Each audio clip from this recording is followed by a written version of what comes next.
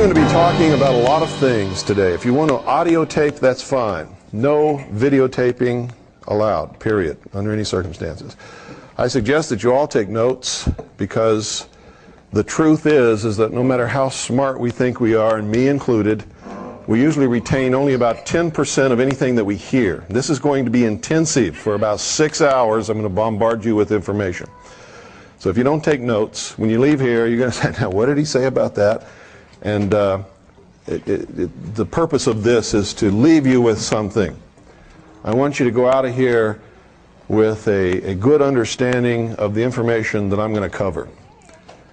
My purpose is not to change your religion. My purpose is not to make you believe everything that I say. On the contrary, I'm the only one in the world that will tell you, listen to everyone, read everything, believe absolutely nobody, including me, including your mother, including your pastor, your preacher, your priest, your Uncle Bob, and anybody else that you can think of, unless you can prove it in your own research. And research, it doesn't mean getting a book off the library shelf and reading it and saying, well, he said it, so it must be true. Because I wrote a book, you see. And I'm telling you, don't believe me unless in your own research you can prove what it is that I'm telling you. Because this is the age of deception. And if you don't believe that, you might as well go home right now, because you're in the wrong place. This is the age of deception.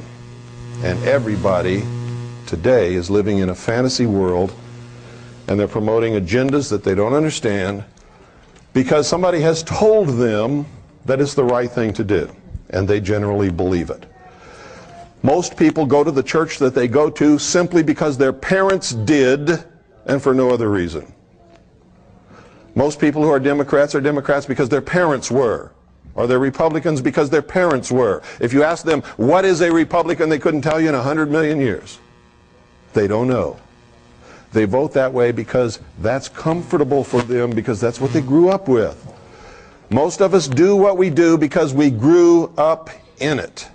So there is an awful lot about this environment around you shapes who and what you are. It's the truth.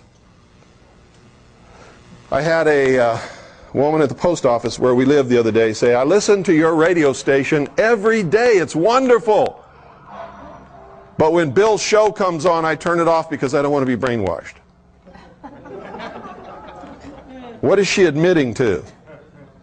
She's admitting that she's already been brainwashed because she is unwilling to listen to opposing viewpoints. That's the biggest #1 sign of brainwashing that there is. It didn't matter that it was my show. It's any show. Any opposing viewpoint. Anything that opposes the status quo, if you won't listen to it, you're already brainwashed. You've closed your mind, and you are at the mercy of whatever manipulation they want to throw your way, because you've already determined that they're telling you the truth no matter what. You don't investigate. You have accepted blindly.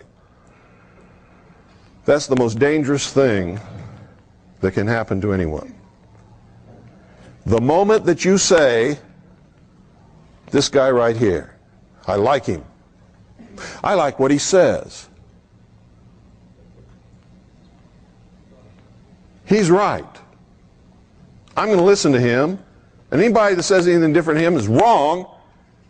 You've just totally destroyed yourself. Because the truth is, he's a human being. I'm a human being. This young lady is a human being. Bill Clinton is a human being. Okay? When you mistake people for righteousness, or when you mistake people for the message, or when you mistake people for government, or when you mistake people for religion, you're making a big mistake. Because people, for the most part, are a big mistake. Does everybody understand what I'm trying to tell you? We are subject to temptations. We are subject to our own carnal desires, lusts, and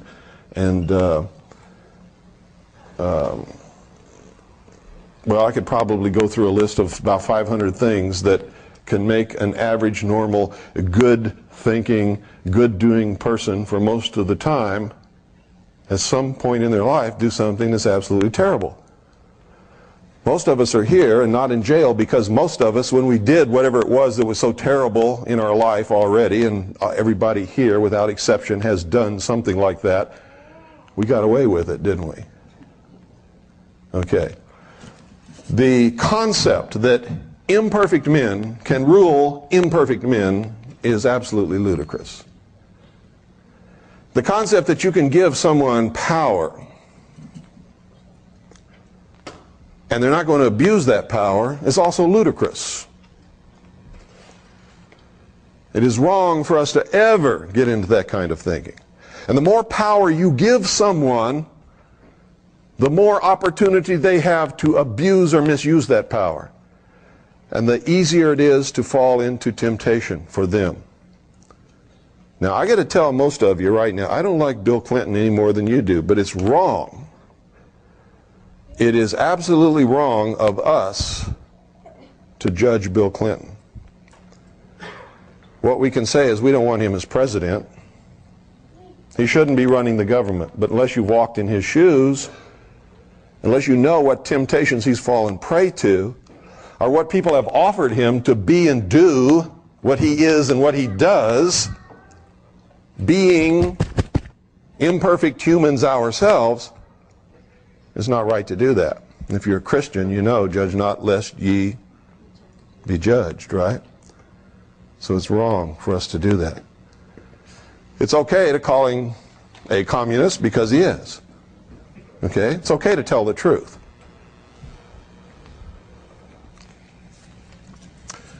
Truth is what I'm all about. And believe me, sometimes I get caught in the deception just like everybody else, but it's not as easy to catch me in the deception as it is to catch most of you. Because I've been caught too many times, and I learn from my mistakes. And I spend 99% of my time searching out the truth where none of you have ever looked. Some of you may have looked in some of the areas and some of the things that I've looked in, but I can guarantee you there's nobody in this room who has looked where I've looked as long as I have looked, as diligently as I have done it. Okay? Now, what I'm going to try to do today is sort of give you some of what I've learned. And you can take it for whatever you think it's worth. I hope that you will take it out of here and use it to search for your own truth. Truth is not always cut and dried. It's not always black and white. You can't get into the concept that, hey, this is right and that is wrong and there is no in-between, because that's not true. There are all kinds of in-between all the time. And truth is elusive, folks. I have to tell you this. It's elusive at best, and it's hard to find. And the moment you think you know it all, you have lost yourself again. It's one of the major things that I've discovered in my life. Is by the time we reach an age where we understand we need to learn something that we don't really know at all, it's usually in the late 30s or sometime in the 40s. If you've discovered that earlier than that, you are the exception, you are not the norm. Because isn't it true that during the first years of our life, we're just discovering the world around us? We're subject to the authority of our parents. And Doyle, why don't you go ahead and put it up here? It won't bother me a bit. We're subject to the dictates of our parents, the authority of our parents, our preacher, our minister, high school teachers, principals, the community at large. And isn't it true that during those years we're basically trying to serve some sense of discover who we are and what the world is about, and not really what the truth is? Sort of fit our way into it whether we think we belong or not. And isn't it true that during those years the major preoccupation with most people is to be liked by everybody else? Isn't that what most of us spend most of our time in high school doing? Trying to be liked by everybody else? so that instead of looking for the truth or doing the right thing, we do what we think the other children around us would like for us to do so that they will like us. Now, it's not bad to admit that because it's a human thing. And every person in their younger years goes through that. Then we get into our later teens and our early 20s, and what is the major preoccupation on everybody's mind? Sex, right? Anybody says no, I'll call them a liar to their face. It's sex. Whether you'll admit it or not, it's the truth. And because to be involved in that activity, or to have someone, whether you're involved in actually having sex or not, but the sexuality of being with someone else, you have to have a job. And you have to have a car. And you have to be able to talk the talk and walk the walk, right? So that takes up our life. And then sometime, usually in the later 20s, some guy sets out to get a girl and she traps him. Right? So they get married. Some people don't. And that's to their great credit, because personally, folks, after having lived my life and being honest with myself, any woman who marries a man before he's the age of 36 is a fool. Because most men aren't ready for that. They're not mature enough, and you're just asking for trouble. But people have done it and succeeded. I don't know how they did it, but they did it. But that's what we're all wrapped up in that stuff. And none of it really means anything. Because it's all going to happen to you anyway. If you are just doing the right thing, you're going to attract the right people. And if you're a man, the right woman's going to come along. And if you're a woman, the right guy is going to come along if you're involved in doing right things. But the problem is we try to make it happen, and that's where we get in trouble. And we ignore all the most important things that we should be involved in our life that really matter. Because these other things are just natural things that are going to happen. You can't make somebody like you in high school.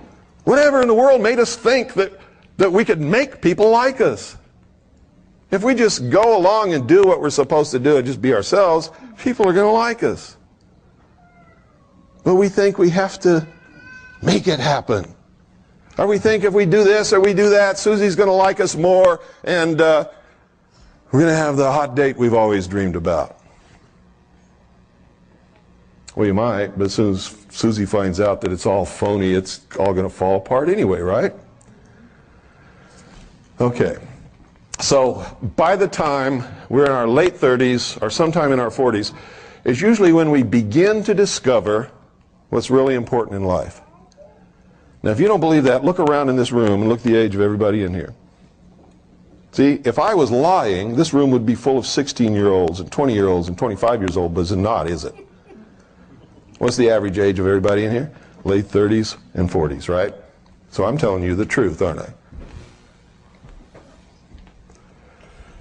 By the time we reach that stage, if we make a concerted effort to learn everything that we need to know and begin to really do the right things, we don't have enough time left. That's why I devote every single moment that I have in my life to this. Because there just isn't enough time.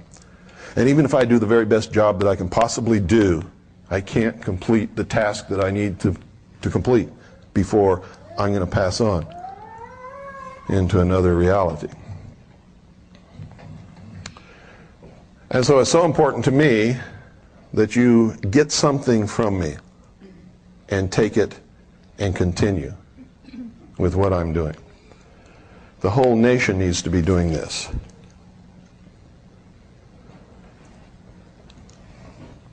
Now I'm going to talk about this country and what it's all about. Some of you are going to disagree with me.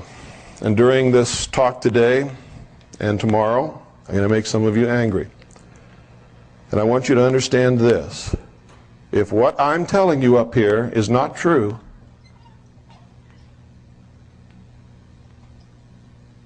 it's not going to bother you.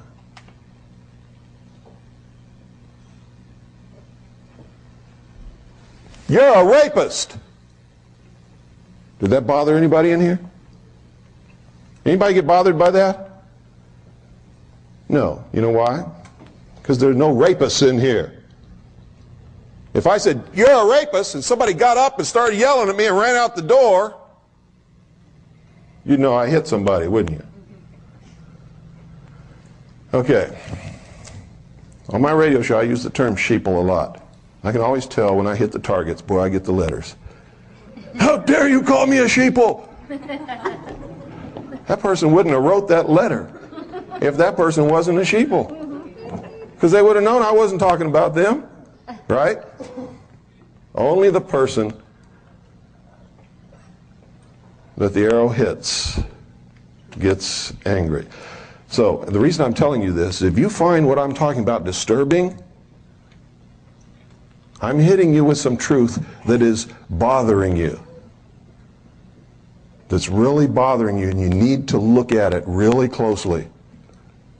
Because it wouldn't be bothering you if it wasn't true. If it wasn't pinging on you personally with something that you know inside of you is not right, it's not going to upset you. And that's the truth. Okay. There are a lot of people who are extremely critical of my radio broadcast because they say I spend too much time on symbology and history and the mystery religions and all of these things that they write me letters and say, I don't care about that. It doesn't mean anything. Why don't you get into some nitty-gritty? Well, they don't understand that is the nitty-gritty. He who does not study and understand history is doomed to repeat it. And the same play has been being performed throughout the history of the world by what we call the builders, the controllers, the puppet masters, whatever you want to call them. And I'm going to start right at the beginning and tell you exactly who they are and how to identify them. Okay? Because there really are puppet masters. There really are controllers. There really are builders, but they're not engaged in building buildings. They're engaged in building people. They're building what they call the perfect race. They're perfecting humanity in order to control nature. They're building the utopian world that they perceive that we need. I said, who's we? We who? You didn't ask me about this.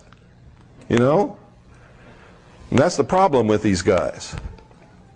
They have placed themselves in an elitist attitude to tell the rest of us what we need. And the truth is, we don't need them to do that.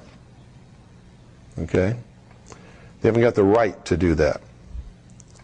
They think they do, because they think we're just a bunch of stupid cattle. And I got to tell you, for the most part, most people prove them right all the time. Not intentionally, but because the knowledge, the truth has been withheld from the people. And that's how they manipulate people, is by withholding the truth and controlling them with the lies. Okay? Now, first I got to start off here. I got to ask you a question. What's the most important thing about this country that you can think of? And I want to see some hands and hear some answers. This is a participation sport when you come in here with me. Okay? Yes, sir. Recognition of God-given rights, okay? Individual liberty. Individual liberty. Freedom.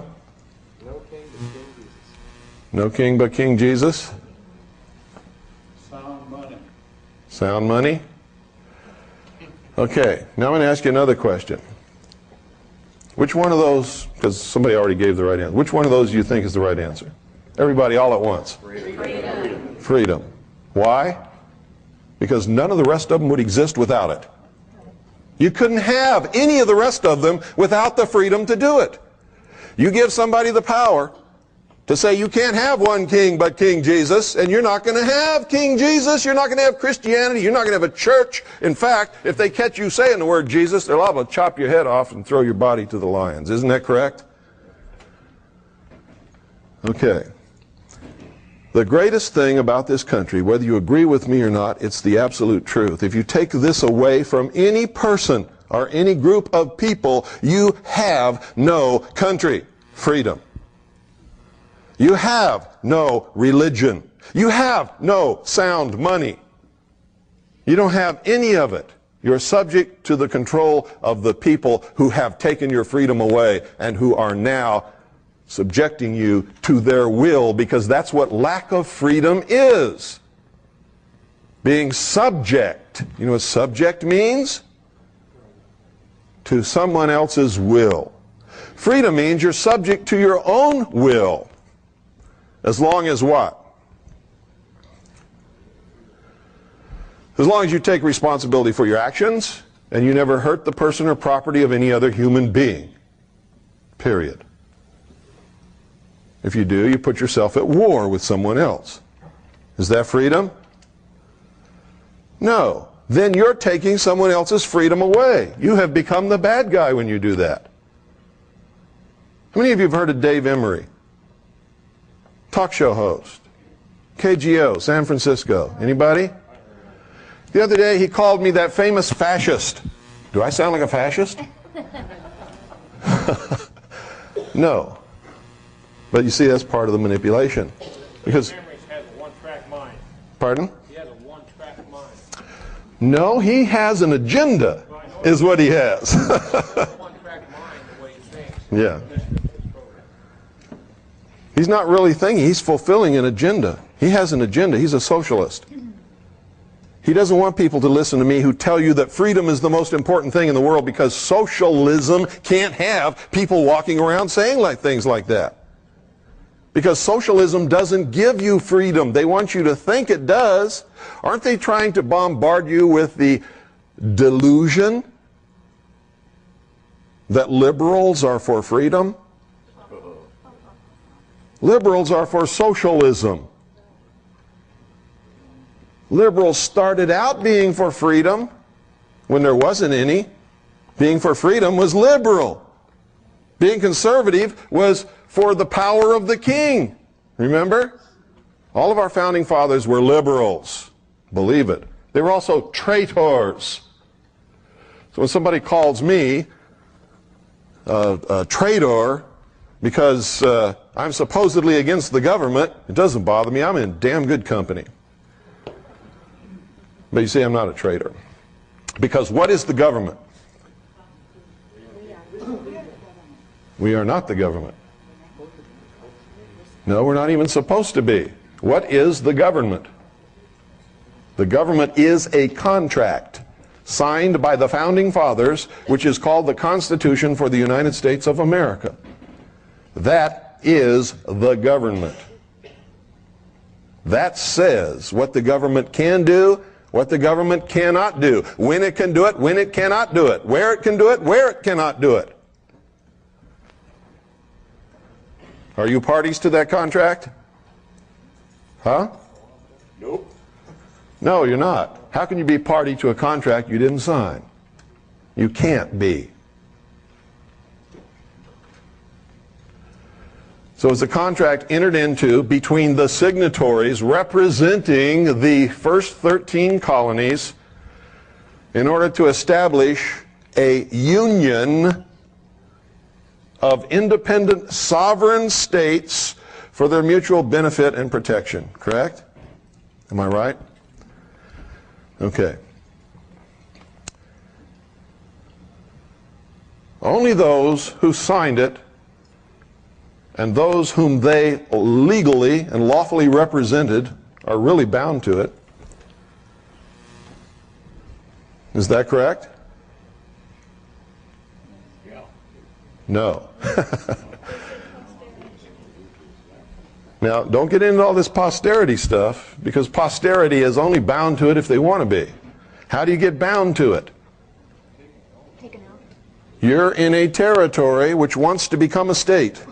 and by vote you agree to become bound to it and are accepted as a state of the Union. You understand that? Okay. Why? Because you elected representatives to act in your behalf. Is that correct? Okay. Is that a democracy? No. Is this a democratic country? No. Was it ever meant to be? No, never. So why do we hear all this talk about democracy all the time? It's the agenda to brainwash the American populace into accepting democracy, which is what? The first step into socialism. Why? No, because in our human failings and in our temptations, if it's one man, one vote, the majority is going to vote themselves everything, right? And if you vote yourself everything, what is that? The state owes me a job. We're going to vote that the state has to give us all a job. We're going to vote that the state is responsible for making sure that I have X number of dollars a year, so we're going to vote that there's going to be a minimum income for everybody in the country. That's socialism. Lenin, V.I. Lenin, you all know who he is? The man who founded the Soviet Union? V.I. Lenin said, democracy is indispensable to socialism. You can take a free people, make them into a democracy from whatever they were before, and they will vote themselves into slavery every single time because they are weak. They want the benefits.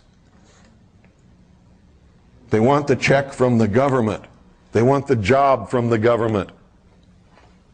They want a car from the government. They want medical care from the government. They want everything from the government. What's the fallacy in that?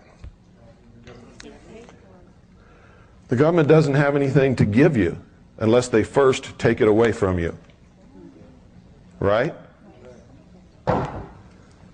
Now, for somebody who works and is productive, they don't like that. That's not good, is it? Somebody, however, who is a weak victim, that's great, isn't it? Because they don't have to do anything anymore, do they? They can just sit back and be provided for. Have you noticed all across the country right now, they are creating victim classes of people? Why do you think that is? Because victims need care.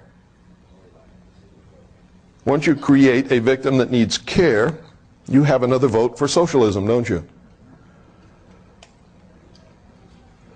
Most of it is a scam. When I grew up as a boy, I lived all over the world. I remember one period of time when I was in junior high. That's 7th and 8th grade. I lived in Midwest City, which is right outside of Oklahoma City. I went to Midwest City Monroney Junior High School, which had just been built. We were the first students in that school.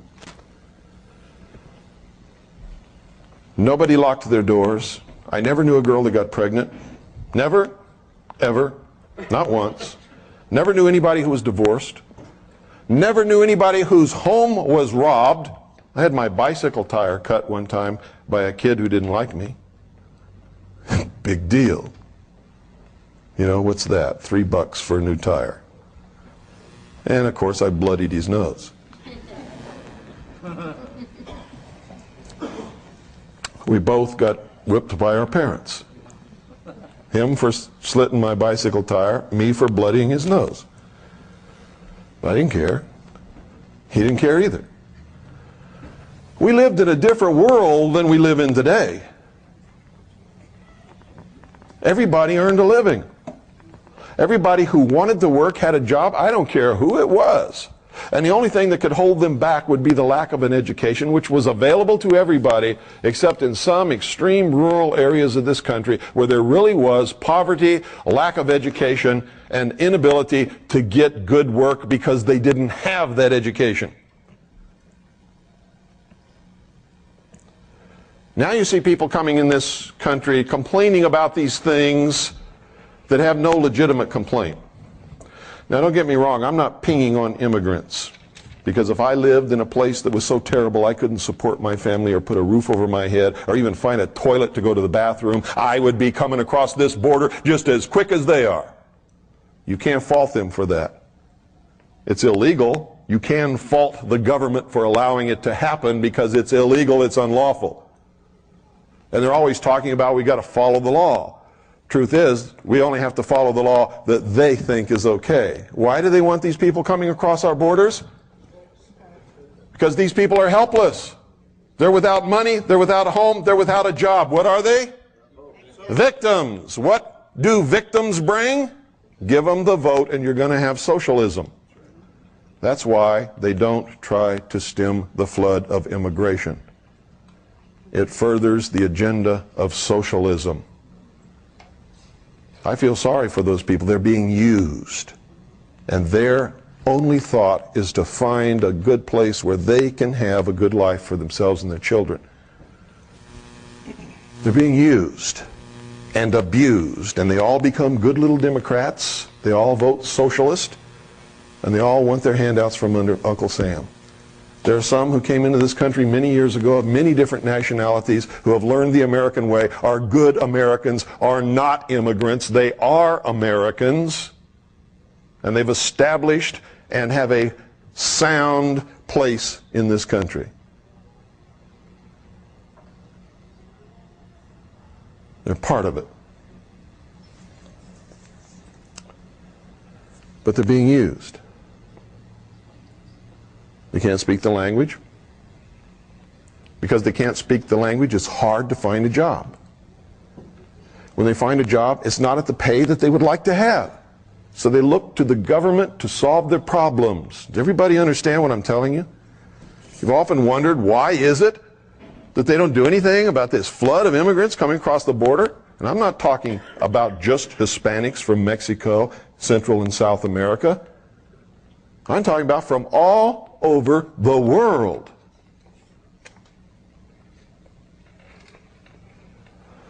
They come here for a better life, not realizing that in coming here and being manipulated and used as they are, they're going to destroy all of their chances forever having the American dream. They're going to help bring about socialism, which will put them back into slavery again. And that's got to stop. You have to understand the agenda. You have to understand who's bringing it about and why, before you can see the manipulations and how people are being used and manipulated to bring it about. How many of you believe that this is a Christian government? How many of you believe that it was founded as a Christian government? I hate to tell you this, but you're wrong. This country was built by Christians because that's the majority of the people who originally came here. And a lot of the things that they believed in is reflected in our laws and in our traditions and in our government. But the government was never meant to be Christian. Have you ever seen the government in church? Have you? Does the government go to church? No. Does the government pray? No. What is the government? It's the Constitution for the United States of America, the Bill of Rights, and the amendments lawfully made thereto. You see, you're mistaking people for the government. The founders of this country, by and large, were Christian. Many of them weren't Christian, but pretended to be, were deists, and you can find that in their writings. Many of them were members of the secret societies. How many of you believe Thomas Jefferson was a Christian? I'm not afraid. I believed it until I read the truth about Thomas Jefferson and studied his life. Thomas Jefferson hated Christianity. Thomas Jefferson tore up the Bible. Thomas Jefferson wrote his own Bible because he said the God of the universe could not possibly be that terrible God represented in the King James Version of the Bible. Don't be afraid to raise your hand in here, folks. Nothing that I'm going to say is intended as a personal slant or insult or attack upon anybody in here. But I need your cooperation in order for us all to learn.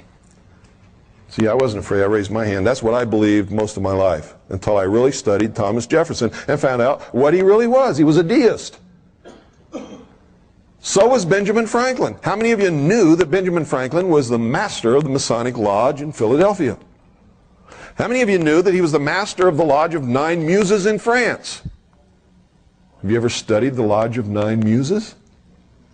Boy, you better. How many of you knew that when Benjamin Franklin was in the colonies, he pretended to be a pious Christian, although he was not seen in church too much, pretended to be a pious Christian. However, he entered into a sexual relationship and a living arrangement with two different women and sired children by both of them, never married either one. How many of you knew that? How many of you knew that when Benjamin Franklin went to France, he surrounded himself with prostitutes and drank champagne almost 24 hours a day and just reveled in orgies? How many of you knew that? You'd be surprised what some ugly old men are capable of.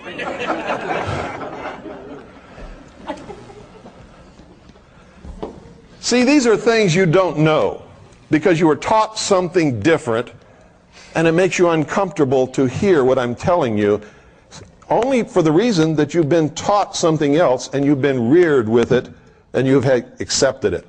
It's hard to let go of something that you have learned and accepted that is not true. You don't want to let go of it because then you have to give up your comfort zone. How many of you know that George Washington was a Freemason? How many of you know if you're a Freemason, you cannot possibly in your wildest dreams be a Christian? It's absolutely impossible. And I can show it to you in their own words. So how could George Washington be a Christian? And you don't even know the slightest, teeniest bit about his real involvement in the secret societies.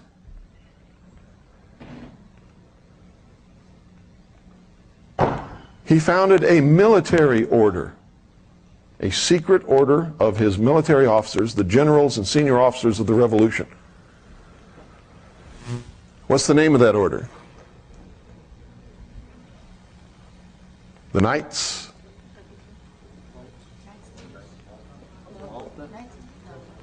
of Cincinnatus, also known as the Knights of the Golden Circle. What sprang out of the Knights of the Golden Circle many years later? The Ku Klux Klan. How many of you knew that? No, see, you don't know these things because you're so willing to accept that what you know is right without investigating. And until you break out of that mold, I'm going to tell you right now, you're never going to know anything about the truth of this country, who founded it and why, and where it's going, what's happening today, and what the consequences are going to be for us down the line. You see, all of this has happened over and over and over and over and over again throughout the history of the human race. These people know how to lead us wherever they want us to go because they study history and we don't. What was Rome? What was Rome? A republic? What kind of republic? A constitutional republic. They had a constitution. Did you know that? It was a republic. Did you know that? What happened to Rome? It fell into oligarchy, and then into dictatorship, then into rampant immorality, and socialism declined, fell, and became the Vatican. Anybody here doubt that? I can prove every word of it. The Roman Empire never fell. It changed its name. The emperor became the Pope. This is the truth. The old pantheon of Roman gods became the pantheon of saints, and they are identical in name and everything else. Now, I'm not trying to hurt Catholics. I'm not saying that you belong to the wrong religion. I'm not telling you to change your religion. I believe in freedom. I'll fight for you to be a Catholic or a Buddhist or a Baptist or whatever you want to be. But when you come to talk to me, I'm going to tell you the truth about all of it, whether you want to hear it or not. And the only way to escape that is to get away from me. Okay?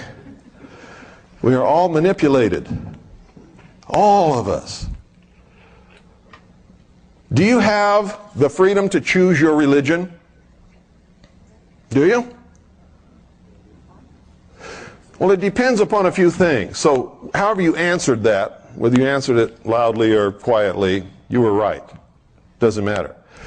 If you were reared in a family that did not indoctrinate you into any religion, then by the time you reached the age where you could be responsible to make your own decision, yes, you could choose your own religion based upon honest study. If you're a child and your mother is Jewish, what are you? You're Jewish. And how are you reared? Jewish. So from the time you're a little baby, you are taught to be Jewish. Do you have a choice? No. Is Jewish a race? No. So is it true that if you're born of a Jewish mother, you're a Jew whether you want to be or not? No. You're a Jew because you're taught to be a Jew from the time you're born. Same with Catholics. If your parents are Catholic, from the time you're a little child, you're required to go to catechism. What is catechism? Brainwashing. What is teaching this little Jewish child that he's a Jew, whether he wants to be or not, and teaching him how to be a Jew all the time he's a little baby up until the time he grows up? It's brainwashing. What is it when your parents take you to the Baptist church from the time you're a little bitty baby and require you to go to Bible school and teach you all of these things from the time that you're that small and can't make a conscious choice of your own and don't know what is right is wrong? What is that? Brainwashing. Is it right? Depends on your viewpoint. Personally, I think it's wrong. I think everybody should be able to make a choice based upon honest investigation and finding out what is right to them. Now, a really devout Christian would tell me I'm full of crap. A really devout Jew would tell me the same thing. So would a devout Catholic, and so would a devout Buddhist. Because they don't want to hear it.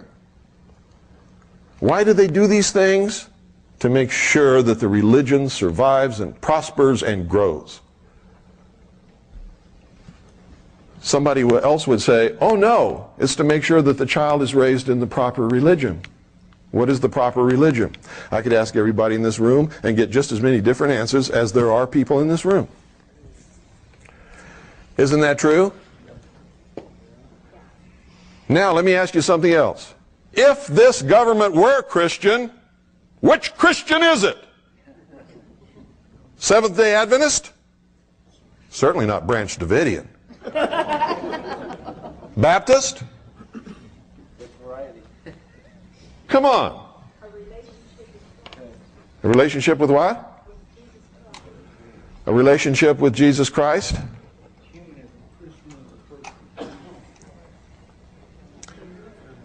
Can you have a country that is Christian and have freedom? No. What if in 100 years the majority of the population changes their religion to Buddhist? Now, what kind of country is it? You can't assign a religion to a country. A country doesn't exist except on paper and in your mind. The religion belongs to the people.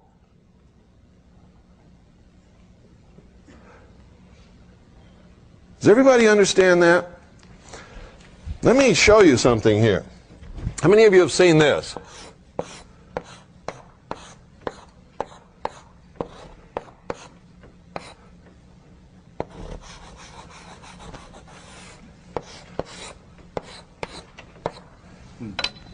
What is that?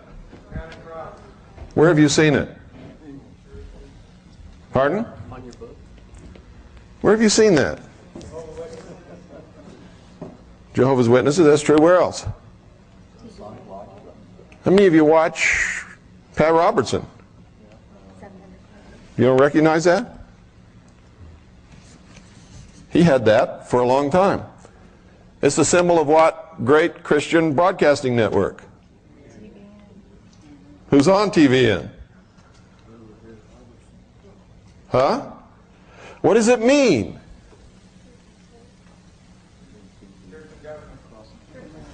This is the marriage of church and state. Is that what you want? What happened the last time you had the marriage of church and state? Anybody who disagreed got what? Burned at the cross, placed on the rack, chopped into pieces, tortured, murdered, burned. Now don't get me wrong, I believe in freedom. If that's what you want, you're entitled to want that all you want. But I got to tell you, you try to bring this into being and I'll fight you with everything I've got. Because I don't believe in burning people at the stake. I don't believe in placing them on the rack. And I am a Christian. I don't believe in persecuting Jews because they're Jews, because they killed Jesus Christ, because I guarantee you there's not a Jew living on the face of this earth today that even knew Jesus Christ, much less killed him. That's what's called what? Corruption of blood. Our Constitution forbids corruption of blood, doesn't it? Because it's wrong.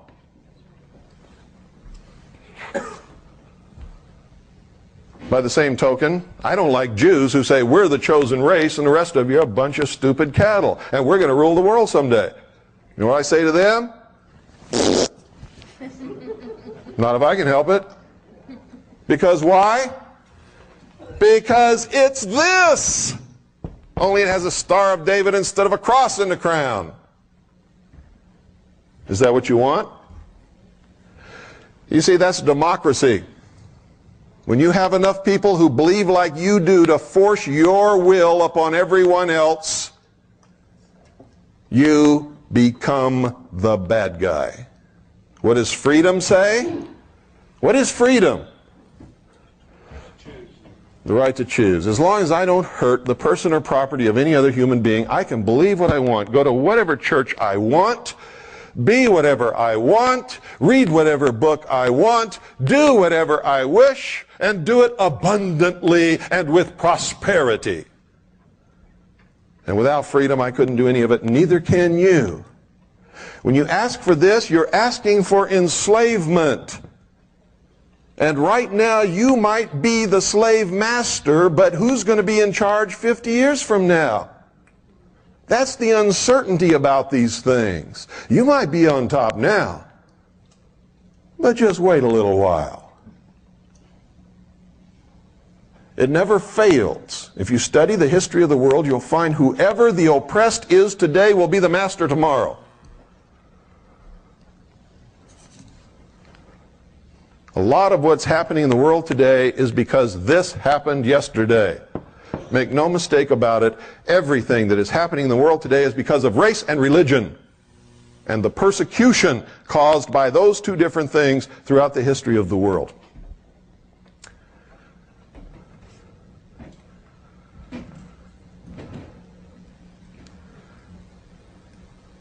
Is everybody up with me? I know that some of you don't agree with me. That's okay. I'm not telling you you have to. But I want you to go out of here thinking about these things and think about what is it that you really want. You want to be free so that you can be what you want to be and worship where you want to worship? Or do you want to cause a situation whereby you're in charge so that you can force your will upon everybody else so that they'll get pissed off enough to overthrow you and do the same thing to you? Because that's exactly what that brings about.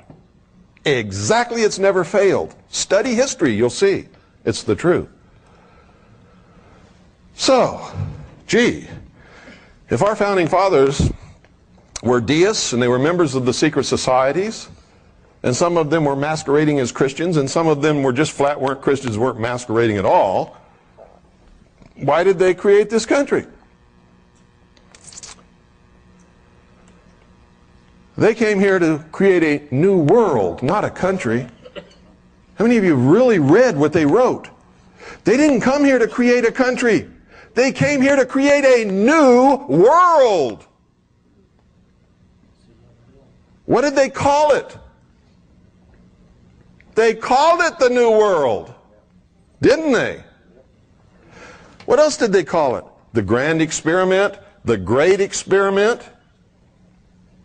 Remember reading those words? And just read right over them, didn't really understand what it meant.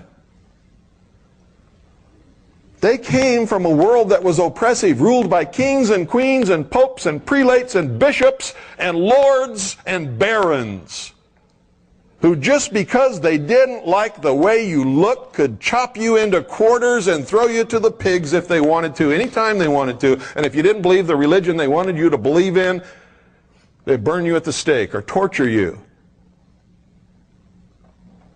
In some way, make your life absolutely miserable. They came here to create a new world, free from all of that.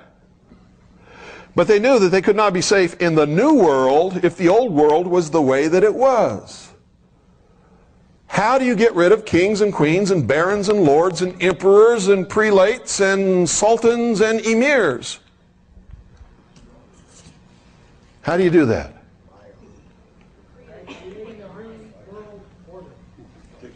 That's exactly right. A new world order. From the beginning, that was the goal, ladies and gentlemen. That's the absolute truth. From the very beginning, that was the goal. What do you think New World means? What do you think it means?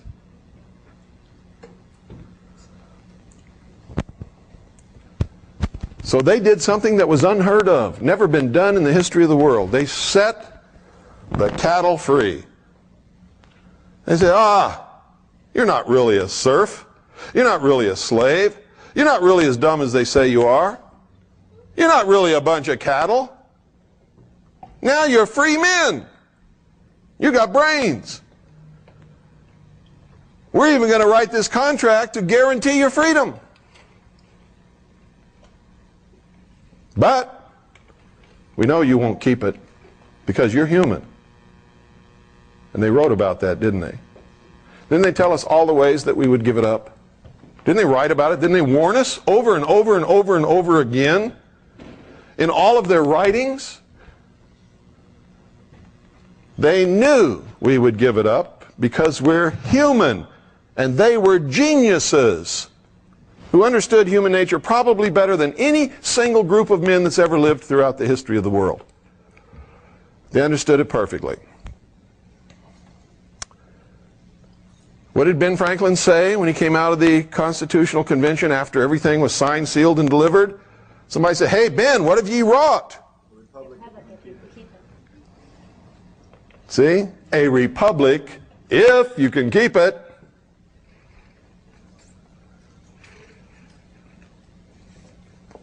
He knew. They all knew. What was it really about? Why did they give it to us if they knew we would give it up? And they did know. Make no mistake about that. They knew. What do you think the fight over federalism was all about? They wanted to make sure that at some future point, the great central government would seize control.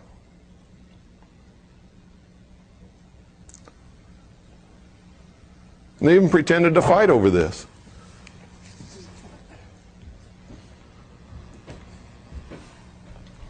Like all of these secret society people do. It's called the Hegelian dialectic.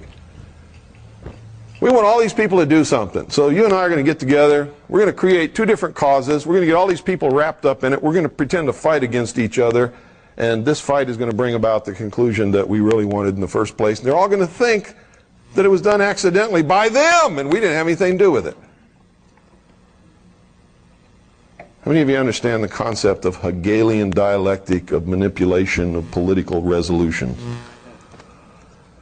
If you don't, you'd better read Hegel and you'd better study it, because that's what's happening. That's what the abortion issue is all about. Can government decide the abortion issue? Can you decide it with laws?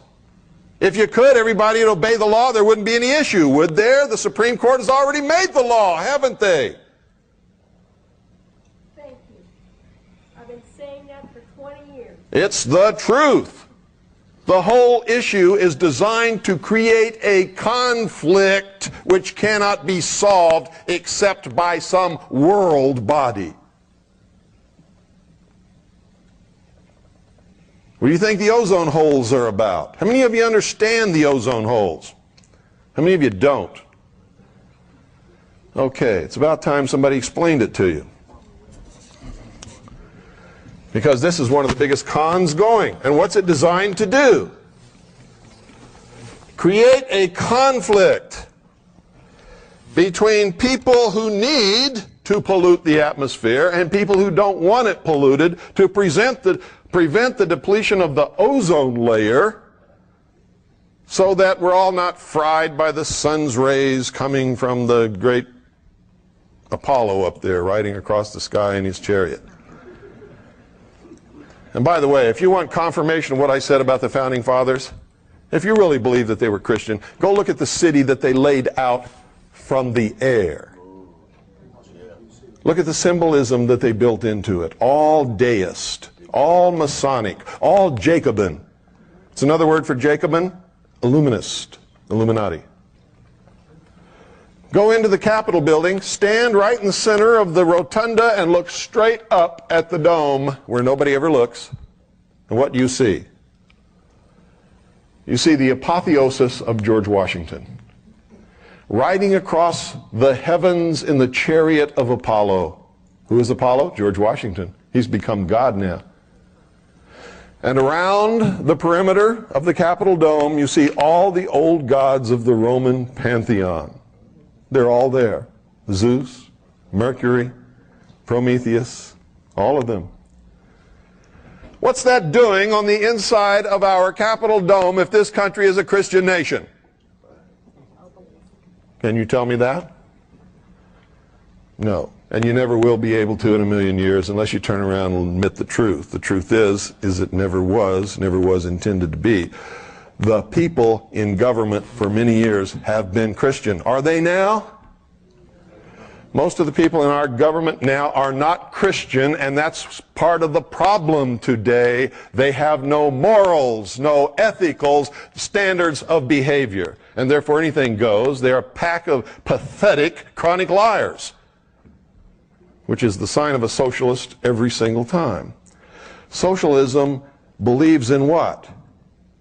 The supremacy of the mind of man, not in God. Anytime man has supremacy over everything, everything becomes what? Subjective. If you're God, how can you do something wrong? And that's the whole problem with this crowd now. They don't have anybody to answer to. You see, whether you believe in God or not, the human race must have God. They must have a superior power to which they must answer. If they do not, then everything becomes subjective. And if I want to slice your head in half, by God, there's nothing wrong with me doing it because I'm God. You understand that? That's really what's wrong. When man has nothing or no one to answer to, man can do no wrong, can he?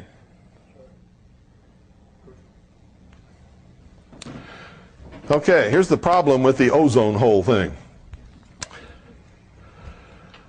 How many of you have noticed that every time they show a picture of an ozone hole, it's always over or near one of the poles? How many of you have noticed that? Every time. Because it has to be. It's the only place it occurs, and it's not really a hole at all. And it has nothing to do with what we do. It has nothing to do with CFCs or anything else. that we do here on this earth, period. Because here's the truth of it. How many of you have also noticed that whenever that hole occurs, it occurs at that particular pole in the wintertime? Why is that? Well, the earth is tilted on its axis. So if this is the North Pole up here, we have the earth right here, and we have old Sol over here giving out his rays. What has to happen to form ozone, folks? Sunlight must interact with gases in the atmosphere. Which gas? Oxygen.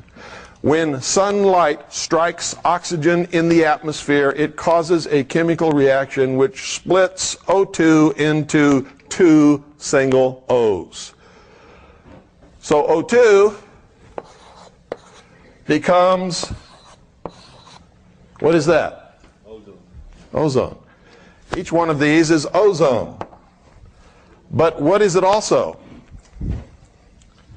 It's what's called a free radical. It doesn't like to be in that position. It doesn't like to be unattached. Okay? Some like people I know. Can't be without a mate for 10 seconds. And so they always choose the wrong one, which ensures that they're going to break up and they can't be without a mate for 10 seconds.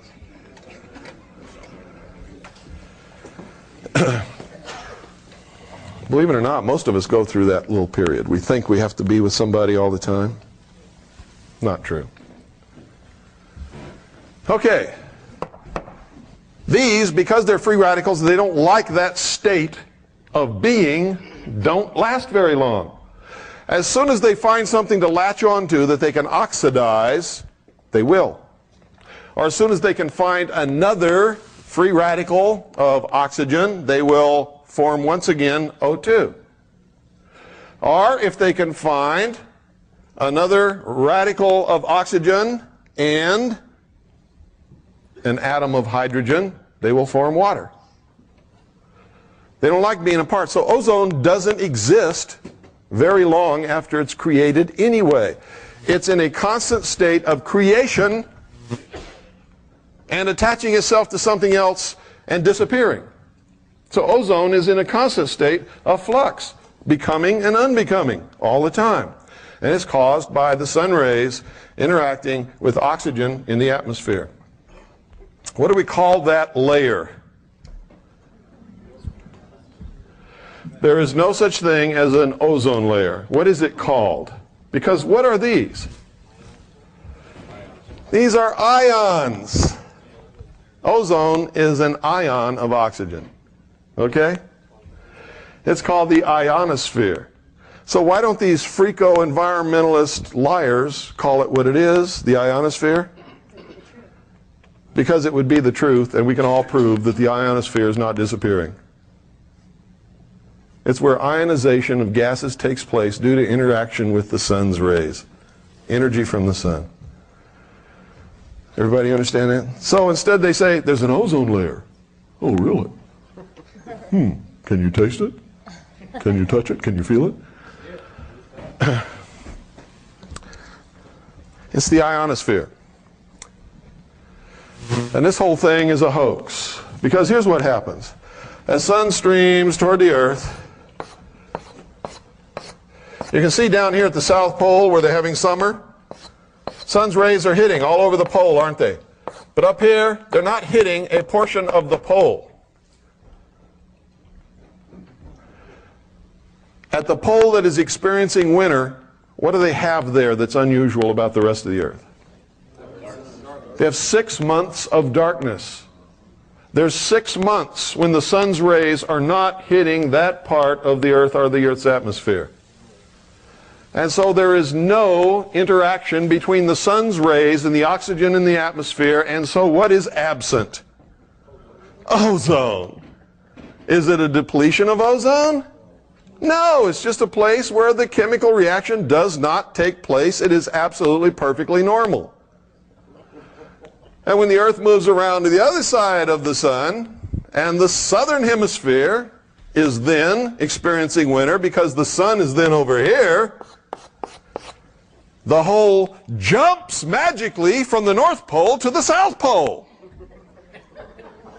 And all of the CFCs that we are leaking and using on the face of this earth have magically migrated to one spot over the pole where nobody's leaking anything and depletes all the ozone right there. You see, if this was really true, where would the holes be? Los Angeles, London, Tokyo, there's a biggie. Phoenix, right? Do you know that the state of Arizona is the only state in the whole 50 United States that knows this and has passed a law saying, screw you, we know there's no ozone holes, we'll use CFCs all we want, and we do.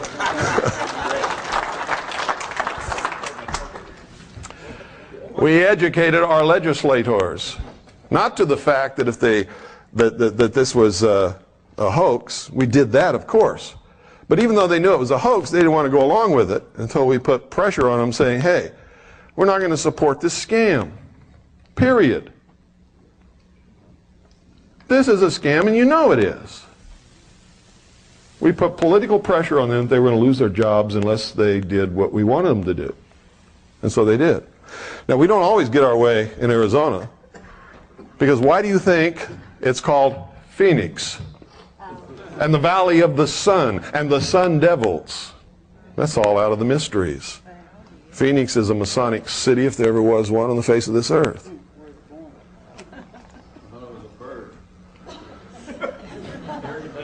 Nope. Phoenix is a symbol.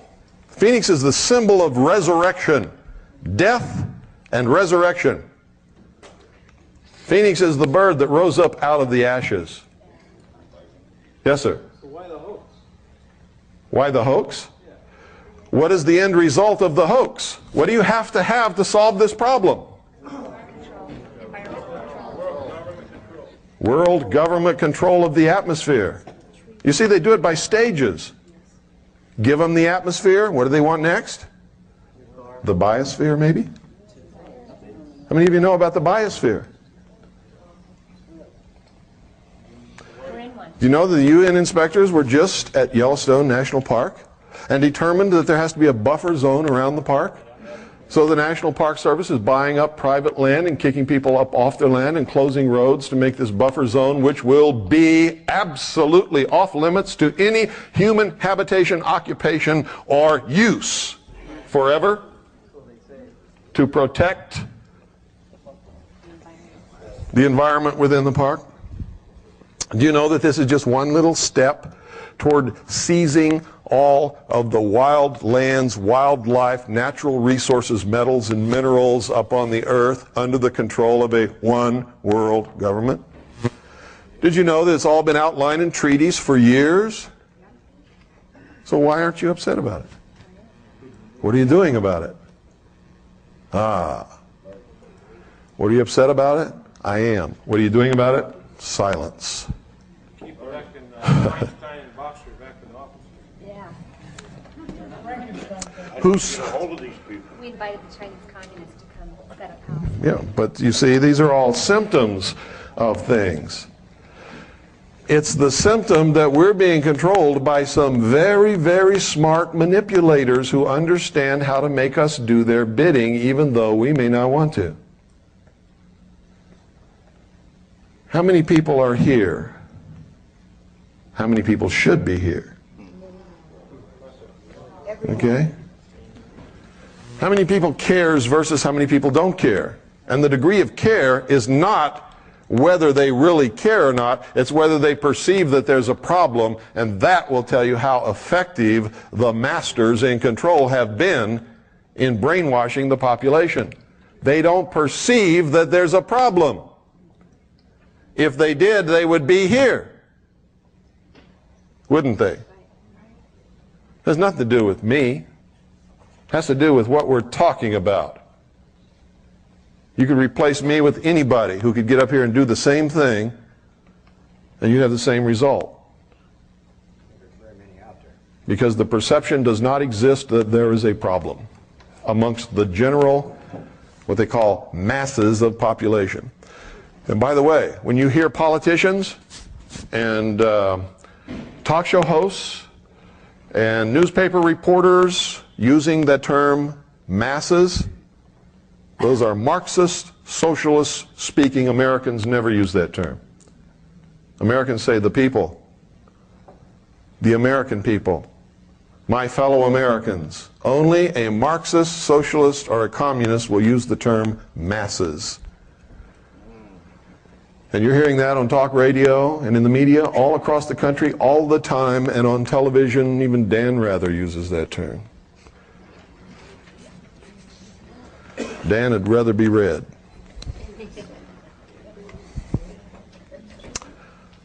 Okay, are you beginning to get sort of a feel of where we're going and what this is really about and how important it is that we understand it? And understand this, I'm going to say it one more time. I'm not trying to change your religion or what you believe or anything. I'm trying to confront you with some truth in the hopes that you will use that information and that truth in order to come up with some decisions and some actions on your part so that we can change this. Turn it around. There is only one uniting common bond amongst all Americans. What is it?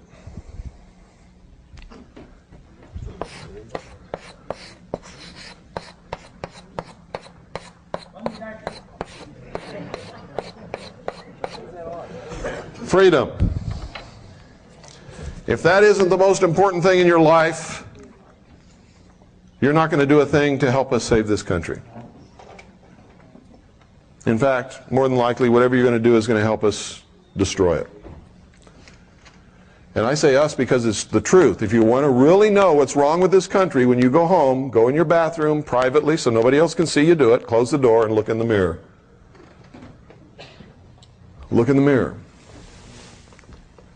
The truth is, what's wrong with this country is the American people have lost the knowledge and the motivation and the meaning of what it was all about to begin with. It was always about giving the common man freedom. Why? Because, folks, our founding fathers knew that if that would work, that would be the New World Order. If we could accept it and be responsible and hang on to it and make it work, that would be the New World Order. A direct result of it would be that giving the common man real freedom would topple every king and queen and sultan and emir off their thrones all around the world, and that's exactly what it did. Isn't that true? And they knew that they couldn't have any kind of a new world or new world order of any sort unless they got rid of the kings and queens and sultan and emirs and lords and barons.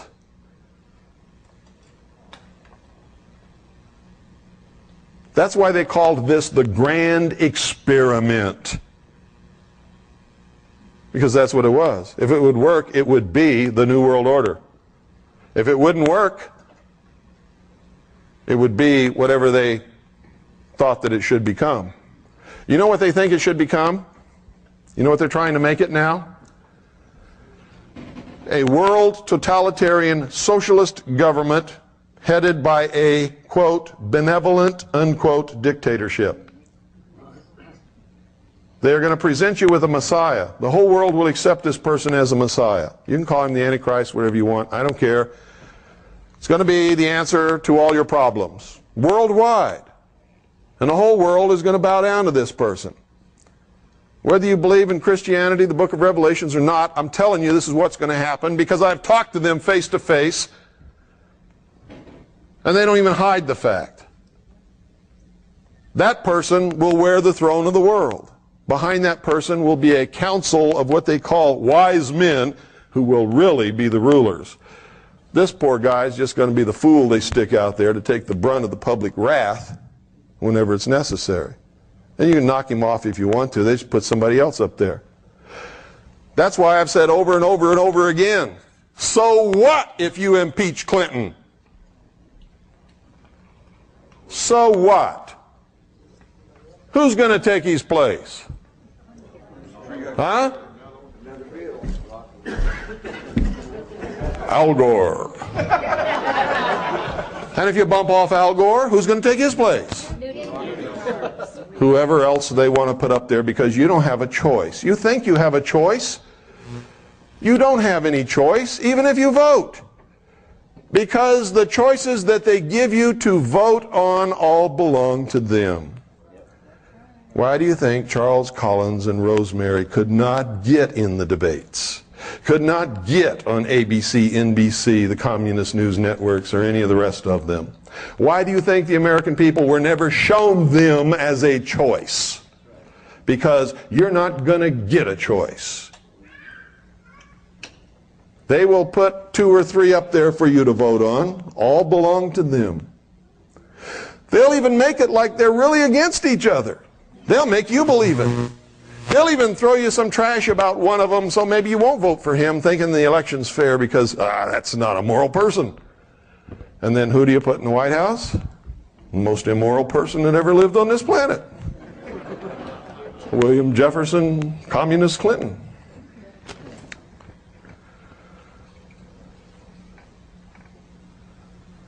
You don't have a choice. That disappeared a long time ago. There's not a nickel's worth of difference between the Democratic and Republican Party, and hasn't been for an awful long time. And it doesn't matter which one is in the White House, we still go toward the New World Order, don't we? We still go more and more into socialism, don't we? But if they were truly different, that wouldn't happen, would it? So, I guess that, what time is it? Anybody get the time? 2:30. Let's take a very short break. Let's hold it to 10 minutes because I've got an awful lot to cover, folks. Thank you very much.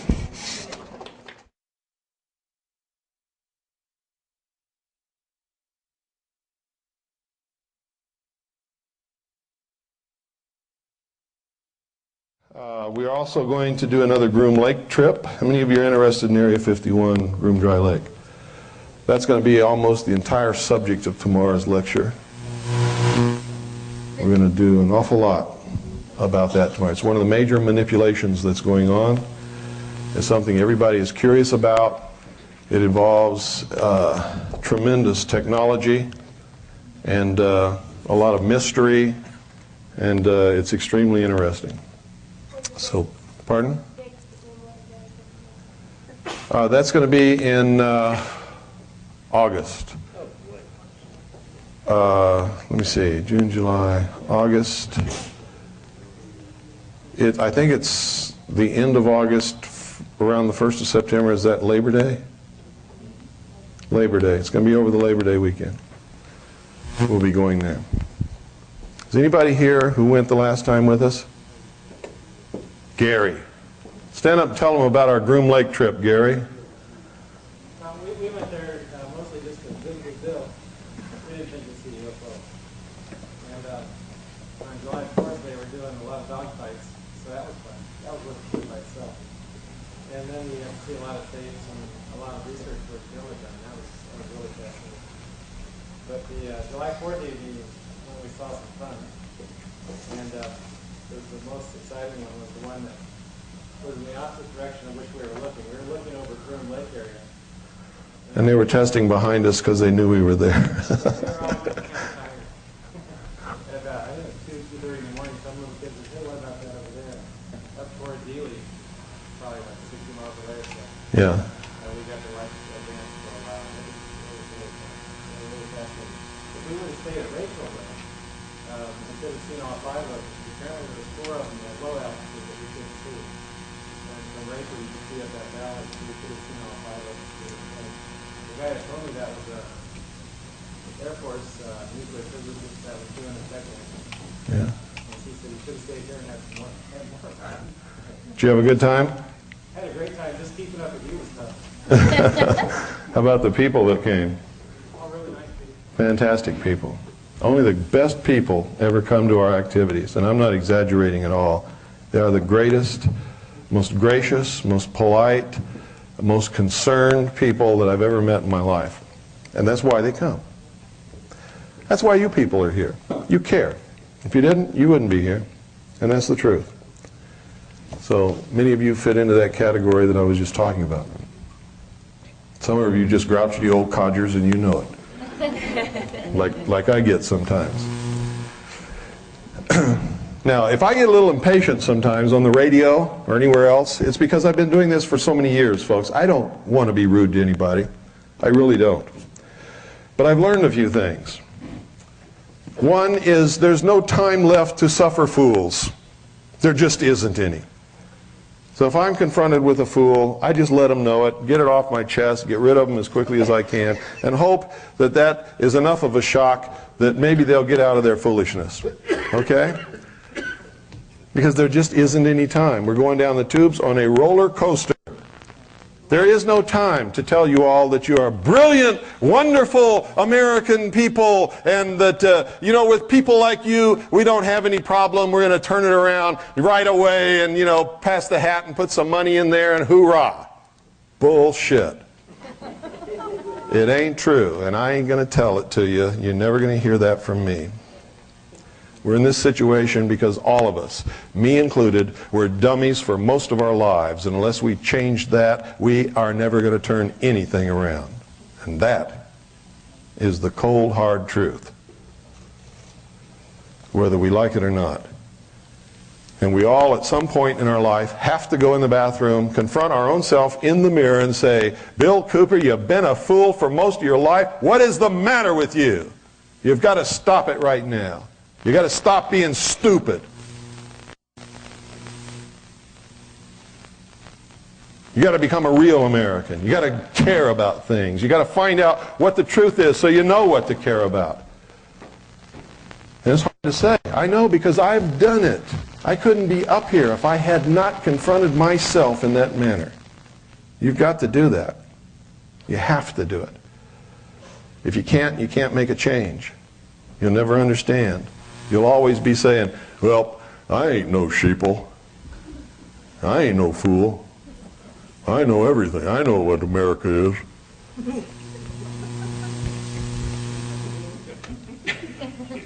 Okay, just hope that I'm not around when you say those things. Okay. There's lots of things that you can do, that you need to do. But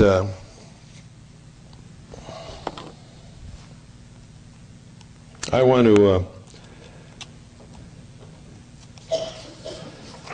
just sort of give you a few things that are recent, so you'll know. And these are not really terribly serious things. Some of them are, but they're just things that you will all understand, and you'll understand them quickly. Listen to this. How many of you know who Alvin Toffler is? How many of you have read his books? What was the first book? Future Shock. Then after that was what?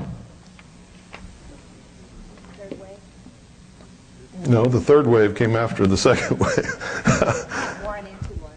Yeah. He wrote a whole plethora of books. Now, there's some people you can listen to who are not gurus. God's not whispering in their ear. They don't have a crystal ball. But they are what I call the inner circle. They know what's coming. They're part of it.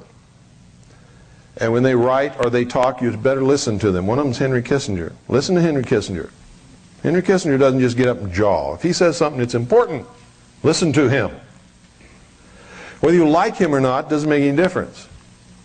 But I've discovered that most people who ever meet him really like him a lot. He's very charismatic, very polite, very gracious, very nice guy. He's also one of the biggest traitors that's ever lived. But isn't he in good company? Yeah. Really? Another one is Alvin Toffler. And there's lots more, and I'm not going to go through the whole list. But Alvin Toffler, whatever he writes, is generally going to happen. Another one that you have to read is Foreign Relations. Foreign Relations is published by the Council on Foreign Relations, and you can subscribe to their publication. Whatever they write in there usually happens about 2 years later. Whatever it is. It's almost like magic. If they're not involved in any of this, how come what they write about always happens? Almost everybody in government belongs to the Council on Foreign Relations and the Trilateral Commission, or both. Toffler admits to having been a Marxist in the third wave. He wrote it on page 24.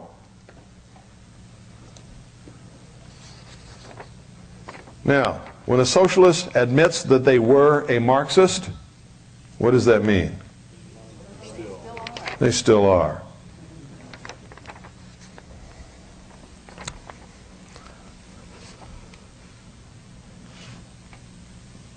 Toffler says in the third wave, it requires governments that are simpler, more effective, yet more democratic than any we know today. What's that a code word for? Socialist. It is a civilization with its own distinctive world outlook, its way of dealing with time, space, logic, and causality. What's that mean? World outlook, world government, world control. Causality, social engineering. You understand what I'm saying? They speak in a code that they understand perfectly. The average person hasn't got the slightest idea what they're talking about. And if you don't study them and their symbology and what they believe in and what their agenda is, you'll never know. You could read this and never know what this guy's saying. Oh, that sounds nice. That's what most people say. Oh, that sounds nice. Doesn't it sound nice in a way? Yeah. But if you really understand it, it's not nice at all. What they're saying is, screw you, we're going to enslave you. We're going to engineer how you live, how you think, how you work, everything. Hitler tried it, didn't he? You see, this is a big deception that Hitler was a right-wing guy. Hitler, and you better learn this if you never learn anything else in your world. Hitler was a socialist. Nazi means National Socialist German Workers' Party, doesn't it? Hitler socialized Germany. All control is always on the left. Always. If you're left-wing, you're for control of yourself and other people. A scale measures two extremes. On the far left, you have total control of everything and everyone, and, by the way, ownership of everything and everyone by the state, which is more important than anything. It's called communism. On the right, all the way at the extreme, you have the total absence and lack of any and all control by anybody over anything or anyone. That's called anarchy. Anarchy sucks. Communism sucks. Socialism is just a little step above communism and usually degrades into communism, and it also sucks. Usually anything close to anarchy also sucks. And so do all those people who want to engage in those things. To tell you the truth, they're in a mind state that sucks. A constitutional republic is somewhere in the middle of these two extremes and provides safeguards to protect individual freedoms and creator-endowed liberty. Whether you believe in God or not, if you don't understand that freedom and liberty must be creator-endowed, then you are opening the door for somebody to take it away from you because they don't have to answer to a creator. You understand? So even if you don't believe in God, you better start. If you want to stay free. If you want to stay free. If you don't care about freedom, you don't have to believe in God. You see, there must be something that human beings answer to protect us from ourselves. Because the minute we become God, how many of you in here want me to be God? I don't want me to be God either. Because I know who I am. I know the temptations that I'm subject to. I have seen what power can do to people, and I might fall prey to that same corruption that would allow me to use that power wrongly.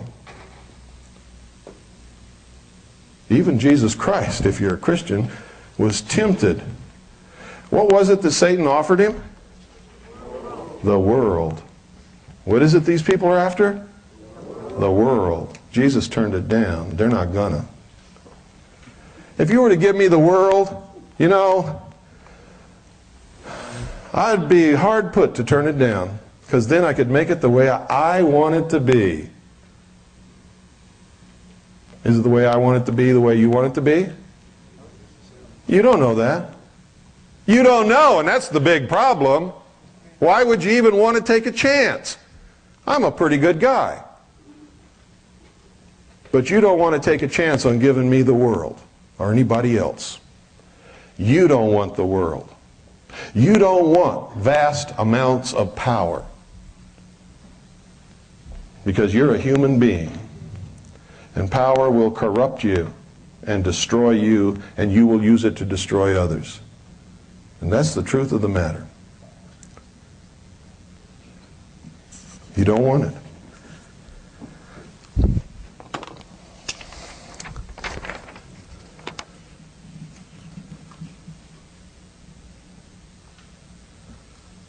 Toffler said in The Third Wave on page 6, this book is based on what I call the revolutionary premise. That's Marxist if there ever was a Marxist statement in the whole wide world.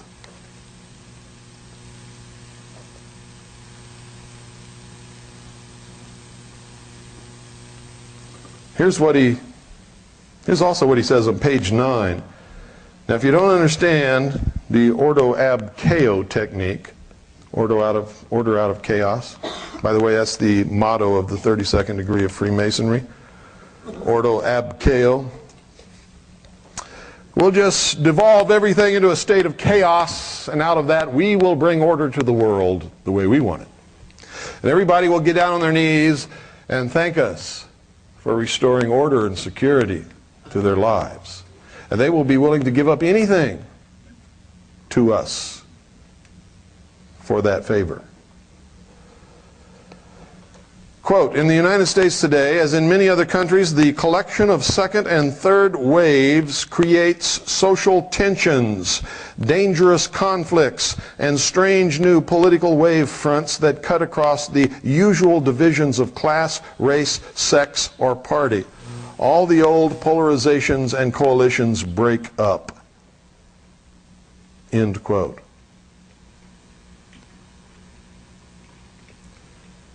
How many of you women thought Gloria Steinem was doing you a favor?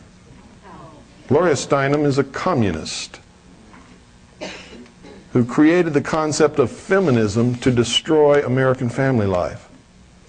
Feminism is not good for you. Being a responsible woman is good for you. Being a good person is good for you. Whether you choose to do it in business or in the home doesn't make any difference to me. And yes, you should get equal pay for equal work. And yes, you should have the vote and all of this other stuff. But feminism? Feminism is war between women and men.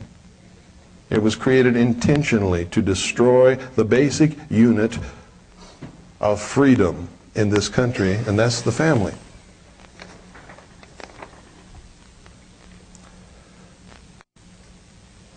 Toffler even admits that there's a plan.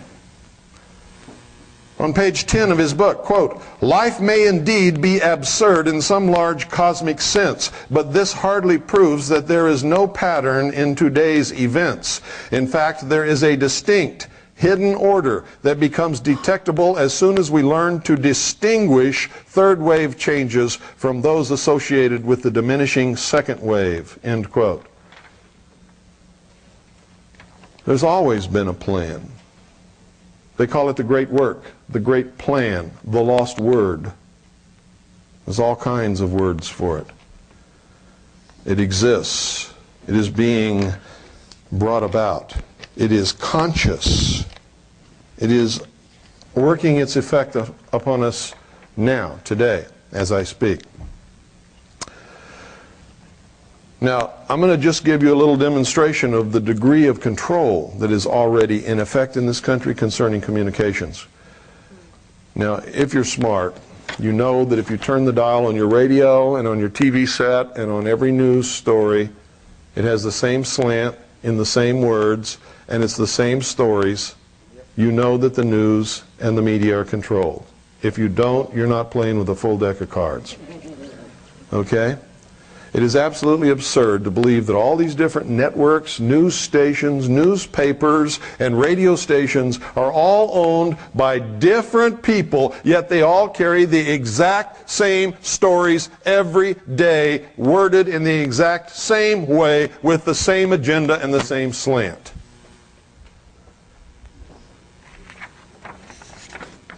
You see, if they were all separate and independent, that could never happen in a million years, because no two people ever attach the same importance to the same event or the same slant on the same story unless they're handed it.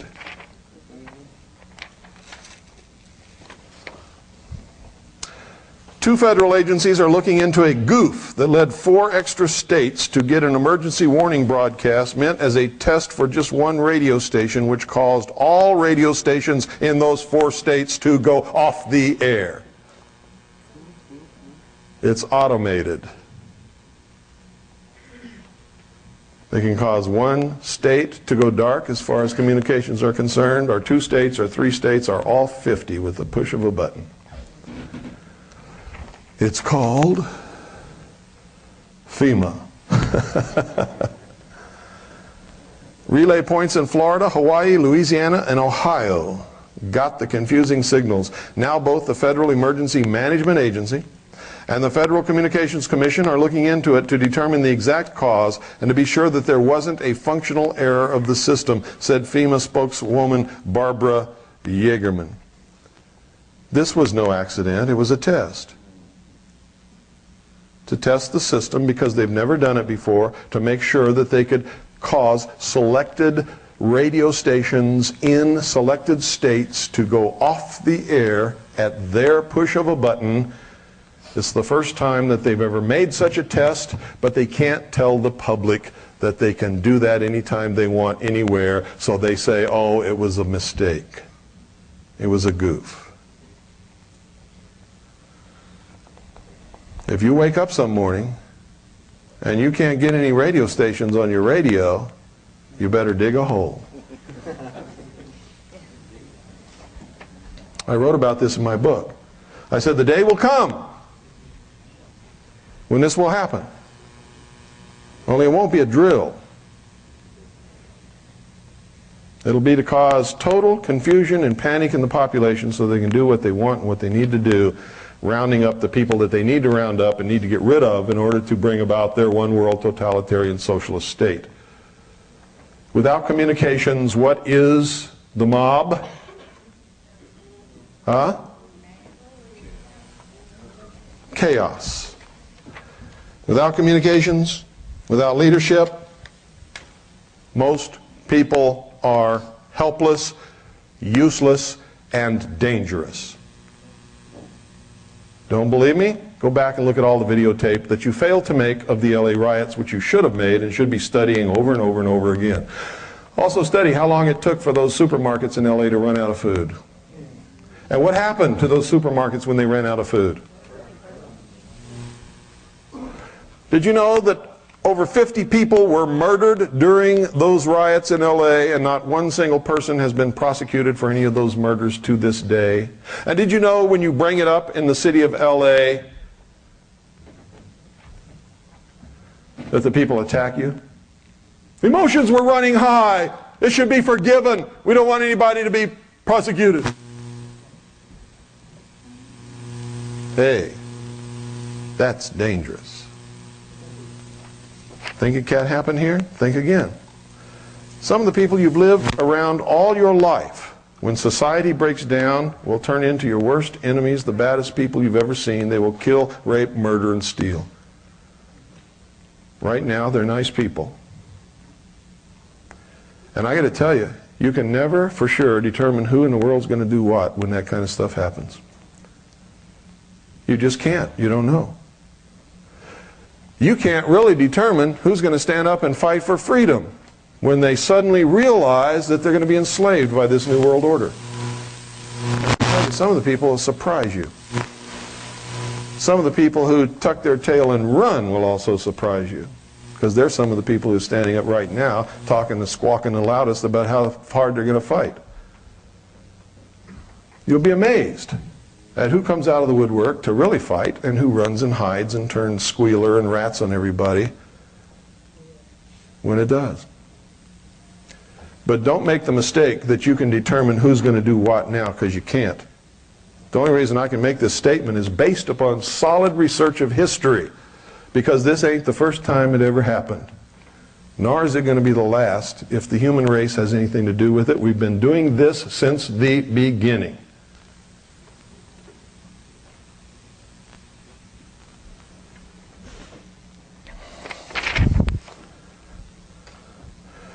How many of you have heard Hillary Clinton's latest quote?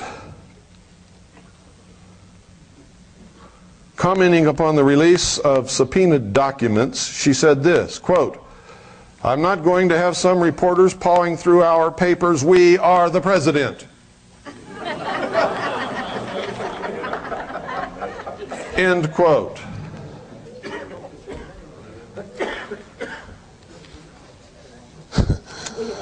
How many of you voted for Hillary?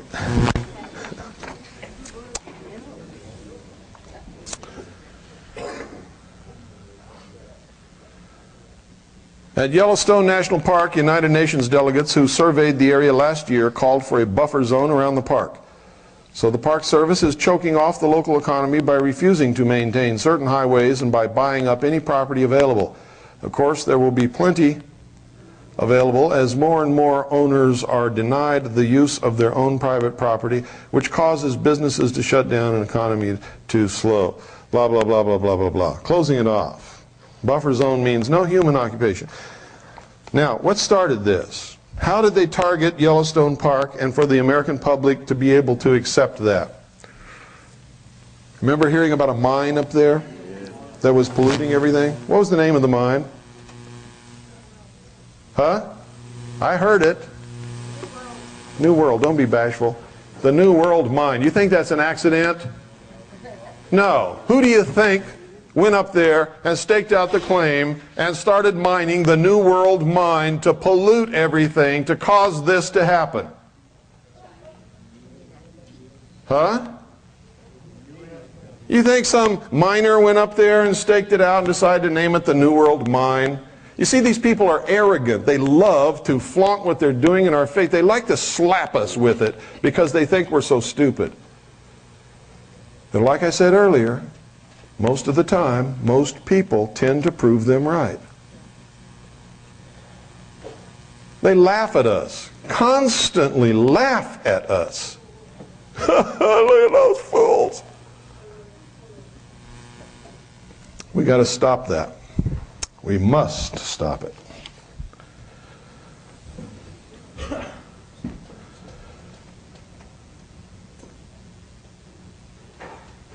Cleveland radio officials were baffled after a botched test of the government-operated emergency alert system disrupted programming on all local stations, went off the air simultaneously. And there was nothing that the local stations could do to get back on the air until FEMA released that button. No, they can't do that.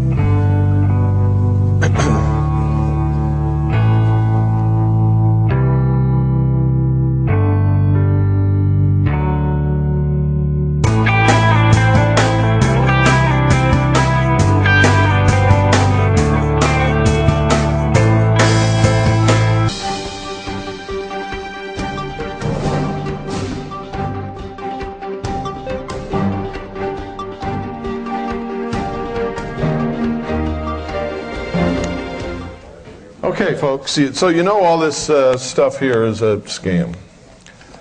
There's lots of scams. The global warming is another scam.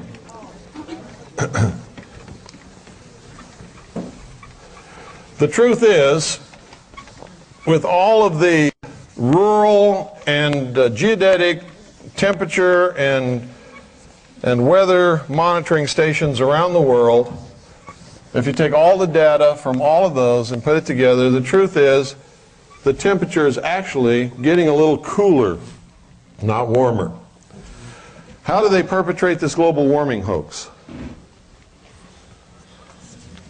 It's very simple. They take the temperature readings where the temperature is affected by some outside source, such as in the middle of a city. Right. They just change the place where they're taking the temperature so that the temperature is affected by something else. Artificial, usually man-created, like parking lots. Where is the temperature greater? In the park or in the parking lot? In the parking lot.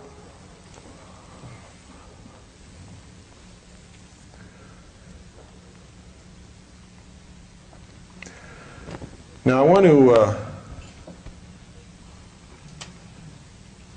go a long way back into history now, because I'm going to start with a few things that you need to know, and it's going to explain a few things that you've been seeing, and then we'll come up to modern time, and then the last couple of hours are going to be spent on what's going on and what you can do about it. Okay? But first we have to understand history. We've got to. If we don't understand history, if we don't understand symbology, if we don't understand race and religion, you cannot possibly understand what's happening today or why, who's bringing it about, and what you can do to combat it. It's absolutely impossible. And a lot of people think they can, but they can't. And I'll give you an example of how you can't. Isn't it true that most Americans have been spending a lot of time for a lot of years trying to figure out who in the hell is destroying this country? Haven't they? Well, if you've been spending all that time, what's your answer? Logically, from what you yourself have discovered, not what I've told you up here. The answer is you still don't know, right? Isn't that correct? You look around for the enemy and you can't find the enemy. It's because you haven't looked in the mirror. And that's the truth. You've looked everywhere, except right here. I've searched my entire life to find the devil, and I finally found him. You know where he is? Right here. And I can let him take over, or I can cast him out. But he doesn't exist anywhere else. Don't believe me? Take all human beings out of a complete area and see what happens to that area. And this has nothing to do with the environment, the atmosphere, or anything else. I'm not an environmental freak. What happens? God's plan takes hold. The laws of nature rule. Everything functions as it should, and there is no evil anywhere. Now that ought to tell you that evil exists in the hearts and minds of man. That's where you're going to find the devil. If there is one, he's in us. If you don't believe that, try that little experiment. Just try it.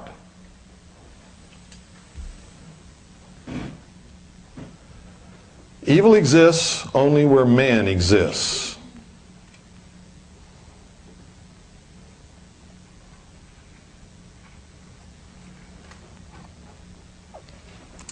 Okay? Is there evil on the sun? No. Why not? No, there's no men on the sun.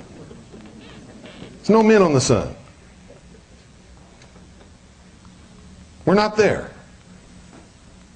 The only place you'll find evil is where you find a man or a woman. And the more men and women you find, the more evil you're going to find there. It exists within us.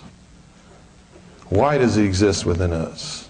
Well, we're going to find out some of it. And we're going to find out why certain things are happening. Okay? If we go back as far back into history as we can possibly go,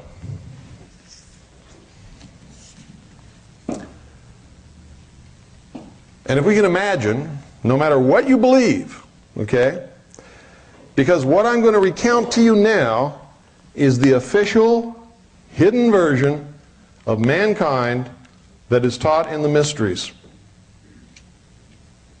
It's not what I believe. Doesn't have to be. And it doesn't matter whether it's what I believe or what you believe or what anybody else believes. What matters, folks, is that these people are running things. And if they're running things, what they believe will affect us, and we better know what the hell that is.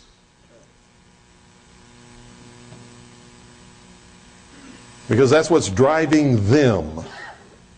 Drives them.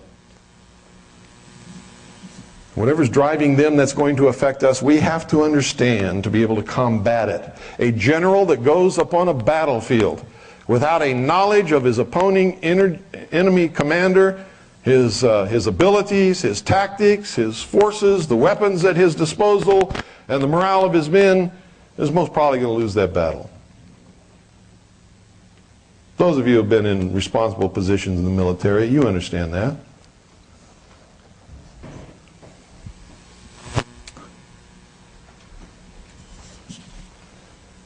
Here's their version of history. And like I said, it doesn't matter whether you agree with it, believe in it, or not. It's what they believe. It's what's driving things today. And you better understand it. They believe that way back at the dawn of the history of the human race, there was a golden age. How many of you have heard that? The golden age. So many people read about it in their writings and don't understand what it is and don't even ask a question. They just take it for granted. I did that for years. Golden age. Oh, that's nice. Keep reading, thinking that I understood what I was reading. I didn't understand what I was reading until I figured out what they're talking about. The golden age was the age of innocence in man evolution.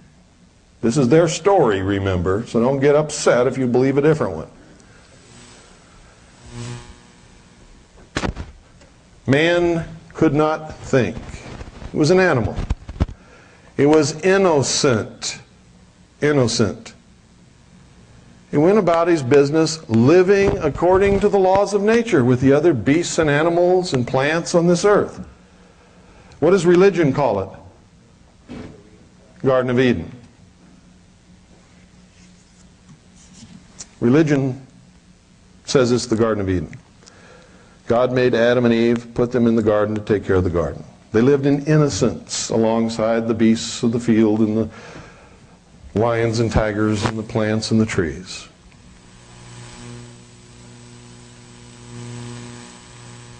Back during that time, man was, they say, vegetarian. Ate roots and plants and nuts and berries just like many of the animals did.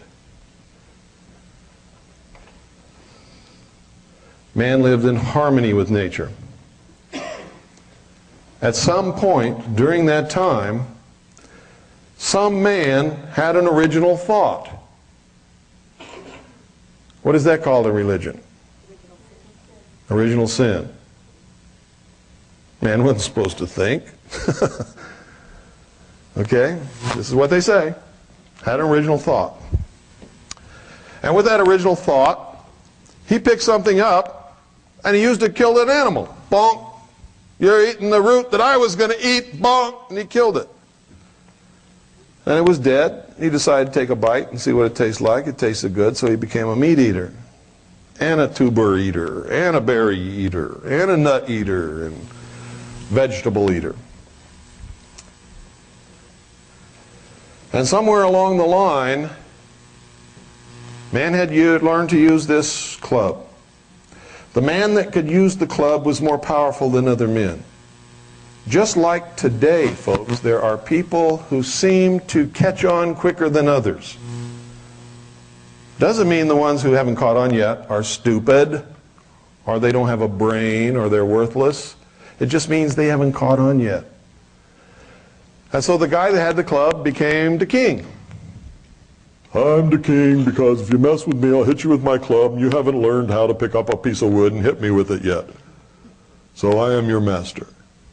That worked until other men watching him learned how to pick up a piece of wood and said, you ain't the king, I'm the king. Well, we the king. Let's all be king. And then men had to be wary of each other. That was the consequence of that. Men then had to be wary of each other. Then came a day when, lo and behold, fire fell from heaven. A streak of light came out of the sky and struck a tree and caught it on fire. And that tree was burning. Wow. Now, you'll never understand the significance of that until you understand the significance of this. Back in those times, according to the mystery schools, man was pretty much helpless. And man, unlike the animals, didn't have this big coat of wool. May have had some hair, more than we do now. But he didn't have this big woolly coat. He lived mostly in the tropics. If he went too far out of the tropics, he would die because he didn't have the means to protect himself from the cold. Man understood instinctively that the sun provided the conditions for life on earth. How did he know that? Because when the sun rose in the morning, he was damn thankful to see it, wasn't he? It was warm. And it lit up the earth, and he could see. He could see what he was doing. He could see dangerous animals coming from sometimes miles away.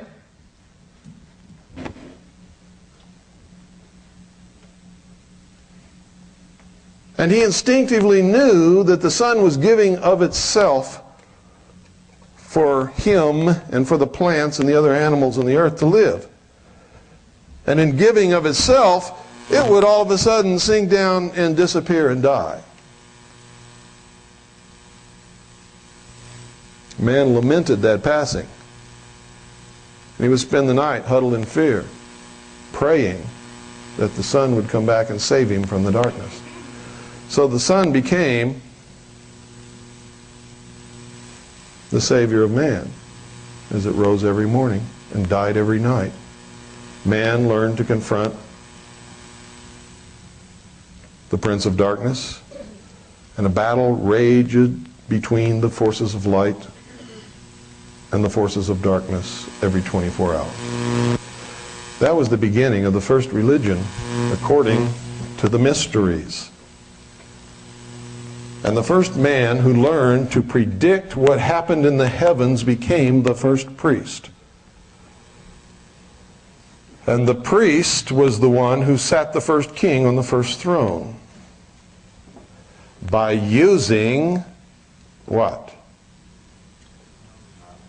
The gift that Prometheus brought to man. Who said that? I heard the word. What is it? Fire. Prometheus is another word for what? Lucifer.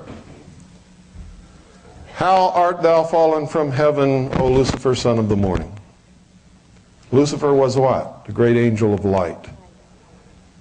In the mysteries, they believe that the story of Adam and Eve in the Garden of Eden is a metaphor for the evolution of mankind. Now remember, this is what they believe. That man was being held prisoner in the bonds, the chains of ignorance in the Garden of Eden by an unjust and vindictive and terrible God. He was set free by Lucifer through his agent Satan with the gift of intellect, which was brought to man with fire. The story of Prometheus bringing the gift of fire from heaven to mankind is a story of Satan enticing Eve and then Adam through Eve to eat of the fruit of the tree of knowledge of good and evil. In other words, they believed that the great fall of man was not a fall at all, but was a tremendous gift from Lucifer, who is their God. What does Lucifer represent? The intellect, knowledge Some man went to that tree when it was burning after it was struck by that lightning, after Lucifer was flung out of heaven by God. In Greek, he was called Prometheus, gave the gift of fire to man. Fire has ever since been the symbol of learning, knowledge, intellect. Why do you think every great book of learning has inside the front cover a lamp with a flame or a torch? Why do you think after they killed him they put an eternal flame on the grave of John F. Kennedy? It represents the conquering of nature and the universe by the mind, the intellect of man. It represents the apotheosis of humanity, the perfection of the race which they seek. Deep stuff, huh? It is deep stuff, but you have to understand it in order to be able to combat it, or to be able to work it to your will instead of being worked to their will.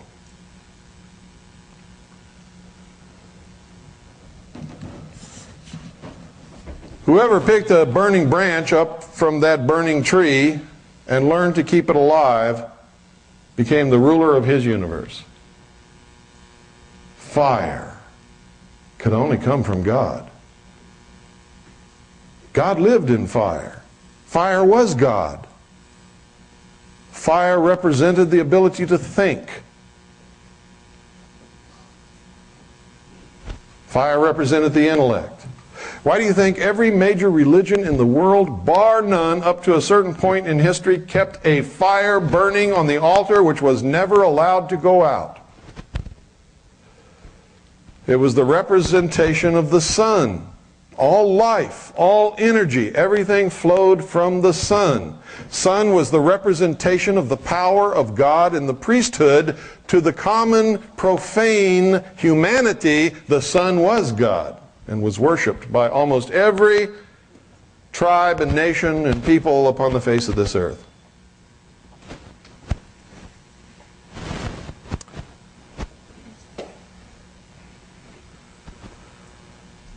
It's important that you understand this because you're going to see the symbology everywhere. How many of you have really been to Dealey Plaza? What did you see there?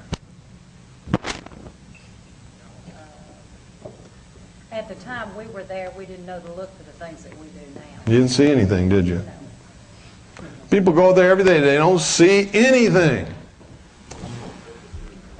How many of you knew that the ancient pyramids were never burial chambers? Never. Okay, some of you are up to date. Most of you aren't, though. Most of you don't know this.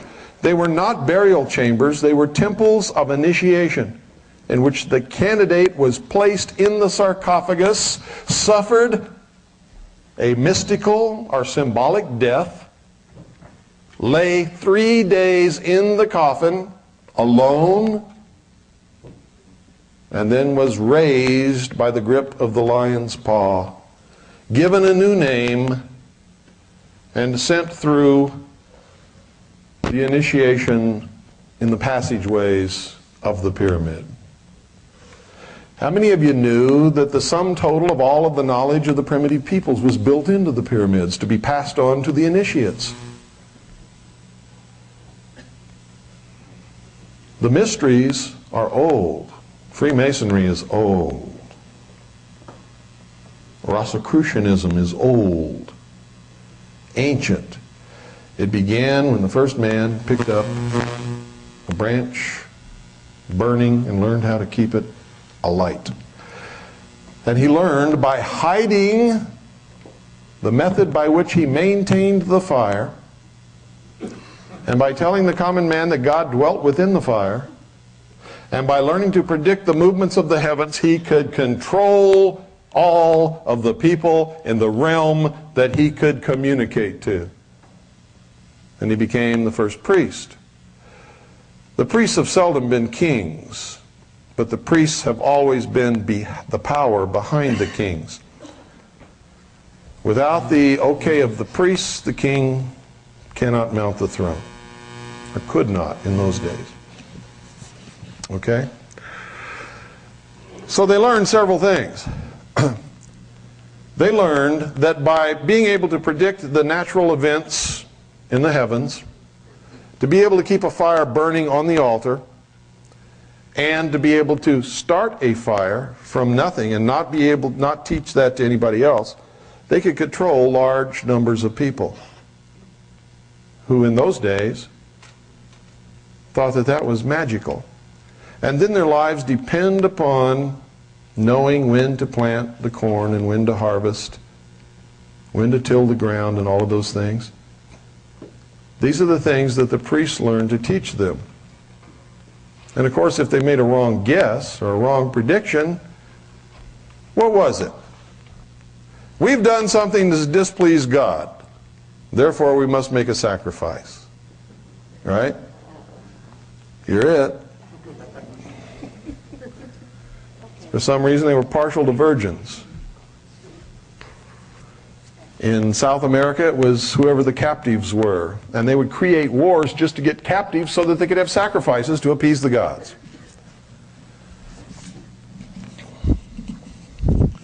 All throughout the history of the world, these people have been the ones who have collected and hoarded the sum total of the knowledge of humankind. They call themselves the illumined ones, and in those days they were truly illumined, enlightened. They're the only ones who had the knowledge. The rest of the people were deprived. Over long periods of time, some knowledge would either leak out to the people, or the people would make discoveries, or would have original thoughts of their own and pass it on. So as man became more educated, the machinations of the Illuminati became more complicated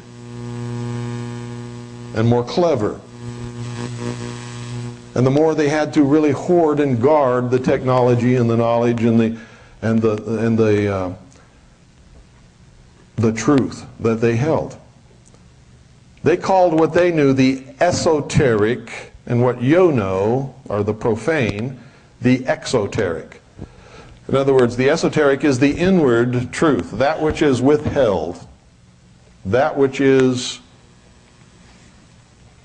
guarded, not known by what they call the masses. The exoteric is the outward form that they throw to the people, the metaphors that they tell. One of the ways they put it that I wrote in my book is that they speak directly to God while the people bow down to stone statues which can neither hear nor speak. Now, it doesn't mean they're really speaking to God. This is a metaphor, remember. What it means is they're really communicating the truth. This is what they believe. Doesn't matter what we believe in their world. And if they're controlling us, we have to understand what it is that they believe and why. You see, they believe that through the use of the intellect, man himself will conquer nature. And what happens when you conquer nature? You're God. Isn't that true? They believe through the use of science and the intellect of man, man will conquer nature and the universe, and man will be God. Now, does that ring true according to religion? Of course it does. Isn't that the promise of Satan to Eve in the Garden of Eden? God lied to you. He lied to you. He's withholding your true nature. You see, he doesn't want you to eat of the fruit of the tree of knowledge of good and evil, because if you do, ye will surely become as gods, and ye will not surely die. Isn't that what he said? So aren't the mysteries saying the same thing? Only they're reversing the benevolence and malevolence of the two. In traditional religion, you say that the God of the Garden of Eden, who put Adam and Eve there, was a benevolent, good God, and they were living the good life. And if they hadn't have sinned, they'd still be there, living and taking care of the animals in the garden and be living a blissful, wonderful existence. And they're saying, hey, that guy that put them there and kept them in the bonds of ignorance wasn't doing them a favor. They were really slaves in this ignorant state, this innocent life, this golden age. Lucifer set man free, gave him the gift of intellect, the use of which will make him God. Now, it would amaze you to know how many people really believe in this. It would absolutely amaze you to know that some of the major religions in the world, disguised as Christian religions, actually worship Lucifer in secret. You would be amazed to know how many people believe that Jesus Christ and Lucifer were brothers. And that there was a battle between who was going to save mankind from itself. Jesus won that battle. He had his chance. He failed. Now it's Lucifer's turn. You might also be shocked to know that Tom Valentine believes that. And he said it in an interview with Richard Noon, and it's recorded in his book 5/5/2000. What's the name of that book? Ice, the Ultimate Disaster, 5/5/2000. Get it and read it. It would amaze you to know how many supposed patriot leaders that you all look up to believe this. That are really not patriot leaders at all, but are functioning in the Hegelian dialectic to move you in the wrong direction, or to pit you against each other, or to just find out who in the hell you are.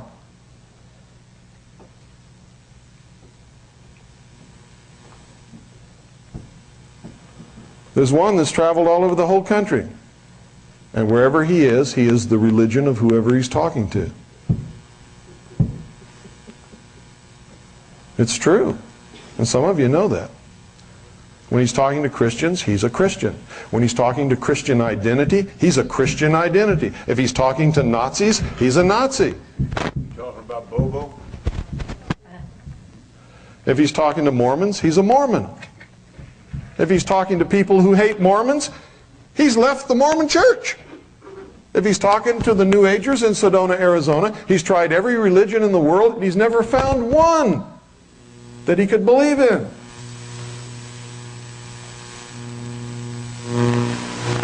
That's Bo Grites. Don't believe me? Go get all his tapes talking to all these different groups and listen to his own words. Now, I don't care what religion the man is. I believe in freedom. You know what I care about? He's lying to a lot of people. That matters to me. Some people tell me, well, that doesn't matter. He's doing good. I mean, you know, maybe he has some failings. Every time he speaks to a different group, and every time he gets caught, he says he's never going to do it again, but he does. And just recently on his radio show, this man was talking about how he put his son through past life regression and how he believed in reincarnation.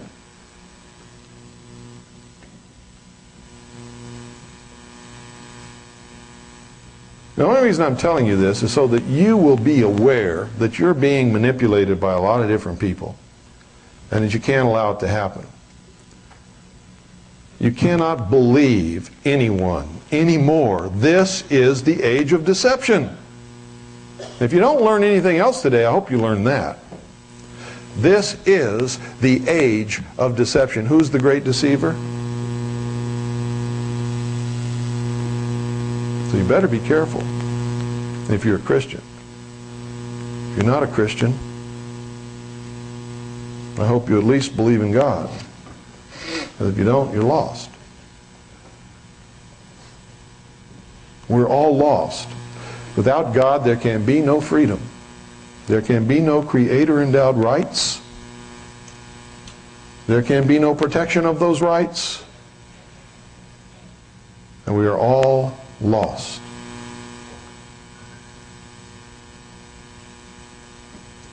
I don't know about you. I don't want to be lost. It's a terrible state to be in.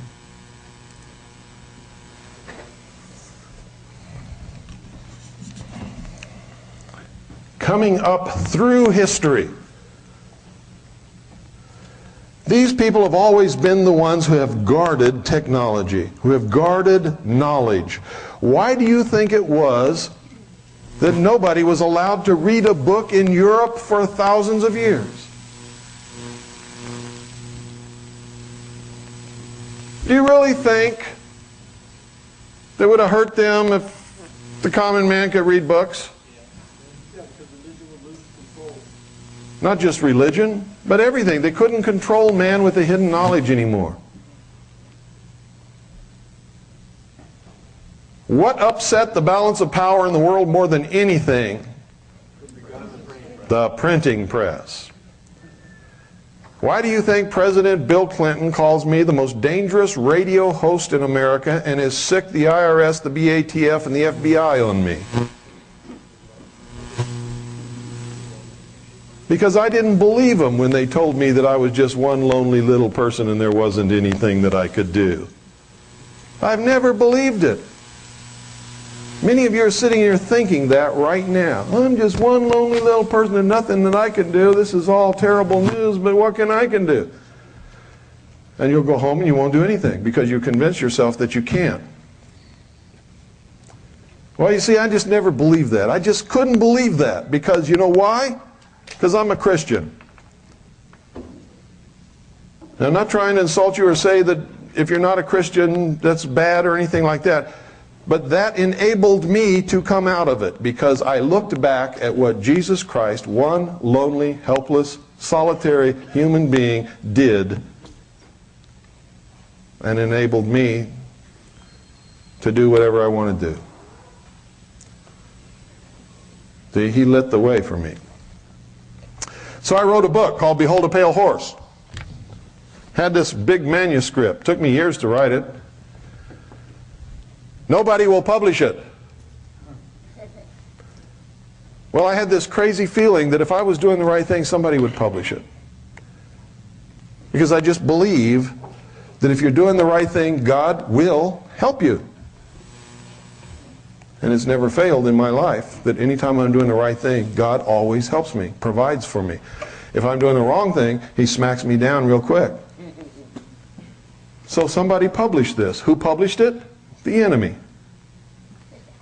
Light Technology Publishing in Sedona, Arizona, a New Age publisher, wanted to publish my book to warn the world about what they were doing to us simply because it had something about UFOs in it and they're really all caught up in that. I started not to put that chapter in there. So the enemy published my book for me. Been stealing all my royalties ever since, but I don't care. Because my goal was not to make money, it was to open people's eyes. I don't care if she steals my money. I really don't. God provides for us, not her. So I published the book. The book made a big hit, I got to tell you. People were so scared of that book, you couldn't get it in any bookstore in this country. Now, folks, I'm telling you this not to build myself up or make you think I'm anything super, because I'm not.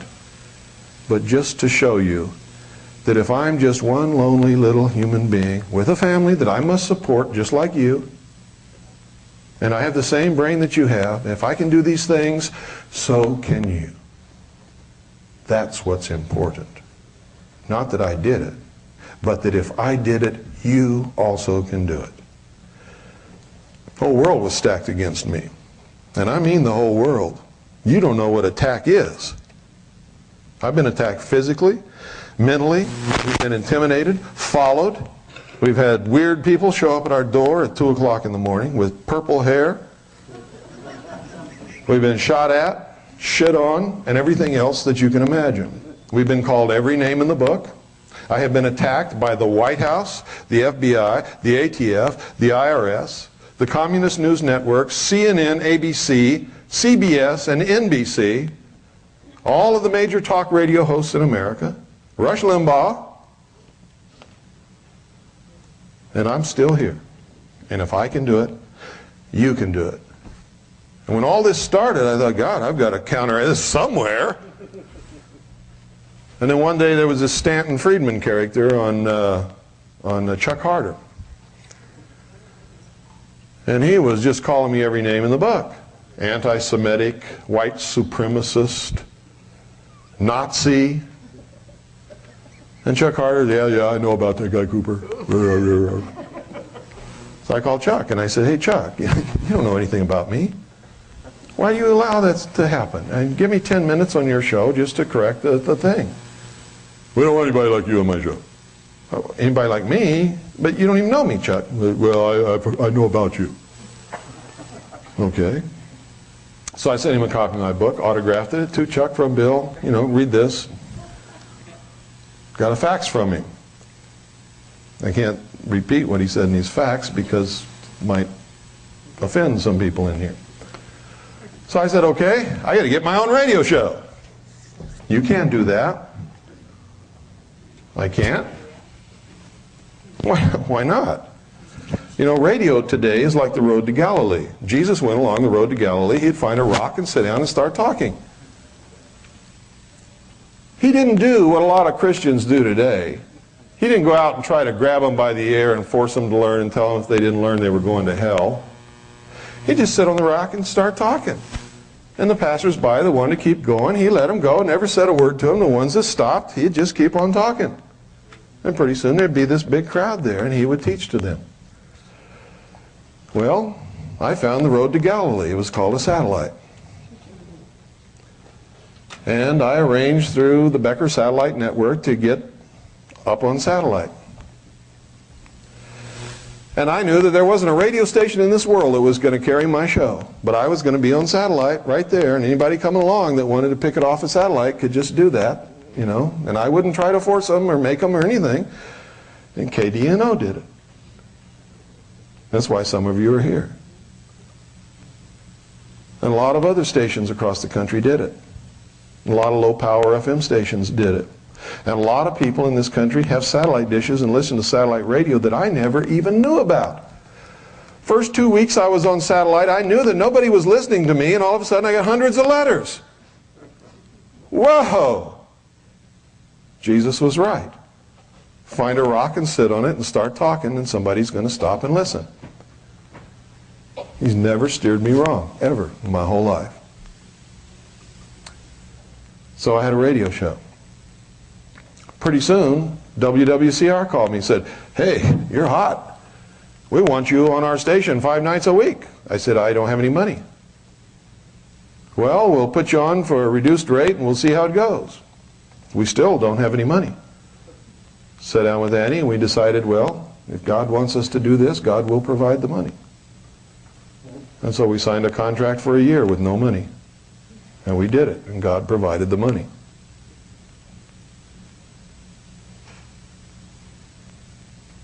Everything I've ever needed has been that way. When I was doing a series of videotapes on the Kennedy assassination, I needed Kennedy material, didn't know where to get it. I needed speeches. I needed documentaries of his life. We were just driving down the road one day. Remember that, Annie? There was a little thrift store there. And I never go to thrift stores in my life.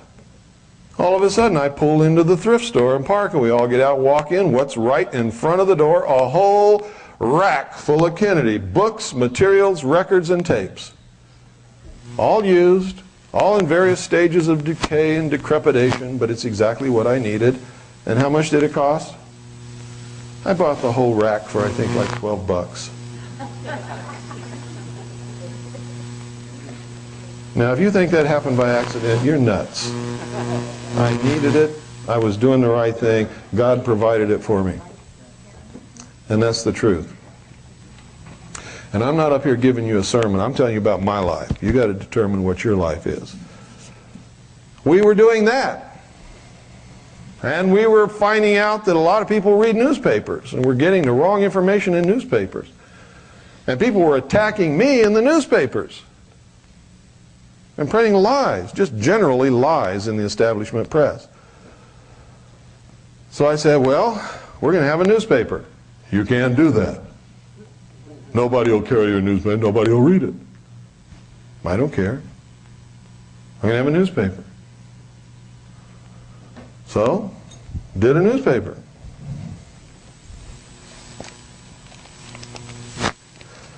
Didn't do a tabloid. Didn't do a newsletter. We did a newspaper. You'd be surprised how hard it is to do and how easy it is to do. And because we printed the truth, everybody wanted it. And I mean everybody.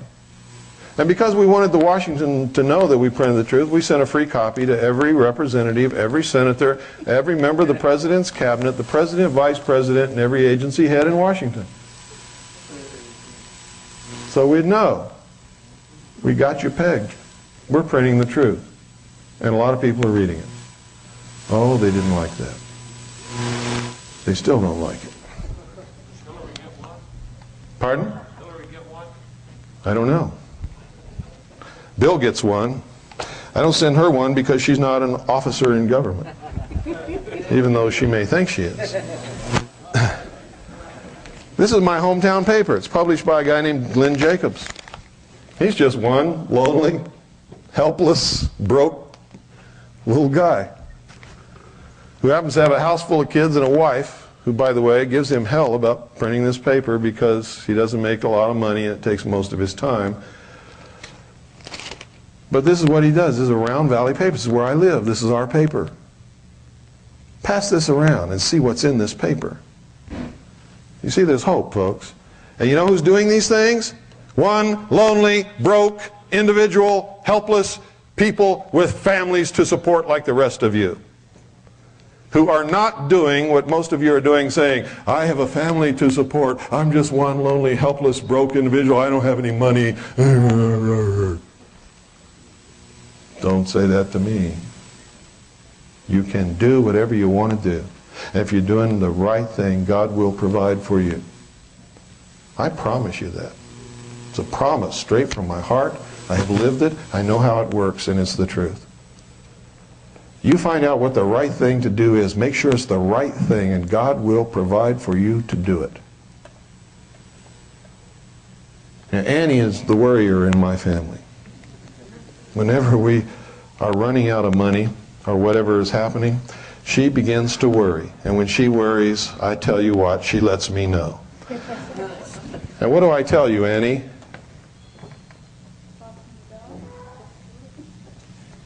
Trust in God and just do it. And God will provide. And God has always provided. Always.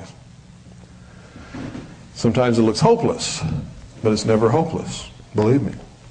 When you just think everything's going to collapse, what you need will turn up if, and get me, understand this, folks, if and only if you're doing the right thing. Okay?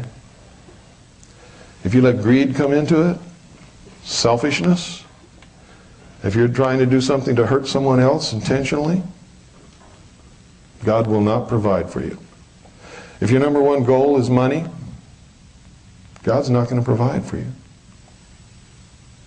He's going to put stumbling blocks in your way. Doesn't mean you can't get rich. You can. Lots of crooks and terrible people in this world have got rich. But you're going to have stumbling blocks. You're going to have a hard, terrible life. And all of those people do, always. They're not happy people.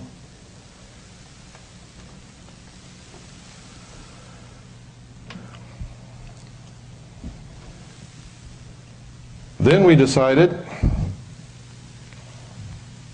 to start a radio network and do something nobody else has ever done. Empower the people to take back the airwaves. And they said, guess what? You can't do that. Well, we've done it, and we're still doing it. Now, I'm sort of jumping out of sequence here with this, and I've got to because Rosemary's leaving, and I want to make sure she leaves with this information. I think it's important because she's a leader in the Patriot community and in this community and a lot of others. So I'm going to tell you what we're doing, how we're doing it, and how you can be a part of it, and how you can alleviate the burden of expense on you and your community. We decided that 1 or 2 radio stations here and there is not enough. It's not enough to educate the American people, to bring them out of the wilderness, so to speak, and into a place of safety. Because this is the information age. Power is information, not money today. People who don't understand what's happening are going to be the victims in this war. They're not going to have a choice. So we have to give them that choice by giving them information. We have to educate the American people. We can't do it just by depending upon the good graces of people like Richard Palmquist to run my program and others on his radio station. He did it by the grace of God for a long time without anybody asking him to, and I thank him for that, and I don't think anybody should hold any animosity toward him because he took it off, because he was never required to have it on in the first place. I never asked him to put it on there. He did it because he thought I had a message and he wanted to run it. After a while, I guess money became a problem to Richard. He sent me a bill I couldn't pay because we don't have any money. Nothing. Everything we have is put in trust for the children. Right now, between all 6 of the trusts, I think there's about maybe $4,000 total. And most of that doesn't belong to us. Doesn't belong to us. Subscriptions people have paid to purchase Veritas and other things. It's committed. Okay? But it is important you have your assets in trust. Annie and I own nothing, have nothing, don't want anything. Everything is in trust for our children and for the nation.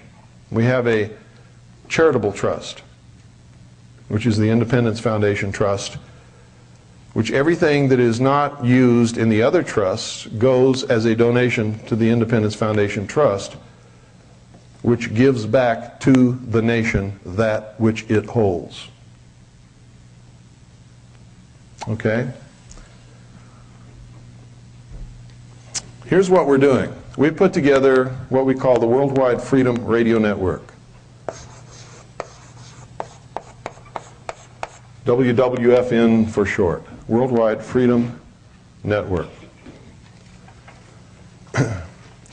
We have purchased a satellite transponder for 24 hours a day. Do you know how much that costs? Do you have any idea what that costs? Pardon? 1,000 a day. 1,000 a what? A day? That's close. That's very close. We don't have the money. I just told you how much money we have. We purchased this for a year. Because we know that if we're doing the right thing, God will provide that money. God never fails to do it if we're doing the right thing. So we have the satellite transponder. It's satellite GE1, the most powerful satellite in the sky. Transponder 7, write this down, folks. Satellite GE1, transponder 7. 7.56 is the audio frequency, wide band. So it's GE1, transponder 7, 7.56 wide band. We're up there with scheduled programming. We can't put 24-hour-a-day programming up there yet because we don't have the money for the telephone uplink to the transponder, to the satellite uplink to the transponder for a 24-hour-a-day period. It costs us $10 an hour to do that. Okay? So the listening audience so far is making donations and providing in donations $10 here, $5 there, $50. I think there's been a couple of $100 donations. in order for us to put additional programming up on the satellite. The programming that's up there is paid programming. Any of you in here who have ever dreamed of having your own radio show can now realize that dream. We only have one rule. You don't say anything on our network unless you can document it. If you can't document it, you don't say it. If you make a habit of saying things you can't document, we just take you off the network. Other than that, you're welcome to broadcast on our network. We don't even have to agree with what you say as long as it's true and you can document it. Okay? For you to have your own radio station, or own radio show, I should say, on our network costs you $30 an hour. That's the lowest rate in the industry in the world, not just in this country, in the world. It is not only the lowest rate, but it undercuts the lowest rate by so much it would amaze you. The next lowest rate is $65 an hour on Jeff Baker's Amerinet.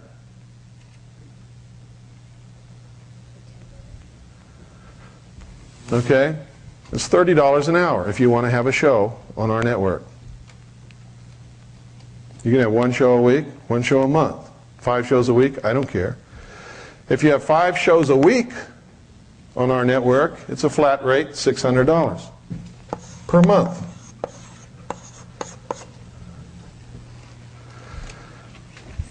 Where does that money go? Where's the money go? Goes to pay for the satellite. Not one red cent of it goes in my pocket or anybody else's. Period.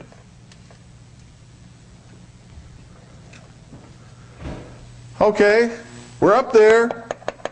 Who's going to hear us? Anybody got any ideas? With satellite dishes? No. We have created a network of affiliate radio stations made up of you. Micro broadcasting on FM bands. Okay? We now have over 700 affiliates. Over 700 affiliates. Some of them outside this country in foreign countries. Some of them in Canada, some of them in Mexico. Okay. Now, so we have a big listenership already. Plus I'm on shortwave. My show is on shortwave. 9955 kilohertz, it's WRMI out of Miami. Worldwide. What time, Bill? Pardon? What time? 5 until 7 Eastern Daylight Time, Monday through Friday. Now let me tell you about these micro broadcasters. This is the most incredible thing I ever saw, because there have always been people who call themselves pirate radio stations. That's not what we are. We're not pirate radio stations. We're not breaking the law. We don't want to break the law. We have discovered that most people don't know the law about broadcasting, and anybody in this room can own your own radio station tomorrow if you want it. Today, if there was a place across the street where you could buy the equipment. Okay? And I'm going to tell you how to do this, because I want you to do it. Somebody in this room right here today, within a couple of months, is going to have their own radio station on the air right here. Maybe several of you. And I don't care if you carry our programming or not. What I care about is that you provide your community with an alternate source of news and programming. That's important. Because the communists and the socialists have taken over all of the media in this country, and nobody's hearing the truth. You had a voice here. It's gone. Whoever the new owners are, I guarantee you, aren't going to be like Richard Palmquist.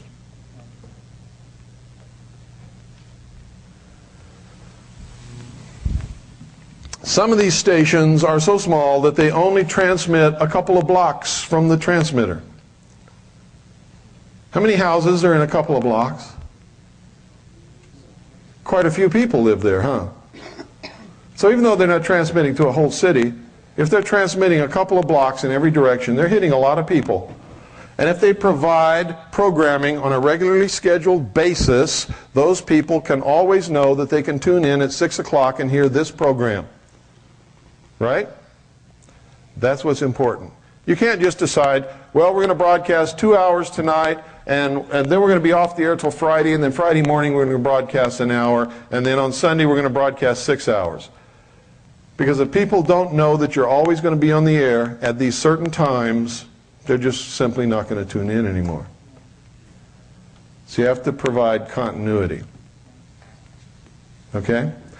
Some of these micro broadcasting stations are broadcasting out to 1/4 of a mile in every direction from the transmitter. Some of them are going out 5 or 6 miles in every direction. They're hitting a lot of people.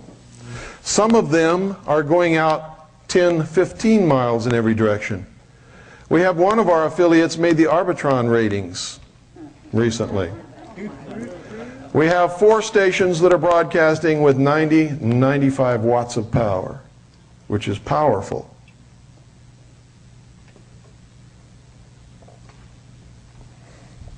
We have one that just went to 120 watts. Yes? I'm going to cover that. But right now I want you to know the potential. When you hit 100 watts, you're on your own.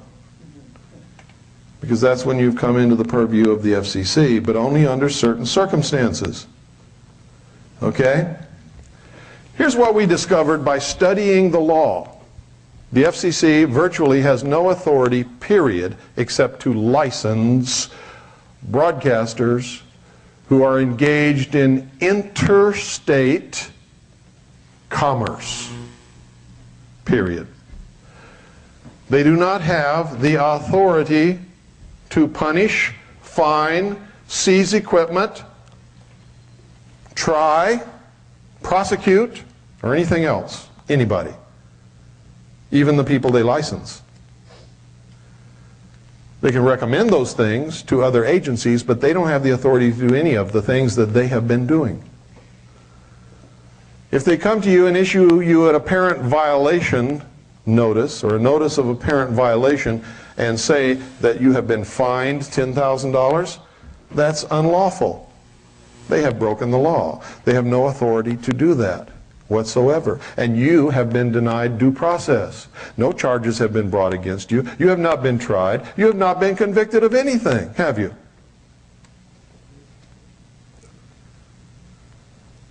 When confronted with someone who knows the law, these people run like hell. It's happening all over the country. You would be amazed at how quickly this is growing into a groundswell of grassroots broadcasting. And who started it? One lonely, broke, helpless individual with a family to support who didn't have the money. I got on WWDCR and said, this is what we're going to do. You guys are all going to go out and buy these little broadcasting transmitters, and we're going to start this, and we did. And it's a success. How many of you, are there anybody in here listening that listens on one of our FM affiliates? Anybody in here from any place? Okay, this is unusual. Usually there's at least 1 or 2. We're on the air between 5 and 7 p.m., my show, we have other shows, 5 and 7 p.m. Eastern Daylight. There may be a low-power broadcaster in this area who's carrying our programming. I don't know. Go through your FM band slowly during that time. If you hear my voice, you've got a station near you. If you don't, you need to make a station near you so that everybody can hear. Either me or somebody else or your own programming. You could just play music for 24 hours a day. It's up to you. Here's how you can do it, folks. For less than $1,000, you can have your own radio station. And when I say less than $1,000, I'm not exaggerating in any way, shape, or form. It's the truth. And if you all get together and share that cost, you can have a community-owned radio station that you all donate time to and help run for 25 or 50 bucks a piece.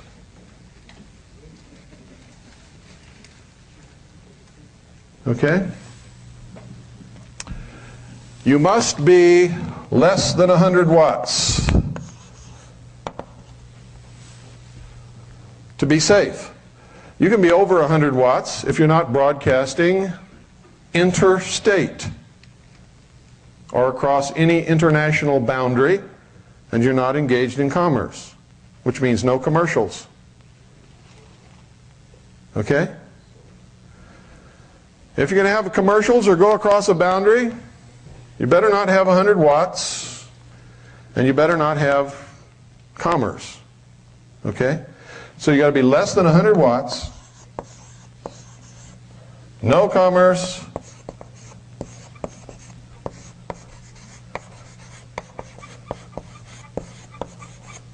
and it's got to be intrastate.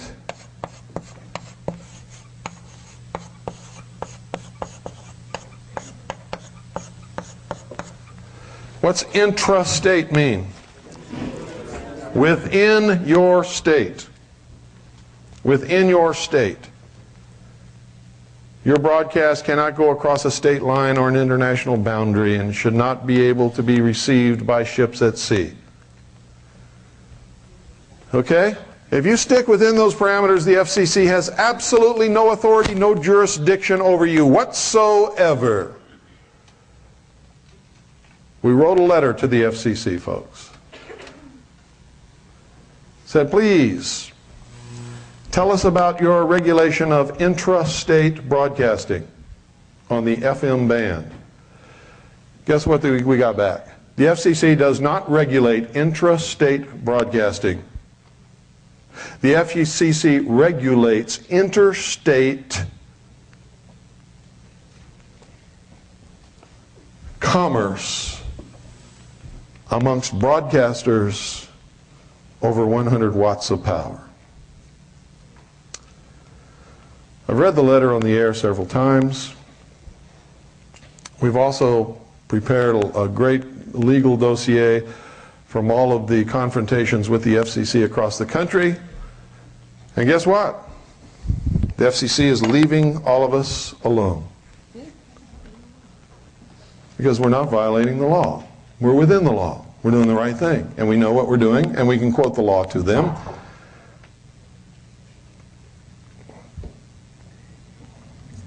And they don't want to see us in court.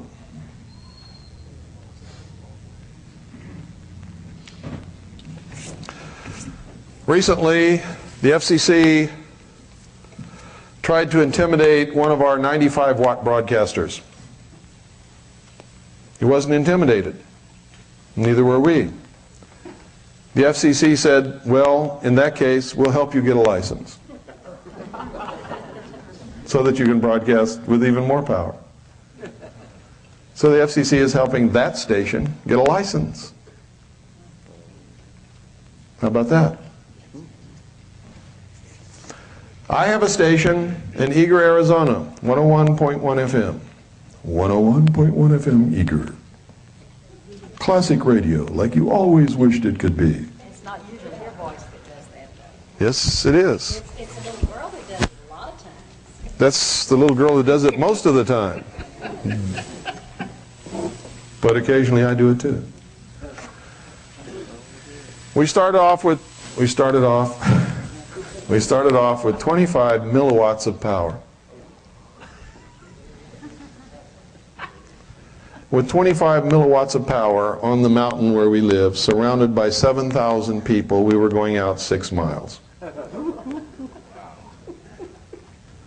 We added a little 1-watt amplifier to it. Now we're going 15 miles in every direction.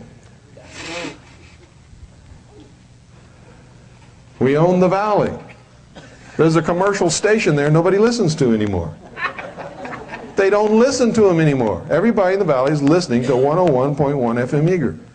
When we're not carrying regular programming from the Worldwide Freedom Radio Network on my station, I play oldies all the time. And you can listen to my station for 24 hours and never hear the same song repeated twice. Have you ever heard any music station in the country where you can say that? No. No. So that's one of the reasons they listen to 101.1 FM, besides the wonderful programming that we give them when we're giving them programming. Yes, Rosemary?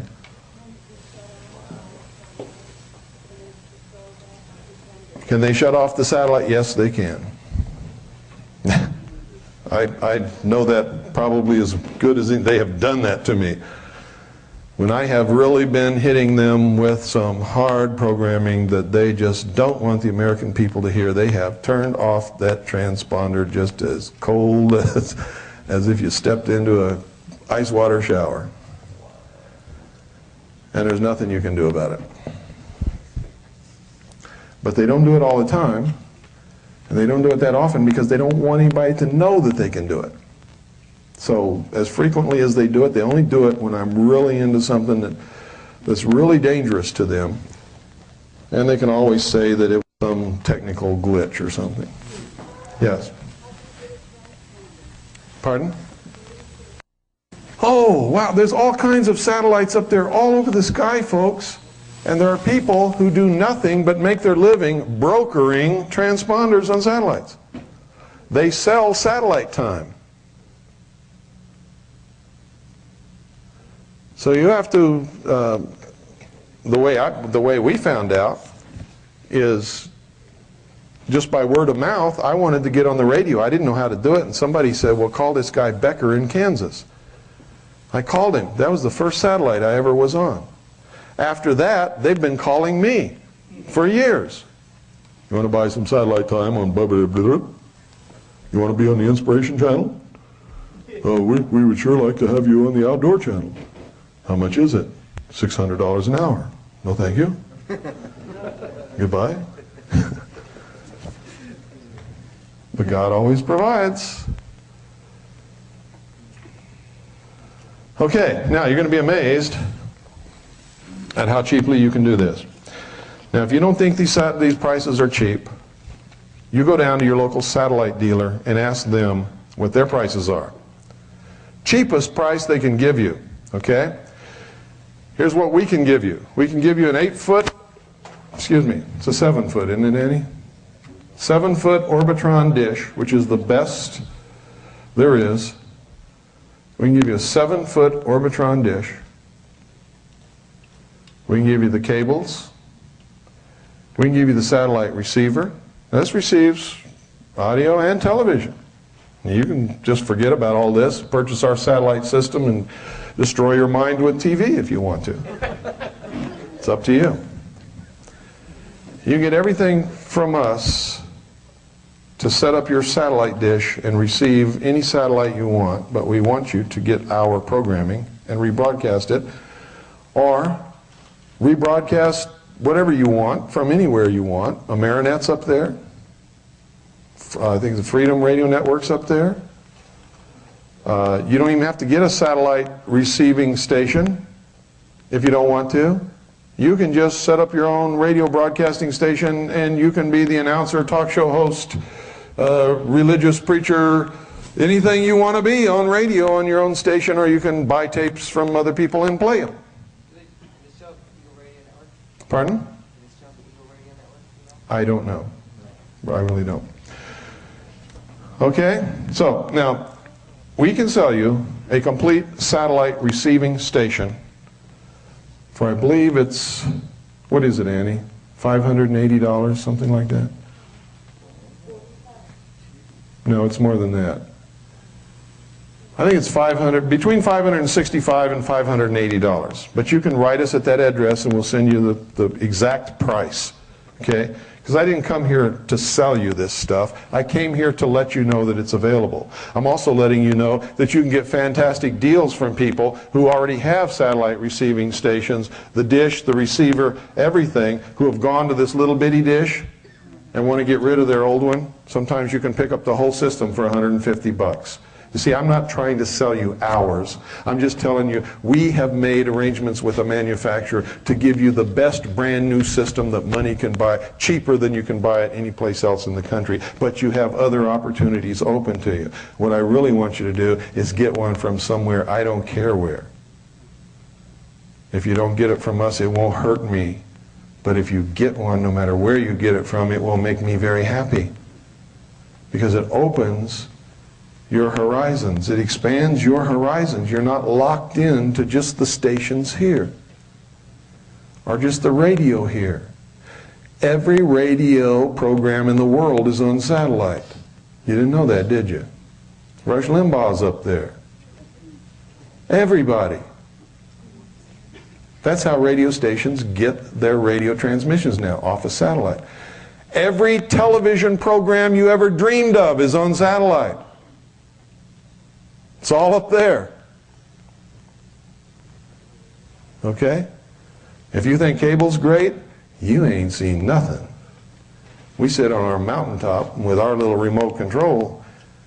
We can get anything in the world, including the feeds that you never saw yet and never will see because they're cut out on the cutting room floor. We watched the whole Waco thing on KU band, the stuff you never saw.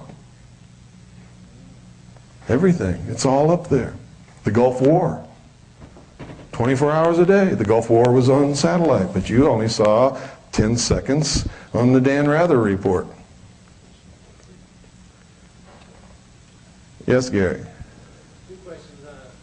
The definition of no commerce, and the other one is, when you read broadcast music, is there a problem with BMI or ASCAP? No. If you use it as your theme song, and you haven't paid the author or don't have the permission of the author, yeah, you could get in trouble, maybe.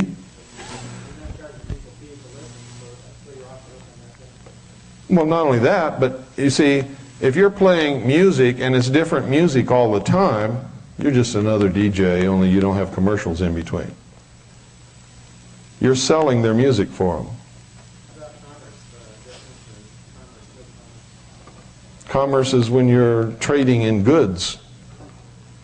You offer something for sale, or you charge for programming. Okay? Worldwide Freedom Radio Network charges for programming. 101.1 FM Eager doesn't. FCC has no jurisdiction over me renting a satellite transponder and putting up there whatever I want to. I can charge whatever I want to for it. But 101.1 FM Eager does not charge for programming, nor does it pay for programming, nor does it have commercials. It is a community service station, non-profit. Big loser, if you want to know the truth, because everything is donated and everything is a cost. Nothing comes in. Yes?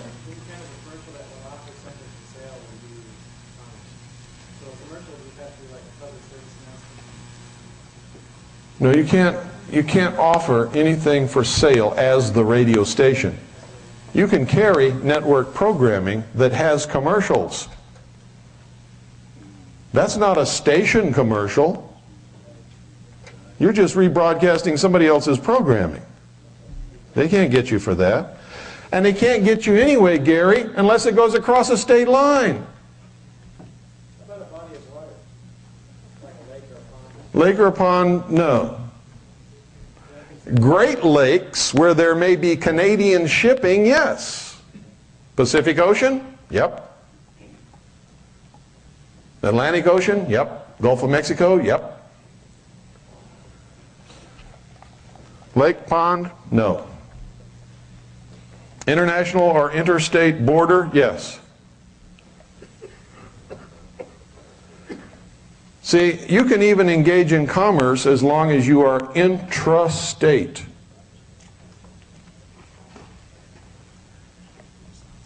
You understand what I'm saying?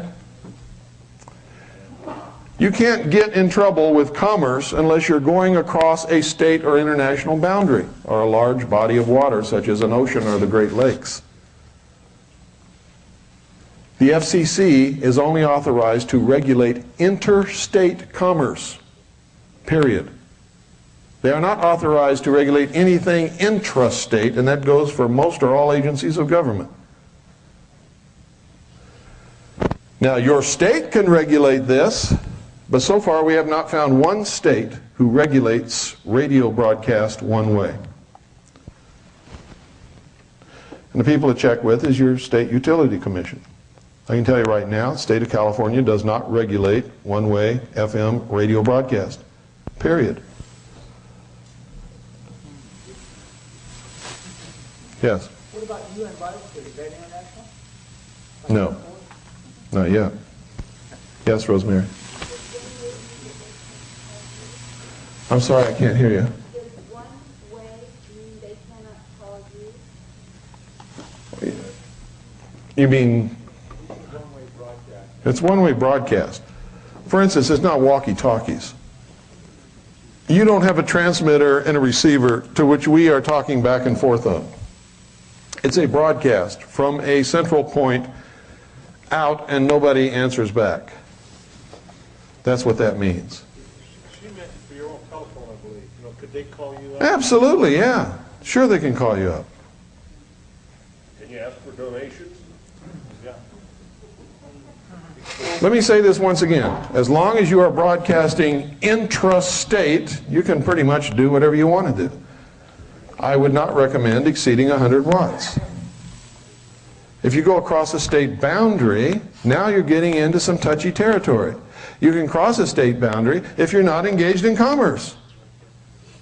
Because the FCC only has jurisdiction only over interstate commerce. Period. 100 watts and above. But just to be safe, I don't want you to go across state lines. I would prefer that you stay away from commerce.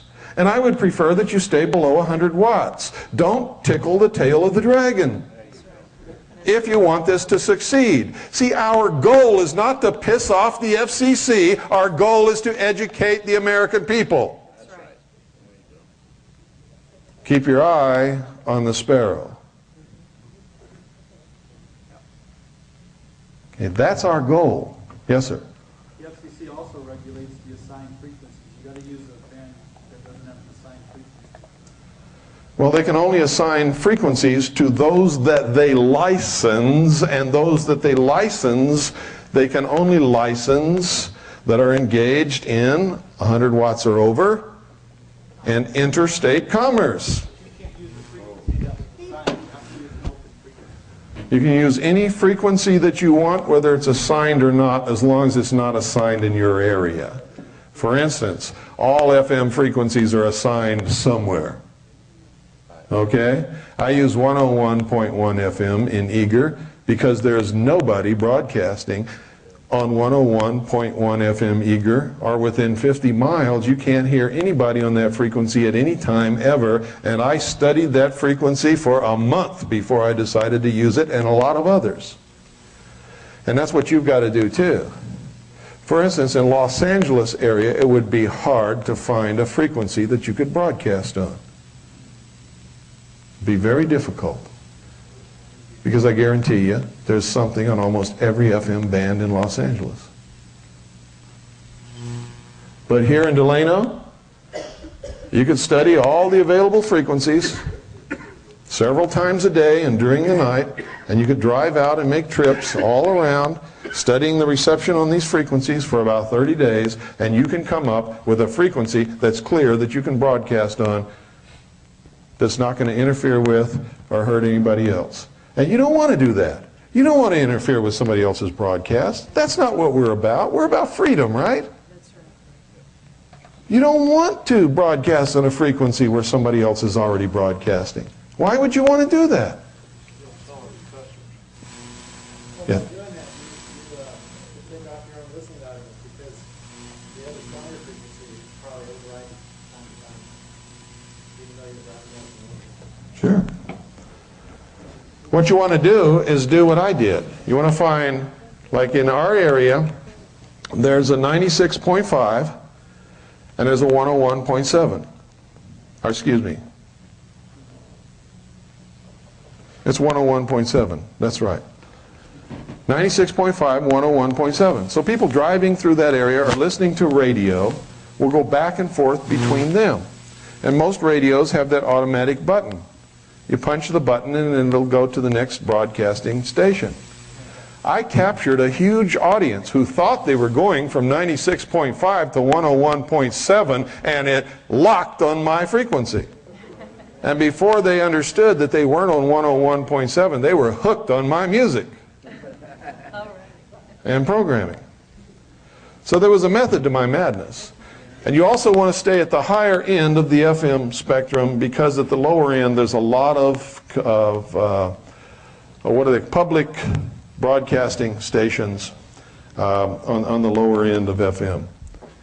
And they're all over the country. And a lot of people listen to them. Okay?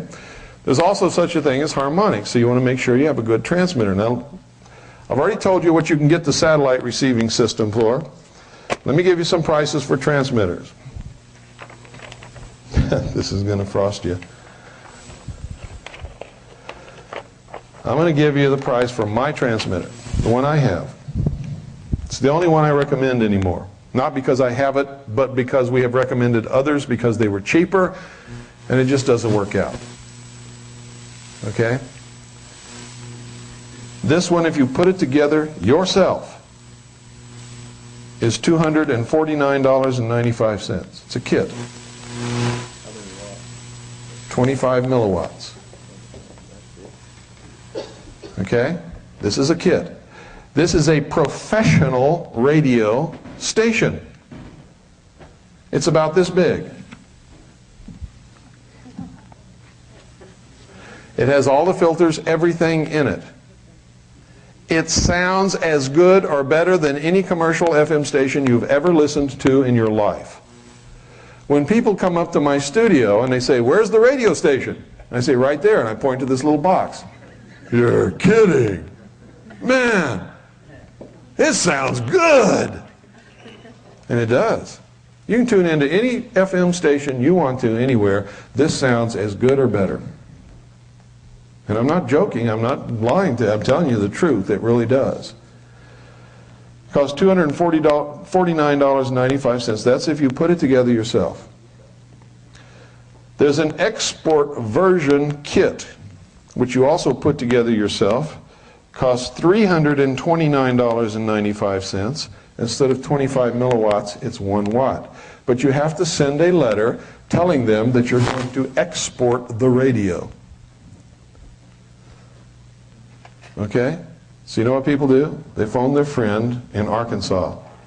Say, "I'm going to send you the money. I want you to order this from Ramsey." Send them a letter saying you're going to export this radio. When they get it, they send it to you. It's been exported from Arkansas to California. You told the truth. There's also one. It's the high-power export version, fully wired and tested, assembled. It's $399.95. Again, you have to send them a letter saying you're going to export that transmitter. Okay? Or they won't sell it to you. Pardon? They're just covering themselves in case the FCC gets antsy. They don't want to be blamed for selling you a radio that you might use to try to broadcast over a commercial station frequency and interfere with somebody else and get in all kinds of legal tangles. That's why. It's called CYA. Are these set up to just hook a linear 2 or an amplifier 2? Or You can hook whatever you want to. These are the basic unit that you can go ahead and amplify then. No, this isn't a basic unit. This is a really professional transmitter. Well, what I mean is, it's only putting out 1 watt or whatever. Can you go ahead and run a linear to that? You can run it into an amplifier, but you have to make sure that it's built for FM transmissions. You can't, I don't believe that you could hook this to like a CB linear amp. No. Okay. That's AM is. Yeah. Okay, the antenna. They make an antenna that is built especially for this transmitter. It's called the True Match FM broadcast antenna. By the way, this is Ramsey. You can call them and get their catalog. Let me give you their number. It's 800-446-2295. 800-446-2295. Ask them to send you a catalog. Remember, the only transmitter that I recommend is the Super Pro FM stereo radio station.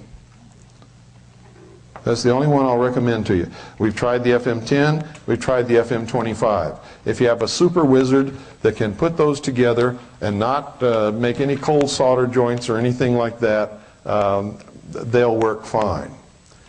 but we're finding out that a lot of people aren't able to do that. Okay?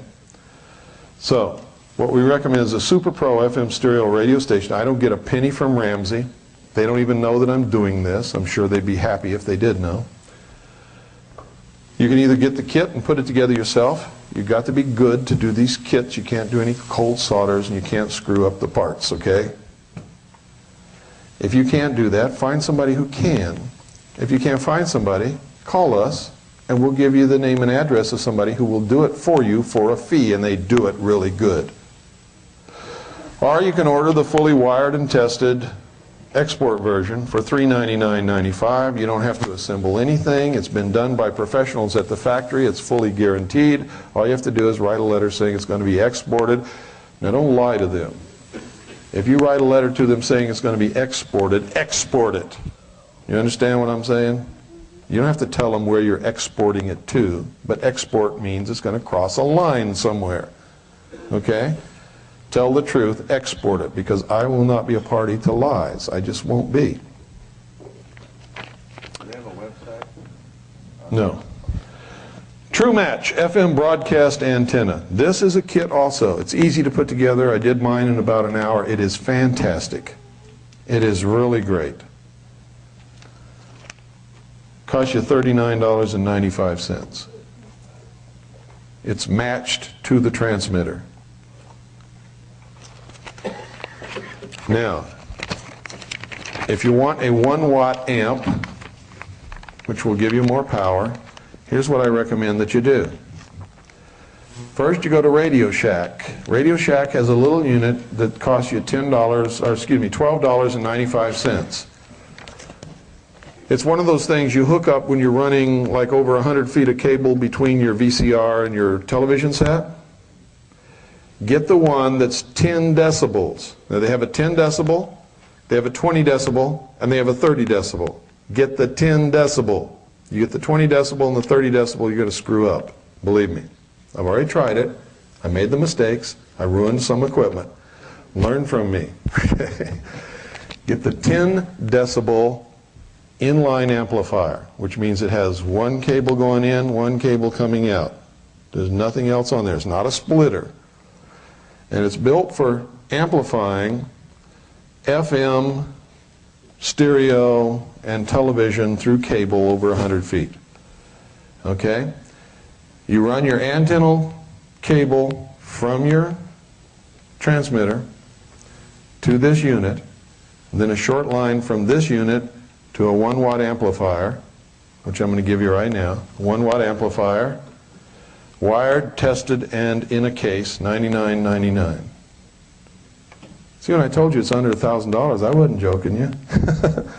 $99.99 for a 1-watt linear power booster, wired, tested, in a case. And that's the LPA 1-watt. Now, when you get that, you also have to get the 12-volt DC wall plug adapter, which is the AC 12-5 for $9.95. That's it. You mount your antenna where you want it to be. The higher the better. You run your cable down to your 1-watt amplifier. Everything else is in line. You hook up your mixer and your CD player or your tape player and your microphone and all that kind of stuff that you're going to use to broadcast with, and you're on the air. Now, I'm not counting anything else because everybody's got that already anyway. Everybody's got a cassette deck, don't you? If you don't, they're really inexpensive. CD players today are inexpensive. You can go to Radio Shack and get a little bitty mixer, 30, 40 bucks. That's it. You're on the air. You're on the air. If you have the satellite receiving station, you can get our schedule. And when we have scheduled broadcasting on satellite, all you got to do is turn on your satellite and plug it into your mixer, and we're on the air. When we don't have scheduled broadcasting, you can put whatever you want to. But understand this, if you're going to have a radio station, have a radio station. If people can't count on tuning to that frequency and hearing something, they will soon not tune to that frequency. You got to have something there. How do you do that? How do you play music 24 hours a day? Well, you get a 24-disc CD changer and 24 CDs, and you put them in there and you turn it on. You adjust your volume levels and you walk away, and that thing will play music for 24 hours and you don't have to do anything. Everybody on town, well, who's watching the studio? God watches my studio. 24 hours a day.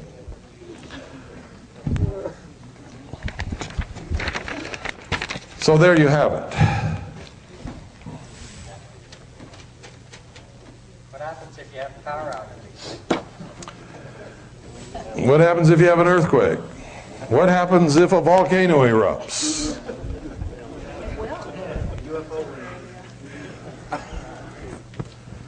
I mean, you can be as elaborate as you want to. If you want to, you can hook up an automatic starting secondary generator that will turn itself on when the power trips off. And you can have a backup, what do they call it, a UPS, like computer guys do, to make up for that interval while the generator's starting. And you can never have interrupted anything. I mean, you can get as elaborate as you want to. I just gave you simple basics. You can do what you want to do. You can even get people from the community to come in and write, produce, and put on original radio drama. You can do whatever you want to do. You can be a real radio station right here in Porterville, California, or Atlanta, Georgia, or wherever you want to be. Texas. People here from Austin, Texas. Okay? So within a month or two, I expect to have some of you people on the air. You should call my secretary at this number, 520-333-4578. It's 520-333-4578. If you're going to do this, we'll send you our package for being an affiliate station, including all the legal briefs and a whole bunch of other stuff, and our schedule of programming, and help you in any way that we can. 333-4578. Area code 520. Yes, ma'am. There is one already operating just north of here in Ivanhoe that he does. Yes, you're right. We do have an affiliate in Ivanhoe. Yes, we do. So you've heard that station. Well, I know him, so I remember. Okay, yeah. Yeah, we do have an affiliate station just north of here, not very far. John Galt Jr. That's right. It's 100 point. I can get it if you want to call me. I forgot. Okay, does anybody have any questions about low power broadcasting, Worldwide Freedom Radio Network, any of this that we've just discussed? I want to get that out of the way because I don't want it to interfere with what we're going to be doing later. Yes, sir. Broadcast from the mountaintop? Pardon? If you live near a mountaintop, can you broadcast from the mountaintop? That's the best place to broadcast from.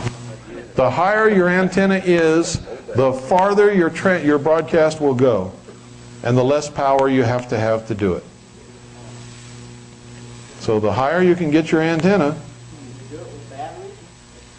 yes, with these you can. I noticed it was so low. In fact, if you get an AC-DC converter, you could drive up to the top of a mountain in your car and broadcast, set the antenna up on top of your car and broadcast from right there. Yeah, you can. Do you know if there's any height limits on the antenna from the ground, from where you're at? In other words, can you be over 50 feet? Can you be over 100 feet? I don't know. You have to talk to the people in your area. Yes, Gary. There's limits on I guess certain the trees. instructions I intend to tell you how to ground it so you don't electrocute yourself. Well, I can't tell them everything. There's some things you're going to have to learn, folks, in doing this. And most of it comes in the directions with the kits and things. But you should, do a little bit more than just a cursory look at this. Because you do need to ground your antenna. You do need to take precaution against lightning. You do need to make sure that when you put your antenna up, it's not near any power lines. Okay?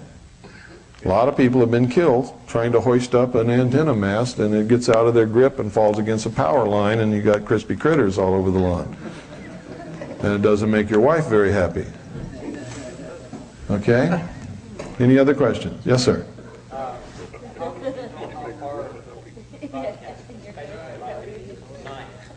Well, you have to go out and find out.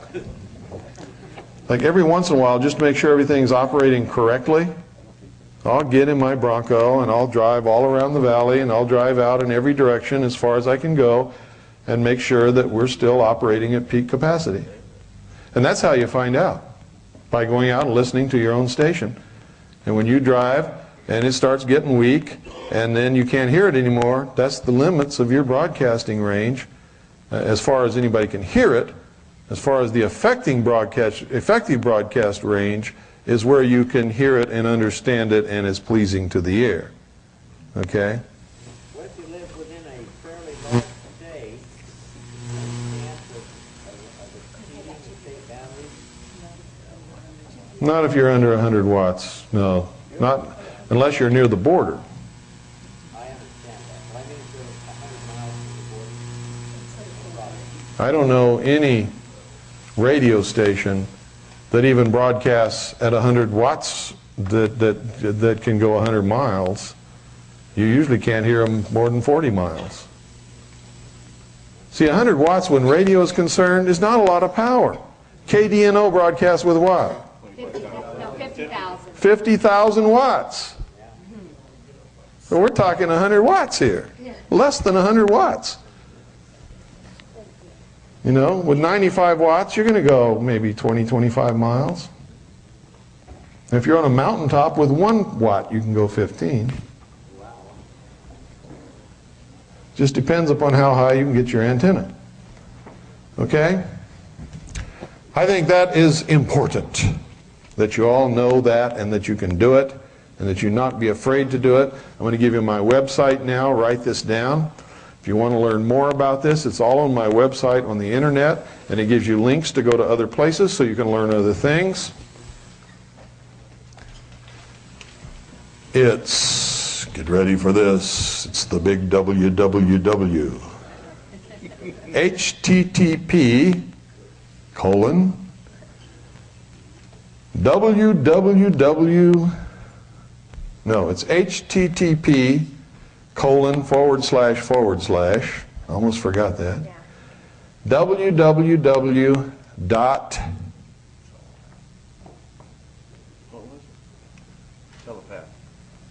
telepath dot com /believer. http://www.telepath.com/believer.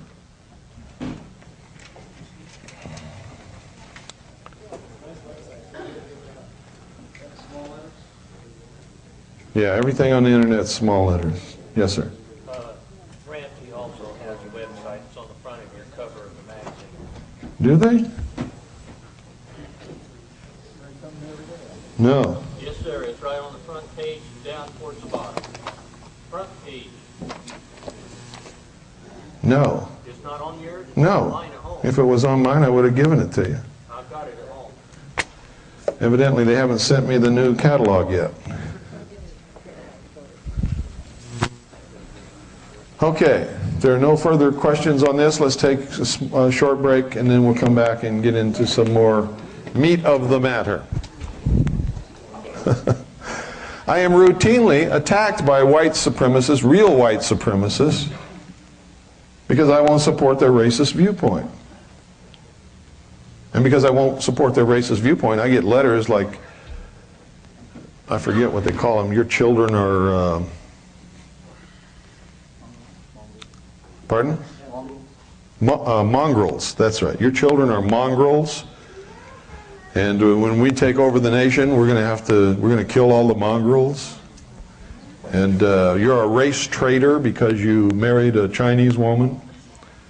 All this kind of stuff. And then I get attacked from the other side saying that I'm a white supremacist. Okay? So when you enter this battle, I hope you understand that nobody's going to like you. Because in this day and age, if you stand for freedom, nobody likes you.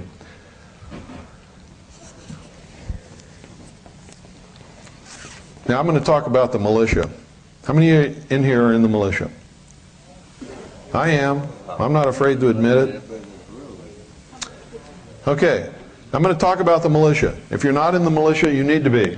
If you are in the militia, you need to reorganize your thinking, because I guarantee you've got the wrong concept of what the militia is, and you're probably operating illegally, unlawfully, unethically, and probably maybe even immorally. And I say that based upon past experience with other militias around the country, not knowing anything about your militia, and with the added CYA thing that I could have been wrong about that. But most probably I'm right. Now, what's wrong with a militia? Nothing, that's right. What is the militia?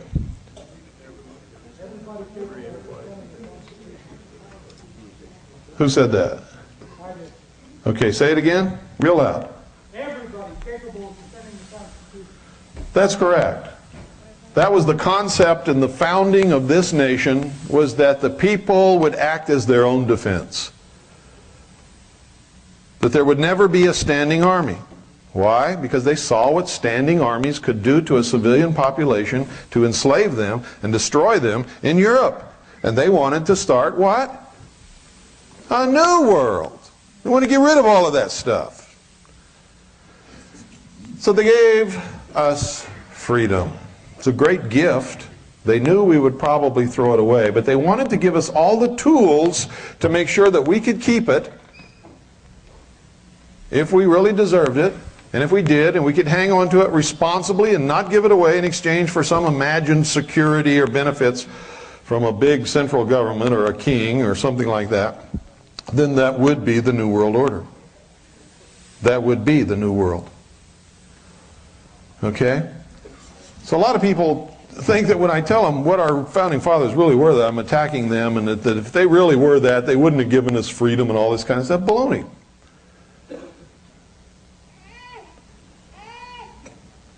They understood human nature. They gave us our freedom, knowing that human nature is to give it up in exchange for a promised security, even if it means we have to go into slavery.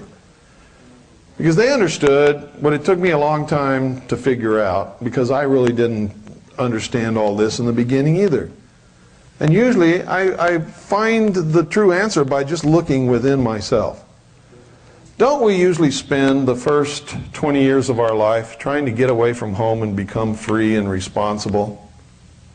Doesn't everybody, their big dream is, gee, I'll be glad when I'm out of Daddy's house and I can go where I want to, and I don't have to be in by midnight, and I can drive my car, and, you know, isn't that true? How many of you think that's true? Good. And isn't it also true that once we get out there and understand what's really required and how responsible we are and how hard it is, that we spend the rest of our life trying to find somebody that'll take care of us? Huh? Isn't that true?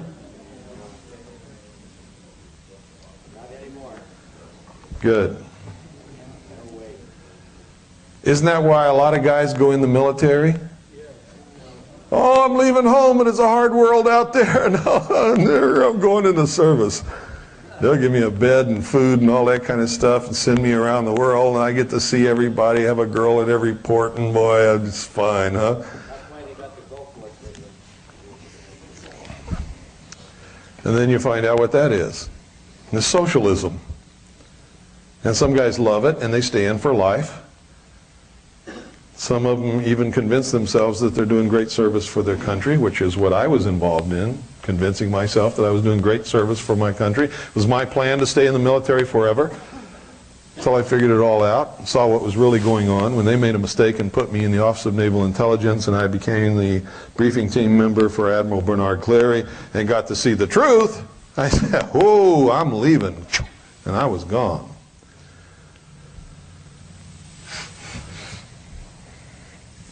That's why you can't depend upon these guys sitting around the VFW and the Veterans of Foreign Wars and the American Legion halls to help us in this battle.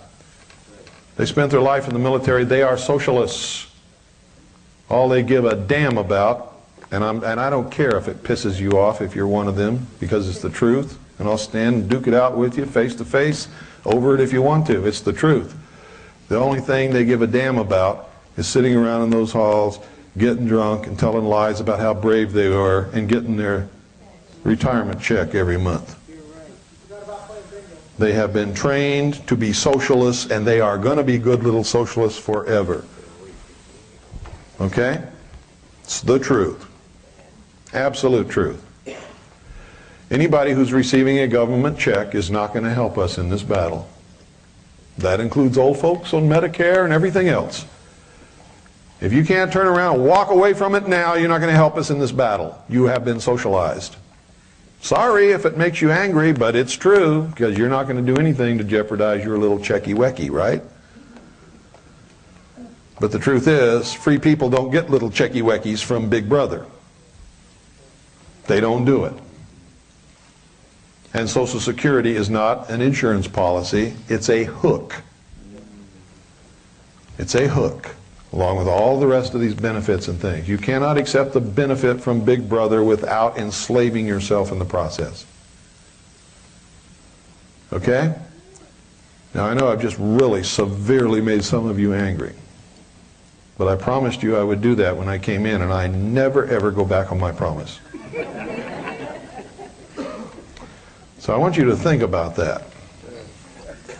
For some of you, it may be too late. If you're up into your elder years and you haven't done anything in your life to save any money to provide for your old age or your retirement or your medical expenses,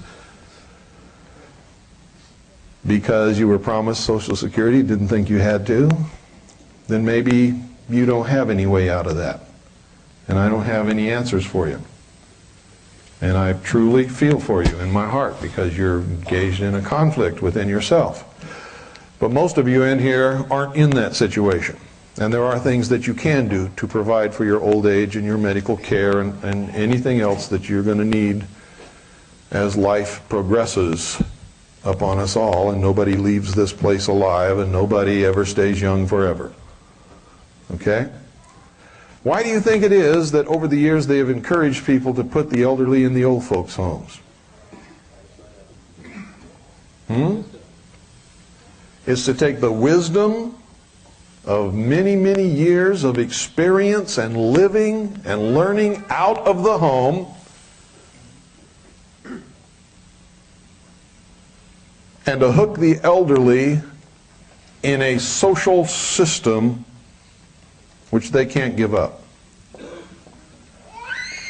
You want to help your old folks get out of it? Take them back into your house. Get them out of the old folks' home. Take them off of Social Security and all that other stuff. Take care of them like you're supposed to. Like they took care of you and changed your shitty little diapers when you were little children.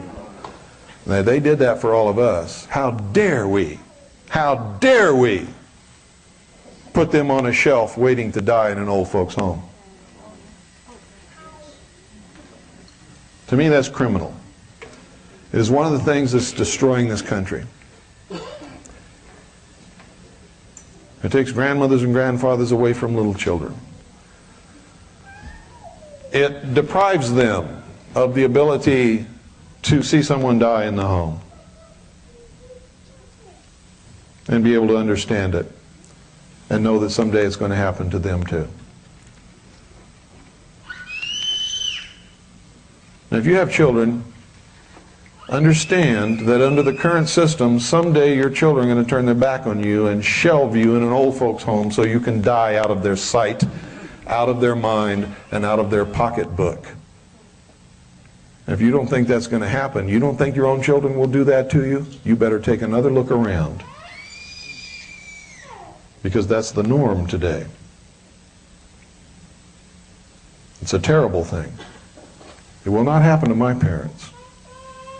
When they get too old, they can't take care of themselves, I will go and get them and bring them home and take care of them. And Annie's parents too, if I have to go to China to do it.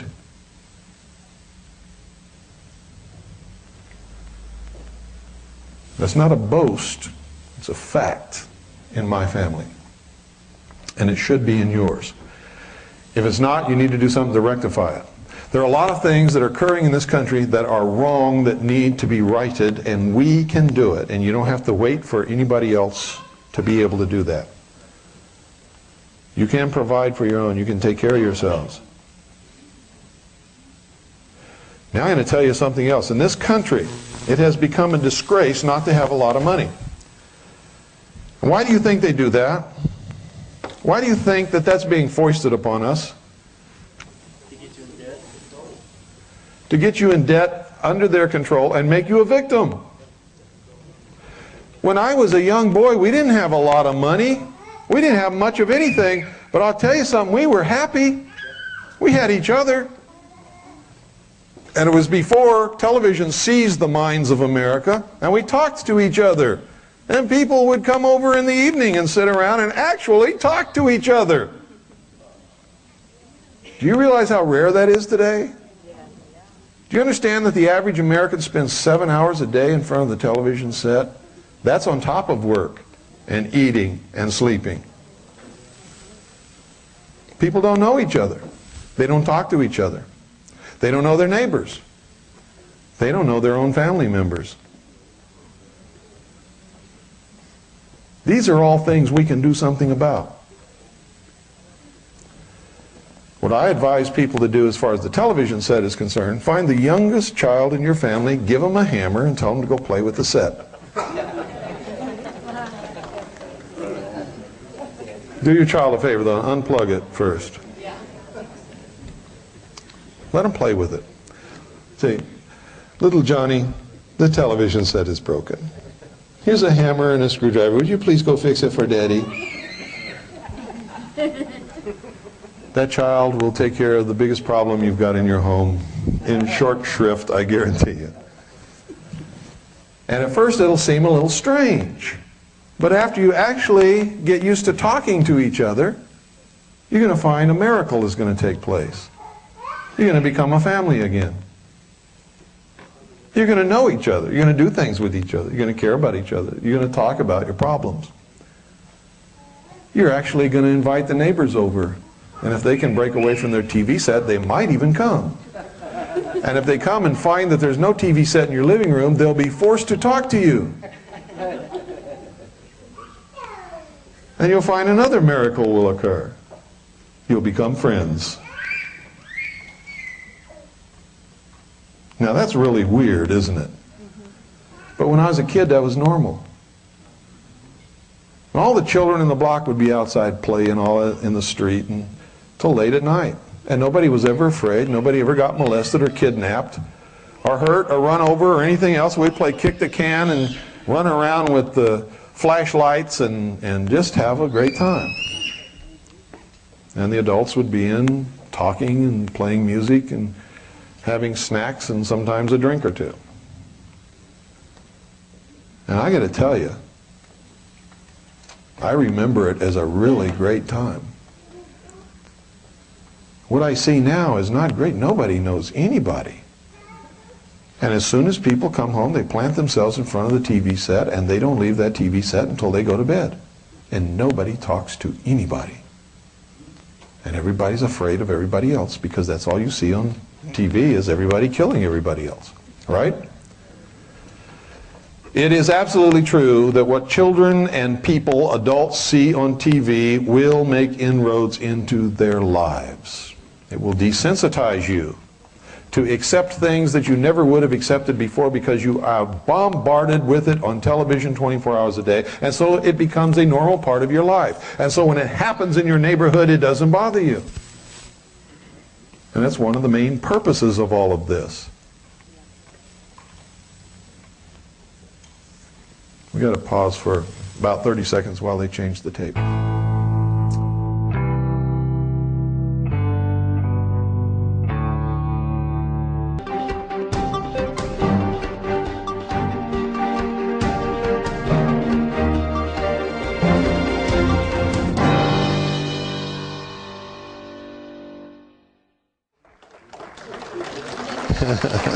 You like that, huh? You all heard her holler, "Dad, you." That's her word for water. So when she hollers, "Dad, you," she wants some water. So here's some water.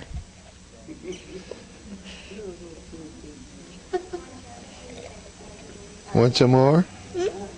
Okay. She's going to do that right now. If you'll all stand. What? No flag? We'll all pretend that there's a flag right over here in this corner, and Pooh can lead us in the pledge. Wait a minute. She wanted to do this, and I promised she could, and a lot of you have asked if she could do it. Okay, it's all up to you.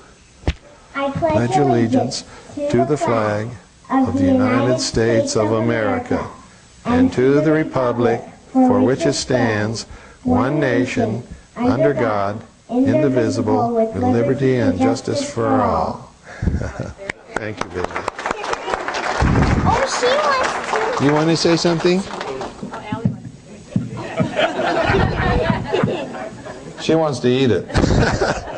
Okay. Take Allie, go back and play. Thank you, honey.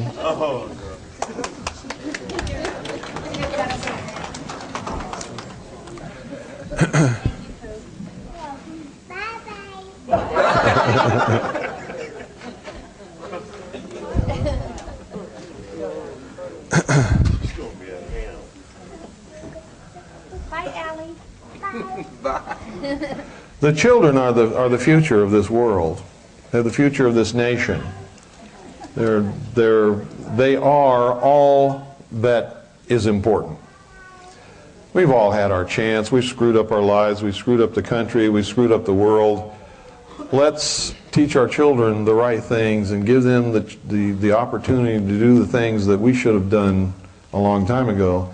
And let's do all we can in the meantime to make sure that they can have a free future with all the opportunity and benefits that we screwed up. And the truth is that we really screwed it up. And if we're not careful, we're going to leave them to be slaves in a socialist world that they're not going to be happy in. But they won't know that they're not happy because they will be brainwashed and taught that that's the way it's supposed to be and there isn't anything else. And the record of freedom will just be simply removed from history. Will be taken out and thrown away. And we don't want that.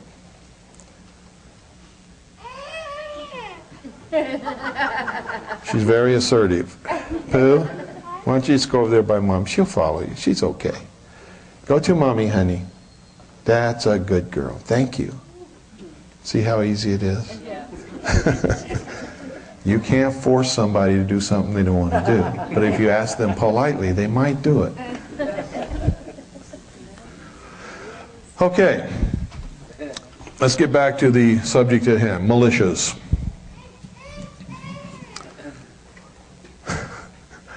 Militias are absolutely necessary to a free people. The Founding Fathers knew this. They couldn't ignore it even if they wanted to because the people knew it. Who was it that stopped the Redcoats when they went to seize the arms at Lexington? The militia. How were they described by the British commander?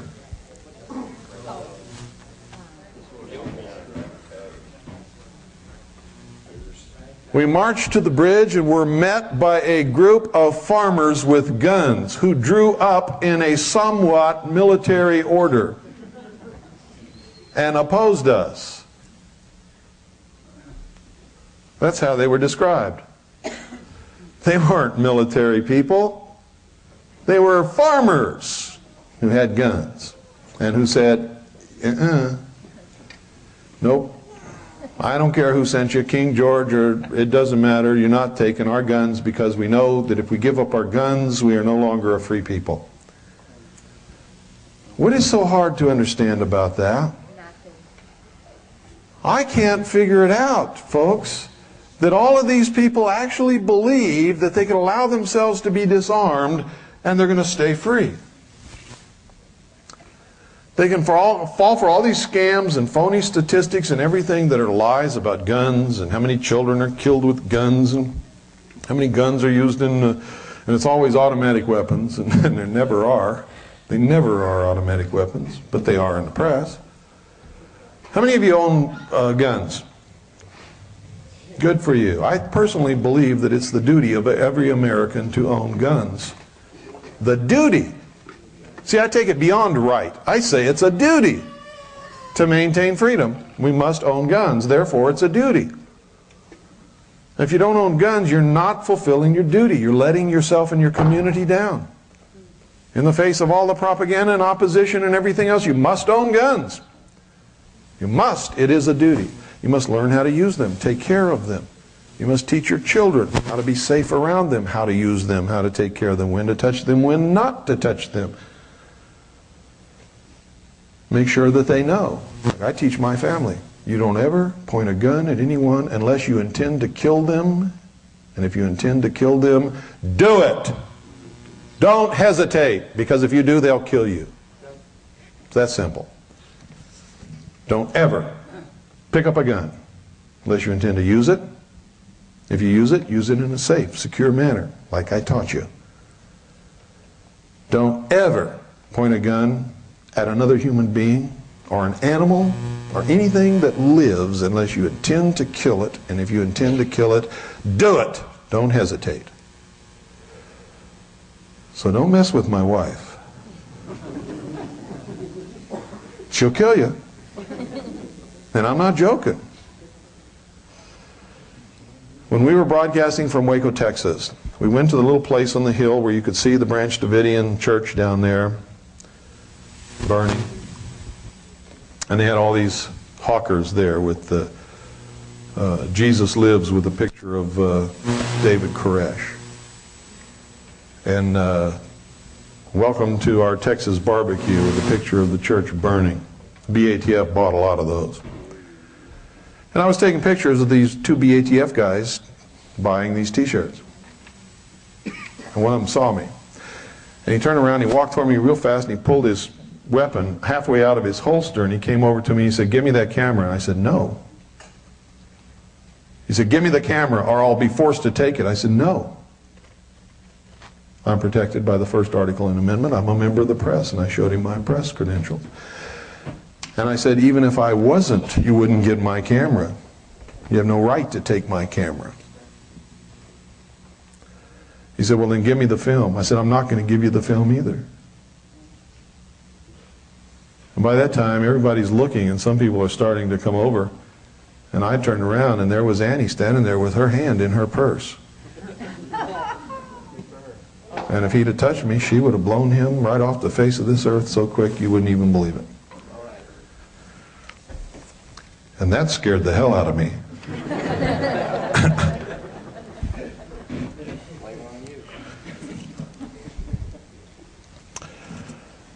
So, we have to have militia, and militia is everybody who's capable of functioning in some capacity as a militiaman. And that includes, in my estimation, men and women, although the law only specifies men, and has always only specified men. We have traditionally in this country allowed women to serve in any capacity that they wish to volunteer to serve in, including serving as crew members of weapons. One famous incident in the Civil War. A woman whose husband was an artilleryman. She was pregnant, almost ready to give birth. He was killed at one of the battles in the Civil War. She immediately rushed up, grabbed the swab that he used to clean the cannon, or to swab the cannon with water after it had been fired, and took his place. I met Linda Thompson in Waco, Texas. While I was covering the event by broadcasting from Waco, Texas, she was trying to muster a militia to stop what we all knew was going to happen. I saw her in a parking lot holding an AR-15 above her head, dressed in fatigues, trying to muster a militia. She got about 20 guys together, started marching down toward the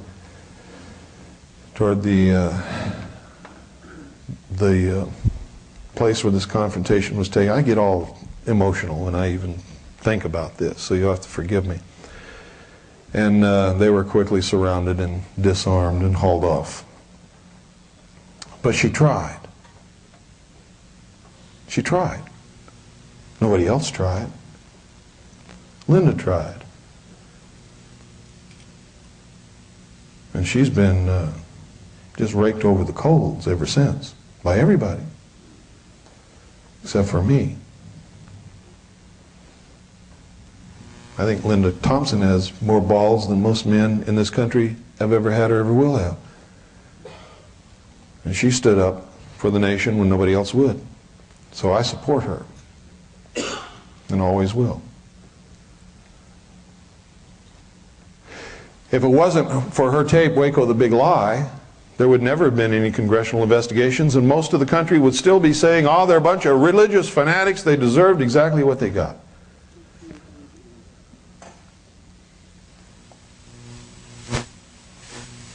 So in my estimation, anybody that talks bad about Linda Thompson is a very bad person.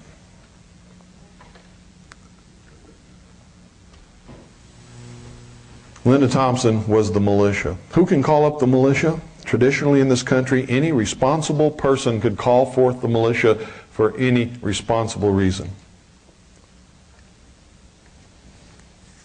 It's still that way today. Is the National Guard the militia? Well, no, you're wrong. It is the militia of the United States. You see, the California National Guard cannot ever be the militia of California. Why? Because it violates all the rules. It can be federalized and therefore could never stand in defense of the state against a central government turned despotic or tyrannical. Therefore, the National Guard cannot be the militia. It also violates the other rules. Who trains the officers of the National Guard? The regular army. The United States trains those officers. To be militia, the officers must be trained by the state, don't they? Okay, so the National Guard is not the militia of the states. It is the militia of the United States. That's true. There's also another militia of the United States. It's the unorganized militia of the United States of America. And who is that? It's everybody between the ages of 17 and 45 who are capable of serving in the capacity of a militiaman.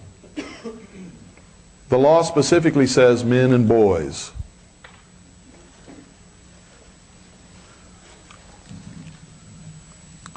Who cannot be in the unorganized militia of the United States of America?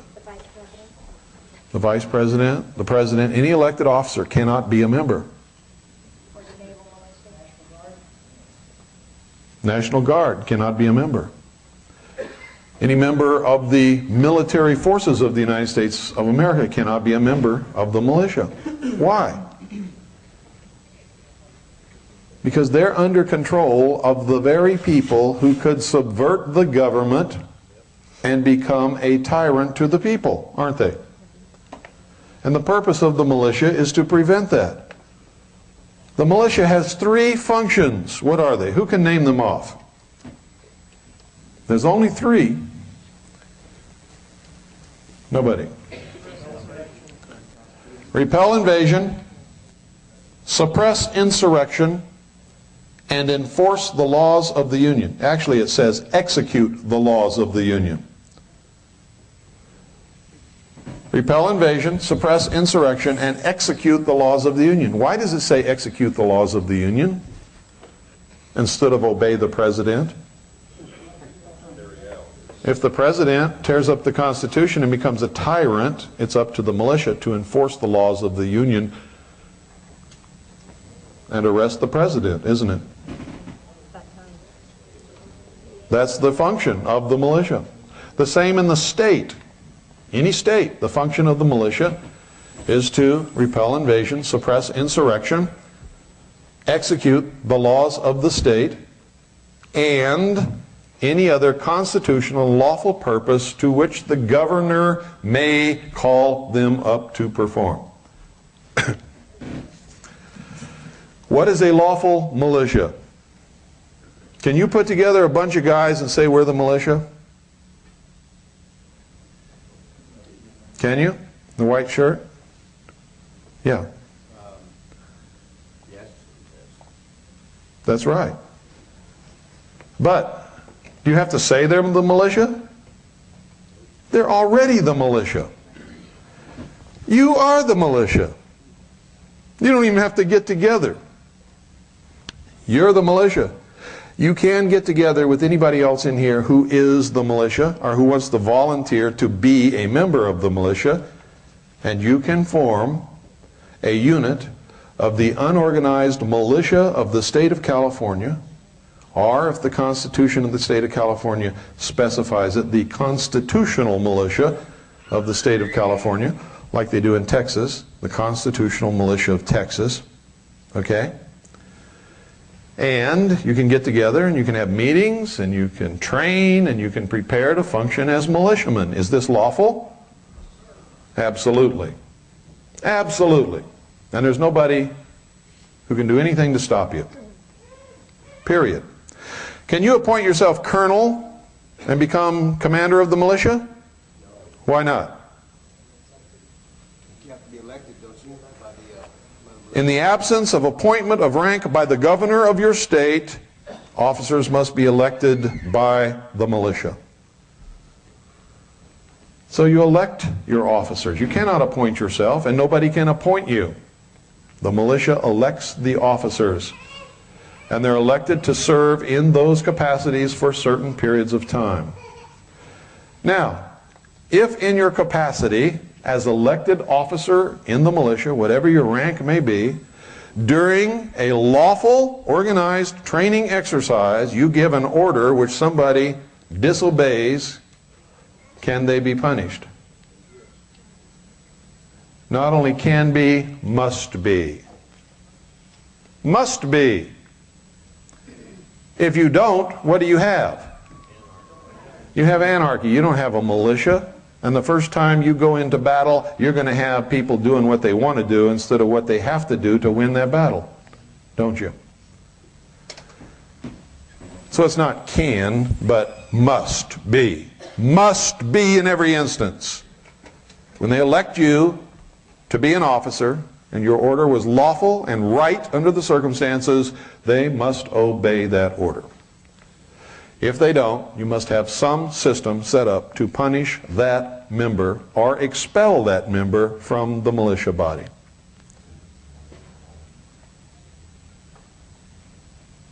What body of rules governs the militia? Uniform Code of Military Justice. And every lawfully formed militia must have a copy of the Uniform Code of Military Justice.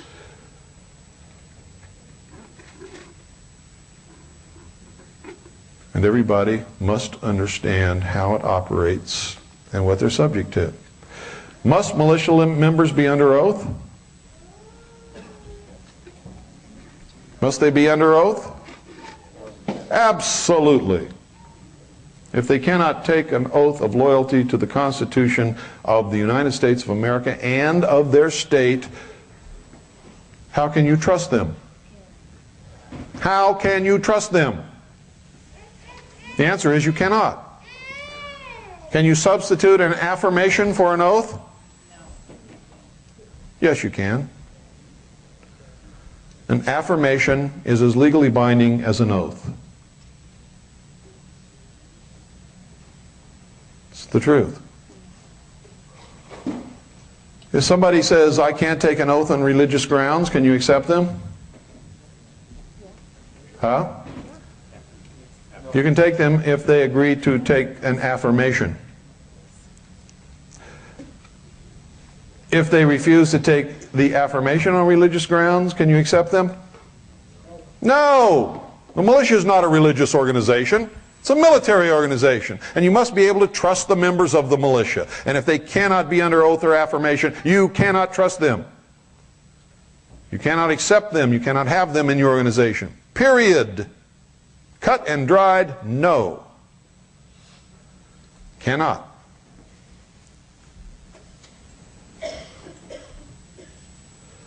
Can you accept a convicted felon in a militia organization? No. Why not? Bad character? What if he paid for his crime and he's never done anything bad again? He can't own a weapon. Now there's two reasons why you can't do this. Number one, he cannot own or be in possession of a weapon. So you're jeopardizing this person's life if you let them come around weapons and they're seen or a photograph is taken with them just touching a weapon. They could go back to prison, and you don't want that to happen to them. Okay? Aside from the fact that they can't own a weapon, can't use a weapon, touch a weapon, or hold a weapon, which means they have to function in some administrative capacity, there is a liability propaganda-wise. If the press finds out you have convicted felons in your militia, what are they going to do to you? They're going to rake you over the coals, and you don't need that. So what you do is you put these people in reserve. And you say, you are not an active part of this militia. You are, by law of the land, a member of the militia, though you can't take part in our unit. If war breaks out, you come running and we'll give you a gun, because then it won't matter whether you have a gun or not. Right? That's how you treat those people. Don't make them feel bad because they committed a crime or did something wrong in their life and paid the price for it. Because I can assure you, everybody in this room has done something wrong at some point in their life. Most of us have determined we're not going to do it again. They got caught. We didn't. Now, if you're an exception to that rule, you are really an exception, I got to tell you. Because everybody is human. And everybody sometime during their life does something wrong. Usually when you're younger and crazier and wilder and stupider. And if you're lucky, you get away with it.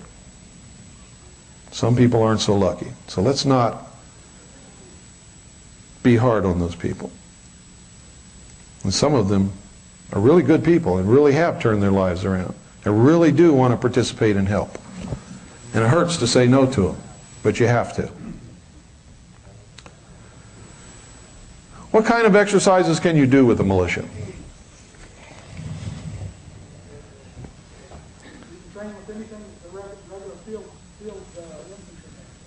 No. You can have any kind of militia you want to, as long as you state it that you are that type of militia and that you have certain goals and purposes in your training exercises. You can have a militia of artillery. Did you know that? You can have a militia of armor. You can have a transportation company or battalion. You can be a militia company or battalion or even regiment. You can be an Air Force. 2nd Continental Army of the Republic has an Air Force. Didn't know that, did you?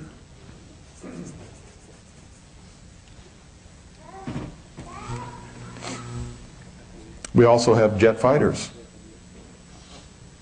Didn't know that either, did you? But I won't tell you where or who flies them. I will tell you that we have them. How about an A-10? No, we don't have an A-10.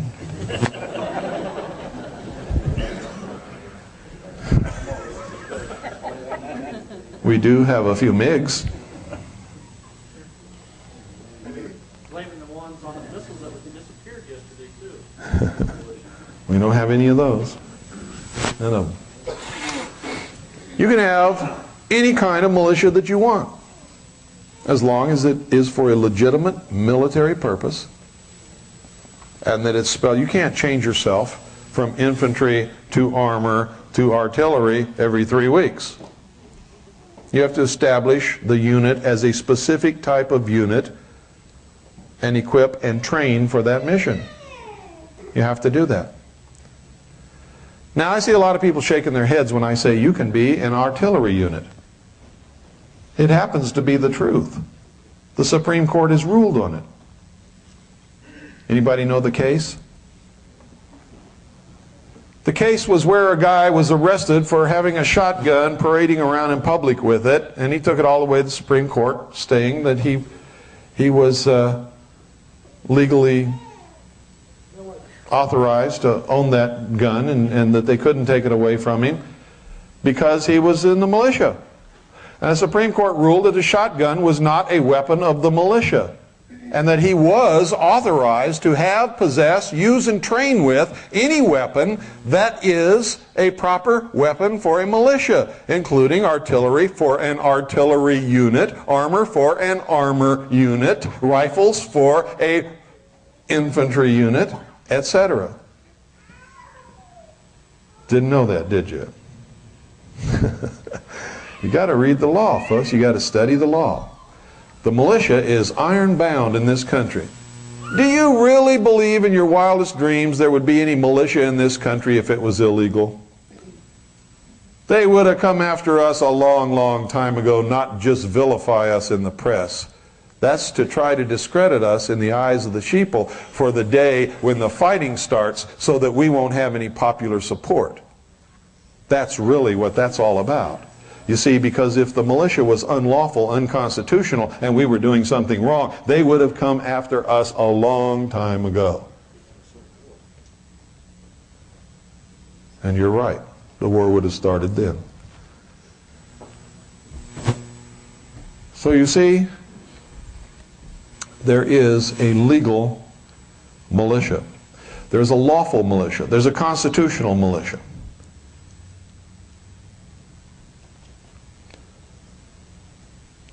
Most of the militias that you see in the public eye are not legitimate, lawful militias. Is a militia that says only Christians can belong to this militia, and we're going to call ourselves the 4th Missouri Volunteer Christian Militia. Is that a militia? No, it's a religious army made up of religious members of some particular sect of Christianity as a whole, and if you don't believe in what they believe in, you're liable to end up fighting them. Okay?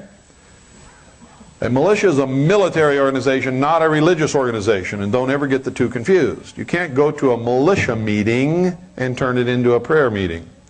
And you can't go to a prayer meeting and after you get through with the sermon, have a militia meeting. Cannot do it. You can go to a militia meeting and you can have a chaplain and you can ask the chaplain to say a prayer, and that's okay. But if you have one Jewish guy that doesn't like that and he wants to say a Jewish prayer, you better let him. You better let him, or you're not a militia. Understand that. Militia is to protect our freedom so that we can worship at the altar of our choice. It is not to dictate to us which religion or altar we're to worship at, or to say who can be a member of the militia based upon what their religious preference is. And anytime we get away from that, we are destroying freedom for all of us. Understand this, and understand it clearly. If I take away your freedom, I have taken away the freedom of everyone in this room. Everyone. And everyone who allows me to do it is complicit in that treason. Take away the rights of one, you have taken away the rights of all. The instant that it's done. And anyone who condones it or allows it is complicit in the treason. And it is treason in this country. Now we must have militias. If you don't belong to a militia, you need to join one. If you don't know where a militia is that you can join, form one. Advertise. You cannot do it in secret, you must do it in public. You do not have to have all of your activities publicly known, but you must be public. You must never talk to the press under any circumstances whatsoever, period, except when authorized by the commanding officer, to issue a statement that has been pre-prepared to be delivered by the officer who has been appointed to be the public affairs officer, and he is to make no statement, answer no questions, only read what he has been given to read, and then shut his stupid mouth. Now, you've seen a lot of people across this country pretend to be militia. I've only seen one that was legitimate, and that was Norman Olson. He was the legitimate commander of the militia of Michigan. He was not a good choice, even though he meant well. He was a preacher of a church who got religion and militia and all kinds of things confused. He didn't understand the law. Whenever he confronted the press, he said all the wrong things instead of what he should have said. And so he caused the militia of Montana a lot of embarrassment, and by association, all of the militias in the country. But Norm Olson is a good man, and he meant well, and he should not be castigated or thrown out or vilified or anything. He was trying to do his best. The militia of Montana is a joke. Always has been. The militia of Montana has never been anyone other than John Trockman and about 4 or 5 other people in a little room full of all the stuff that they sell. Period. That's it. When they went to Congress, they made a joke out of the militia. Instead of addressing the issues that they should have addressed and talking about the things they should have talked about and quoting the law to legitimize to the nation and to Congress the militia, what did they talk about? The government's manipulating the weather. We're all going to drown in a rainstorm. Hurricanes and... What did they look like? I'm in the militia and they look like madmen to me. And I know that some of that is true. But I also know that you cannot get up there and start spouting off that kind of stuff in that kind of situation. You cannot allow them to make a joke out of you by consenting to be on the Donovan show, the great communist with the microphone who can make you look like an idiot. These are fools. You don't do that. You don't do that. You must maintain your dignity and your respect, and whatever you say to the press and to the nation must be words that will be taken seriously and respected and will build the respect and the dignity of the militia. Must. See, they're just waiting for the fools to come along to make jokes out of them. The only other legitimate person who ever spoke for the militia during any of this time on any public media was Linda Thompson, who is, by the way, the Judge Advocate General for the unorganized militia of the United States of America, not self-appointed.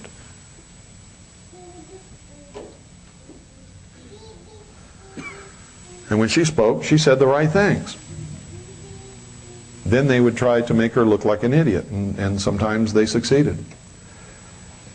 Can you say anything to the press that's going to be put on camera or put on tape or film and expect to be treated fairly? No. What are they going to do with it? They're going to edit it. They're going to take 1 or 2 words out of context. They're going to make you look like a raving, blithering idiot. And you don't have to be in the militia for them to do that to you. They'll do that to you anyway. So what's the rule? Don't talk to the press. Don't let them put you on camera.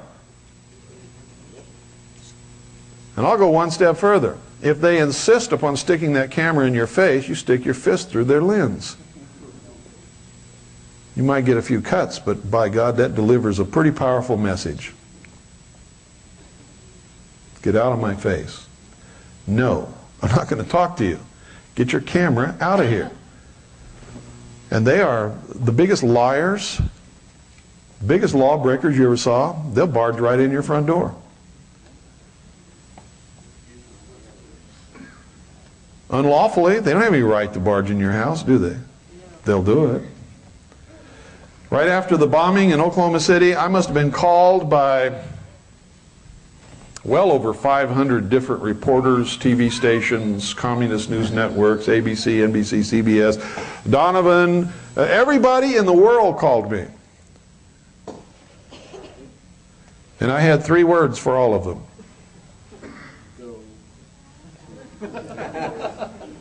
Go blank yourself. That's what I told them.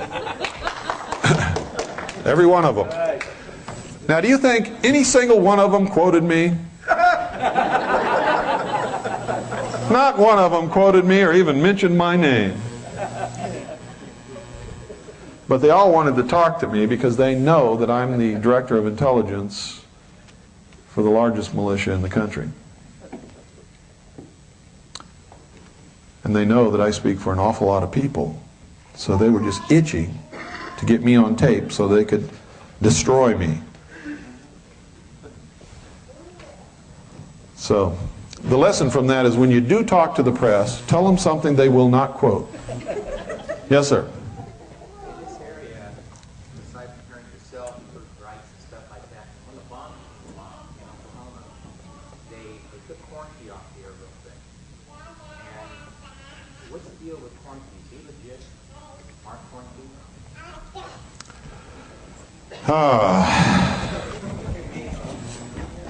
You would have to ask an easy question. I first learned about Mark Cornkey in 1989. The end of 1989, first couple of months of 1990. When he called my friend Stan Barrington, who was then working with me and helping me, and told Stan Barrington that he was an active duty officer of the Air Force Office of Special Investigation and he had material that he wanted to give us to leak to the American public. I was in the Office of Naval Intelligence. I know there's no leaks. So right away, I told Stan, I said, don't take anything from this guy because this is BS. And ask him to furnish us with proof of his identity. Substantiate himself. So we gave him that message, or Stan gave him that message, and he sent us Waco, or not Waco, but America Under Siege or something, some videotape. This was a long time ago. And he promised us that he would send documentation that he was who he said he was. Well, he never did. He contacted us again, we repeated our demand, and he never sent us anything. Next thing I know, a couple of years have passed, and I see him on a videotape, and he's saying that he was a member of the Army Intelligence Corps, and that he was telling all these things on this videotape. Some of it was true, some of it was not true. You have to understand, folks, you cannot function as a provocateur or a disinformation agent without throwing some honey for the flies together. They have to speak some truth. They can't just put out all lies. So part of what Mark Cornkey says is true. Most of what he's ever said has been a lie. And if you go through his videotapes and his speeches and you check it all out, you'll find that out. I don't have to tell you that.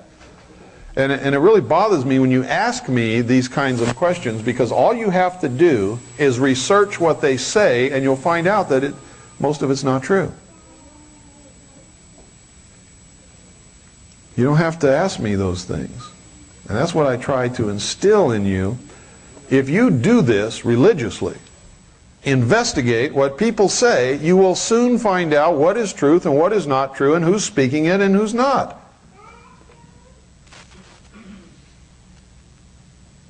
Overnight, listen to me because this is true and a lot of you are falling into this stuff. Over 95% of every piece of information that's passed through the community nationwide is fake, false, lies, rumor, frauds, forgeries. It's the truth. But you see, you get this stuff whether it comes over by fax or you hear it on the radio and you just pass it along, not realizing you're hurting all of us when you do that. You can't pass on anything without investigating it. You cannot do that. If you're passing on false, phony, fraudulent, forgery, fake, lies, what are you doing? You're helping our enemies, aren't you? Do you know that most people have left the patriot community and stopped being patriots because of the bullshit that has gone through their hands, that they have ultimately found out to be fake? Somebody came up a while ago and asked me about the Tommy Buckley Treasury Gate thing. I said on the radio, it was a fraud to begin with, and it's a fraud now. And most of these people who call themselves patriots bought right into it, hanging on every word. Do you really believe in your wildest dreams that somebody came over from Indonesia and just bumped into Tommy Buckley on the street and gave him a bank certificate worth trillions of dollars? Are you nuts?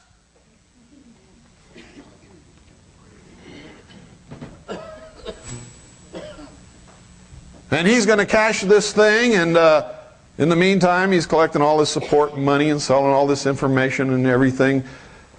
Come on, people, wake up.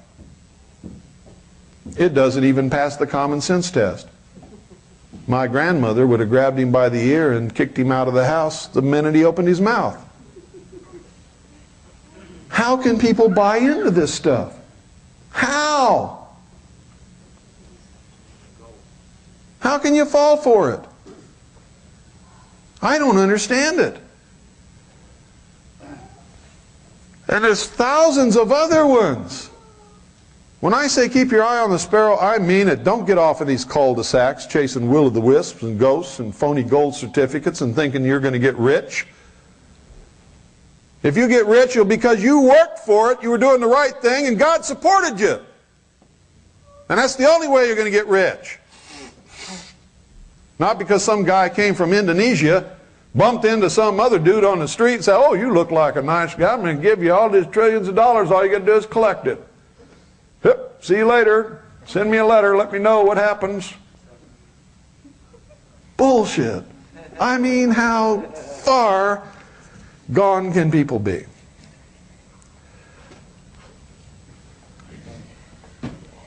It ain't so.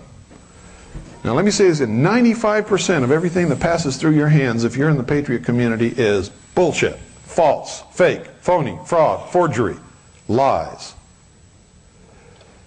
If you want to take me to task on that, you pile up everything you collect for the next 5 months and bring them to Arizona, and we'll sit there and we'll go through it and investigate every single piece of paper you've got.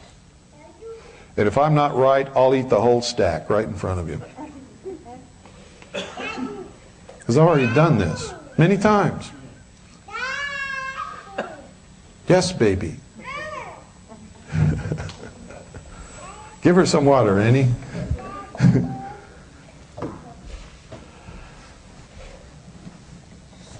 So please, don't do that. I promised you I'd show you the Zapruder film. How many of you have never seen the real Zapruder film in fantastic color from a first-generation copy? Okay, you're going to see it now. Bill, Yes, sir. there was an article in our Bakersfield, California, that's an archive now. He took it over, it's so deteriorated it can't be shown again, and taxpayers have to buy that film. They don't know what the value is from this guy that wrote it. Well, years ago, when I got tired of wondering what was really on it, because I saw so many copies that were doctored and tampered with and were in black and white instead of color, and I knew the thing was originally taken in color, I started putting out feelers. I wormed my way into the corporation that had the original copy of the Zapruder film, and it cost me $16,000, but I got a first generation 35 millimeter color copy directly off the original. So The only reason why I've said anything is kind of coincidence, you know. It was in the paper yesterday's Bakersfield, California, and I'm going to get to see it now. That's kind of a yep, you're going to get to see it right now. Yes. I don't blame him. I can't remember exactly what it was about, but I heard you today bring up the issue with Bo, and someone like you attended a meeting much like this right out the vets hall with Bo there. And I'm really upset, not because I think I want to trust Bo, but because it appears that there's a conflict there, and I don't understand why it's there, and I'd like to know. Well, let me ask you something. If I went and spoke to Mormons and told them that I was a Mormon, went to spoke to Christians and told them I was a Christian, went and spoke to atheists and told them that I had tried all the religions, couldn't find one that I belonged, do you think there's anything wrong with that? Is that, in a nutshell? No, there's a lot more than that, but that's enough. Just that alone is enough. If it's not enough for you, I don't know what to say, but it's more than enough for me. But there's much, much more than that involved. Well, see, I don't know anything about it. What I heard from him and you today is about all I've heard, and I don't know where to go for any more information except to ask somebody. Investigate. One place to start is get all of his tapes and start listening to them and remembering what he says and find out how he changes his story from day to day. Well, I see a little of the switching up on the religious angle. I've heard some of that. There's a lot more than that. When they gassed the Branch Davidians, Bo Gritz went on radio and he said, what they did is against the law. It's against the laws of war. We weren't allowed to use CS gas in Vietnam. It's a lie. I had CS gas on my boat, was issued to me, used it to break off engagements. And then, go get his book, Called to Serve. In his book, he tells a story about how he used CS gas in Vietnam, but yet he lied on the radio to the American people. Is that enough? I mean, I could go on for hours. Now, you heard him say that on the radio, didn't you? Go read his book. He also said a lot of things. He accused me in his book of stealing the Zapruder tape from a guy named Lars Hansen. He accused me of doing that and making a profit on the Zapruder tape. I have the radio broadcast where me and Bo Gritz were both on the same radio show with Billy Goodman, and I have played this on my radio broadcast in his own voice.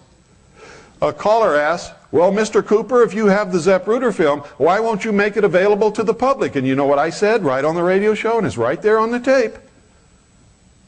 Because of copyright restrictions, I don't want to infringe on anybody's copyright, and I don't know who this belongs to. Gritz said, well, if Mr. Cooper doesn't want to make it available, I'll make it available. Just write to me and send me $10 and I'll send you a copy of the Zapruder tape. And he started sending them on everybody all over the world for $10 a piece. That's the truth. And if you want a copy of the tape of that broadcast, I'll be happy to send you a copy. The truth is, Gritz is one of the most chronic liars I've ever run into in my life, and anybody that lies cannot be trusted. He has an agenda that is not good for us. And there's many, many, many more incidents. But, you know, just the fact that he changes his religion depending on who he's talking to is enough for me. I gave you 2 more after that. Do you need 100 more? If you do, I can give them to you. Yes, sir. Real cheap, you can get information from Tex Mars.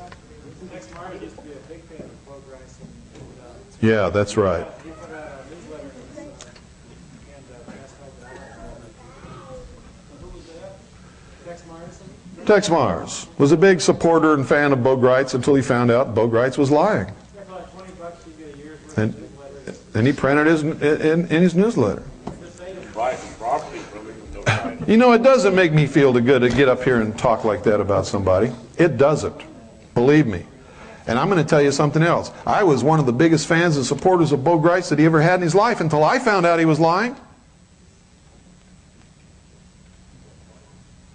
should tell him about Mama Bonnie.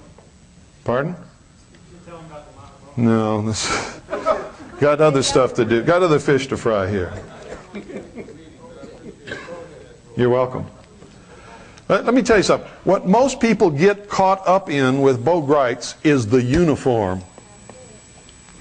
You see, take your eyes off the uniform. Look at the person and listen to what the person says. There's a human being in there. It's not the uniform. If he said that he resigned his commission, which he has said, why is he wearing the uniform? If he resigned his commission, how come he's got an officer's rank on his shoulders?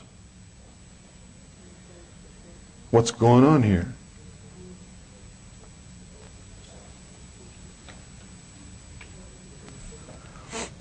Okay, Doyle, could you come up here and give me a hand, please?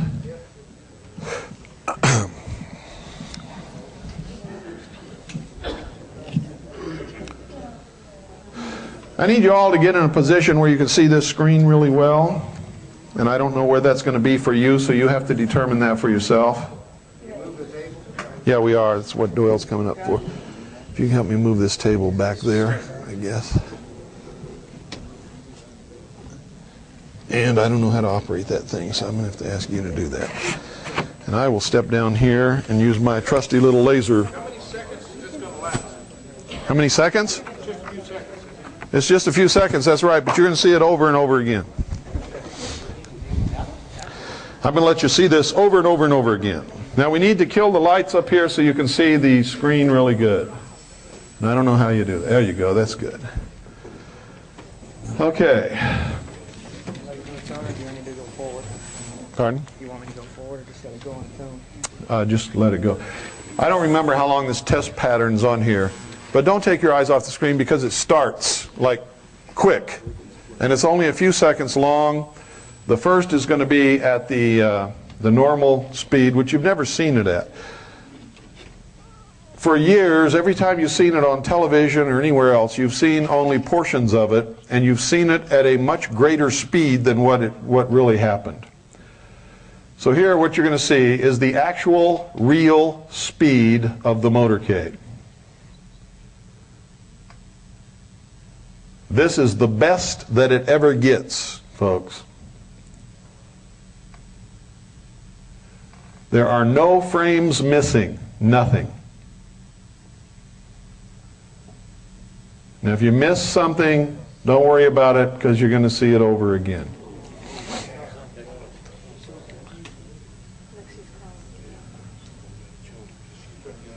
No, she didn't get anything. There was nothing on the trunk of that car. She was trying to get out of there is what she was trying to do. Okay, you're going to see it again. This time we slow it down. Now what you're going to notice is these motorcycles come ahead of the motorcade and then they come down here and stop. Now this is really weird because that's not supposed to happen.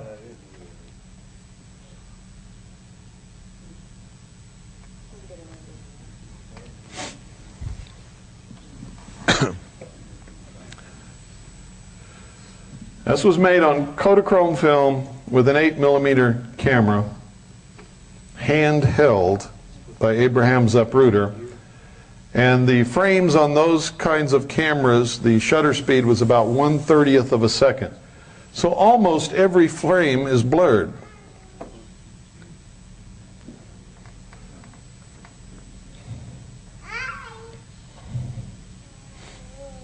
You're seeing every single frame is here. Nothing is missing. It's all here. Right about in here is where Kennedy was shot in the throat. See that umbrella? That's the umbrella man, lower left corner. You see that he's holding his throat? Jacqueline really doesn't know what's the matter. She knows something wrong, but she doesn't know he's been shot yet. Was that the bullet also hit Conley? No. Okay, let the driver turn. There was no bullet that hit Kennedy that hit Connolly too. There's too much. Yeah.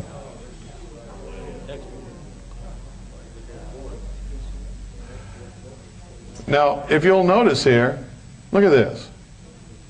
Somebody has scraped the emulsion off the film on Kennedy's head so you cannot see the true nature of the wound. Jacqueline goes to get out of that car. There's nothing on the deck that isn't supposed to be there. There are radio antennas, there are handholds for the Secret Service, but there's nothing else. We've blown it up and examined it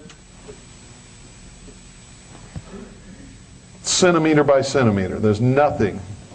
And she doesn't pick up anything. Notice that car blocking the underpass? It doesn't move until Kennedy's limousine almost runs into the back of it. That car belonged to the chief of police of Dallas Police Department. Is that where Dan Rather was? Dan Dan Rather? Rather was, I forget where Dan Rather was, but he was there. By the bridge. Right? Yeah, he was by the overpass. Pardon? He was on the knoll. He was on the knoll. I'm sorry, I can't hear you. Yes. This is even slower, so you can see it. What you're seeing is frame by frame. Now I'm going to point out to you how this film's been altered. Either to make us believe that the bullet that killed Kennedy was fired from the front seat of the car, or to hide the fact that it was fired from the front seat of the car. We don't know which. But I will tell you this, while I was attached to the Office of Naval Intelligence on Admiral Clary's briefing team, I saw top secret documents that said that President Kennedy was shot in the head. The headshot was administered by the driver of the limousine, whose name is William Greer. No, William Greer's dead. He's dead now, yes. Supposedly died of cancer.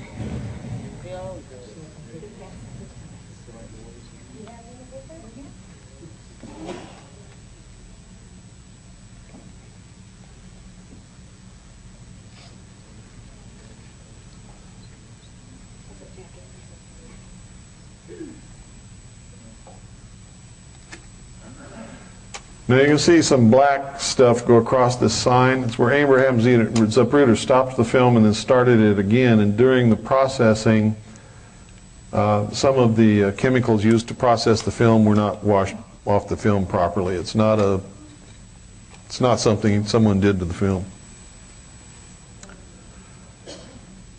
You've probably seen the same thing on some of your home movies and 35mm film that you get back from the lab. You'll see the famous umbrella in the lower left of the picture as the right edge of the sign comes. That's what I was talking about there. And there's another one too. Those are processing glitches. This film was processed really quick after the assassination by a local lab in Dallas. It was given to Abraham Zapruder and then later was confiscated by the government, who took it to the National Photographic Lab in Washington, D.C., and that's where I believe all the alterations to the film were made. Nobody gives up stuff like this willingly to anybody. This is history. This is valuable. Nobody gives this kind of stuff up willingly. There's the umbrella right there. See it? Now, you can see Kennedy holding his neck. You can see Agent Kellerman, who is the passenger, watching Kennedy in the rearview mirror. See him? He's looking in the rearview mirror. The driver actually slows the car down almost to a complete stop against the normal training for Secret Service agents, who are supposed to immediately, once an ambush occurs on the president or any senior government official, is supposed to speed up and get the car out of what's called a kill zone and protect the lives of the occupants of the car, who are supposed to get down on the floor and stay there.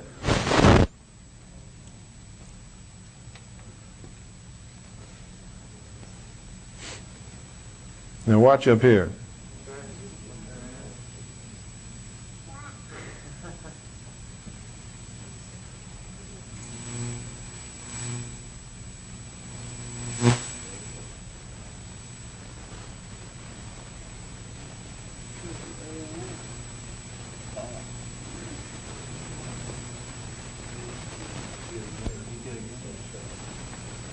Now, when you blow this up and look at it closely, you'll see that the emulsion has been scraped off the film all up here in the front of this car. And it's there, you can see where a bullet hit the window. Or at least they want us to believe that a bullet hit the window, one of the two. The film has had extensive work done to it that you could never see before we actually got a copy and could blow up. You can't digitize something like this and look at it. You have to have film. So that's why we got a 35 millimeter positive made directly off the 8 millimeter original. So what we have is as good as you can get. You can't get better than this from any source.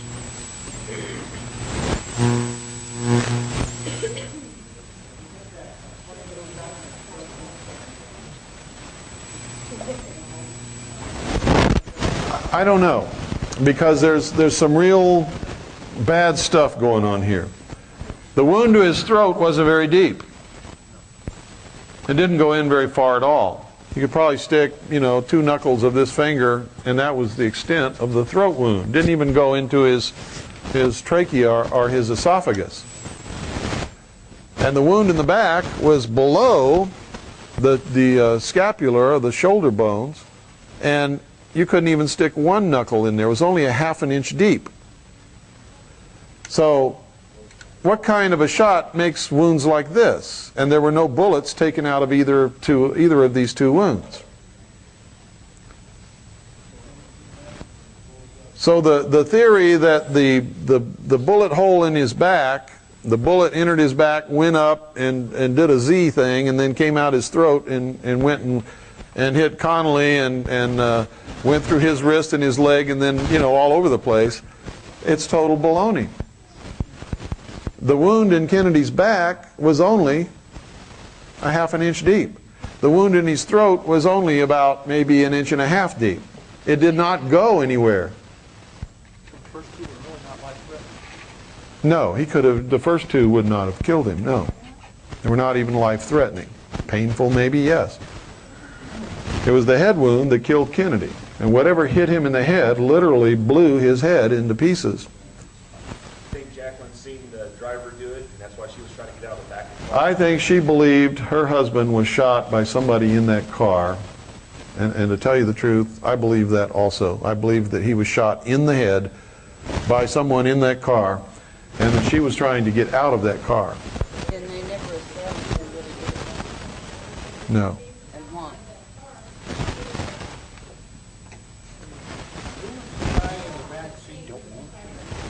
Pardon?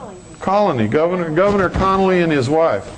Connolly has also made some very cryptic statements. He said that when he fell back, when he was wounded and he fell back on top of his wife, he saw and felt the shot that hit Kennedy in the head. Now how can you see and feel that shot unless it's right over your face? Supposedly, Daphne made a good mistake 2 years before her death.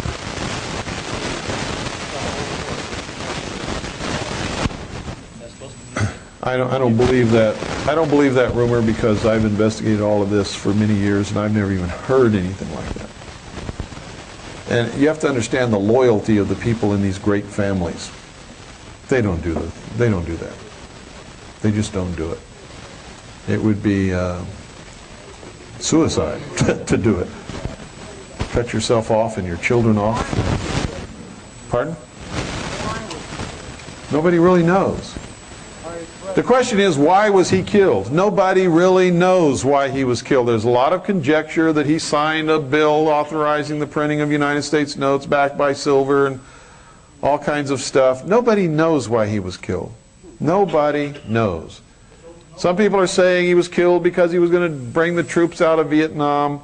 Other people say he was killed because he was bucking the New World Order. The truth is, nobody really knows, and anything is just conjecture.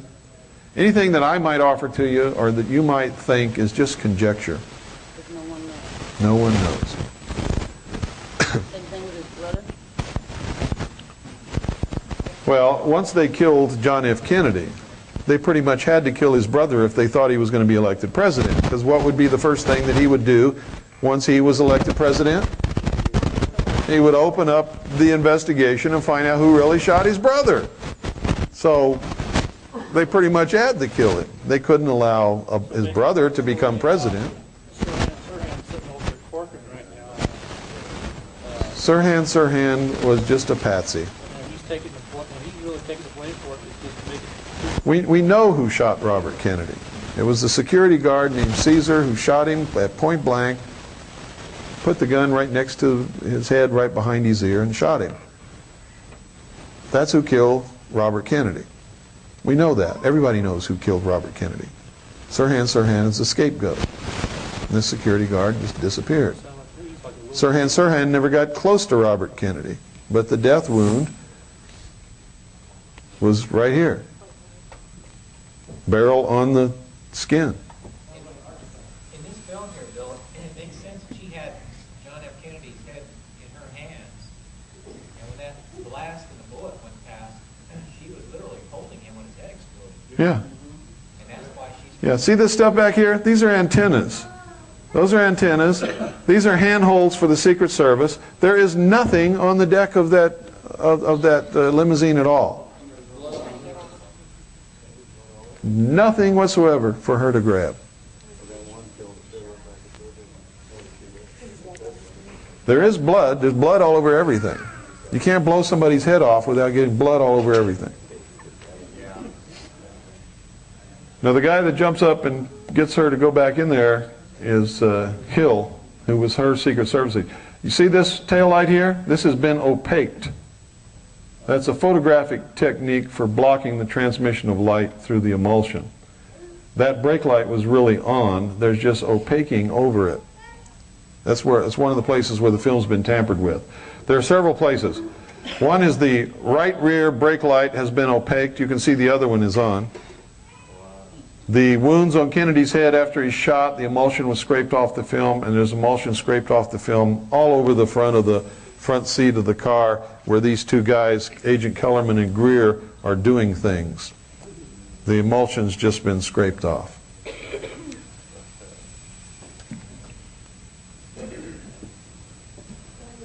This is the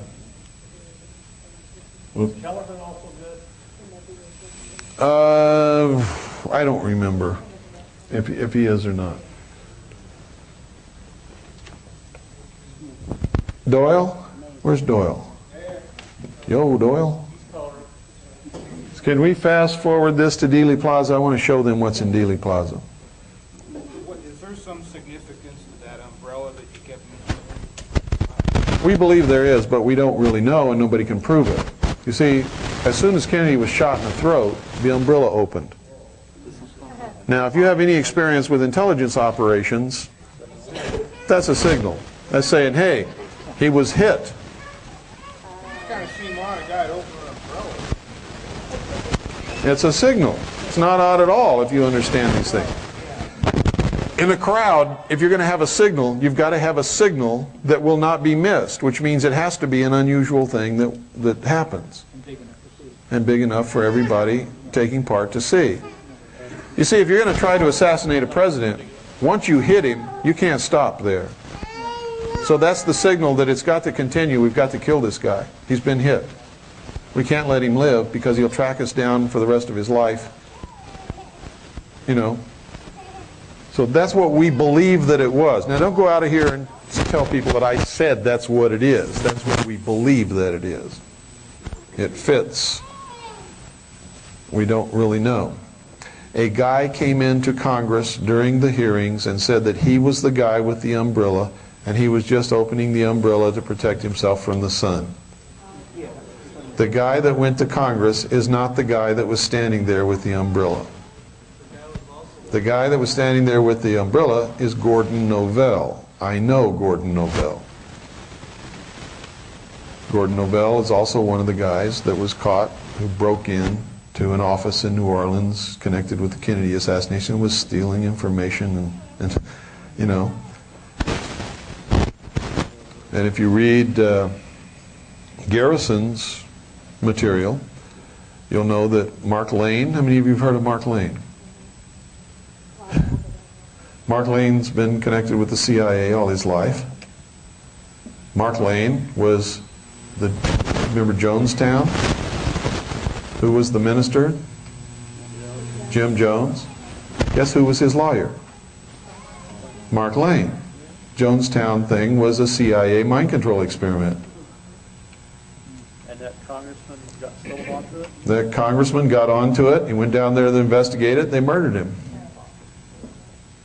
You know, Bo Wright said that too, that it was a mind control. It was. What I told you about flies and honey? Yeah, Also, well, is that the beginning of the... Starts like a plaque at the marble. Yeah, that's it. Okay. This is Dealey Plaza. This is a plaque dedicated to a man named Dealey, who was a 33rd degree Freemason of the southern jurisdiction of Scottish Rite. Dealey Plaza is built upon the site of the first fraternal lodge in the state of Texas. Remember, they always do things according to symbology and ritual. That's old Mr. Dealey. This is the intersection of Main Street and Houston. Those cars are coming or going up and down Main Street. The cross street is Houston. Now, the quickest and most economical way for Kennedy to get to his next speaking engagement would have been to go straight down Main Street. He didn't. Came to this corner, made a right turn. Went to the next corner, made a left turn on Elm Street. What's significant about Elm Street?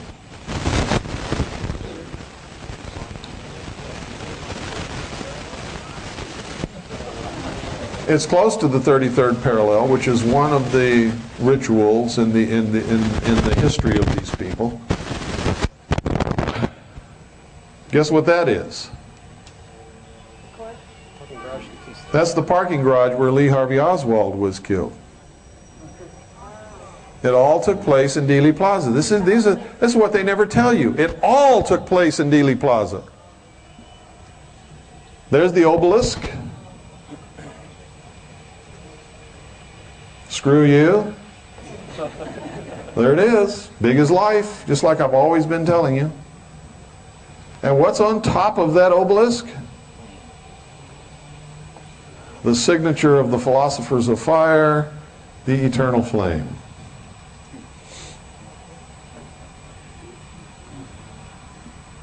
How about that? If you count the blocks in the obelisk, there's 14. What's the significance of 14? It's the number of pieces into which Osiris's body was chopped and scattered about the country before Isis went and tracked it down, and through this mystical intercourse became pregnant with the child Horus. A lot of you are scratching your heads and looking up at the ceiling. What the hell is he talking about now? It's all significant, folks. Osiris represents the sun.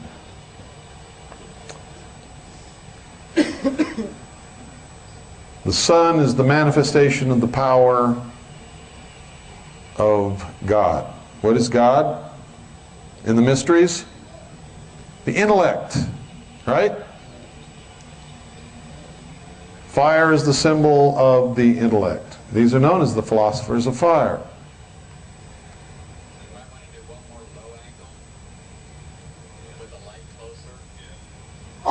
Osiris is the representation of the doctrine. Isis, see, First Fraternal Lodge. Isis is the representation of the church. Isis is the feminine. Osiris is the masculine. The sun being the masculine. The moon being the feminine, reflecting the pure light of her master. Doesn't the church reflect the doctrine? And through this mystical union of the church and the doctrine is produced the child Horus, which is the full body of initiates of the secret fraternity of Illuminati. Secret order.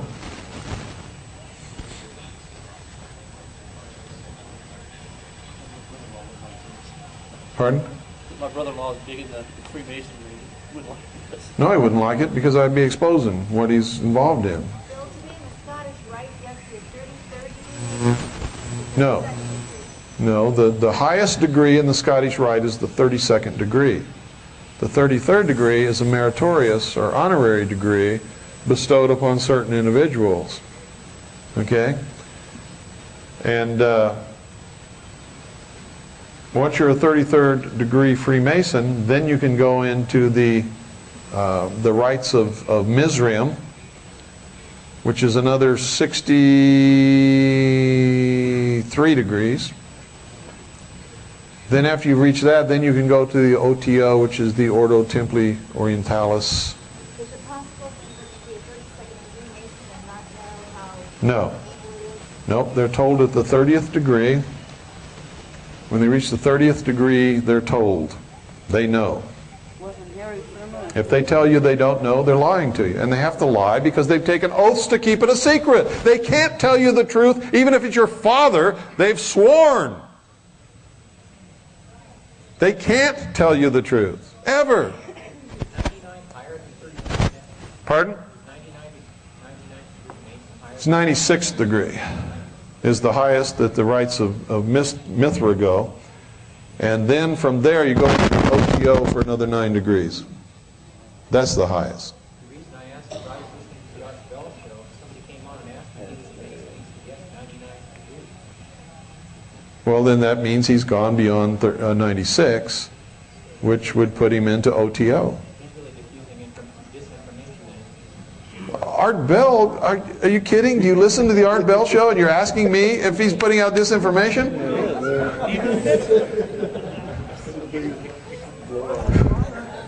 You guys mind if I say a little prayer?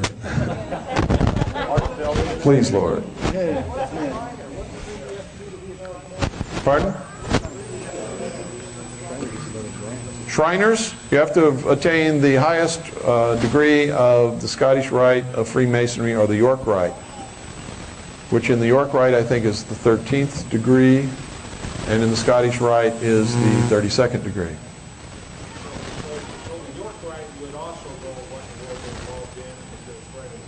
At the highest levels, yeah.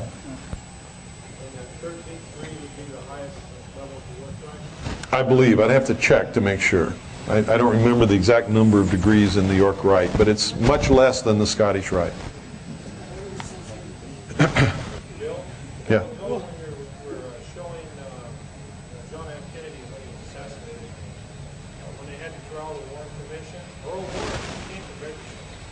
Earl Warren's a 33rd degree Freemason. Gerald Ford's 33rd degree Freemason. But Earl Warren, during the Warren Commission, he came from Bakersville. His father was murdered.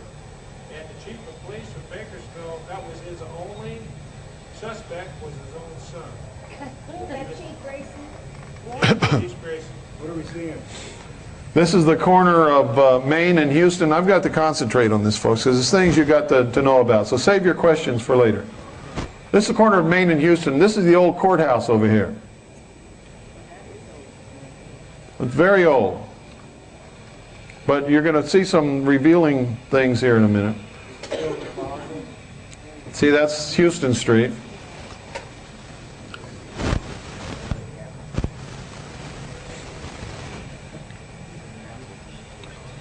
Here we go. Throughout history, these orders have been known as the Brotherhood of the Snake, the Brotherhood of the Dragon.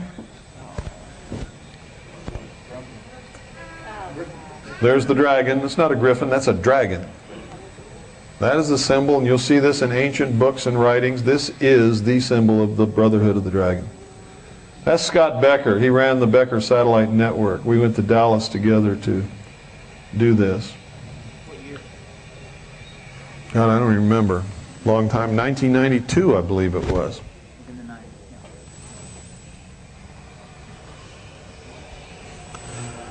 Scott's a character. I really liked him a lot. But when it came to do business, he wasn't too hot.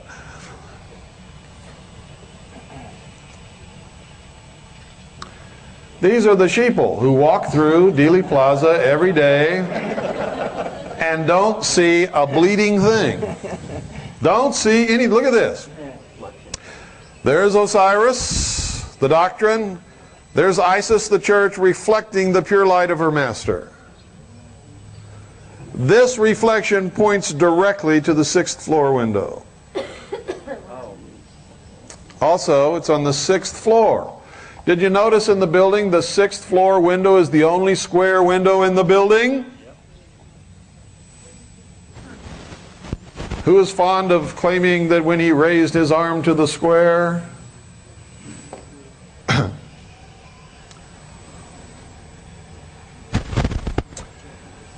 Isn't that what they put on Kennedy's grave? My, my. Insult, they're laughing at us. They laugh at us all the time. They rub it in our faces and laugh because we're so silly, so stupid.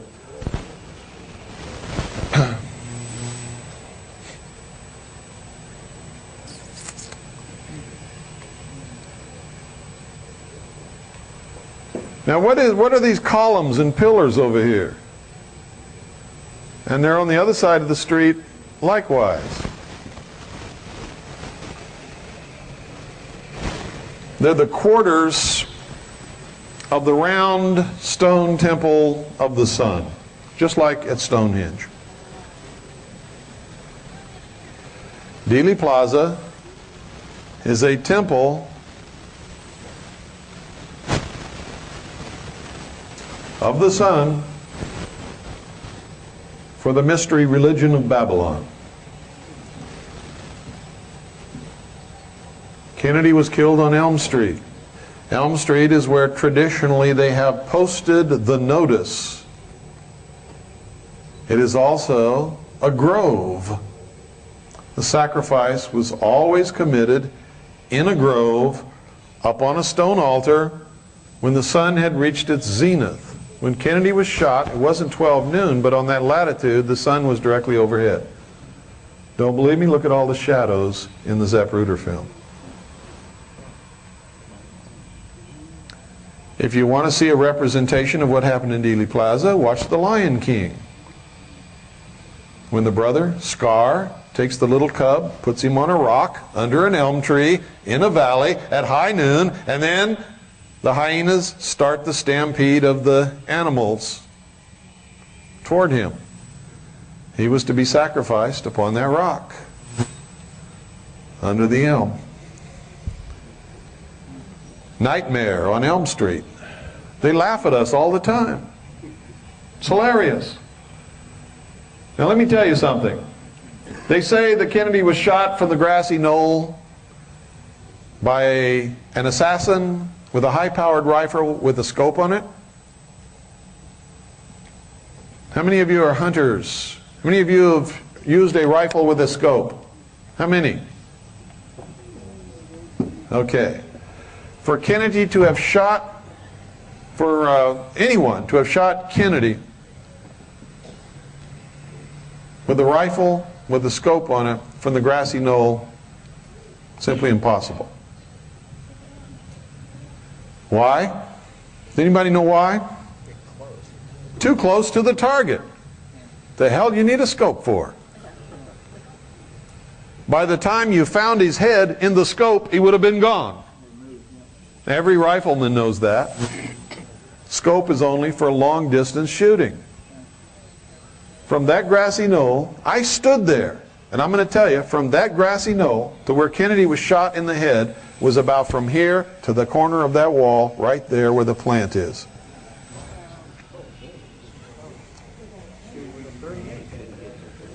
So, when they tell you that he was shot by a rifleman using a scope on a rifle, I don't care if it's high-powered or .22, it's no.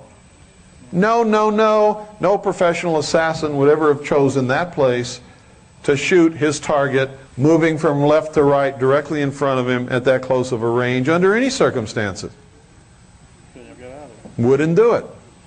Just simply wouldn't do it. It's not done. Anybody who would do that is not a professional. would never have been hired or contracted to do the job. Period. The best place to shoot a moving target from is where? Directly ahead or directly behind or in the vehicle up close. Which is the sure thing? In the vehicle up close.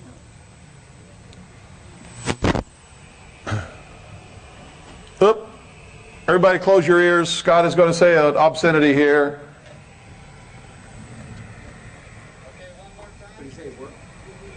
No. Shut up, Scott.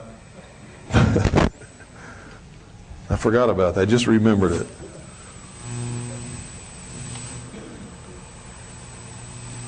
See, we found this place. It goes right down into the sewer. There's another hole right down in there where you can go down and disappear forever. How long has that been there? It's been there forever. And that's the view from the hole. It's not a good shot either, is it? And there were more trees and other things there on the day Kennedy was shot that are now gone.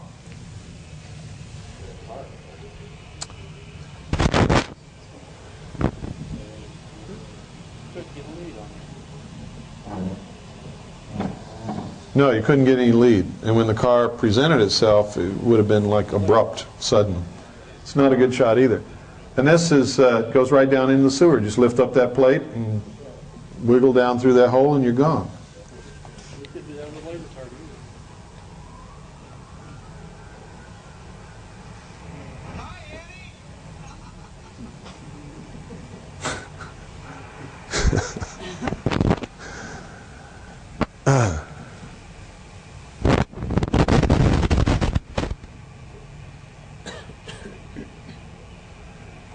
Okay.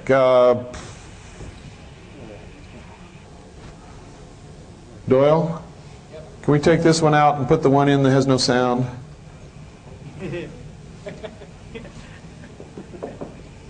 Remember the one you had in first? Yeah, stick that in. Yes? You're going to see. I'm going to show you.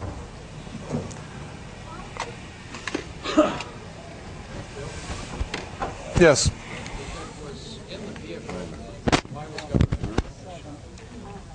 I have no idea. I don't think he was supposed to be shot. When he was shot, you know what he said? He said, "Oh my God, they're going to kill us all." Which tells me he knew it was going to happen. He knew it was going to happen. Wasn't there a big discrepancy beforehand, a big argument also that he didn't want to ride in the car with you? Well, Connolly? no, I think that was Lyndon. Lyndon didn't want to ride in the car. Lyndon wasn't too fond of JFK. Connolly didn't want to ride in the president's car if he was going to have a bad reception.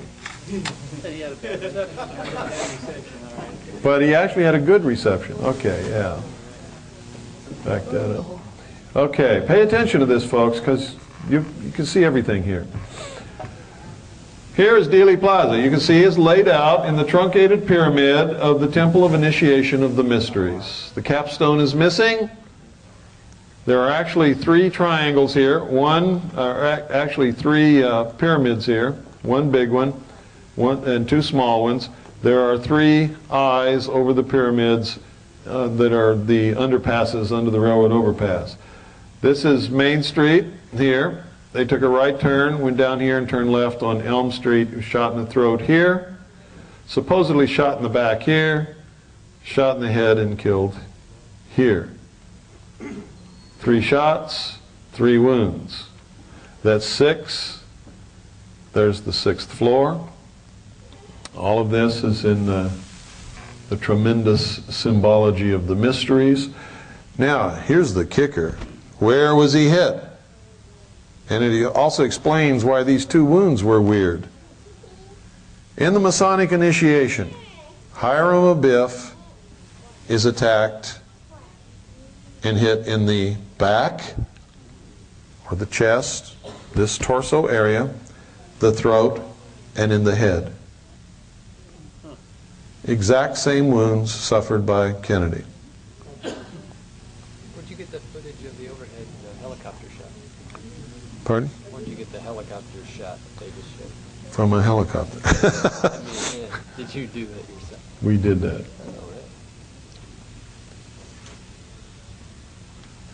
But can we back that up, Doyle? Where'd you go? Don't go away. I need you. I need you, Doyle. Isn't it nice to be needed? Yeah. I'm that color, man. Need to back that up to that, what you call it?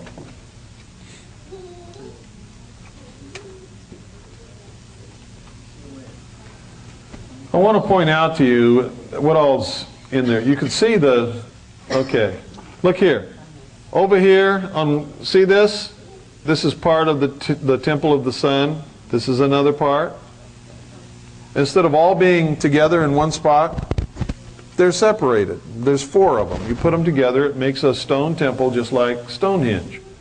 See up there?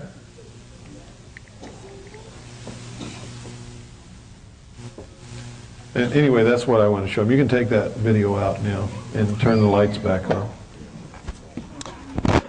That's what I wanted you to see. That Dealey Plaza is really an occult temple of the mystery religion of the so-called fraternal orders, which is really the ancient mystery religion of Babylon. And Kennedy's assassination was a ritual assassination done in the temple when the sun was at its highest in the grove on a rock. He was the sacrificed king. And nobody really knows what the purpose of it was. Excuse me. But the outcome was that it destroyed the political will of the nation. And it scared the hell out of everybody. If they can kill John F. Kennedy, they can kill anybody that goes against them. Isn't that a message? Who's safe from them? Yeah, oh, you're wrong. Anyone who is not afraid of them is safe from them. Not in that you're not going to be killed. You might be killed. But in that you are their most dangerous enemy. How many of you in here are Christians? If you're a Christian, what are you afraid of? I mean, serious. What is there to be afraid of? If they kill you, what happens? Go to heaven and be with Jesus. So why are you afraid? So why aren't you doing what you know you should be doing all the time? Just getting in their face. Telling them you're not afraid of them. I don't care if you kill me. I believe in God. I'm doing the right thing. You can't judge me. God can. Death is not bad. It's a transition to a better world, actually. Now, if you tell me you're a Christian and you're still afraid, what are you telling me? You're not a Christian. You're lying to yourself and you're lying to me. I don't care if you lie to yourself, but don't ever lie to me. Lie to yourself all you want to. Don't lie to me. If you're a Christian, you cannot be afraid. There's nothing that they can do to you, period, that is bad. Nothing. Nothing. Nothing. That's why I'm the most dangerous radio host in America. That's why I'm the most dangerous thing that's ever come along to these people in their entire history, because I am not afraid of them. I don't care if they kill me tomorrow. I'm going to do as much damage to them and expose them for what they are for as long as I'm living. And you know what else? And in doing that, it sort of protects me, because if they come along and kill me tomorrow, what are you all going to believe? You were right. That you were right. You know, I had some doubts, but now I know he was right. And so now they can't touch me. Now they can't touch me because of that. They've waited too long. They thought I was some silly little fool that would destroy myself somewhere along the way, and it hasn't happened. So now they back themselves into a corner. If they touch me now, in fact, I'll go one further. If I step out on my porch in the middle of winter and slip on the ice and my head cracks open as an accident, the whole world is going to know they killed me to shut me up. And I was right all along. And that's why they come every winter and put salt on my steps. Yes, sir.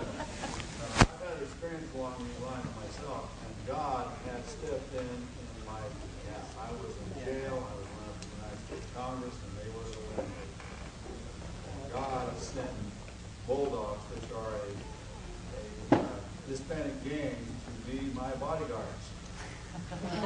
That's great. That's great. And I was like you, I don't care. You can't.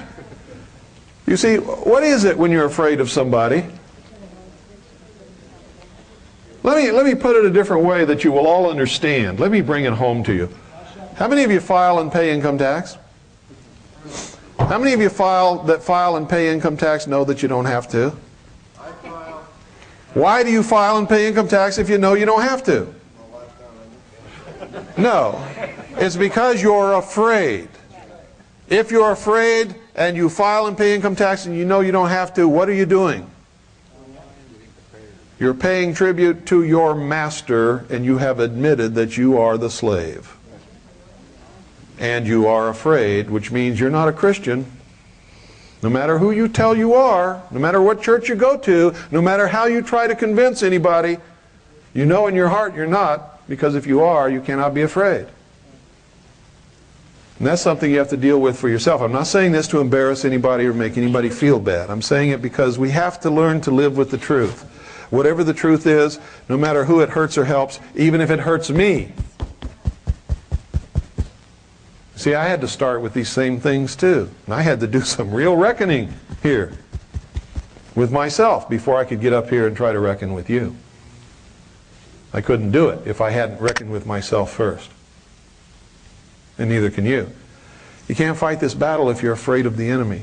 He's already beaten you if you're afraid. You're whipped. You're finished. You can't fight the battle if you're afraid of the enemy.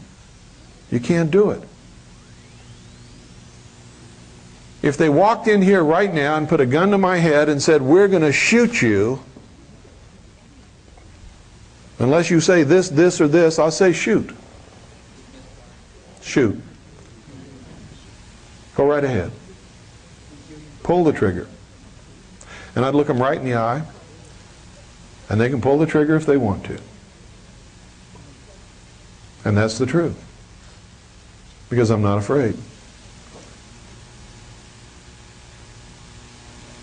See, I believe in God. And I've learned in my life that if I'm doing the right thing, God's going to take care of me. And death is what? It's a transition.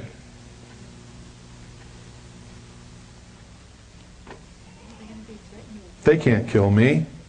All they can do is set me free from this body. That's all. And isn't that the ultimate freedom? Isn't it? And who loves freedom more than anybody in this room? Me. So they can't hurt me. They can set me into another state of freedom. And if I've been doing God's work, God's going to smile at me and open the gates, and I'm going to get some rest. And it's going to feel good. You know? Whether there's really gates or that's just a metaphor for something we pass through, I don't know, but I'm going to find out. I'm also an investigator. And that's going to be the ultimate research project. And if I can, I'll come back and tell you what the results are. Yes, sir. What is the status on the next issue of Miracle? It's being worked on right now. The paper has been laid out, and we're putting stories into it. And as soon as that's done, it'll go to press and be on the way to you. We've had some tremendous setbacks. We lost our staff. Then we had tremendous computer failures. And what else happened? The new editor that we got, his wife just recently had a baby, and that stopped everything again. You know how that is. Do you have a time estimate? No. No, I don't have a time estimate. And we foresaw these kinds of things happening because there's nobody You know who really runs this whole thing? Annie and I. That's it.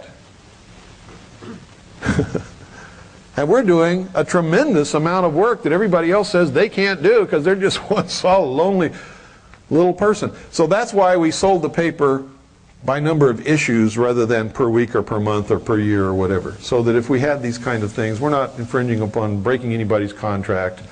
We will deliver the number of issues that you have subscribed to. Maybe not as quickly as you would like it, but you will get them. Yes, sir. A couple things. We lost the Swiss America as a sponsor, right? Yes. So are you going to be down to one show a week probably May? Yeah, beginning, I think, about the 7th of May, we'll be going to 1 hour a day for as long as we can. If that doesn't work out, we'll cut down to even less than that. I know you don't really like sponsors, but do you have any prospects? Pardon? I know you're not real fond of having sponsors, but do you have any prospects that you might do? No. And to tell you the truth, I haven't really been looking very hard. Swiss America was a great sponsor. They paid for the satellite time for my show only, and for the shortwave airtime for my show only for 4 years. And they're great people. Craig Smith is my good friend. But you have no conception of how much money that represents, that he put into the backing of my show. I never took a penny from Craig. He never paid me anything. I never asked him for anything. In fact, the agreement was that if he ever paid me anything, it would be over, because I don't want that. But he put in to the payment of shortwave and satellite airtime probably $300,000-$400,000 easily. And the amount of business that he got back, if you want to know the truth, probably cost him another $300,000-$400,000 because, folks, I probably lost him more customers than he ever gained from my broadcast, because of the controversial nature and because of the fact that I'm just not the most polite person in the world to the socialists who might have been doing business with him. Yes? Regarding taxes too, when you decide not to file, did you file a decision of revocation?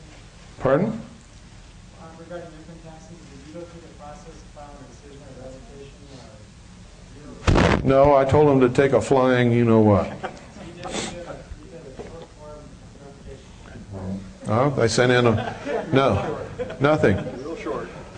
I sent in about 500,000 Freedom of Information requests and got every piece of information that you can possibly get from them about me and about them and how they operate and everything else.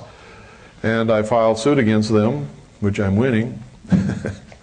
And they don't like me very much. You're still in the process. Yeah. They have tried many ways to put me away forever. And it just doesn't work simply because, number one, I'm not afraid of them. Number two, I don't believe this thing that the law is too hard for us to understand unless we're an attorney. And I go study the law. Whatever it is they're trying to pull on me, I go get in the law books and figure out what it's all about, and I throw it back in their face, and they go limping away, usually, with their tail between their legs. Yeah? I'm sorry, I can't hear you. Your position is they don't have any jurisdiction? They don't have any jurisdiction. I'm not required by any law to file or pay income tax, and I just flat will not do it. Last time an FBI agent came to talk to me, he asked me about income tax, and I said, I don't file and I don't pay, and you can go back and tell your lackeys that I'm never going to file and I'm never going to pay. Did you judgment proof yourself first or No, I don't need to do that. I know what the law says, and the law says I'm not required. They don't care. They'll come get your car. They only don't care if you don't know the law. And if you don't know how to talk to them and can't represent yourself in court, then they don't care. You can win in court and they'll still come and tow your stuff. No, they won't. They won't tow my stuff. And I'll tell you something else. I'll go even farther than that. The day that they ever try, I will defend myself, my property, and my family with the force of arms until I'm dead. And I don't care if they kill me. Let them explain that to the world. I don't think they want that to happen. They don't want to do that. It's hard to explain. Makes me right too, doesn't it? It's going to embarrass the hell out of them. And the whole world will see a man who's not afraid of them put his life on the line for his self, his property, and his family, and stand up to him and die like a man on television.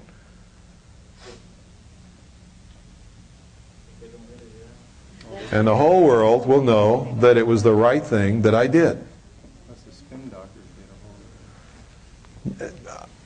People know too much about me for the spin doctors to get a hold of it.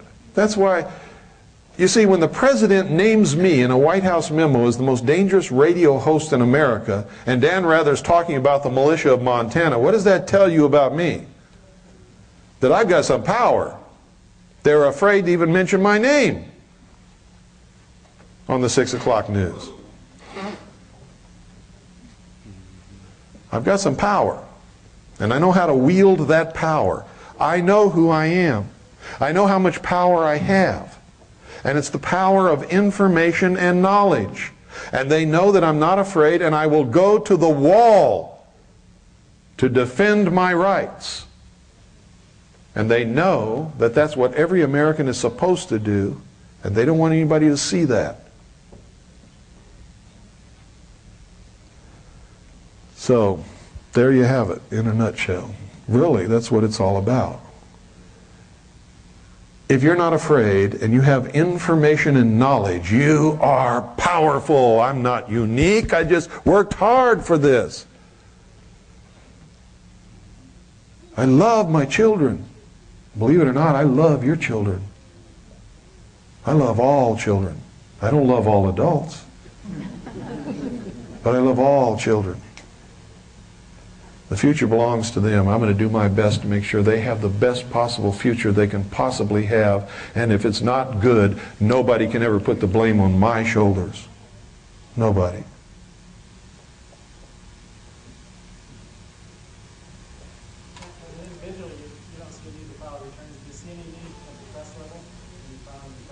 The trust must. The trust is not a natural human. The trust is an artificial entity allowed and protected by the state. The trust has to file returns. Same for corporations. Any artificial entity must file returns. It's as simple as that. But let me show you the neat part about it. Oh.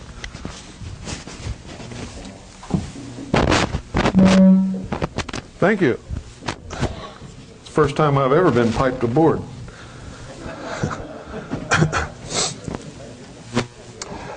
Let me show you the neat part of this. How many of you don't even know what a trust is? Don't be afraid to raise your hands. Okay, you need to find out.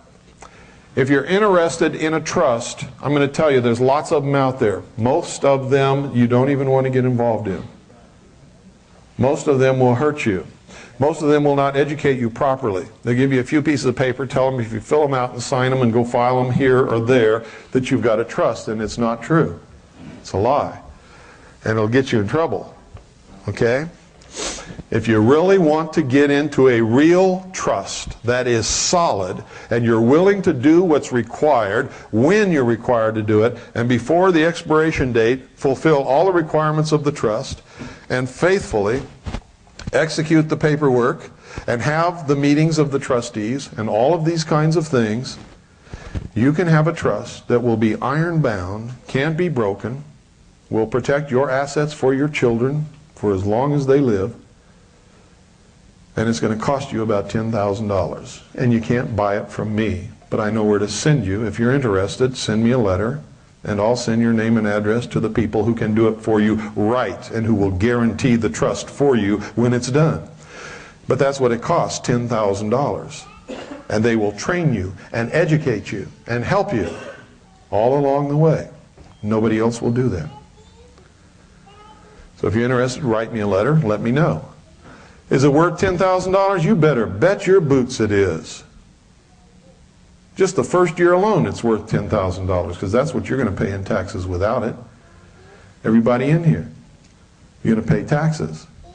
Most of you are going to pay at least $10,000, maybe more. Hi, Allie. Hi, sweetheart. You want to come up here with me? Come on. So let me just demonstrate to you a little bit about a trust. Come on up here, honey. Come on, let me have your little hand. Give me your hand. That's it. You can come up here with Poppy. Okay? Oh, you want to talk? Let me do this thing for everybody. What time is it? It's after 7? Okay, I'm going to do this real quick and then we're going to be finished, okay? And then I'll see you tomorrow at 1. In a trust, what you do is you have a family trust. Bill? Yes? People real quick, you gotta leave. Maybe give an overview of what tomorrow is. It's not going to cover anything we talked about today. It's going to be a lot of Area 51 stuff, a lot of slides. It's going to be really interesting. Is what it's going to be. Okay, this is a family trust. A family trust is where you take everything that you own or have ever owned and you put it in trust for the beneficiaries. Now here's where you get in trouble. The trustees can have no interest in this trust. Okay? So you have to designate beneficiaries. They should be your children. They don't have to be your children. It can be anybody. The way we have ours set up is we have our children are the beneficiaries of the trust. Everything that we own has been relegated into the trust. We own nothing. I don't own this shirt. It belongs to my daughters. It's the truth. We own nothing. Ooh, what you got there? What in the world have you got? Annie and I are the trustees. We are the fiduciary agents of the trust. This trust has another trust, which is the business trust. This trust conducts all the business. The beneficiary of this trust is this trust. Okay? We also have 4 other trusts, all of which the beneficiary is this trust. This trust owns all our vehicles, automobiles, conveyances, whatever. This trust owns all firearms. And I mean owns them. We don't own them. If we want to use one of these vehicles, we have to lease it from this trust.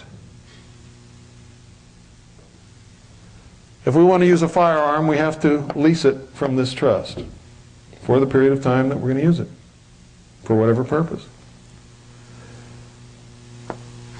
This trust, I forget what's in this trust. This trust is, I forget what's in that trust too. There's another trust over here, which is the charitable trust. Everything that's left over at the end of the year from all of these other trusts is donated to this trust and is tax deductible. Those trusts pay no income taxes. This trust is a charitable trust, nonprofit foundation, which pays no income taxes. But every year, 5% of what goes into this trust must go back to the community. This money does not belong to us. The library is in here. 101.1 FM is owned by the charitable trust. It's a community service radio station. Okay? It all goes to the community. This is how we give back to the community, to our country, to our fellow men, to our neighbors. It's not ours. We can't come and take anything out of here. If we need a loan, we can borrow money from this trust, but we have to pay it back. Annie and I, as trustees, are paid a salary by each trust for maintaining the trust. I get $25 a year for each trust. Annie gets the same. We enter into contracts with the trusts that the trusts will pay all of our expenses connected with the education, the rearing, the supervision of the beneficiaries of the trust, and for managing the trusts. It's all legal, it's all lawful, it's all constitutional, it's all approved by the Internal Revenue Service. You cannot get in trouble, period. I don't earn enough money to even have to file an income tax return, even if I wanted to, at the end of the year. And if I did, I wouldn't, and haven't for many years before we even did this, when I made a lot of money. Okay? And my daughters are taken care of. If anything happens to us, these trusts are irrevocable, perpetual trusts. They're pure trusts. New trustees would be appointed, and they would have to manage the trusts and take care of the beneficiaries, just as we have always done. The trusts are the guardians of our daughters, not us. Okay? And in that sense, the trustees actually become the legal guardians of the children. There are no estate taxes, there are no death taxes, there are no nothing. The trust didn't die. And it's all done through the Constitution, through our right to contract. And if you still don't believe it, this, what I've outlined for you, is called a complex trust. Next time you look at your 1040 information, look on there and you'll see complex trust. 1041, that's right. Yeah, Gary. The firearms, trust can actually buy a firearm, right? It has to be bought by a person. Well, we owned all of our firearms. But if you were to buy one today, If we were going to buy one today, we'd buy it as an individual and sell it to the trust. and so you did a bill of sale for the trust. Absolutely, yes. For everything. So it's a clean, straight. Absolutely, yes. The family trust literally bought everything that Annie and I own for $10. Everything. We own nothing. I never will own anything.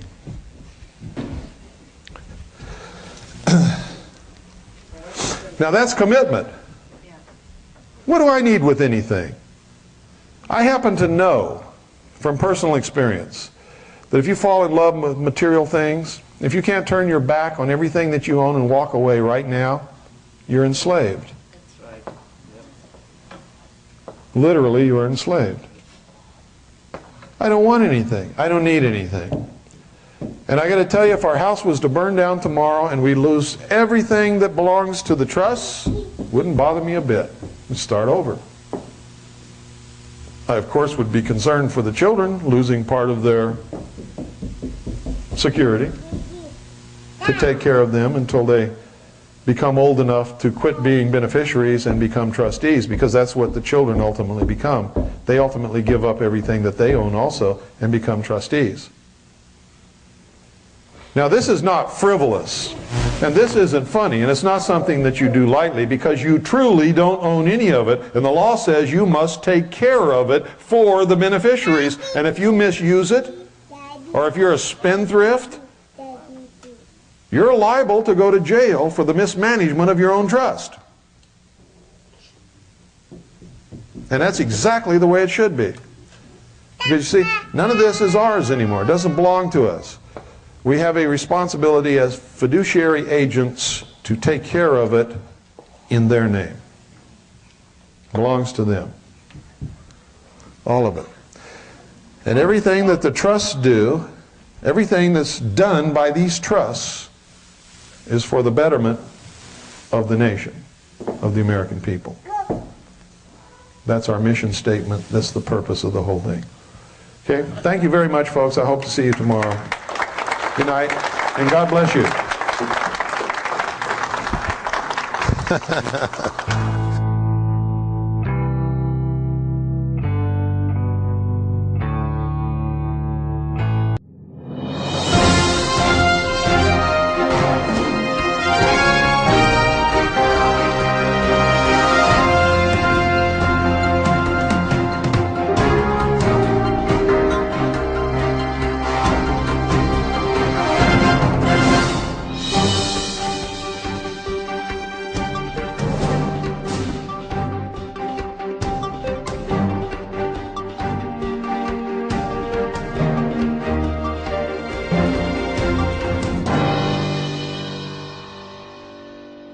Okay, if everybody will stand and pretend there's a flag up here, Pooh's going to lead us in the pledge. I pledge allegiance to the flag of the United States of America and to the republic for which it stands, one nation, under God, indivisible, with liberty and justice for all. Thank you, baby. Thank you. Thank you, Pooh.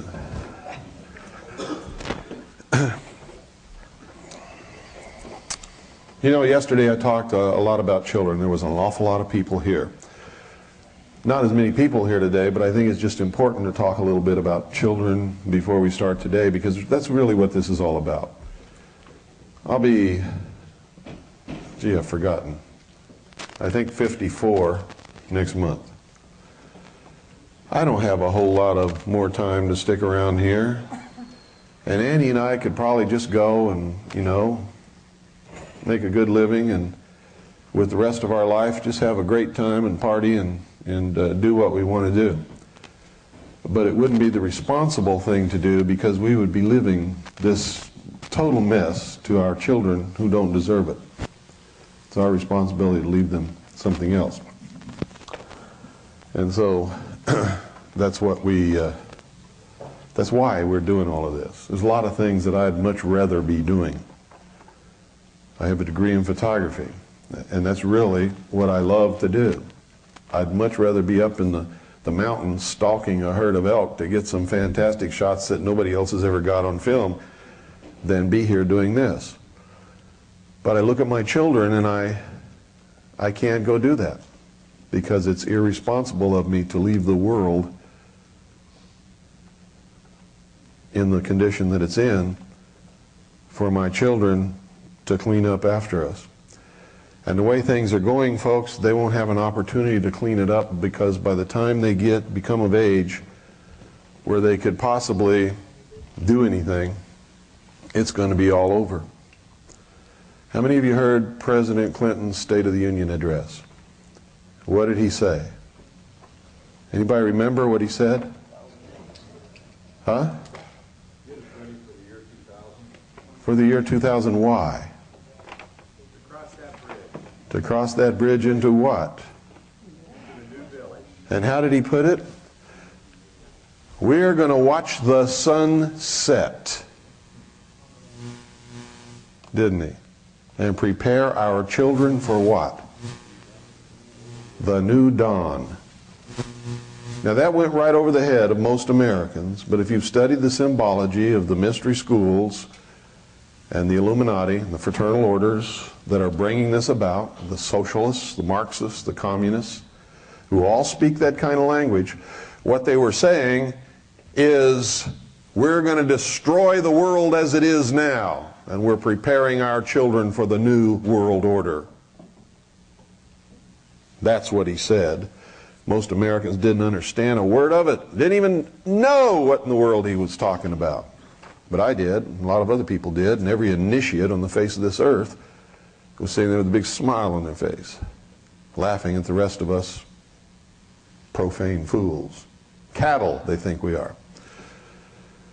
Their conception of us is a nation or world of people who will not use their intelligence, are no better than animals who have no intelligence, and therefore are beasts of burden and stakes on the table by choice and consent, and are our lawful prey.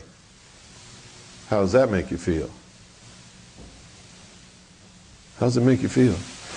How many of you have a 32nd degree Freemason in your family? 30 on up know exactly what's happening, and they're part of it. They'll tell you that they don't. They'll tell you that I'm a liar. And you ask them to tell them what they're doing, they can't tell you. They'll tell you some bullshit about their fraternal order existing for the good of the community, and they'll point to the hospitals that they built.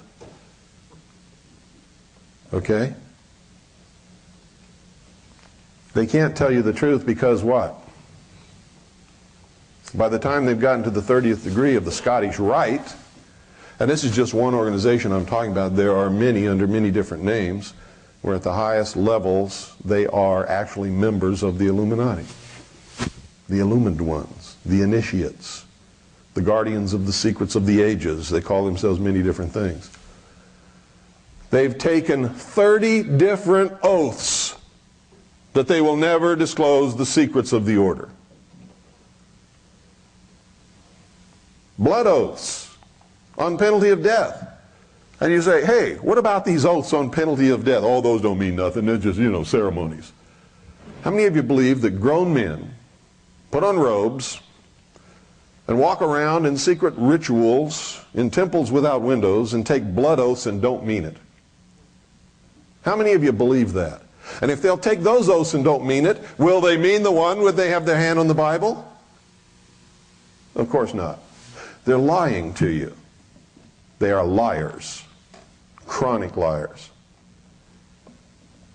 One of their ceremonies and oaths give them permission to lie, if it protects the secrets of the order and tells them it's okay.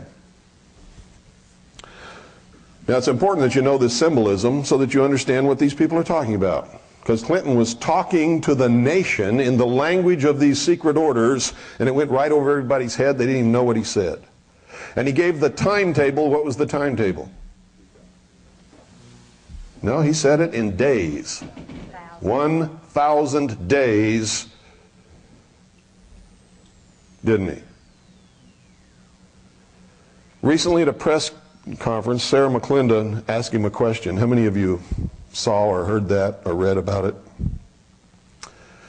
She said, Mr. President, there's a lot of these crazy people in this country talking about concentration camps, and they're going to be rounding up patriots and all this kind of stuff, and I just want to know if you could say a few words to, to clear this up, because it's hurting the nation, Mr. President. What did he say? No, he didn't say it's posh. He did not deny it. What did he say? There is no freedom.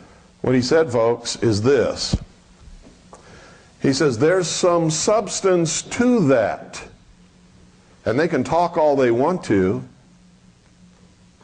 We're all going in to the new century together, whether they want to or not.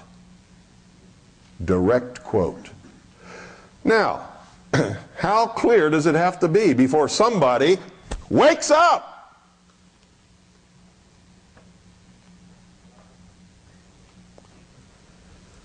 How many days do we have left now?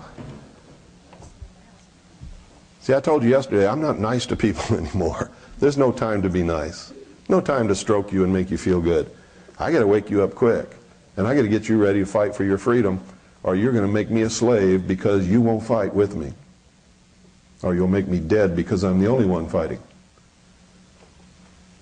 I don't like those odds. But whether you're with me or not, I'm going to fight for my children. They're talking to us clearly. We don't hear what they're saying because we don't understand the language. We don't understand. How many of you saw the movie JFK? How many of you understood what was going on in that movie? How many of you understood that Oliver Stone told us who killed John F. Kennedy in that movie in clear language? And how many of you understood the message and can tell me now who did it? Not a one of you. Isn't that amazing? How many of you listen to my show on a regular basis and understand some of the symbology? You should have spotted it immediately. He told us who killed the president in that movie. He knows.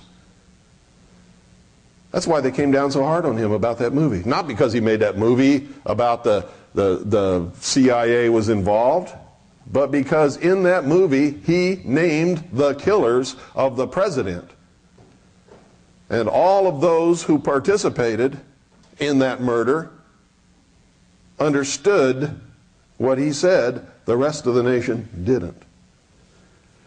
And it scared them, because there's people like me out there teaching you the language. It scared them. Oliver Stone scared them. Now, you all saw in Dealey Plaza yesterday, what was there? Those of you who were here yesterday. The obelisk. The penis of Osiris.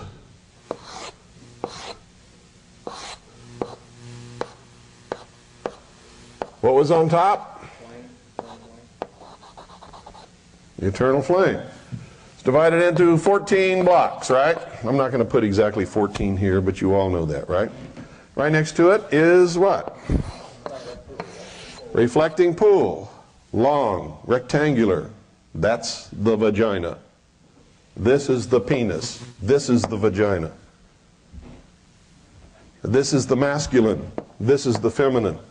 This is Osiris. This is Isis.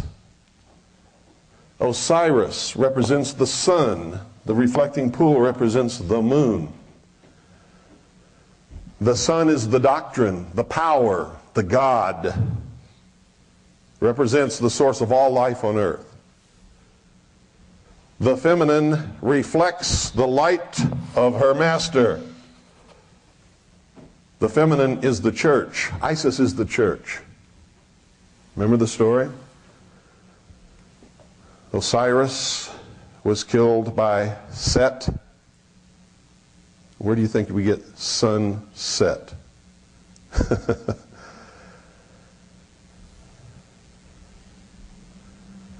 Osiris was killed by Set, chopped into 14 pieces. His body was scattered all over the kingdom. That represents the death of the true religion. The religion of science, the religion of the mind, the religion of ancient Babylon. Was killed by what? What was it killed by? Who killed it? Nobody knows? No. Who destroyed the ancient pagan religions? The Christian religion. Christianity. And Christian kings and queens. Okay? The three blows to Hiram Abiff represent this same story in the Masonic initiation. Hiram Abiff represents the master builder of the temple. The temple represents what? The salvation of mankind, doesn't it? Has nothing to do with Christianity or Judaism. This is all metaphor, symbols that convey a message. He was killed by 3 profane workers who wanted to know the secrets of the master. They couldn't wait to be initiated and to learn in the proper manner. They killed him. They killed him and they suppressed science, intellect, and the evolutionary progression toward perfection of humanity. This is their story, remember. It's not mine. I'm telling you what they believe, what I've learned in many years of research. Okay? In secret, they gathered together the pieces of the doctrine, the knowledge of the ancient religions. Put them all together in one place, but they could not bring it to life. Through the mystical union of the doctrine in secret with the church, behind closed doors of the lodges, this mystical union has produced the rebirth of Osiris, the intellect that was killed, as the child what? Horus. The sun rises on the horizon. Horus, the rebirth. The symbol of all of this together is the phoenix bird, who suffers the death, the mystical rebirth, and rises from the ashes of the destruction which killed it. So you have Osiris and Isis, represents the doctrine in the church, revitalized in secret, bring forth through this mystical union of the masculine and the feminine, the child Horus.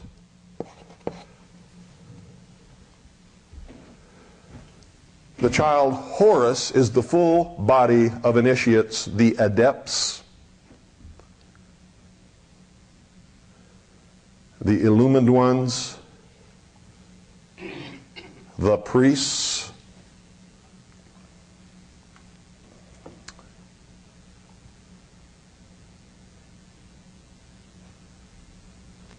this was all represented in the ancient Egyptian mysteries as Osiris was killed by Set, sunset. He rode in his boat through the underground, through the mystical union between the dead parts assembled together by Isis, except for one. There produced the next morning the child Horus, which is the rising sun, who would then go to the zenith, do his father's work in the temple, become Osiris, dying, and the whole pattern would repeat itself again. It meant something different in those days than it does now. What I've given you here is the modern interpretation. And these people have one goal. They have a great plan to unite all humanity on this earth in one world government, eliminate all existing religions, and put shackles on the mob. That's their goal. They're sworn to that.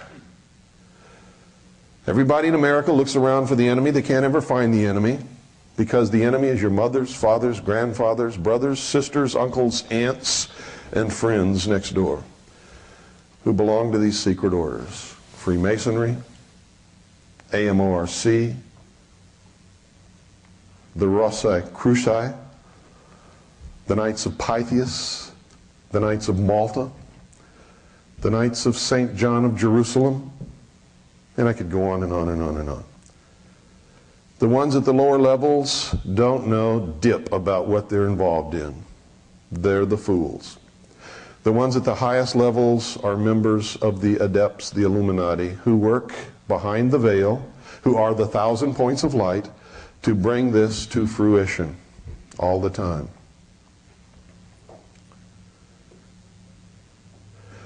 They have buzzwords and code phrases that they use to identify themselves to others. If you walk into a room and you see someone standing like this, he is a member of this secret order. He's identifying himself to others who know the secret signs. He has his feet in a 90-degree angle, and that tells every other adept in the room that he is one of them. There's another code word that a very famous man uses. When I raised my arm to the square, because when they take their initiation, they become in the 3rd degree, they put their arm on an open Bible on a square. Never heard that before, did you? There's a lot of other ones. Oh, are you a traveling man? Oh yes, I travel from west to east. And what are you seeking? I'm seeking the pure light of knowledge. Or I'm seeking the light of the Master.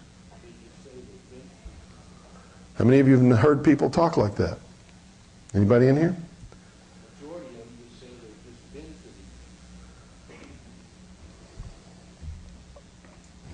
And they're always going from west to east. Why? Where does the sun rise? In the east. In the lodges, where's the source of knowledge and society come from, civilization? The east. Always. Why does the master of the lodge have his chair in the east? He represents the rising sun, the new dawn, the golden age. See, when Clinton made that statement to the Congress and to the world, he was delivering a message. We're going to reach the fruition of the work of hundreds and thousands of years of our secret order, and we have 1,000 days left until its reality.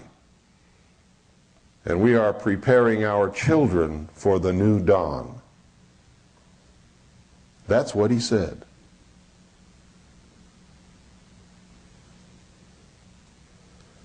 I've been trying to warn America for a long, long time.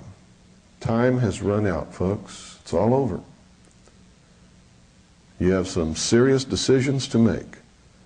You're either going to bend down and put the chains on your own ankles, or you're going to stand up and fight for freedom. And you better be making those choices now, because the day the fighting starts, it's too late to make your choice. You won't be prepared. And you're not too old and you're not too young. Because in this battle, you can't sit on the fence. You can't sit on the fence. So here we have. What do we have in Washington, D.C.? What is this? Washington Monument. Well, if this was a Christian government, why do we have the penis of Osiris standing in our capital city? Next to a representation of the pagan goddess Isis in the reflecting pool. And what is at the end of the reflecting pool? Pardon?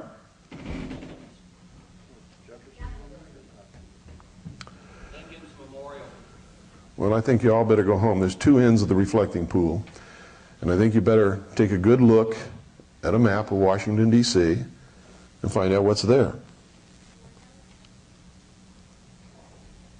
Okay? That's your homework. Find out what's there. Where is the seed of the child Horus germinating?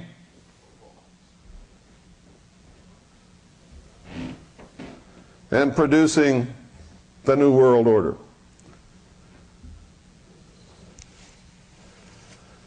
Washington, D.C. wasn't built by Christians, folks. No, sir. And no, ma'am. You've all read books and heard references to the secret destiny of America, haven't you? What do you think they're talking about? Huh? What do you think they're talking about? They're talking about what I'm teaching you right now. The secret destiny of America is to bring to completion the plan of the ages, the great work of the mystery schools, to return the mystery religion of Babylon to the rulership of the world. And our founding fathers were so deeply involved in it that it makes some of you so angry because you've been taught something else that you storm off and you won't listen to anything beyond that point, and so you're lost. You can't fight the battle because you don't know who the enemy is. You don't even know who you are. You've been lied to all your life. This is the age of deception. Who is the great deceiver? Even the elect shall be deceived. When are you going to learn that?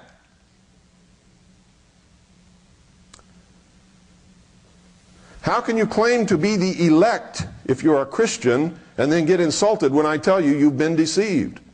Your own book tells you that. You've been lied to all your life. All of us, not just you, me, everybody. I wasn't born with this knowledge. Most of my life was spent in stupid occupations and endeavors that meant absolutely nothing to anybody anywhere except in my silly mind.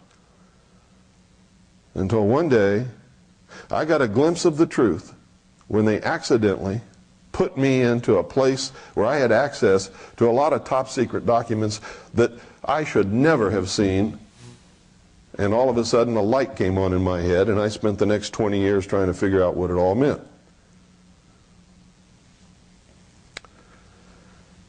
And what it means is, like I told you yesterday, I reached a point where I had to go in, look myself in the bathroom mirror and say, you are the stupidest idiot that has ever walked upon the face of this earth.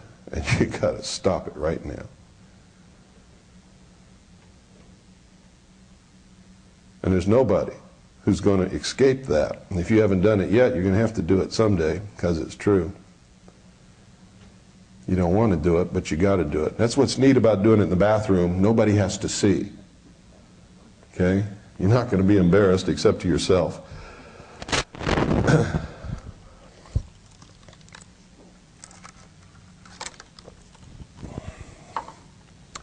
So look at all of this. You know what it means now. You know that they're speaking in a language that you've never understood before. Now you know how to decipher that much of it. Now go back to JFK. Remember when he went to Washington, D.C. and he met Mr. X in the Capitol steps? Remember that? And he walked along and they're talking and they sit on a bench. Well, in reality, this never happened. He put this in the movie so he could tell you who killed Kennedy. They sat on the bench and they're talking, and there's a close-up. They fill the frame. You can't see what's behind them. Somebody's starting to get a little glimmer. And he says, well, who killed him then? Well, it had to be somebody that had the opportunity and the power and as he's clicking this off on his fingers, what is the camera doing? The camera's panning back. I can't believe you all watched the movie and you don't even remember what you saw. The camera's panning back. As the camera pans back, what is the answer to the question? The obelisk is directly behind these two men, and Oliver Stone is telling you who killed John F. Kennedy.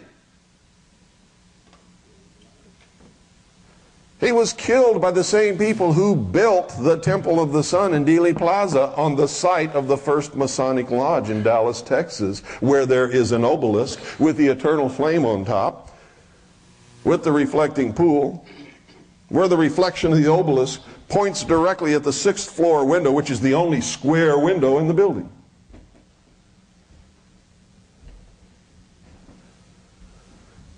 Where there are the four quarters of the Temple of the Sun.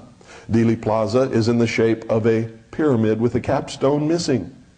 What is the eye on top of the pyramid in place of the capstone? It's the tunnel under the railroad overpass. Wow! Now is it starting to make sense to you? And how are they laughing at all of us? How are they laughing at all of us? What did they put on the slain king's grave, the sacrificed king's grave? What did they put? The eternal flame. They marked their territory like a dog pees on a tire. They said, we killed him, and this is a message to everybody, don't mess with us. We are the philosophers of fire. We are the guardians of the secrets of the ages. We are the all-powerful hidden force of humanity, and we are going to enslave the world in our new world order, whether you like it or not. And they can do it as long as everybody remains stupid and doesn't know what's going on or who's bringing it about. If I had a 30-degree Freemason and a 32nd degree Freemason in my family, which I thank God I don't, I would knock the shit out of him tonight. And that's the truth. And the same goes for Eastern Star. That's co-masonry. And at the highest level, they're exactly the same.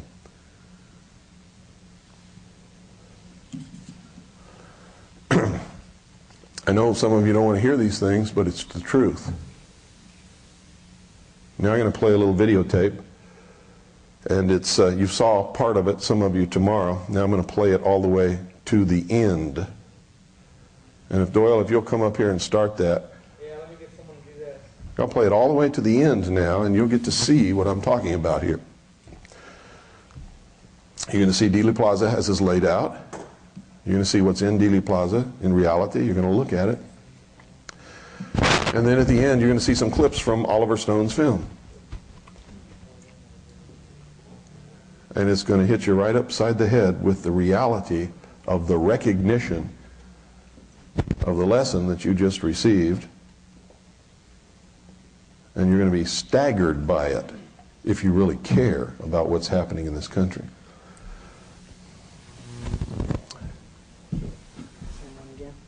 Yeah, the one that had the, yeah, that's it. Watch out for the speaker, we get a lot of feedback. Okay. I'm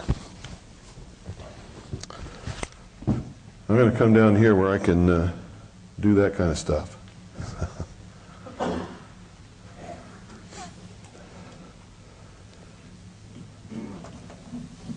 Rewind it all the way, Bill. Yeah. Okay, pay close attention to this, folks. And where it needs some elucidation, I will furnish that for you. If you're not in a position where you can see this screen real good, I would advise you to change your position now.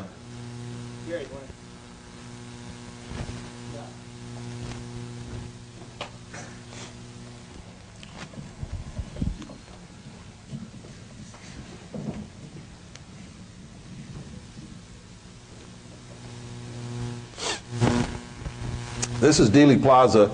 You can see that the layout is in the shape of a pyramid with the capstone missing up here. But there is a railroad overpass which creates the eye in the triangle that's normally above it. These are the four quarters that the pencil is pointing out of the Temple of the Sun, just like Stonehenge. If you take these four quarters, this is on a grassy knoll. This is right over here by the obelisk and the reflecting pool.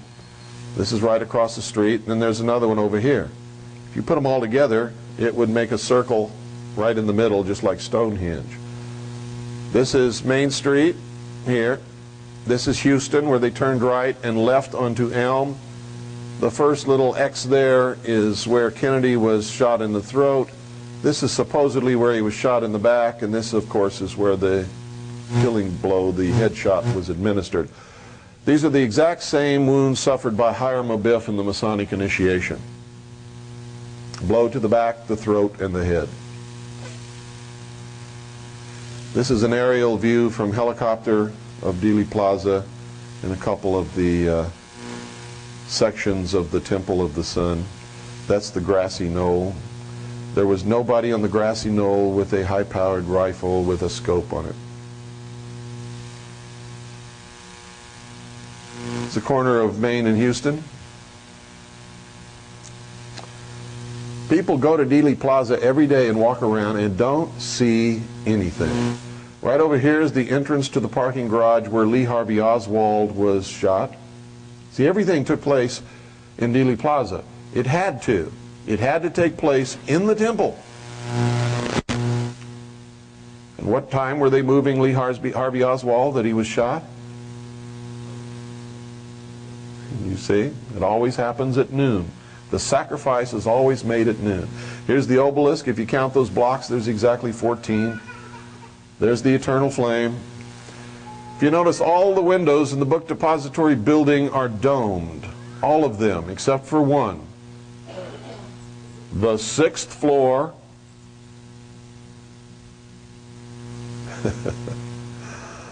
How many of you realize it was the 6th floor? Where there's the only square window in the building out of which Lee Harvey Oswald is supposed to have made the shot. On that plaque you can see that it's dedicated to the First Fraternal Lodge in the city of Dallas. There you're looking at one of the quarters of the Temple of the Sun. Here's the obelisk, the phallus of Osiris, with the eternal flame on top. First time I walked into Dealey Plaza, I knew instantly what had happened there and who did it. Nobody had to tell me.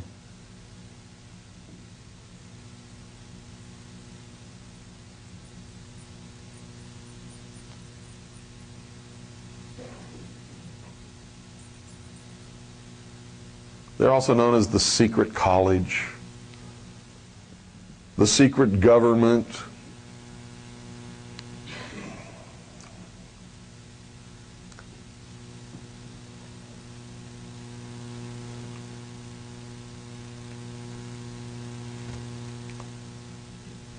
Now, I took this shot on purpose because it divides the obelisk into two columns of darkness and lightness, because this is a war between the forces of dark and the forces of light. But the enemy is the great deceiver, and so he represents himself as the light. This is Isis, the reflecting pool, the feminine, the vagina. The reflection of the obelisk in the reflecting pool points directly to this window. That's the only square window in that building. Even the ones up here have domed tops to them. They keep that window propped open all the time with a little box in there so the public will know which window Lee Harvey Oswald was supposed to have shot John F. Kennedy from. However, he was not up there. This is where Oswald was shot, in the parking garage there.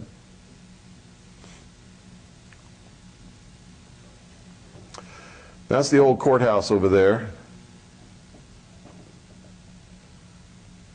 This secret order has also been known as the, what? Order of the Dragon, the Order of the Snake. On top of the courthouse you can see their mark here, the dragon. This is not a griffin, this is a dragon.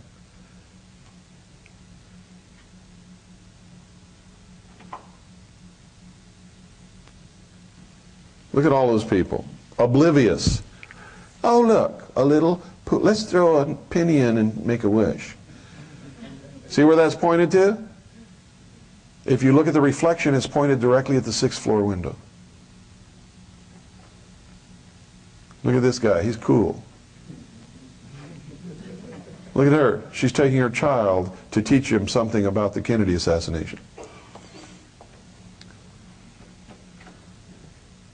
See the 2 quarters across here? There's another quarter right over there, right behind those trees. And on this side, of course, on the grassy knoll, there's another quarter.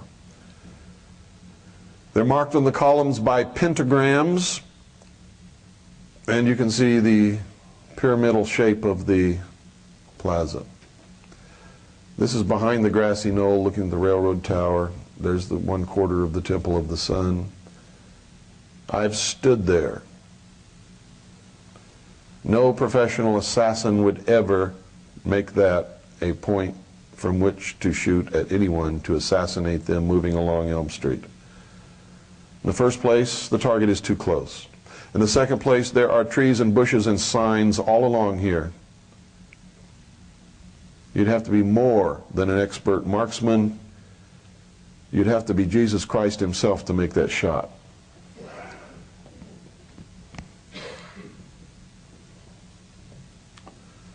And I really don't think Jesus Christ would be up to it. That's the railroad tower where you've heard testimony about. Right over here is where Zapruder stood, right on there. See that little wall? That's where he was standing when he took his famous Zapruder film. Right there is where the car came around the corner, turned, and came down this way.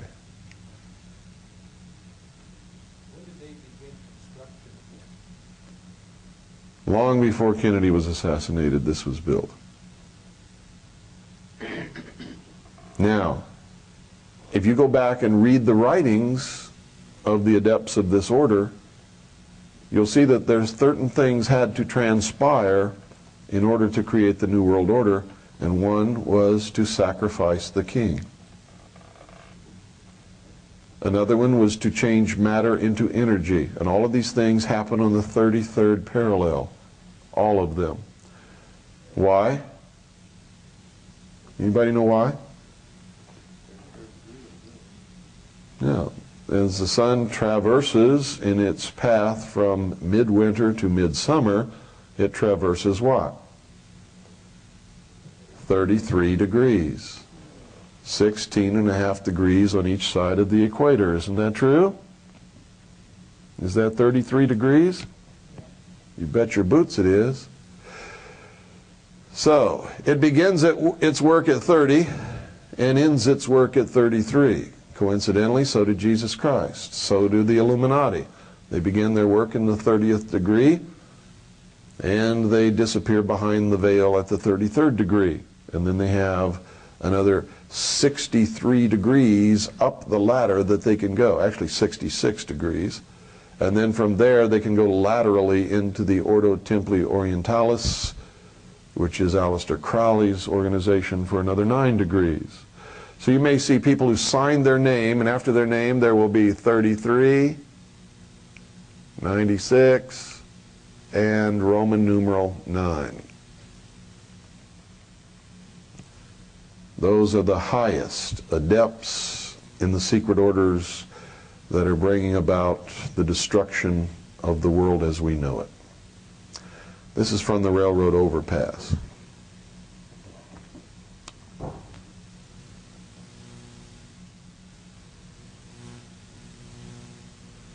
Look at that. From the railroad overpass, or from down where Kennedy was actually shot in the head, you look up, that pyramid of that other building is right above the spot on the book depository building, under which is the square window from which Lee Harvey Oswald supposedly shot John F. Kennedy. But Lee Harvey Oswald was never there. He was never up there. We have a photograph of him actually standing in the doorway of the book depository building as Kennedy is being shot. He's watching the motorcade go by as any normal human being would be doing. Is that the sign that they pass behind when they're driving? Yeah. That's one of them. The one that you're thinking of was actually up further. Up there. That sign's been removed.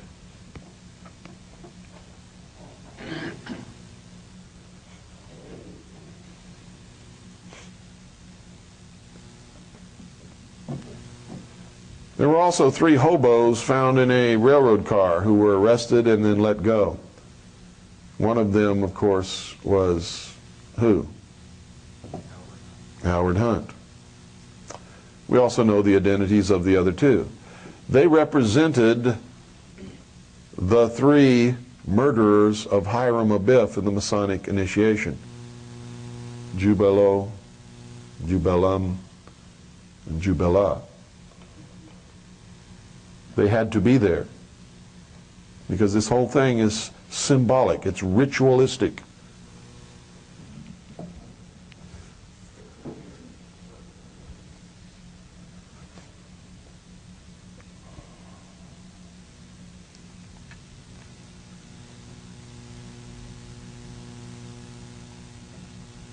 Uncle Jim will tell you, oh, we don't do anything in Freemasonry, we just, you know, just a bunch of guys get together. Really? When did Uncle Jim become so stupid? Grown men don't do that. Especially with the huge amounts of money you have to pay. Look at that. To go up through the degrees.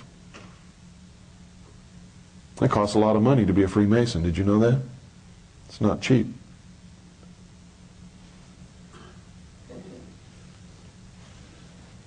You see in each of those posts, right there, there's a pentagram. Could you point that out, please, the pentagram? It's on the posts of the sections of the Temple of the Sun. Everywhere there's a post and the top member crosses, there's a pentagram. When it went in there for that close-up, you could have seen them very clearly. But I failed to point that out at that point. But if you go to Dealey Plaza, you'll see them very clearly.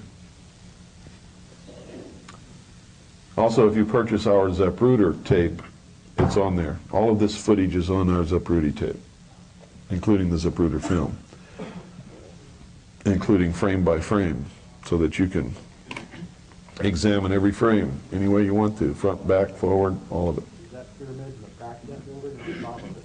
It's in back. It's another building that's been built.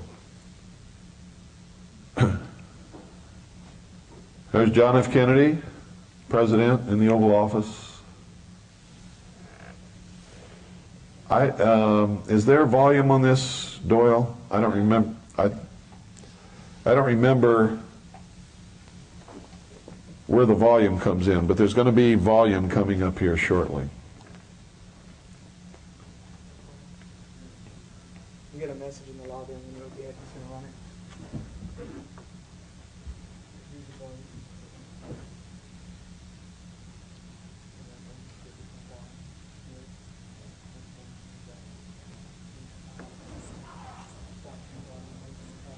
In 1974, they had a big white circle on the window of the book depository. When I went by it, did that have any? The white circle is one of the symbols. It's the snake eating its tail. Usually you'll see that there's a dot in the center of the circle. That's the symbol of the phallus of Osiris also. It's also the symbol of the generative force, the intercourse between the male and the female, and the unification of the doctrine in the church, which produces the child Horus. This is the Zapruder film. You'll never see it better than this in your whole life. This is the very best copy that can be obtained anywhere. It's a little off color. That's this TV set. There's a little bit too much red, but it's not going to stop you from seeing what you need to see.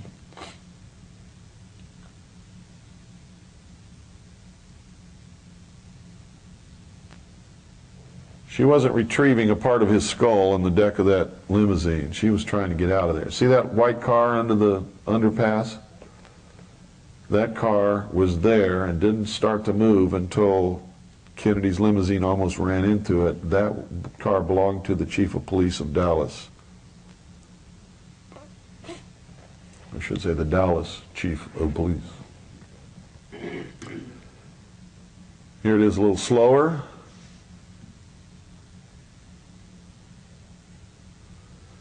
Now the reason a lot of the frames are blurred, people complain about this, nobody can do anything about it. Home movie cameras at that time in 8mm format that used Kodachrome had a shutter speed that could only go at its very fastest 1/30th of a second.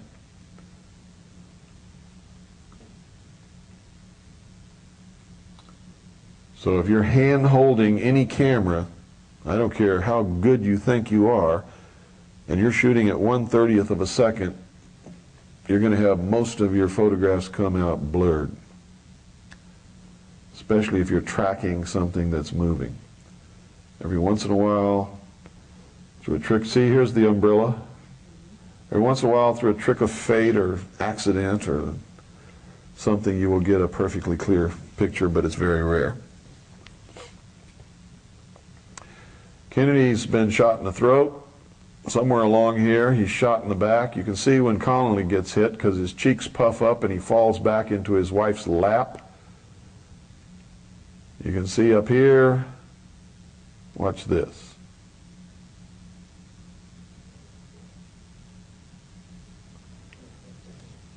It appears that the driver turns around and shoots Kennedy in the head. Shortly after that, you see a big flash here. When you slow it down and examine the whole frame, you'll see glass shards falling down, which appears that a bullet hit the windshield, and we know that one bullet did hit the windshield.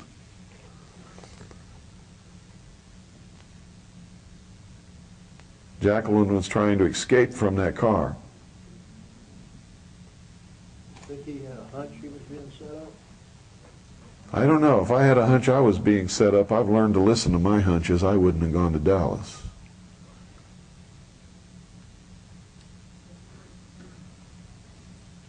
And I don't think John F. Kennedy was a fool. He certainly didn't impress me as being a fool. So I don't think he had the slightest idea.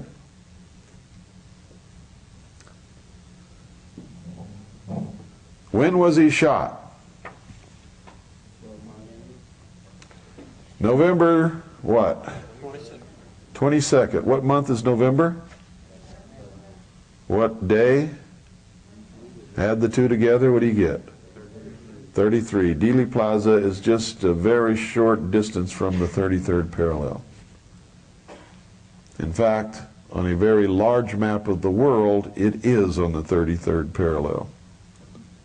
You get down to nitty-gritty, large-scale maps, and it's a little bit off. But it's close enough for their work, because I'm sure that first fraternal lodge in Dallas was thought to have been placed on the 33rd parallel.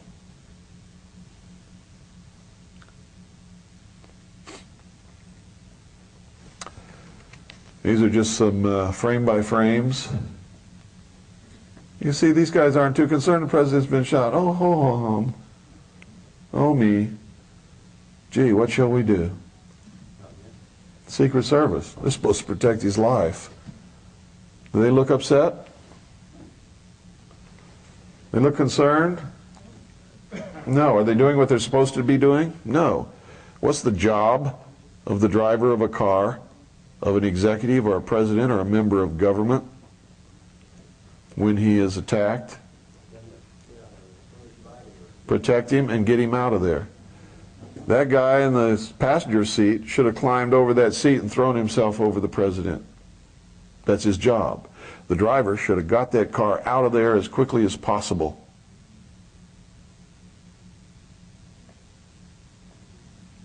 They didn't do either of those things, did they? No. When we examine this very closely, we find some strange things. We find the emulsion scraped off the film here, here, all up here in the front seat. Up here we find, some people say that's a reflection on Kellerman's head, but it's not, because his headline goes right where I'm showing you. Well, I can't hold it steady enough, but right under here. It's actually floating above his head. It's not on his head at all. The emulsion was scraped off here. It was scraped off here. Emulsion has been scraped off up here. This is not chrome. These are the visors of the car. You'll see flesh that appears to throw the same reflection as sunlight on chrome. That's impossible. All of these white places, you see, this is actually where it's been scraped off, not only on his head, but up into the grass.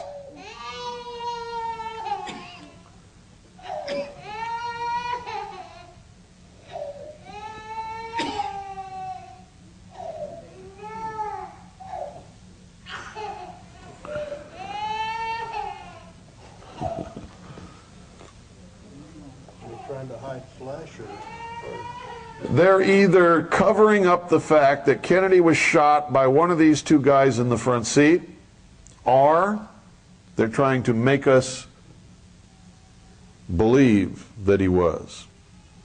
We don't know, because we can't tell what's there where they've scraped the emulsion off the film. Look at this. That's where the emulsion's been removed from the film. Here, here, down here. Here's Kellerman's headline. Right there.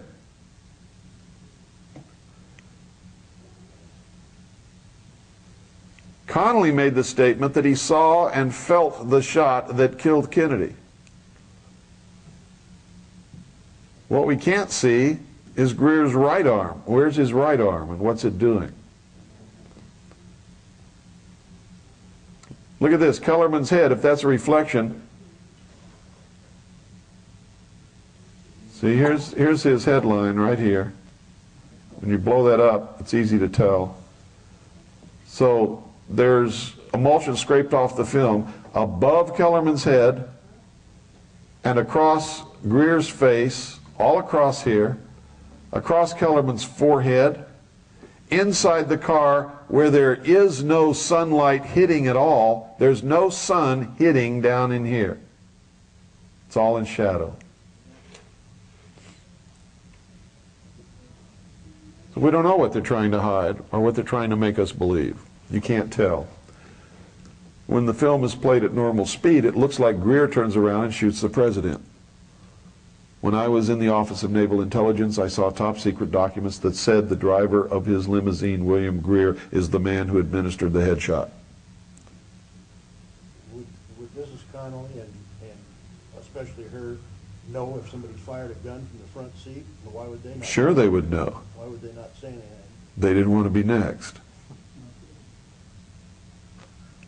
If the Secret Service, the person who guards the president, is involved in killing him, who's safe?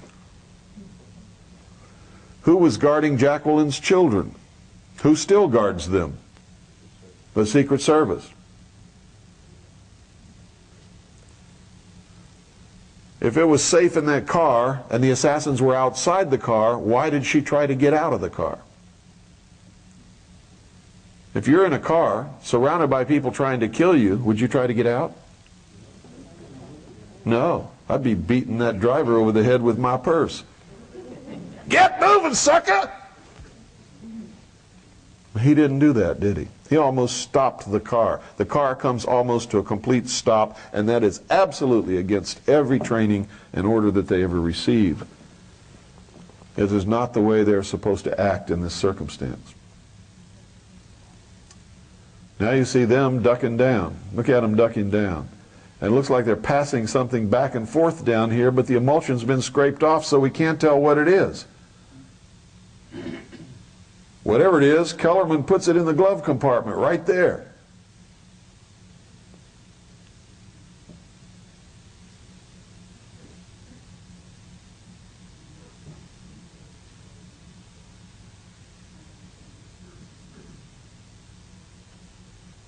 Look at this. This is flesh and clothing.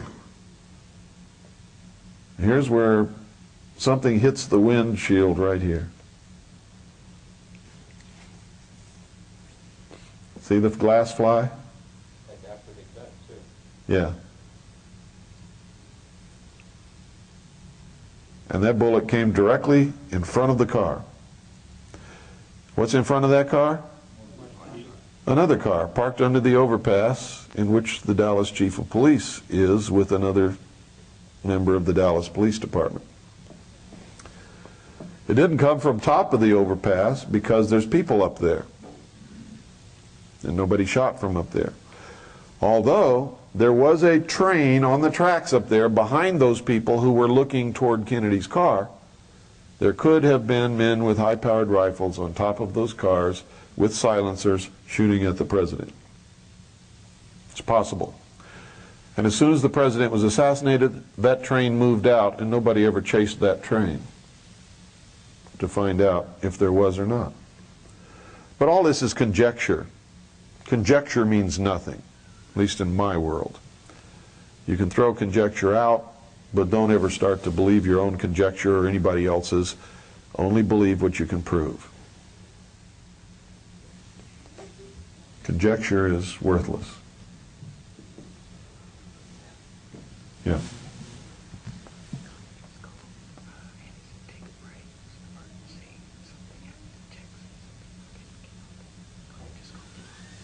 Okay, let's, can you stop that? Just stop it right where it's at. We'll take a little break.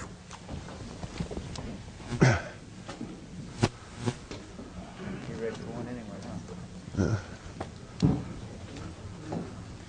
Here, honey. I told John Pounder right away. This phone number. Let me repeat.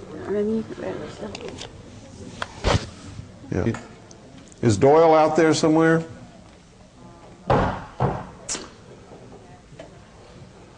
Okay, I've got some not so good news to give you. I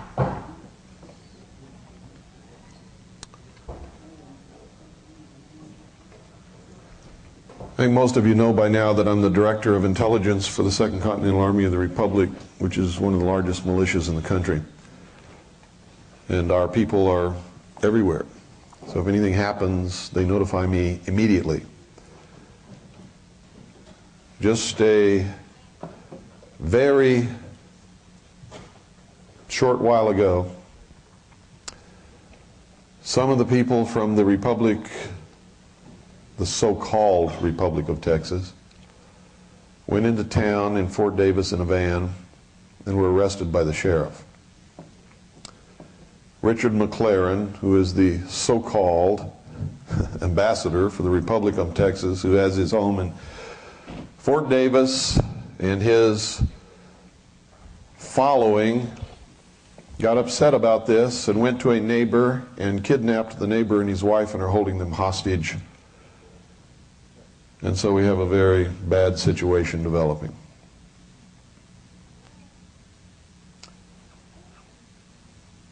The official position of the Second Continental Army of the Republic, I have just spoken with the commanding officer on the telephone, is that since they have taken hostages, we cannot support them in any way whatsoever.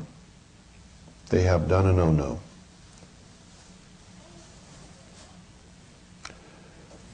So now you know what's going on, you know our official position, you're going to have to make up your own mind what stance that you take on this. We've done a lot of study into this Republic of Texas stuff and find out that where they may have some legal grounds for what they say, they have screwed themselves by lying, telling an awful lot of lies, and they're split into three factions who have three different presidents of the Republic of Texas at the present time.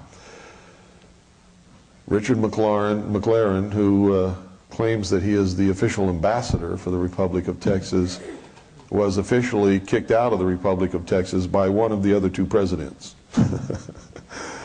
So, you know, at this point, when they go and take innocent hostages, they've gone beyond the pale of being legitimate. You can't do that. But that's what's happening right now. And this hostage taking just occurred just a few minutes ago. And my people are there and they're watching the whole situation. So if anything develops, we'll know about it before anybody else does. Where at? In Fort Davis, Texas. Okay, if we can start this again, we'll continue where we left off. I hate to give you bad news like that. But there are no end to fools in this world, and an awful lot of them seem to be in this country today for some reason.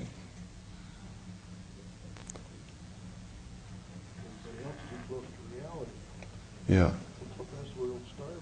Who's the video expert that we had? Has he disappeared? Could somebody, does anybody know where they're at?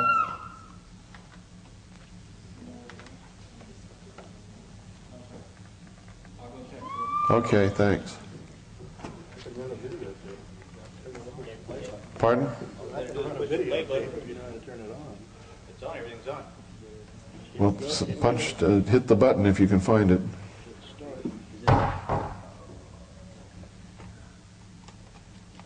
See, it's not so easy, is it? Big round knob up there that says play on the big. Ah, here he comes. Here comes the expert.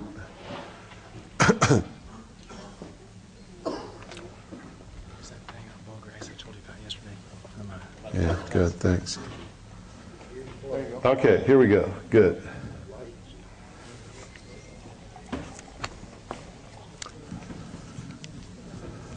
So, we continue. You can see in the back seat now, you can see nothing's been done to Kennedy or Jacqueline at this point.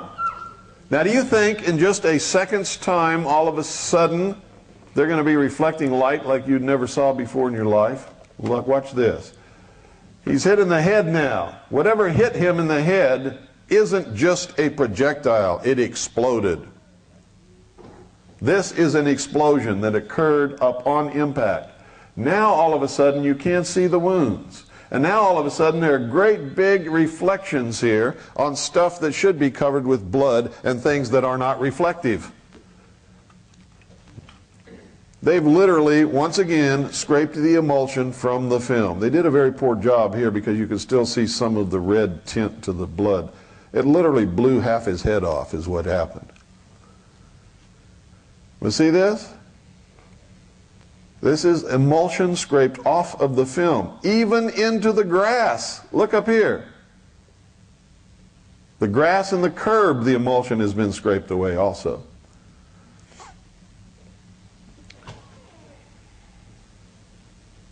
Now all of a sudden you can't see anything. Look at all this. This is scraped off the film, folks. All of this. It's all gone. Why did they allow the film to even exist? It's been easy to Well, once you know the film exists, it's impossible to say it doesn't. Too many people knew. Abraham Zapruder took it to the local processing place and had this film processed immediately. And he had them hurry up and do it. And he phoned all the news people. They showed it on TV that night. The whole world knew about it, and then the government said, oh God, we've got to get that film, no telling what it shows. They took it away from Zapruder, took it to the National Photographic Laboratory in Washington, D.C., and that's where we believe they did all this alteration to the film. No copies were made? No. Do you think a rubber bullet or something did the other two wounds? You said that didn't go very deep. I have no idea what made them. I fought in a war. I know what a bullet wound looks like, and I've never seen a bullet in my life that will only go like 3/4 of an inch in somebody's throat. A BB gun will almost do that. Look at this. That is so obvious, it's unbelievable. Look at that. Just totally scraped off. No, that's where the emulsion has been removed from the film to cover up the truth about his wound, so you can't see it. Now this is Jacqueline's white gloves. That's her white glove.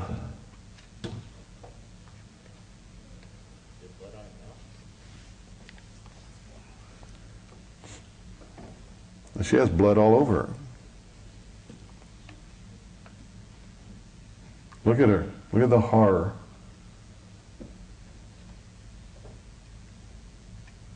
Now that's a woman who's been protected all her life. Never been close to anything horrible. From one of the most wealthiest families in the country. Taken care of, pampered, always had money. Can you imagine what she felt there? And what did she do? Did she try to get out and protect herself? She tried to get out of the car.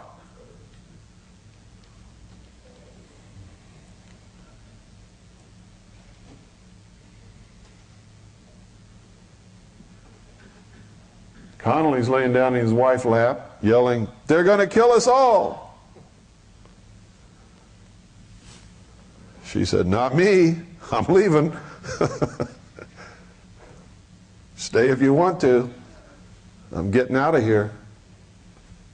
Now look at the deck. Look at the rear lid. There's nothing there. These two things are antennas. They're supposed to be there. These are handholds for the Secret Service. There's nothing else on the deck of that car. There is no piece of his head. She did not go back there to pick up anything. It's a lie. You can see it. Anybody see anything there that's not supposed to be there? Anybody in this room?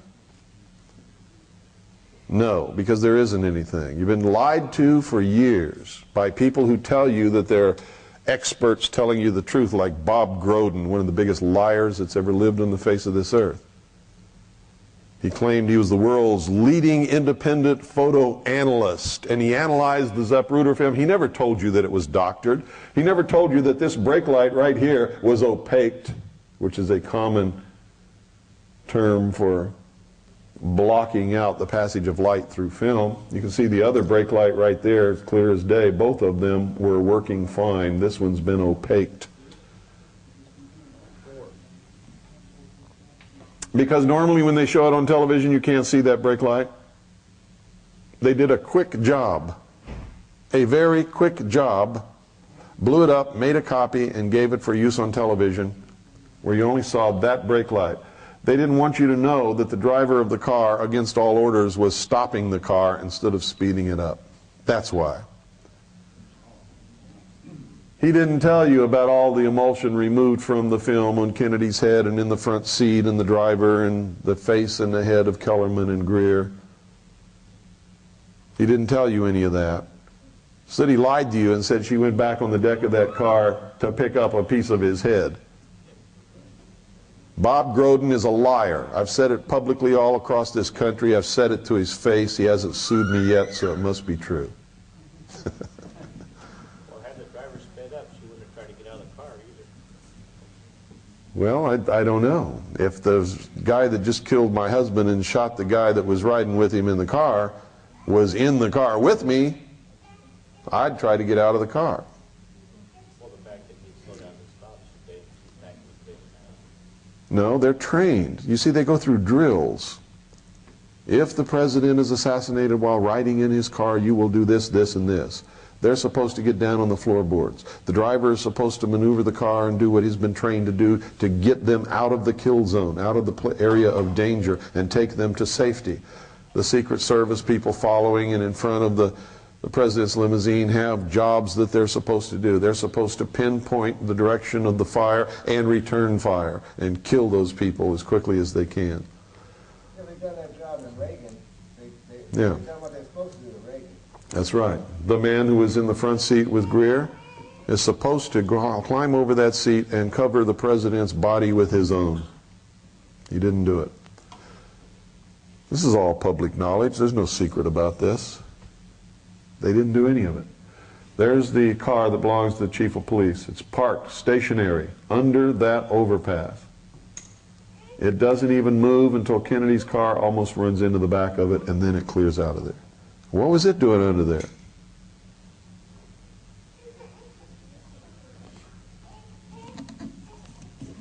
What happened to the driver's career or his lifestyle after this? Did he live for a while? Yeah.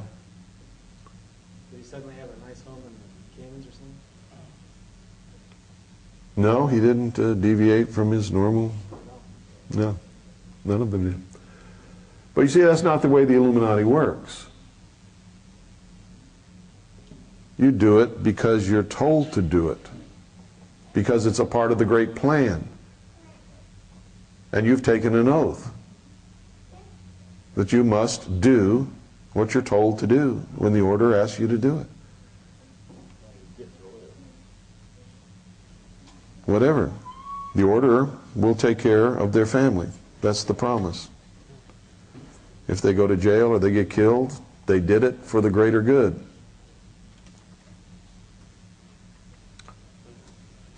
See that? That's the actual top of Kellerman's head, right there. This is actual Greer's shoulder, right there. You can see this up here is where the emulsion has been scraped off to either hide what Greer is holding in his arm, which is right there, or to make us believe that he's holding something in his hand. You can't tell at this point. Look at that. That's obvious. You can see the top of Kellerman's head right here. And that emulsion's been scraped up not only on the top of his head, but up into Greer's face. Any photographer can just rip this to shreds. Look at the back of Kellerman's head. You can see the natural curve right here. Look at this. It's all been scraped off up there. People say, Cooper's crazy. That's a reflection off of Kellerman's head. To get that kind of reflection on anybody's head, ladies and gentlemen, would require a whole jar of Brill cream.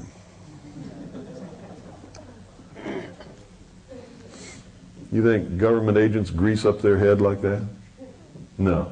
Look at that. There's the natural curvature of Kellerman's head. That's not a reflection on his head. It's where the emulsion has been scraped off clean above his head and across Greer's face. Can you all see it clearly? Am I telling you the truth? If you can't see it well, come up and look for yourself. Get closer. I don't want you to go out of here with any doubts. Well, I can't see it now. You're too late. Got to be quick.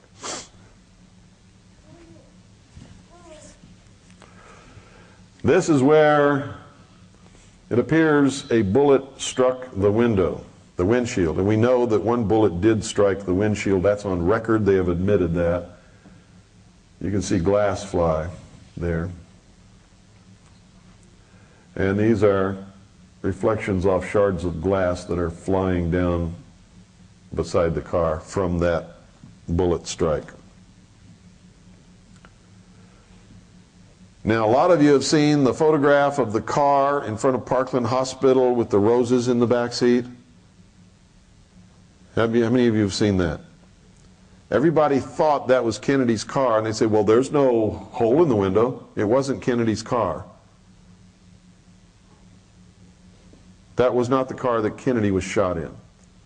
Didn't even have any blood in the back seat. There was blood all over the car that Kennedy was shot in. How many of you have been in a war? Nobody in here? I'm the only one? One other man? You've seen a head wound, right? A head wound is the bloodiest thing you'll ever see in your life. Great amounts of blood flow to the head through the carotid arteries. You're shot in the head, blood goes everywhere. It spurts in a solid stream. I've seen head wounds. Head wounds produce lots of blood. That's why people get so scared when a little child hurts themselves on their head, because there's a lot of bleeding. They're not really hurt, but there's so much blood coming out, it scares the hell out of the parents. Look at this. Emulsion scraped off. Look at that.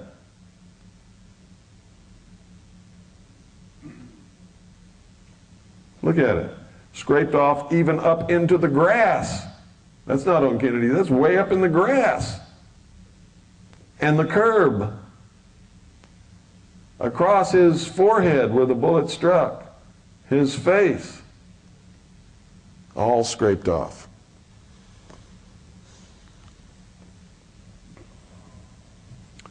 Next time you see Bob Groden and he's talking to you and you're in the audience, say, tell us the truth, you lying sack of crap. Who's that? Who is that? Oswald, that's right. Where is he? He's in the doorway of the book depository at the moment Kennedy's being shot with all of those other people. Who's this? Lee Harvey Oswald. It's the same guy wearing the same shirt. They said he went home and changed his shirt. He didn't even change his shirt. He's got the same shirt on that he was wearing when he was standing in the doorway of the book depository building. These people have lied to us all over the place. Who took the first picture? Pardon? Who took that first picture? A reporter. Who's this? Prouty. Who's Prouty?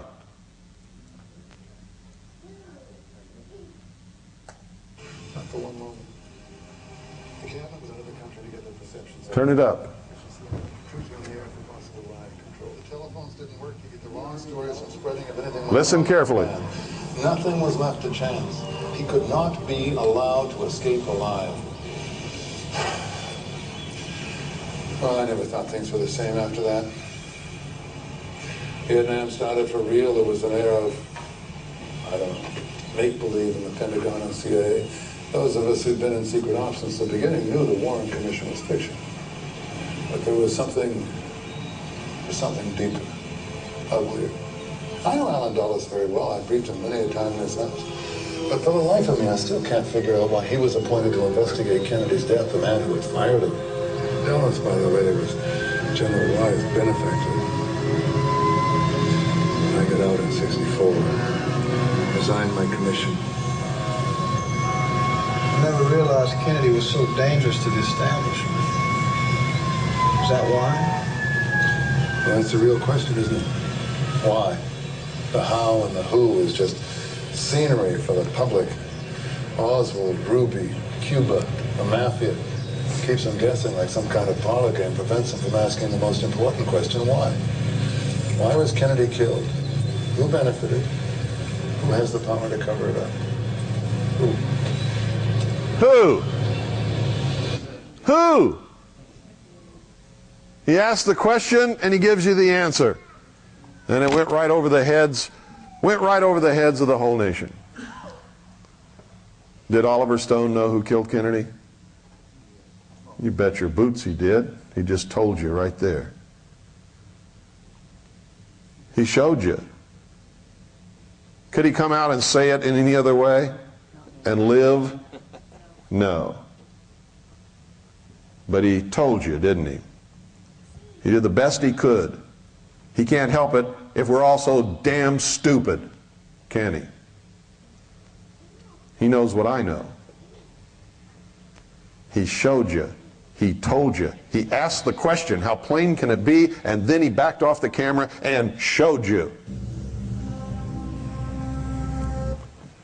Go ahead, let it go. Or I'll tell you what, let's just go into, take that video out and put in 2001. And we'll start from the beginning.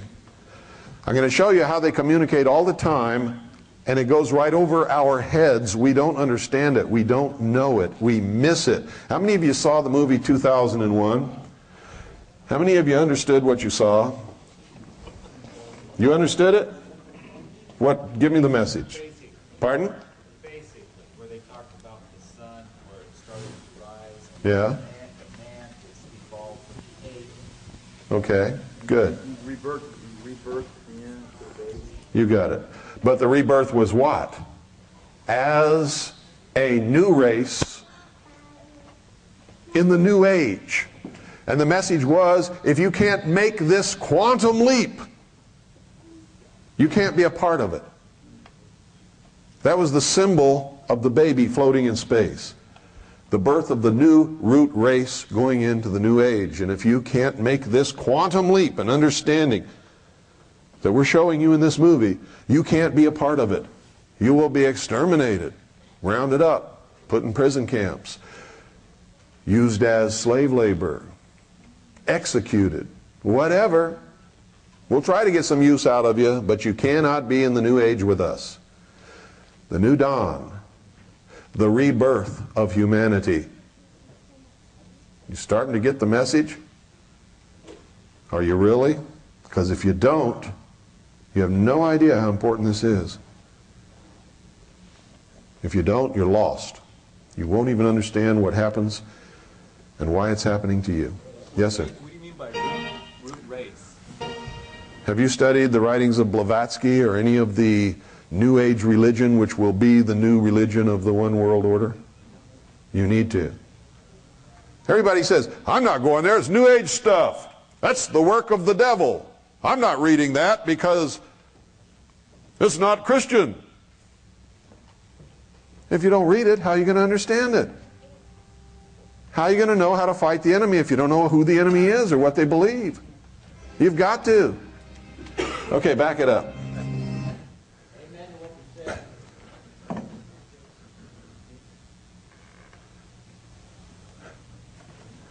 It starts with the MGM lion. The lion is the symbol of what? The king, the ruler. Okay, here we go. Watch this carefully. Remember, Osiris, Isis, Apollo goes across the heaven in the chariot. Osiris rode across the heavens in the boat of Isis. You're going to see it here in a moment. All of the symbology is going to be played out in front of you. Watch carefully. Who is Lucifer? How art thou fallen for heaven, O Lucifer, son of the morning? What is the son of the morning? Horus, being reborn as his father Osiris, right? Actually, Osiris being reborn as his own son, Horus. It's also played out in The Lion King when the little lion looks into the pond and sees his father staring back at him in his own reflection. There it is. There's Osiris riding across the boat of Isis. Isis is the moon, Osiris is the sun.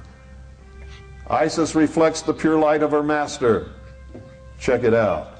And here is what? The earth bathed in darkness. The home of the profane. See, you all just thought that was pretty, didn't you? Oh, that's cute. Gee. These guys are real artists. They made some cute stuff in the beginning. It's really neat. It means something.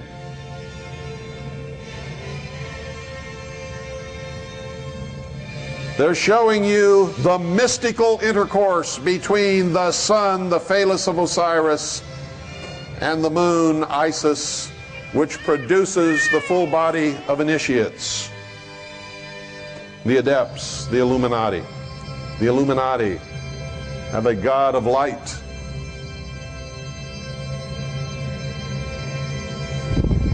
Hi, sweetheart. Then the 2001 means something. Annie, would you come and get baby? I have to do this, okay? Please? I'm sorry, honey. I can't pick you up right now. Now, this is all symbolic. Here, what do you see? The golden dawn.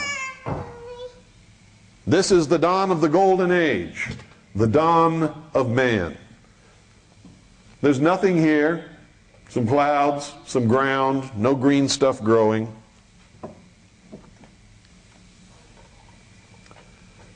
You can hear some insects begin to make their presence known. You see, it's just mostly just a vast desert.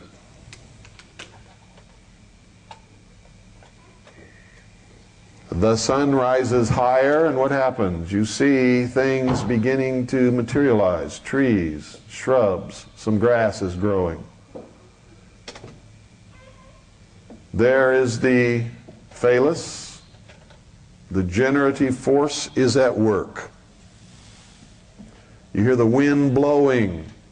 When the wind blows, it signifies an age is passing, a long period of time. But the Spirit is moving upon the waters. That's the way the Bible would say it.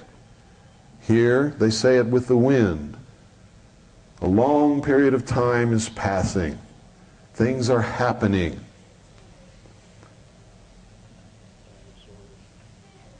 Animals come and go, and they leave their traces behind them. These are epochs. And then this little creature appears upon the scene. He's a peaceful little fellow. He eats nuts and roots and berries and plants. He lives peacefully side by side with the animals that he will later kill and eat. But now it's the age of innocence. It's the Garden of Eden. Nobody's killing anybody here. They all live peacefully together. Occasionally we'll see some grunts when somebody tries to eat what somebody else is eating, but that's about it. And it's daytime, it's peaceful, everything is cool. You can see. Even then, man instinctively knew that life came from the sun. Without the sun, there would be no life. And you'll see the bones, which is the symbol that things live and things die, and this goes on for a while. Life is played out. That's about as violent as it gets. And then something develops toward the sunset. See? It's getting darker. The sun is going down toward the horizon. Carnivores enter the picture and begin to prey on man. And it's always toward the sunset that this dangerous time occurs, because when do animals hunt? In the evening and in the night. The sun is setting now, the shadows are growing long. They go down to get their drink of water before they retire to their cave for the night. They're peaceful, nice little fellers. They don't sound too sweet, but then, you know, sometimes when I'm a little bit irritable, neither do I. What do the carnivores represent? Danger. The element of danger that man could not face. Man was pretty helpless in that state. Man doesn't have big long teeth and claws. Now here they are. And another group comes. Strangers. Oh my God, they're just like us, but they're strangers. They might even be of a different race. Right? Look, they even look different. Isn't it true that if somebody looks different than you, and you don't know anything about them, you get kind of a little uneasy when they come around you? That's the root of hatred between the races.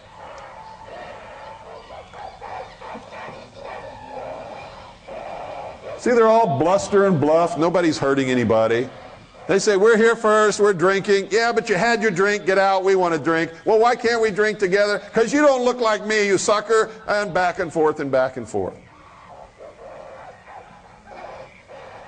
And so they go away and let the other guys drink. That's about as violent as it ever got. In the age of innocence, living with nature. But it was dangerous.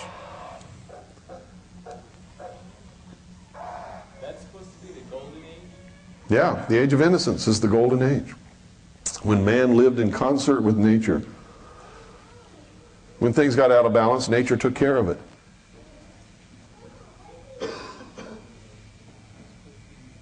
Sun is setting, the leopard has its kill, man retreats into a place of safety, which represents the womb, goes in the cave. The womb, there's the womb. While he's in the womb, evolution is taking place. It's also nighttime.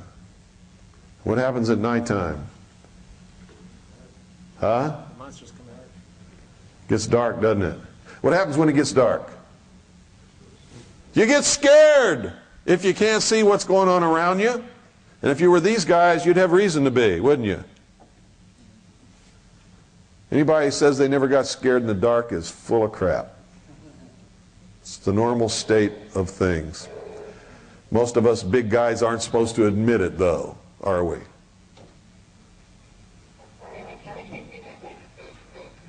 They're in there. They're scared. They're all huddled together. In just a minute, you'll see another symbol. One of them is holding a baby. Look at that. See that little feller? See that little baby? Something is coming of this. Evolution is occurring. Comes the first rays of the golden dawn. A new epoch is being born. There they are, all sleeping. Now you're going to hear something. Listen carefully. What is it?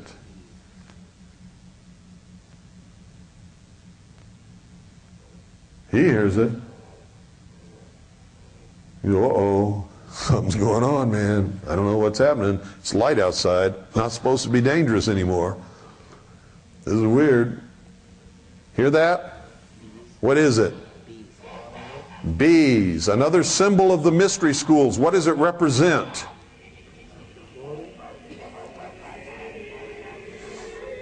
What is this?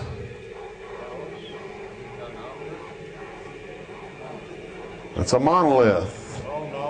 It is the black stone of foundation. The stone of foundation that was here from the beginning. The Bible talks about it. The mysteries talk about it. There is a reproduction of it in the meditation room of the United Nations building. It is represented by obelisks. It is the generative force. It is the symbol of the truth. It is the symbol of the gift here of intellect to man in his primitive state by Satan. When this little fellow gets up enough guts, he's going to touch it, and he will be imparted intelligence. The philosopher's stone, no, is the perfection is a symbol for the perfection of the human race. That's what they're working toward. The discovery of the philosopher's stone, which is the perfection of the human race. Here he goes. Oh, I can think.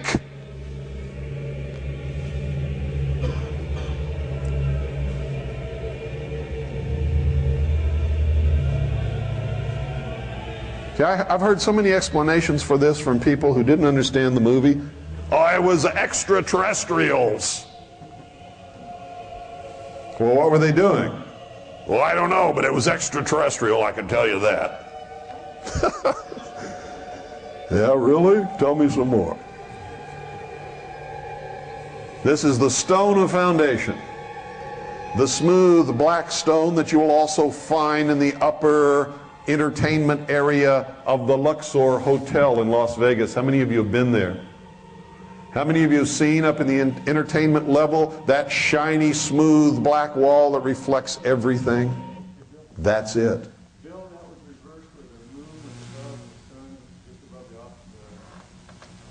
I don't have the slightest idea what you're talking about, and I don't have time to do it now. Okay, man now has been imparted the gift of intellect. Let's see how he uses it. Let's see how smart we are. What do you think he's going to do? First thing man's going to do with his newfound ability is kill somebody. Hooray. Here he is. Oh, look at that. That's the temple of initiation. You can see the god of illumination rising above it. What is the capstone of the temple? The master mason, the initiate. He is now the first priest, the master of the lodge. He sits in the east. And he holds the power of knowledge that no one else has. He has the first original thought. He is the first priest, the first king, and the first power upon earth, outside of the natural realm of the forces of nature. Whoa, did you see that?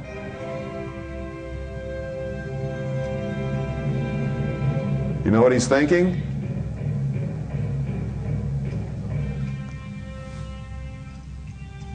I'm God. That's what he's thinking. I'm God. I'm God. I have the power. I am the leader. Don't mess with me because I know something that you don't know. I can think.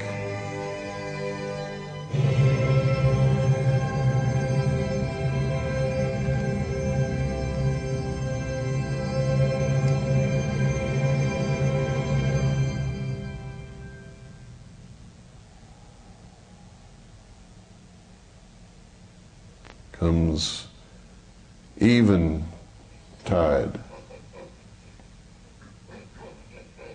What's he eating now?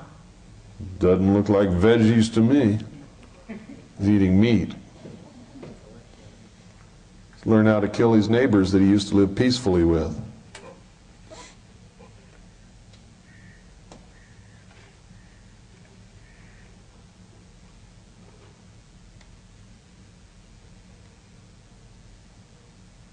The buzzing of the bees, folks, is the symbol of unity, society, social evolution.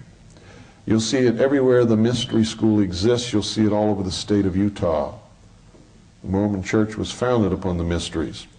The Mormon Church, in the secret initiatory rites of the temple, practices the mysteries. Joseph Smith was a Freemason, so was Brigham Young.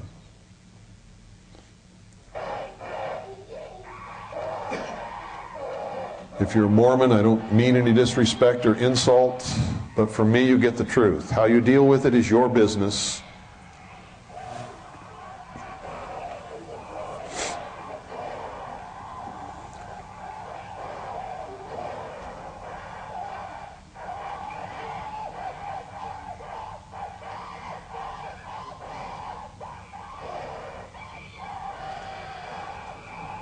What's the representation here, folks? One group has evolved and the other one has not. One was the hunter, one ate veggies. What is the metaphor? Cain and Abel. One sacrificed meat upon the altar, the other ate veggies, sacrificed vegetables, right? Cain slew his brother Abel.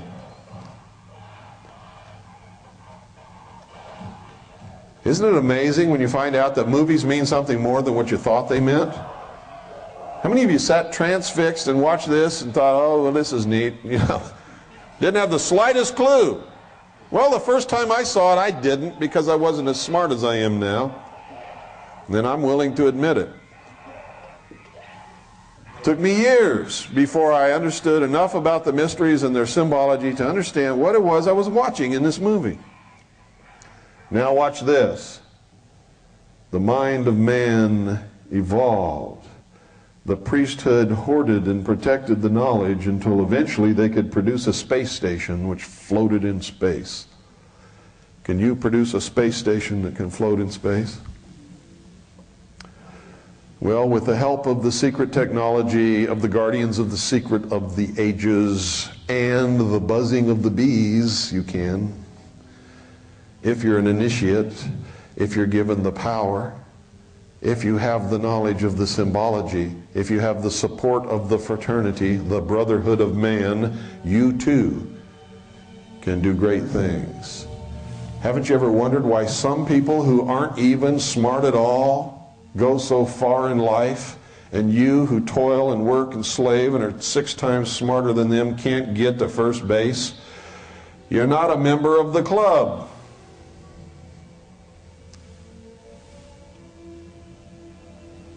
They're not going to pull you up. They're going to slap you down. They're going to pull their brother up.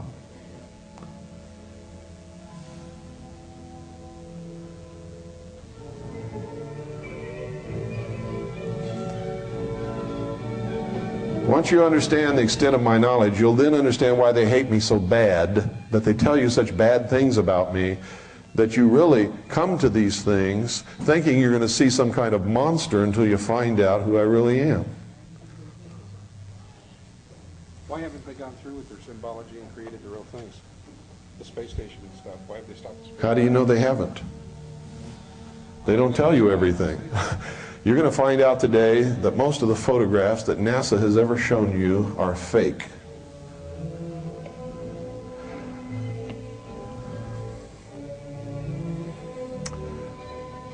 Okay, we don't need to go any farther than this with this. It goes on to show man in this journey but through space. Is it about space? No, it's about man. Who survived? Huh? This was about the survival of the fittest of the human race. Who is worthy of being accepted into the new age? The man who had the greatest knowledge. The man who could survive against all the odds. Who was Hal?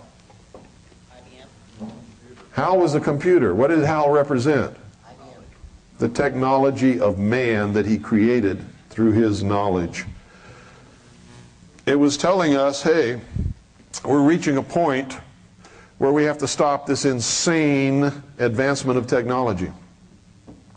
Because we've reached the point that the public doesn't even know yet. In secret, we have created things that can destroy us all. And on the spaceship, could you believe they built this big computer to run this spaceship and they didn't have an off switch? There's no switch to turn this thing off. And this machine interpreted the actions of the astronauts as being against the mission that the machine was assigned to perform, and it began killing off the astronauts.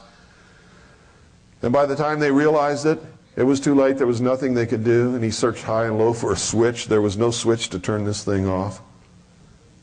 He had to crawl up in the machine and cut wires and pull out circuit boards and all kinds of stuff, and he luckily made it before the machine got to him. H-A-L. Advance them one letter of the alphabet. What is it? IBM. Were they talking about the IBM Corporation? No. But what was the symbol of technology at that time? Computers. IBM. Right? What happened to him when he reached Jupiter? What did he see floating out in space? The stone of foundation. He went out and looked at it. He found a way to look inside of it, and what did he see? He said it. Another universe. Inside this stone of foundation, there was another universe. A whole other universe. He began to develop the mental mindset, what they call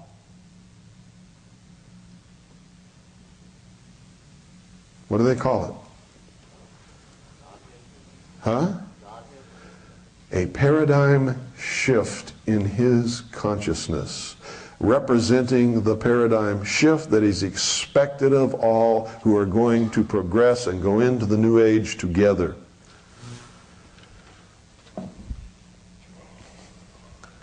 All of this stuff about him laying there and then looking up and seeing himself in the doorway and then looking in the mirror and growing older and all of this kind of stuff, that was his confrontation between himself to make this paradigm shift where he was reborn. See, he represented humanity. He wasn't a person at all. He represented humanity.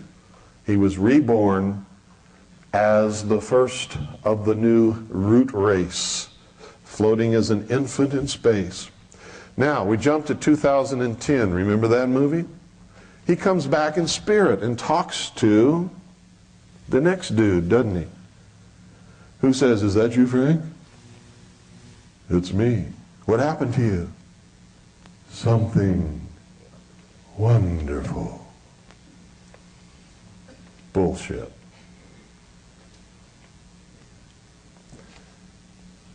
This wasn't a message to you. It was a message to the adepts of the world, telling them that the fruition of their great plan is coming into being, and that this is what they're going to have to do. It must be a rebirth of humanity, a new world order. What was 2010 all about? It told you how this new world order is going to come about, didn't it? Didn't it show you that? Instead of being separate nations and having a Cold War, we're going to come together, aren't we? And we're going to make this giant leap together through space, which represents what? Humanity together as one, conquering the odds, preventing them from going into their new world order. So the Russians and the Americans and the rest of them on board this spaceship, they do that, don't they? When they get up there, they find the old ship. They re-energize Hal, who's willing to sacrifice himself so that they can get away, now that Hal understands. And they see the stone of foundation appears again and starts to multiply. Where? Across the face of Jupiter. And they're skedaddling out of there because what's going to happen? Jupiter explodes and becomes another sun. And the children of the first son meet the children of the two sons. Children of the one son meet the children of the two sons. There was a movie about that, wasn't there? How many of you saw that movie? They communicate in this manner all the time. But it's all about the creation of their new consciousness, their paradigm shift, the new world order. The destruction of the old, the disintegration into chaos, out of which will come the new order. Ordo ab chao. That is the motto of the 32nd degree of Freemasonry. They have it written on everything. Their buildings, their lodges, their books, their badges, their pins, everything. You think it means nothing? Ordo ab chao. To get the new world that they need, they must destroy the old. The phoenix must be reborn out of the ashes.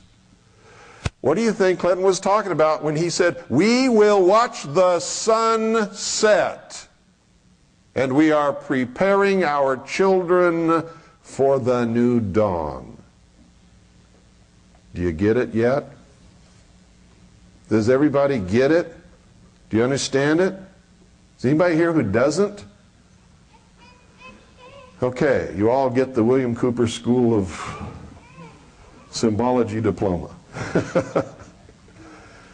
I'm glad you got it, because it is so important that you get it and that you understand it and that you know what's happening. Because if you don't, you're helpless.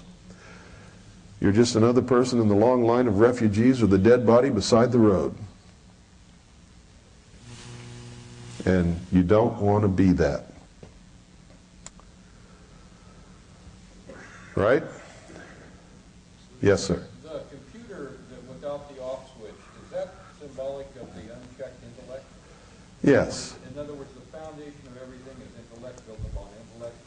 That's right. Denial of any God, spirit. They want to really, literally, return to what they call the golden age. But they don't want to do it with the risks involved.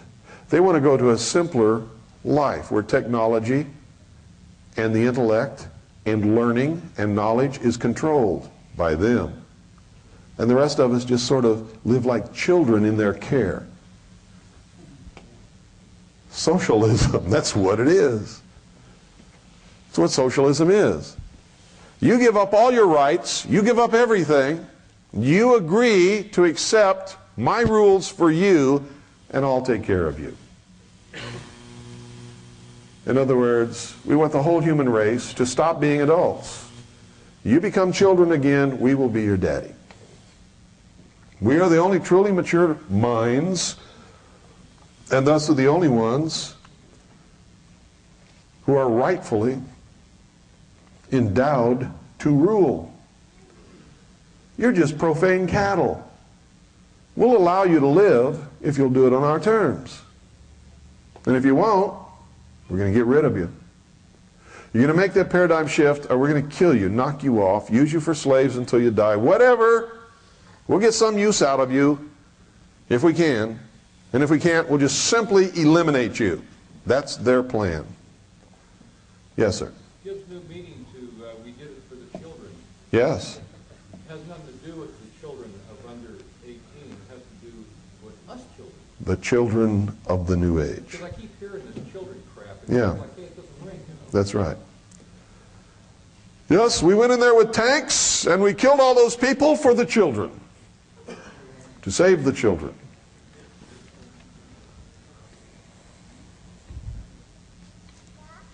Absolutely correct. Demonstration to us children. It was a demonstration. That's right. Well, it's a good thing they say in the hostage rescue unit instead of the termination team. Yeah. Okay, now things are going to get a little more interesting. We're going to see some of the technology and talk about some of that. I brought some stuff up here we're not even going to get to. I brought a copy of Black's Law Dictionary. If you don't have a copy of that, you need to get one. They've got them back there on that table. Go buy one today. Because legal terms in a court of law don't mean what you think they mean in your everyday life. The way you use terms in your everyday life have no standing whatsoever in a court of law. If you don't have that dictionary and you're reading law and trying to interpret law or trying to represent yourself in court or trying to understand law or why a court did this or did that, you can't do it without Black's Law Dictionary. You also need something else, a copy of the 1828 version of Webster's Dictionary. Because while all the rest of the dictionaries in the world change, the dictionaries for law and legislation and courts are still the same as they were in 1828. Webster's. Give them the phone number how to get that. I didn't bring it with me. Do you have it? What is it? 1-800. 1-800. 352. 352. 3223. 3223. 1-800-352-3223. Call that number and they'll tell you how to get it. You must have a copy of Webster's 1828 dictionary. You'll also notice that everybody tells you there's no such thing as the Illuminati. Look up Illuminati in that dictionary. Get a copy of the Encyclopedia Britannica before 1900 and look up Illuminati and see how many pages they devote to it. See, one of the things they do is when they gain power, they eliminate the evidence of their existence. That's why the older books are the best. They tell you the most truth. The newest books you can buy today will only tell you psychobabble, propaganda, new age, paradigm shift bullshit.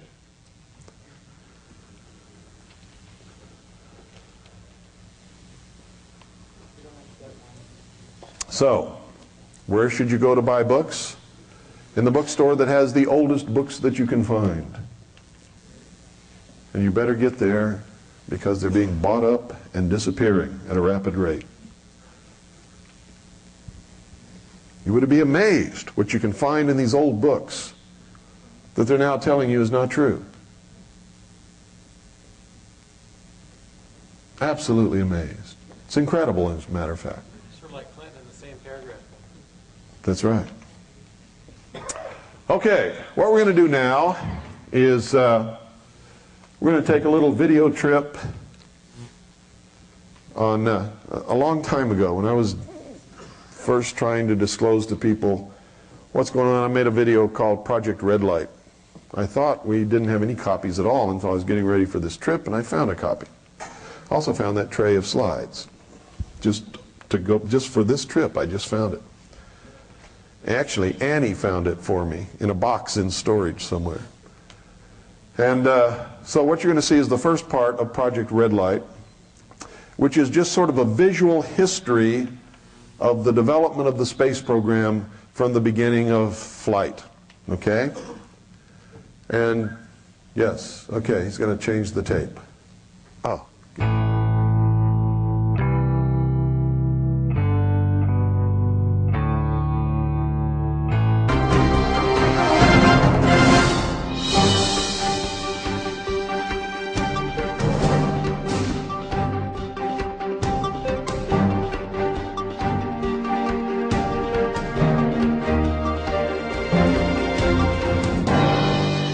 This group that is the most seen by the average person. Nope. Nope. Nope. One red American Beauty rose.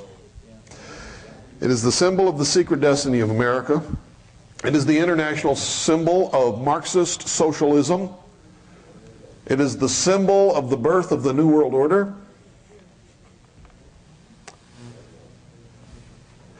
You need to get the song called The Rose and listen to it again. Because even when things are going against it, the seed is lying beneath the snow in the cold of winter, when their movement has to be suppressed, and in the spring, when the sun warms the earth and melts the snow, the seed comes to life, and the germ begins to grow, and the rose begins to open its petals.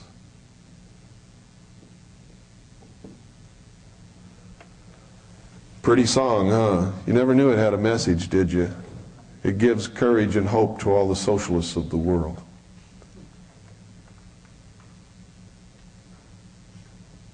What is the message of the song? Who knows the lyrics? What's the message of the song? If you're afraid to die,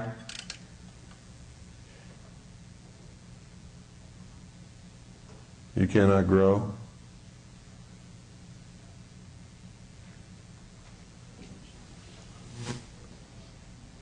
Who knows the song?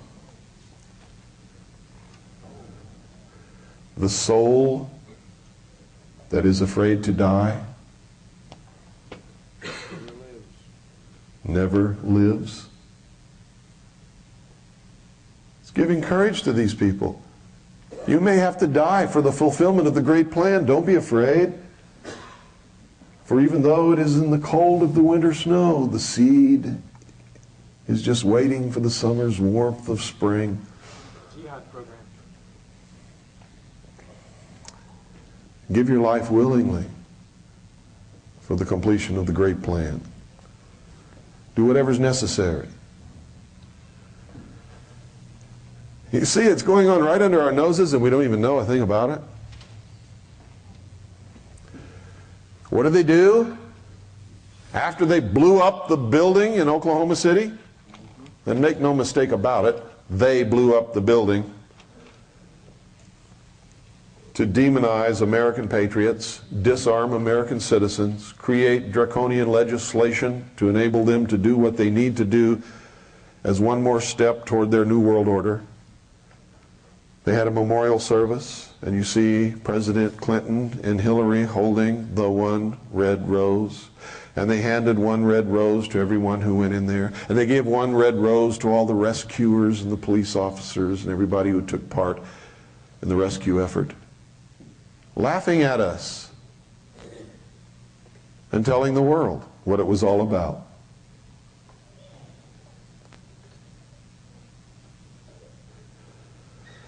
Timothy McVeigh may be guilty, but But if he is, he was used. He's a patsy because he's not a socialist. I don't know anything about Terry Nichols, but I know that much about McVeigh. He might have driven a truck, but he didn't like the pillar charges. Yeah. And I think McVeigh was honestly the kind of guy, if he had known there was going to be anybody in the building, he wouldn't have done anything. Tell you the truth. Not because I know him personally, but because we have investigated his entire life. He's not a racist. He was not a member of any militia. He was an American patriot who wanted to be a member of United States Army Special Forces. He went there, he tried out, he passed all the physical trials and tests and everything. When they asked him one question, if we give you an order to assassinate someone, will you carry out that order with no reservations and no hesitation? And he said no. They said, you can't be a member of U.S. Army Special Forces. Put him out the door, and he was recruited by the Central Intelligence Agency on the same day. Who are these people? Everybody take out a dollar bill right now. $1 bill.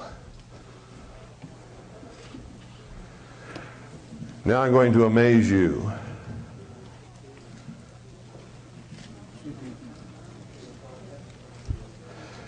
You see, they always make themselves known.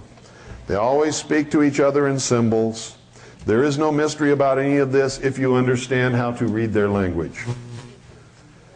At the highest levels of this initiatory group,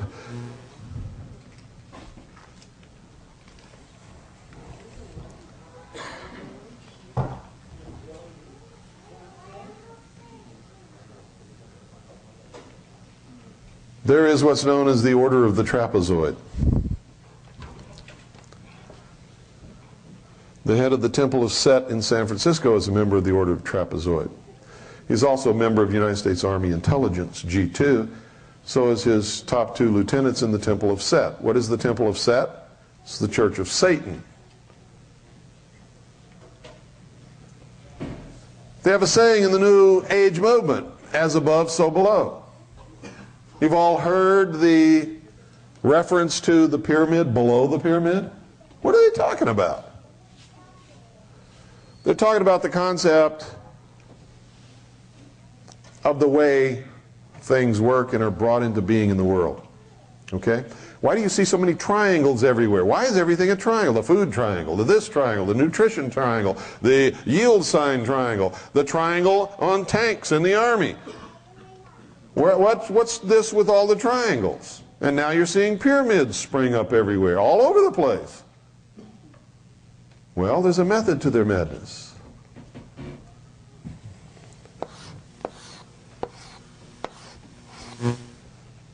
This is the Trinity.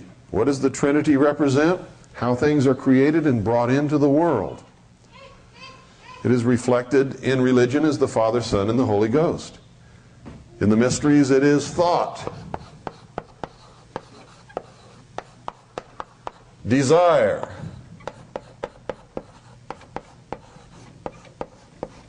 and action.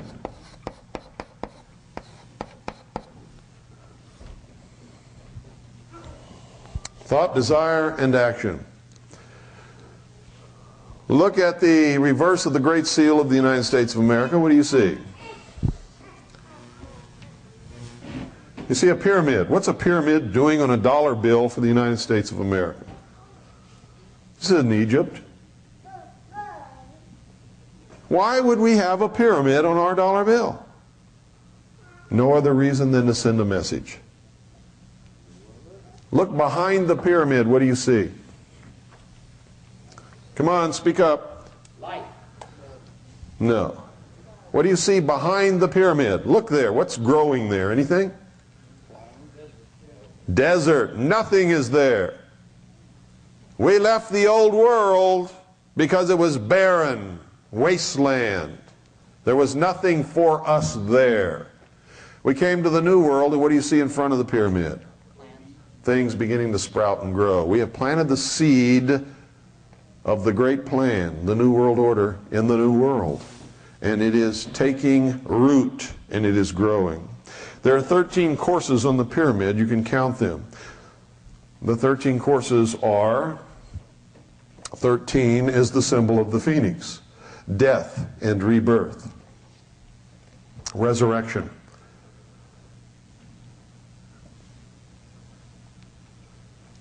You see at the top of the pyramid the eye.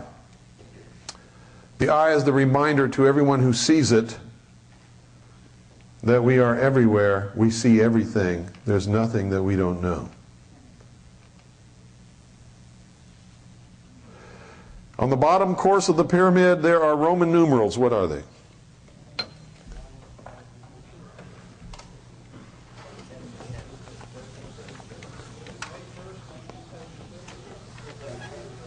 No.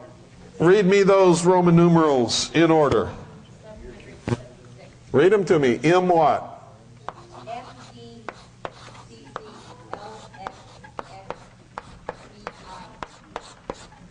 Okay. I knew it, but I want you to participate. If you don't participate, you cannot learn. Thank you.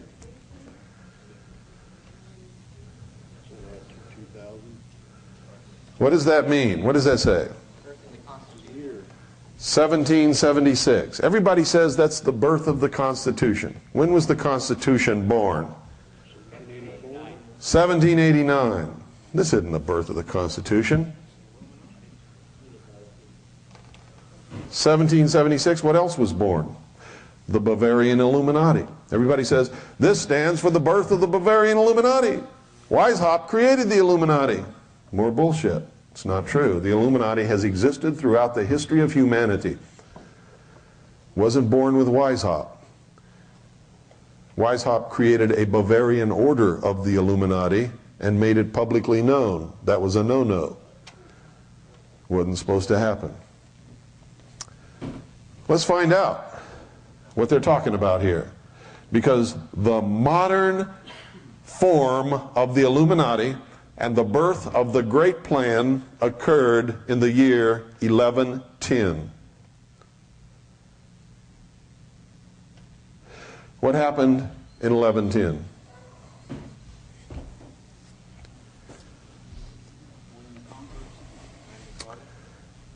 The Knights Templars conquered Jerusalem and crowned the king, excuse me, not the Knights Templars, but the Crusaders conquered the city of Jerusalem and crowned the king of Jerusalem.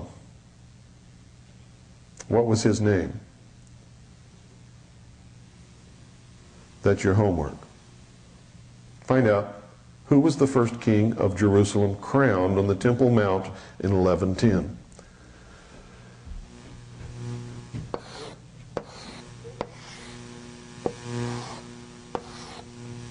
I'll tell you this, he was one in the line of the Merovingian kings. Nope. Okay, let's see what this is all about. Let's see if we can decipher this. I'll tell you we can, and we will, and it's going to blow your mind. Let's see what this really refers to. And we'll use the order of the trapezoids formula for enciphering, and the New Age concept of the pyramid beneath the pyramid, and as above, so below. Remember, as above, so below. So, what is a trapezoid? A trapezoid is a pyramid on top of a pyramid, and remember it has various faces to it. But you don't need the other faces. Let's just plug this in. M, D, C. C, L, X, X, V, I. What have we got? What does it say across the top? MCX, what is that? 1110. I was right. What is their goal? Is their goal what I've been telling you it is all day? Well, let's find out. What are these people up to? What do they want to do? Remember I told you their goal was to destroy all existing governments, all existing religions, and shackle the mob. And how do you do that? What's DC? 600. What's LX? 60. What's VI? 6. Their goal is to seat the Antichrist upon the throne of the world. And you've been carrying it around in your pocket forever.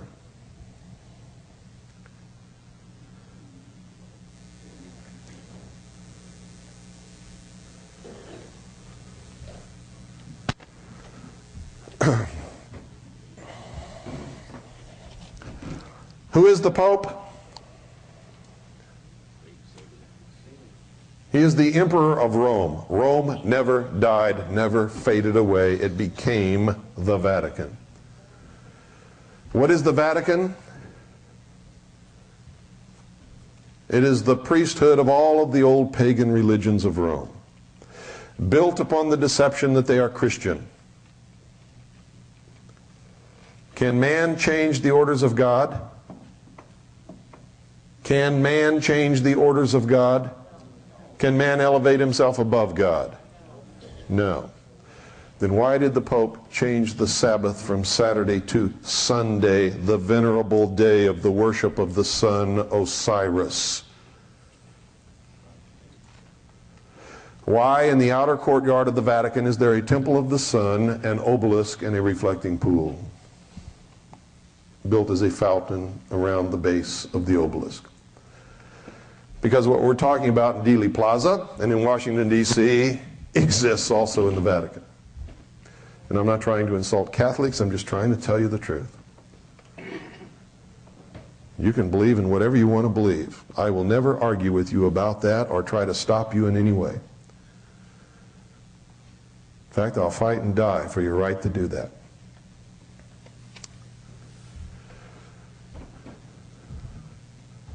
The king of Jerusalem founded an order of knights shortly after he was crowned, called the Knights Templar.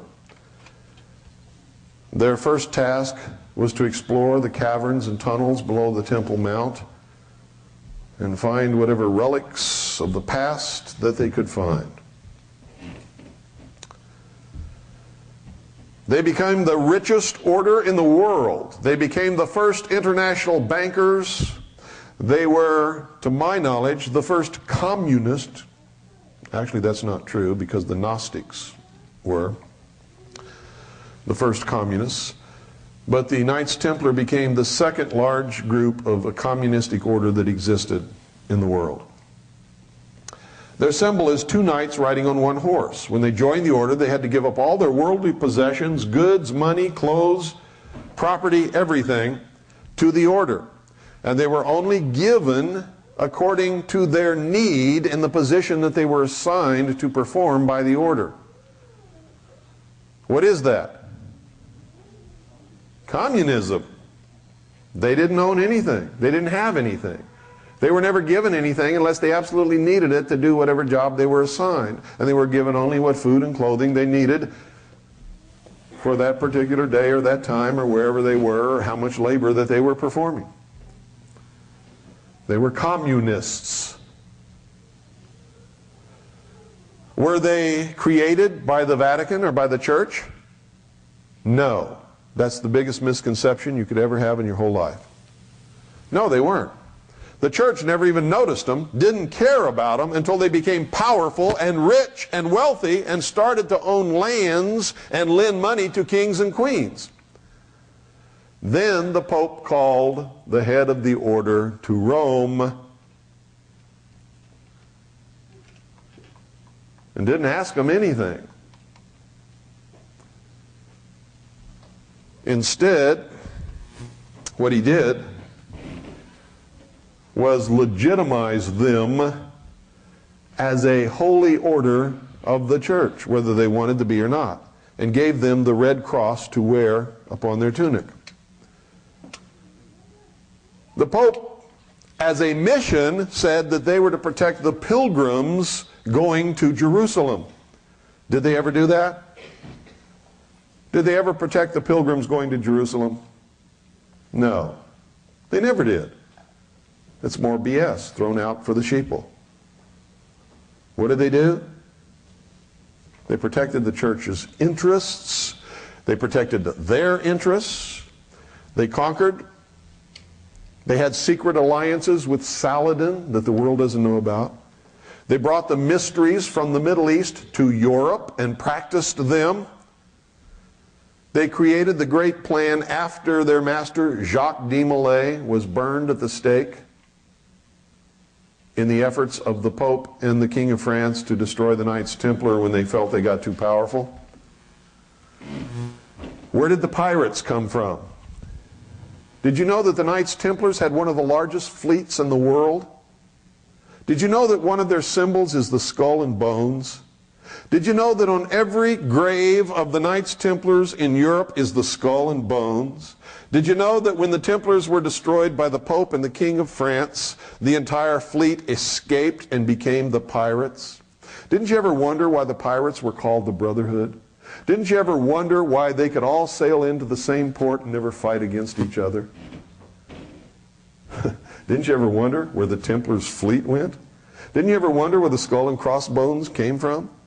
Didn't you ever wonder why the Russell Trust at Yale University is called the Skull and Bones? George Bush is a member. He's a Knights Templar. And many other great men who have occupied high positions of this government.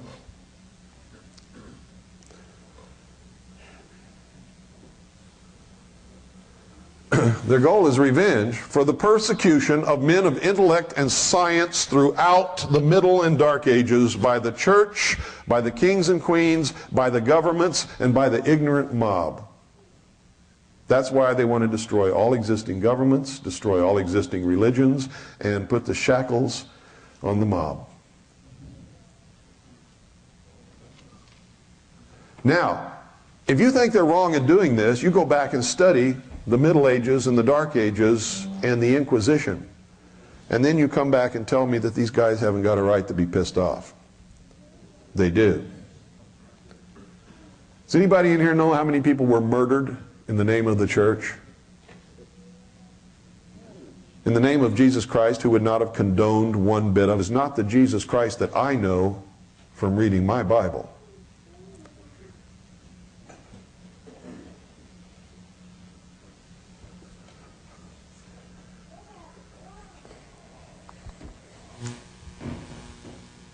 Does anybody know how many people have been murdered by kings and queens because they refused to be enslaved by them? Or because they had an idea that was different?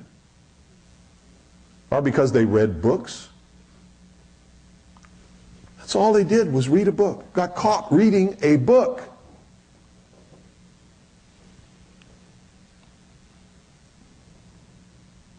Anybody know? Look in history and find out. It's another reason why you should never, ever let church and state become reality. Church and government have to be separate. I don't care what church you belong to. You try to make your church part of government, and I'm going to step in the middle. Because I know what happens when that happens.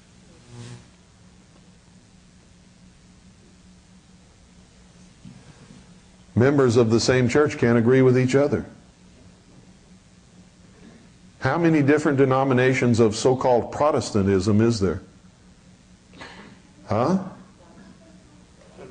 Did you know that even in the beginnings of this country, people had to flee from colony to colony because different colonies had different dogmas and different preachings and teachings, and if you disagreed with it or said something that was out of line with your local minister, you could be burned at the stake here in America.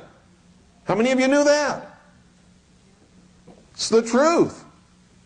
That's why I get so angry when somebody comes up and tells me this is a Christian government. Which Christian? Where did you come from? Who taught you this nonsense? Our founding fathers did everything they could to prevent that kind of thing from happening. and at the same time allow you to worship at whatever altar, whatever God, whatever denomination, whatever dogma you wanted to.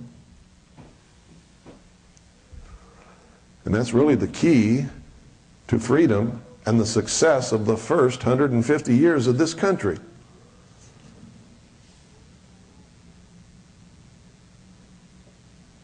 Unless you think I'm attacking Christians, I am a Christian. But I'm a Christian that Jesus Christ would want to know.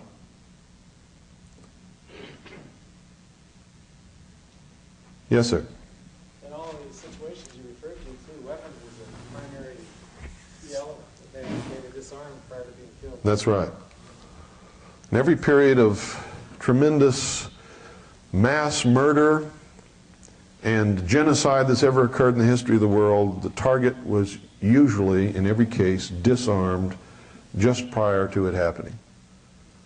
And I'm telling you right now, that's the key to the big push to disarm the American people, is if you don't fit their definition of the mental attitude for the citizen of the New World Order, you're going to be exterminated. They don't want you here.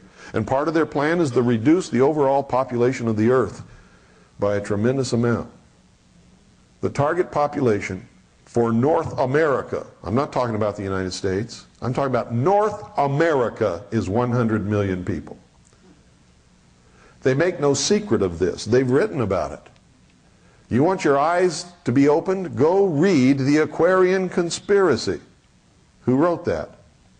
Does that include Mexico? Who? Does that include Mexico? No, you're wrong. Who was it back there? Marilyn Ferguson. She knows. She's a part of the Aquarian Conspiracy, and she's telling you the truth in the book. And you know what she says in the book? We're going to eliminate these dudes. You think she's talking about moving you somewhere else? No. He's talking about you're going to be eliminated, removed from the face of the earth, killed. They want us out of the way. Freedom cannot exist in the New World Order. They want total control of everybody from now on.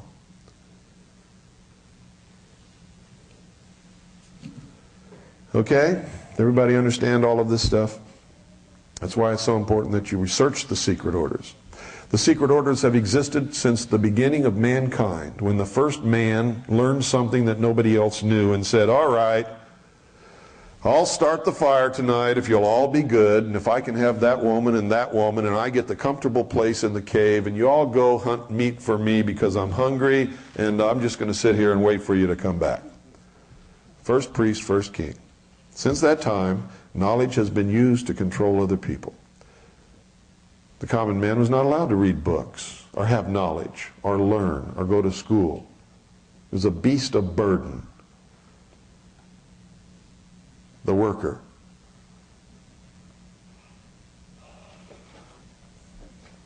Okay? What was the name of the Aquarian? The Aquarian Conspiracy. Author? Marilyn Ferguson. A lot of other things out there you need to read. So you pass these things by because they don't interest you. I'm not a New Ager. I'm not even going in that section. I'm a Christian, so I'm not going to read any other religious books. Secret societies? The Illuminati, no such thing. How do I know? Rush Limbaugh told me. Excellence in broadcasting.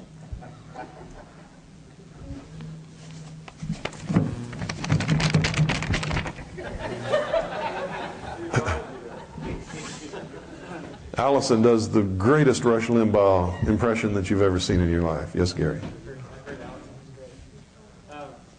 If you take the number 666 times 3, it comes out 1998 too. And numerology, I guess that means that's going to be a great year for them. No, it's going to be a bad year for us. It's going to be a great year for them. We don't have much time left. Clinton gave us the time label. He said 1,000 days, and that was on the night of his address to Congress on the state of the nation. He told us 1,000 days.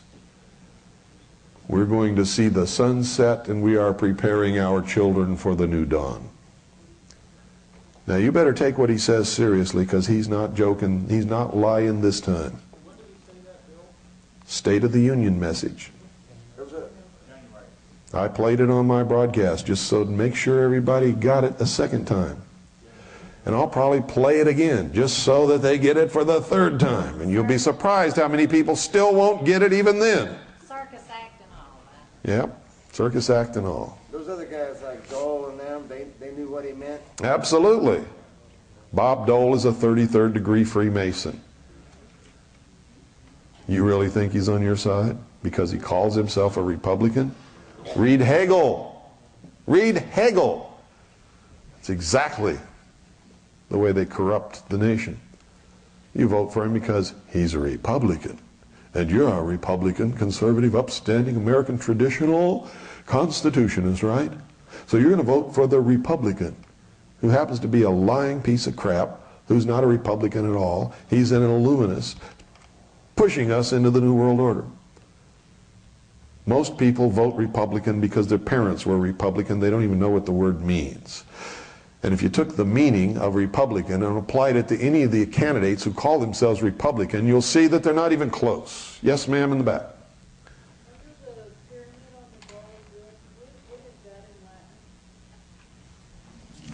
1776.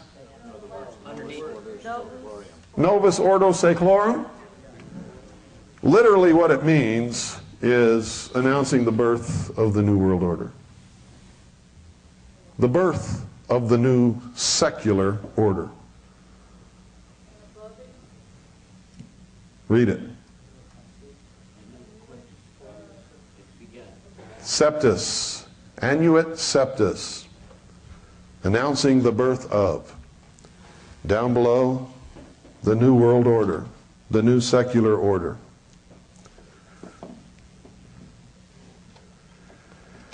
It's been on our dollar bill all this time. If you'll notice, one of the words have been intentionally misspelled so that there would be exactly 13 letters. Intentionally, because there had to be 13. Everything there is 13. 13, 13, 13. Everything is 13. Pardon? The extra C in septus? No, it's seclorum that was misspelled. Seclorum was misspelled intentionally so that there would be 13 letters in Novus Ordo Seclorum. Pardon? Do you have a list of recommended Yeah. readings? Pardon? Do you have a list of like recommended readings or you know where to go? No, but I did a tape in the Mystery Babylon series that has the whole hour as a bibliography. I did it on tape. Yes, sir. Offers a tape too by Don Motis, I think it was. He was a member of the Illuminati, and he goes into great detail on just what you just discussed too.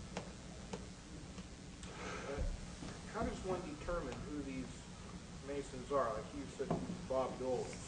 Is there a list they publish? No, they're secret orders. Unless the member lets it be known who he is, the only other way to tell is by the symbology of their language or what they do. But see, Who's Who, when they ask somebody to be in Who's Who, they ask them to provide a list of all of their organizations and associations and degrees and all that kind of stuff. Bob Dole gave it to them. It's right in there. You want to know who they are? Go to Who's Who and start looking in there first. If you can't find out, call their office and say, I would like to have a list of the membership organizations to which Congressman so-and-so belongs to. And if it's not listed on there, call him up or go and talk to him. And when you walk in and talk to him, give him the handshake of the Master Mason and say, are you a traveling man?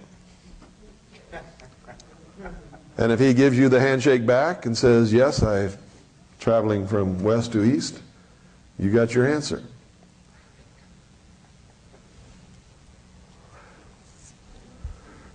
That's how I verified that Bo Gritz was a Freemason. I heard him say it on the Billy Goodman show one time, and then I heard him say it at a speech he gave in Las Vegas in July of 1990, I believe it was. Pardon? Sorry, I couldn't hear you.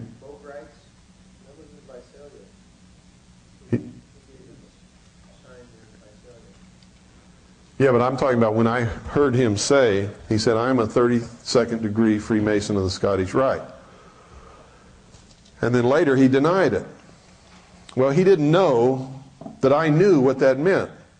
And so that night, he came into the ballroom there, and I was standing there, and I thought, I'm going to give this guy the test. And you know why I was there? Because I loved him. I was one of his greatest followers. Everywhere I went, I said, listen to Bo Grites. I walked up to him. I gave him the handshake of the Master Mason. He immediately grabbed me, took me into the 5 points of fellowship, and whispered Mahabone in my ear. You know what I did? I said, Mahabone my ass. Pushed him away. I walked out, and that's the last time I've ever said anything good about Bo Grites.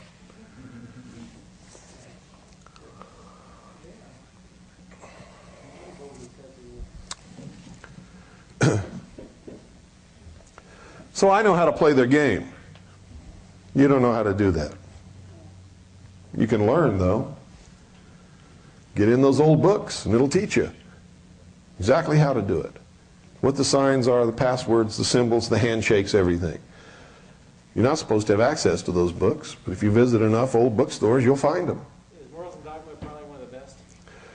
Morals and Dogma is one of the best for understanding the real intent of the order, because right in there, Albert Pike admits that their God is Lucifer and that they are a religion.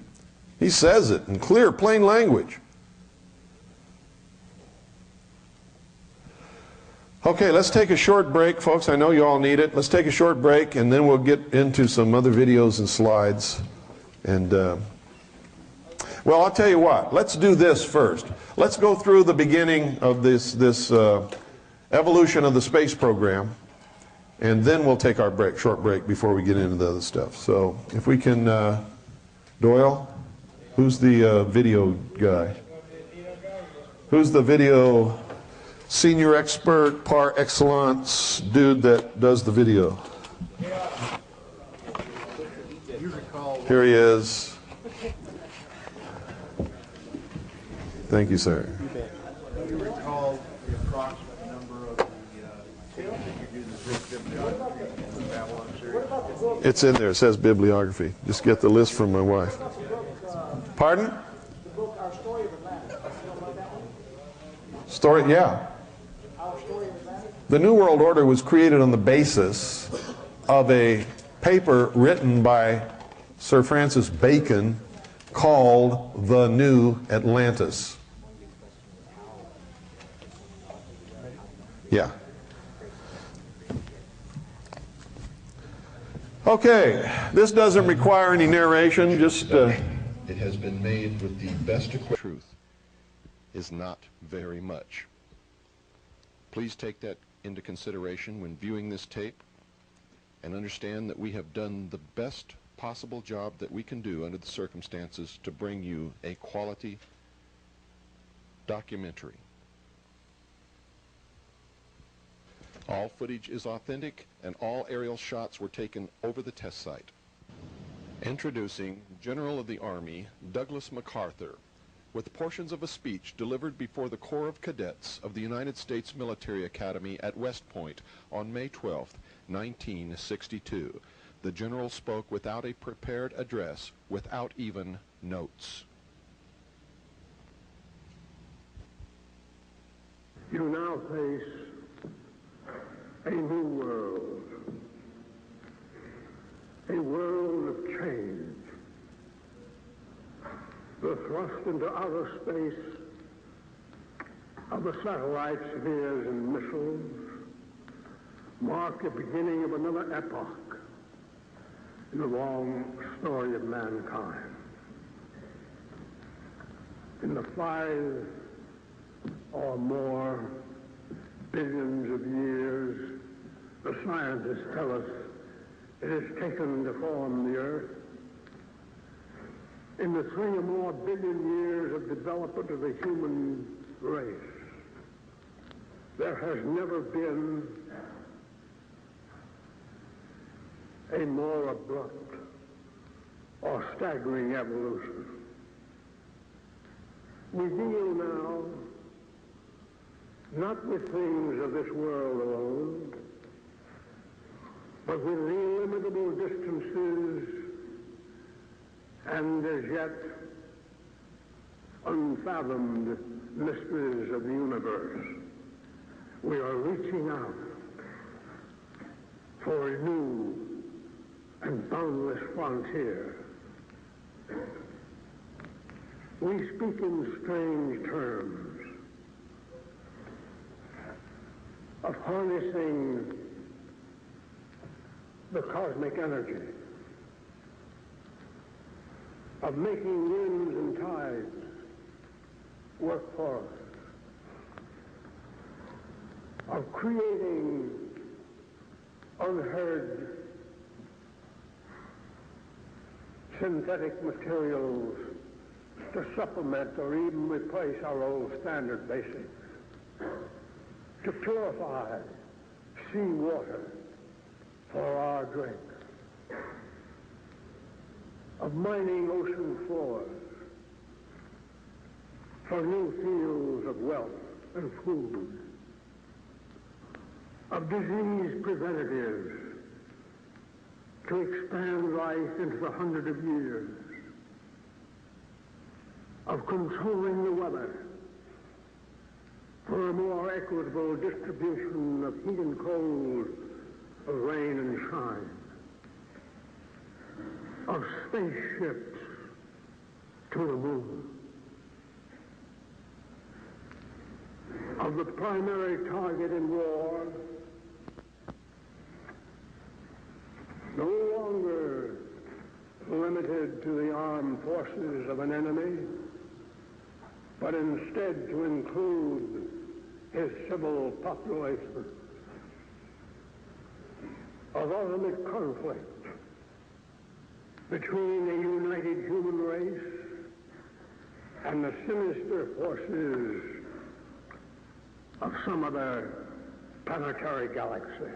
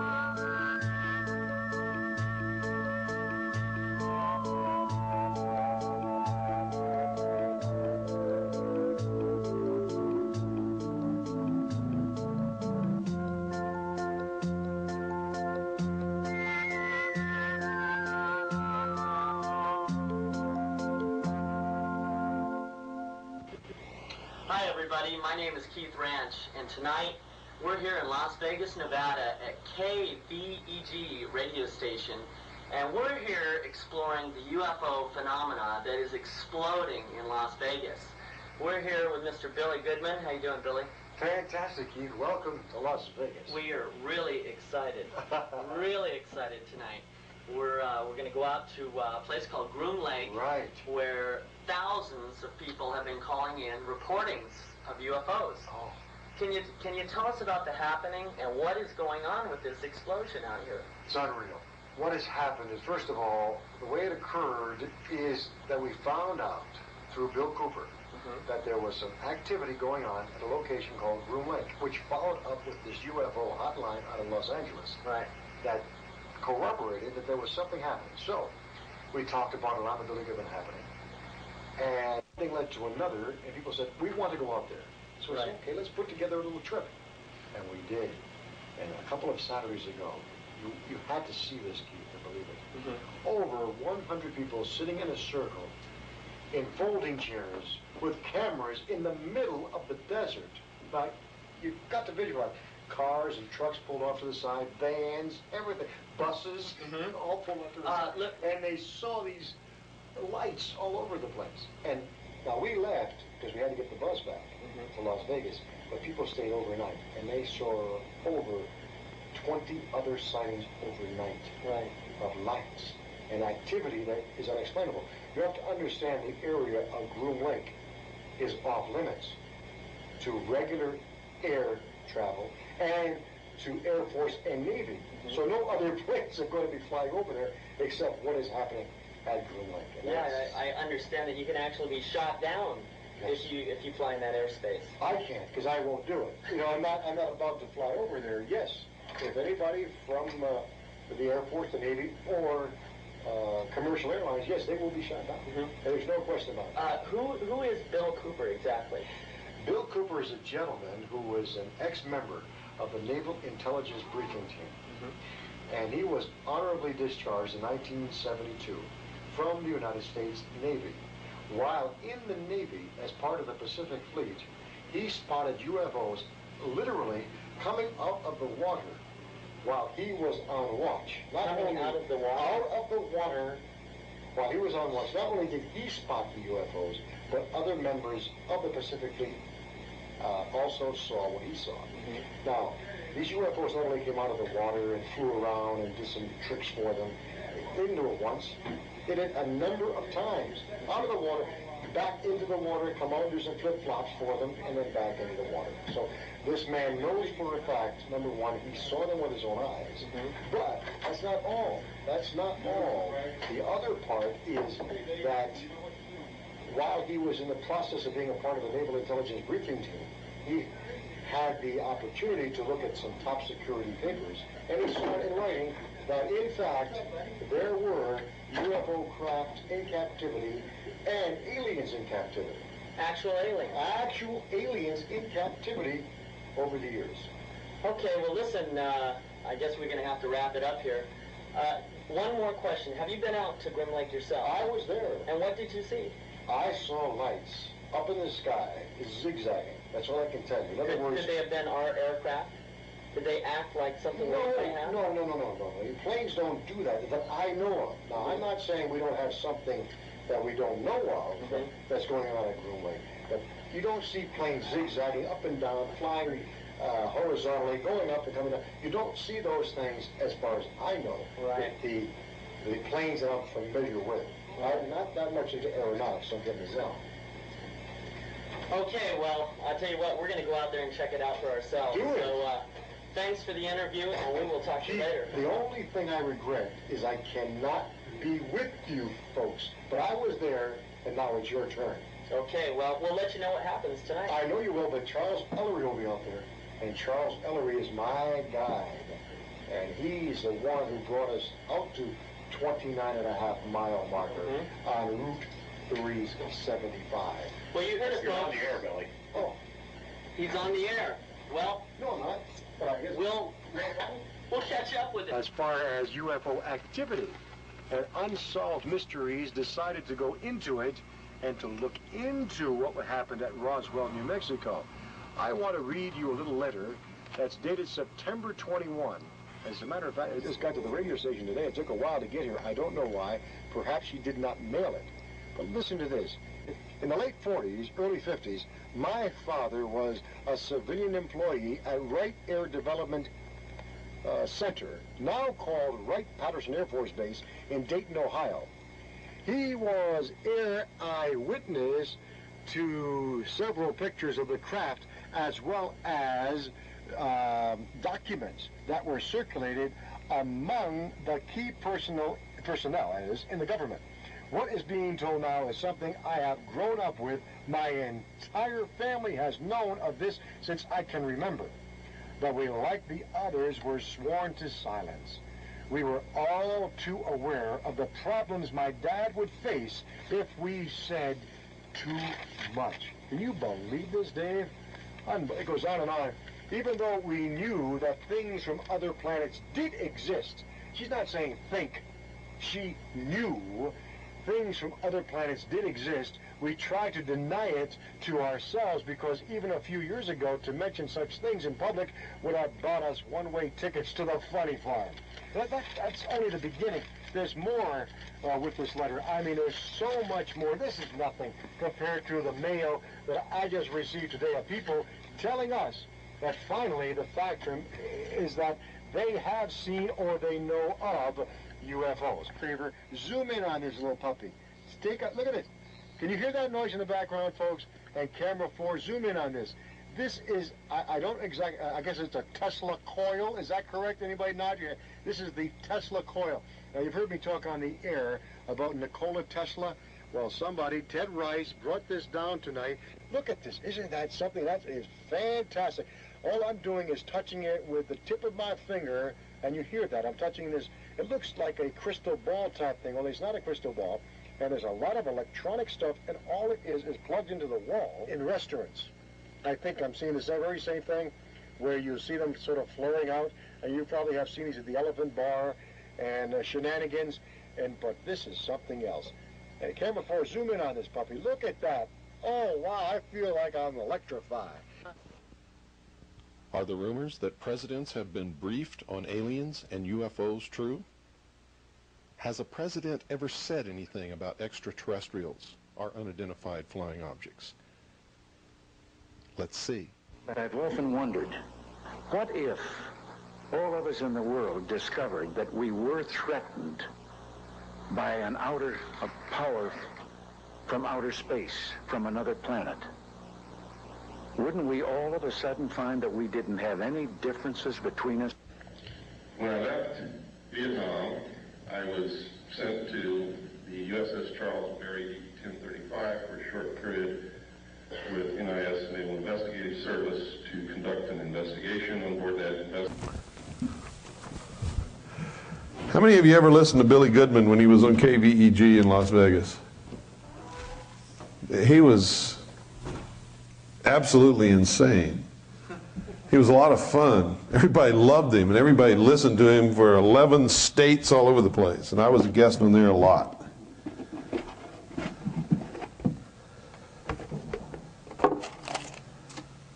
Okay. All I got to do is jig this across.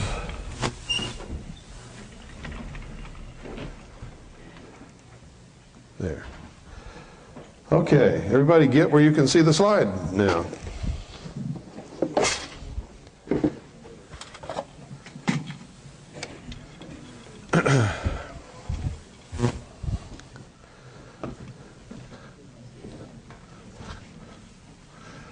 This is going to be a little bit fun, a little bit crazy, very educating, and extremely interesting,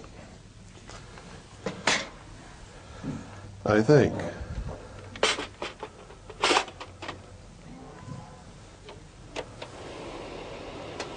Let's see how far off we got by jiggling this table around. Yep, I knew it.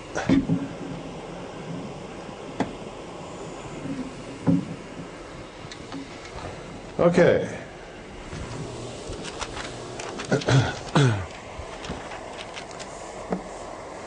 Well, if everybody believes there's UFOs and there's extraterrestrials, why don't they land?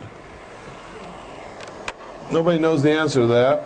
Nobody knows if they even exist. UFOs, however, we know are real. This photograph was taken in the early 50s over the Capitol building in Washington, D.C. There were headlines in the newspapers talking about the great UFO flap and the pictures that were taken of UFOs over the nation's capital. This is a part of history. It's real. It's not a joke. This is another one of the same bunch. Now, some people claim that these photographs are fake. They were published in the newspapers. Hundreds of thousands of people who lived and worked in Washington, D.C. saw them. This is an ad that appeared in a magazine, Look magazine, as a matter of fact. It said, "Flying mobile camper of the future may be electric powered, plugging into any electric outlet for recharging." Now, why would somebody put an ad in Look magazine with something like this if they didn't think that this was possible? Does anybody know? The truth is, at the same time, during the early 50s, in all of the scientific magazines and in the scientific journals of the day, in popular electronics, popular mechanics, all of those, there were people publishing articles about the use of electromagnetic force fields to create craft that could fly with what appeared to be anti-gravity characteristics. It was no secret then that people were working on this stuff. It was also no secret then that there was a lot of talk and a lot of articles written about technology that the Germans had perfected in their secret weapons program just prior to and during World War II to come up with new types of flying machines and weapons that could be used for Hitler's socialist conquering of the world. And the Germans had developed disc-shaped flying craft that they had developed to the point where they were test flown, and witnesses had seen them. And when we went, getting tongue-tied here, when we went into Germany and started to capture German facilities and manufacturing plants, we found the plans and disc-shaped craft in various stages of production and brought them back to the United States. So did Great Britain, so did Canada, and so did the Soviet Union. In the United States, at that time, this wasn't secret. Somewhere during the middle 50s, it became secret. And the reason it became secret is because they perfected it. They made it work. When that happened, you no longer saw any articles appearing in any magazines, scientific journals, or anything else concerning this type of technology.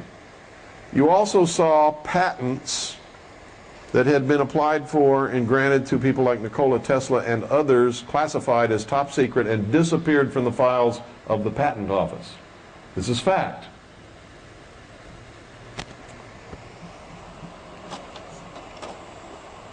Look magazine, a blueprint for flying saucers. This was, anybody read that date for me? June 14th, 1955. This is the table of contents page for the cover of the magazine that you just saw. There it is. Is this the real flying saucer?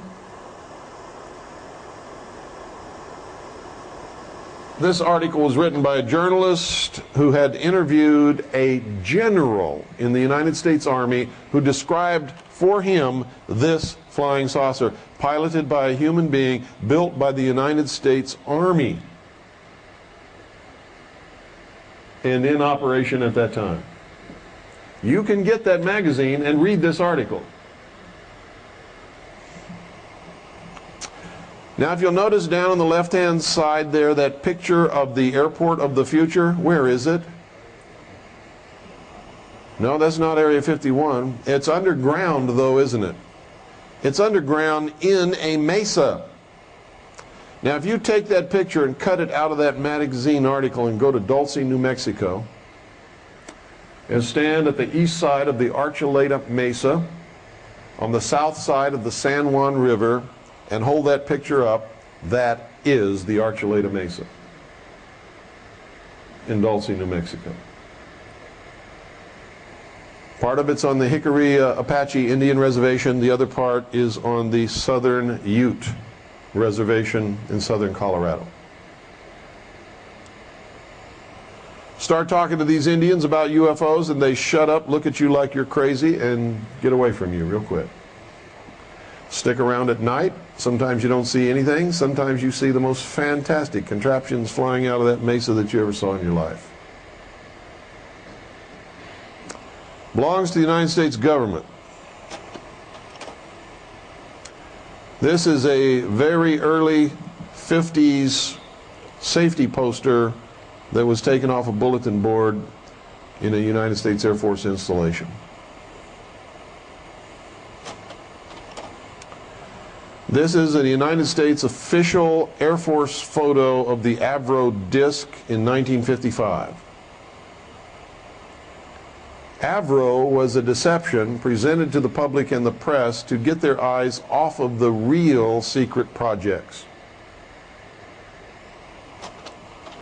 That's the real Avro car when it was finished. If you want to see this, it's displayed outside the Air and Space Museum at Wright-Patterson Air Force Base in Ohio. You can go there, you can see it, it's right there. It was a disc-shaped craft, it was piloted by a human being, but the only thing that it could do was hover precariously on a tarmac and look like the pilot was drunk. And we believe that that was an intentional portrayal in order to ridicule the concept that we had ever built anything like this that was effective and flew. But we know better than that. This was found in a junkyard, United States Army junkyard. Nobody knows what it was or who built it. It was just sitting in the junkyard and we photographed it.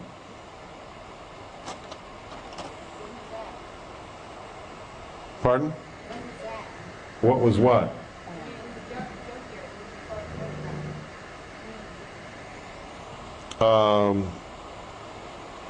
I don't even remember the year. It was quite a while ago, though, I can tell you that. It was nothing recent. This is a photograph that someone made of something that was being tested in a wind tunnel. And it was being tested by NASA. NASA says it was a nose cone, but there's no aircraft that this nose cone fits on. We don't know what it is. But it appears that they were testing the aerodynamics of a disc-shaped object. If they were testing a nose cone, the nose would be pointed into the tunnel. It wouldn't be sideways to the tunnel. This is a saucer-shaped craft that was built by the French Air Force, was operational and flown on many occasions. It's piloted by one man, belonged to the French Air Force. There's another view on it. So when people tell you that these come from outer space, I'm telling you that the chances of them coming from outer space are pretty slim. It's like going in, turning on your TV set, and you can't get a picture. So instead of looking in back to see if it's plugged in, you fly off to New York to find out what's wrong. There's something flying around in our skies. Why should we automatically assume that it came from somewhere light years away?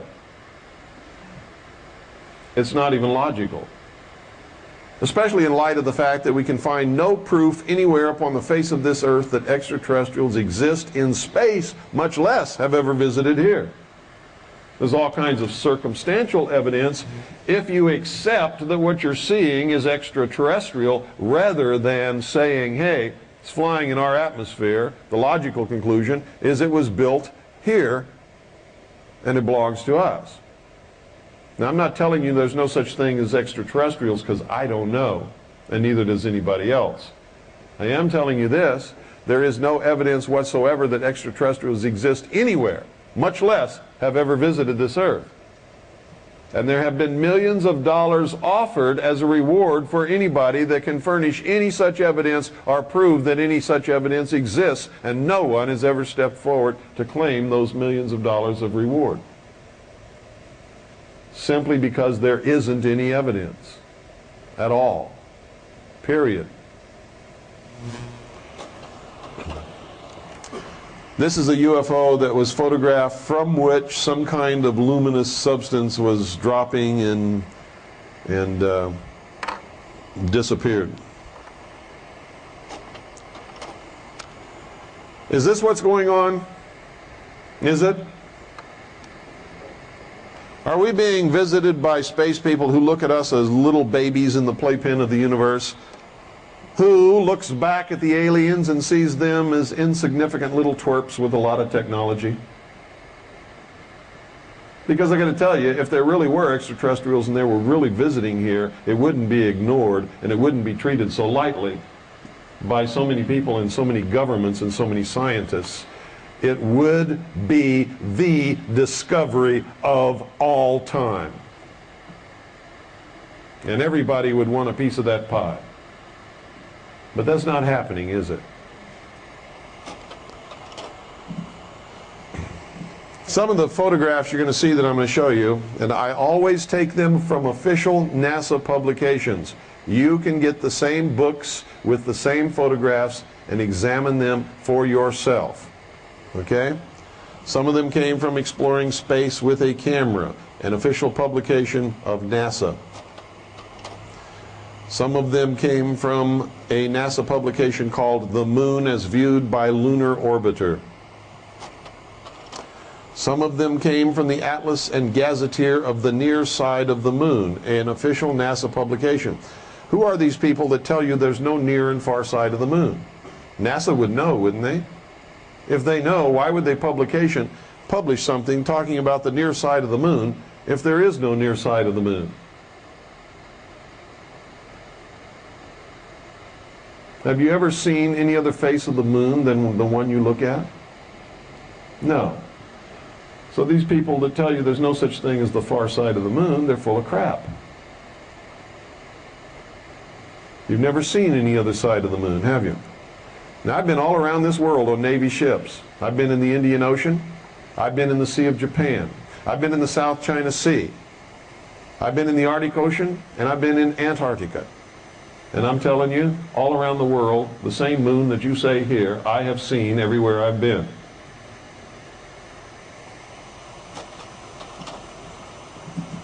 Some of them were taken from lunar photographs from Apollos 8, 10, and 11. Now, if you don't think there's any symbology of all of this NASA stuff, what was the first craft that we ever had that actually landed on the moon? Manned or unmanned? No, that was manned. And it wasn't Apollo 13. How about Apollo 7? First unmanned craft landed on the moon was Apollo 7. What was the first craft that landed on the moon that had men in it? Apollo 11. 7-11. Coincidence? No. What is the system of gematria in the Old Testament of the Bible? 7. What is the system of gematria in the New Testament of the Bible? 11. What was the Apollo craft where they had the disaster that ended the space program? Apollo 13, the symbolic death and the resurrection of a new order in the space program. You're beginning to understand? They're running the show, folks.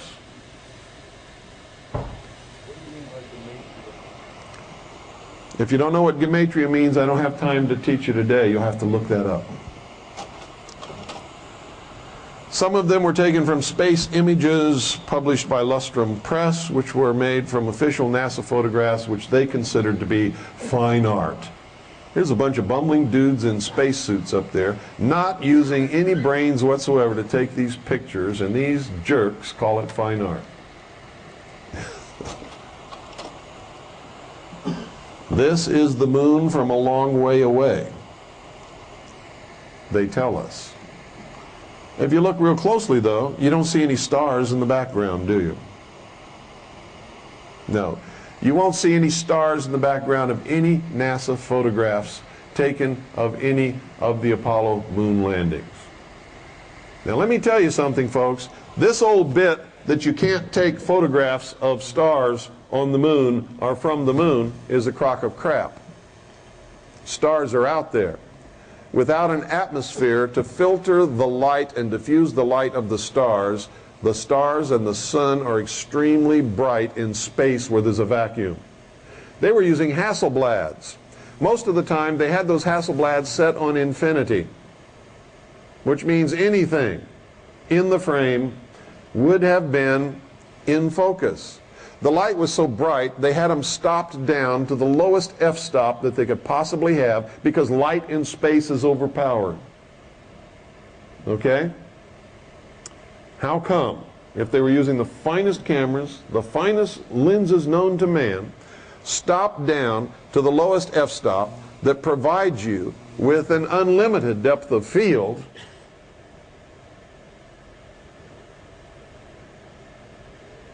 with the focus set on infinity, there are no stars in any of the pictures taken by these guys.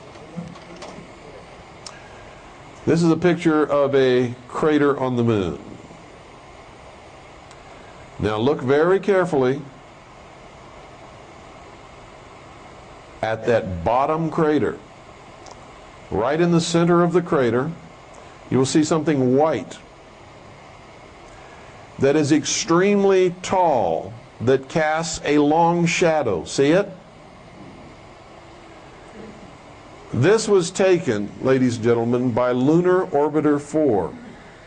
Lunar Orbiter 4 had cameras with a resolving power of 1 mile only. If it was less than 1 mile in size, the camera could not even photograph it. So everything you see here is at least 1 mile or more in size. So whatever that is in that crater is over 1 mile high. Can you imagine that? We're using NASA's own statistics that they have given us. They told us, when we asked them, what is the resolving power of the lenses and the camera on Lunar Orbiter 4, which took this photograph? They said nothing less than 1 mile.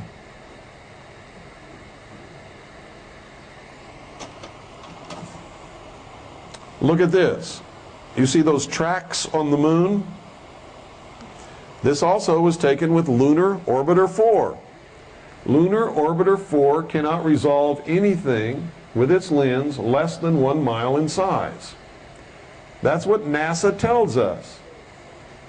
Whatever made those tracks is over 1 mile in size just to be able to see it, which means this is a lot more than 1 mile. And the arrow is pointing to whatever made the tracks. Are they telling us the truth? They can't be, because this is crap. You understand what I'm saying? They want us to think that there's somebody rolling around up there on the moon. If you ask NASA what this is, they say it's moon rocks shaken loose by lunar quakes. Look at those tracks, ladies and gentlemen. It comes out of a crater, goes across the ridge of a hill at the top, down into another smaller crater, and rolls uphill. Moon rocks, several miles in size, shaken loose by a moon quake that roll uphill? I don't think so.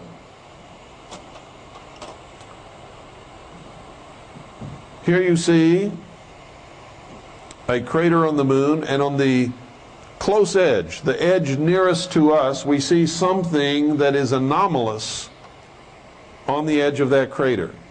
You can't tell what it is, but it doesn't belong there. And you see this all over the moon. Things that should not be there are there.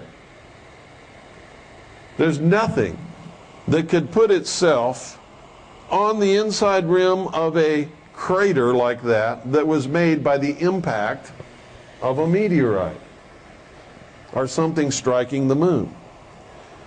And you can tell that it's a solid object that is raised above the crater floor on that rim by looking at the shadows in comparison to the shadows in the crater. Can you all see it? Where's my little, I've lost my little laser thing. Let me see if I can find it. Oh, where is my laser thing?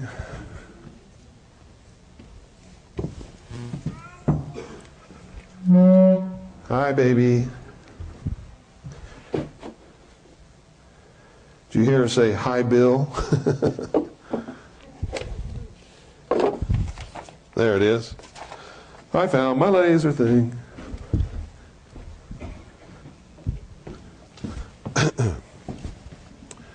Okay, right there. See that? Now, here's how you determine whether something is a hole or whether it's a bump. If you look at the crater, the sun is coming from over there somewhere, the sunlight. It's falling like this. So the inside of the crater on that side is dark, and on this side it's illuminated. The outside of the crater rim is dark over here. Over here it's illuminated. But this sticks up, and so it's struck by the sun on this side, and there's shadow on the other. Can everybody see that? Okay, now I have a degree in photography, so it's easy for me to determine these things and see things that maybe you have trouble with, so you have to talk to me if you're having problems. This is, see right here? See the tracks?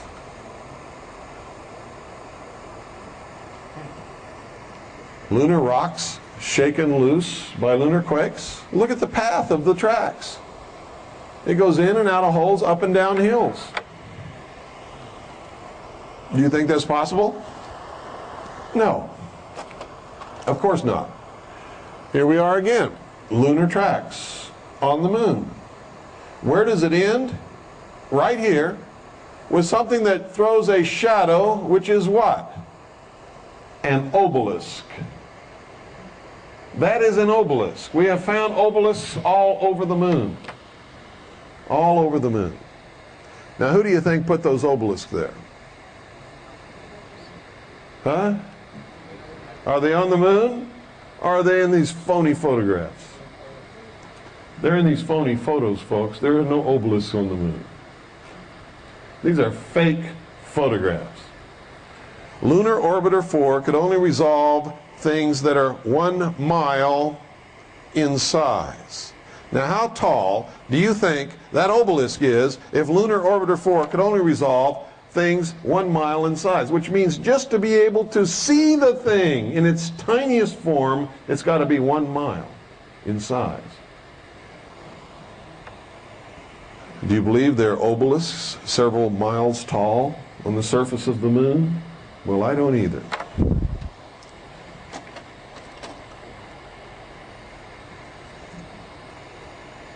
What do we have here? You know what? I need somebody to jump up there and right back there, see that opening in the back of the stage? My piece of paper fell down there. I need that piece of paper. It's a yellow piece of paper. 27.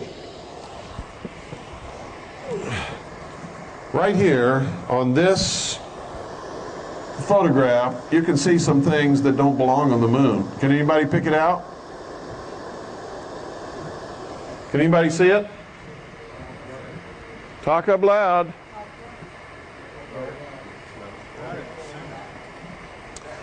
Look right in the center of the photograph. Thank you. Anybody see what I'm talking about? Isn't there a cross right there? Flanked on both sides by rectangular and square objects right here. Can everybody see it? What are the odds against a perfect 90-degree right angle occurring in nature?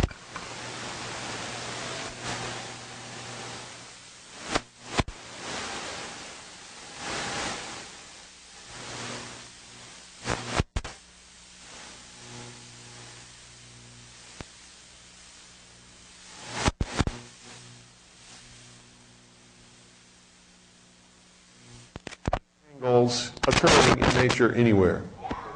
How many right angles are in that cross?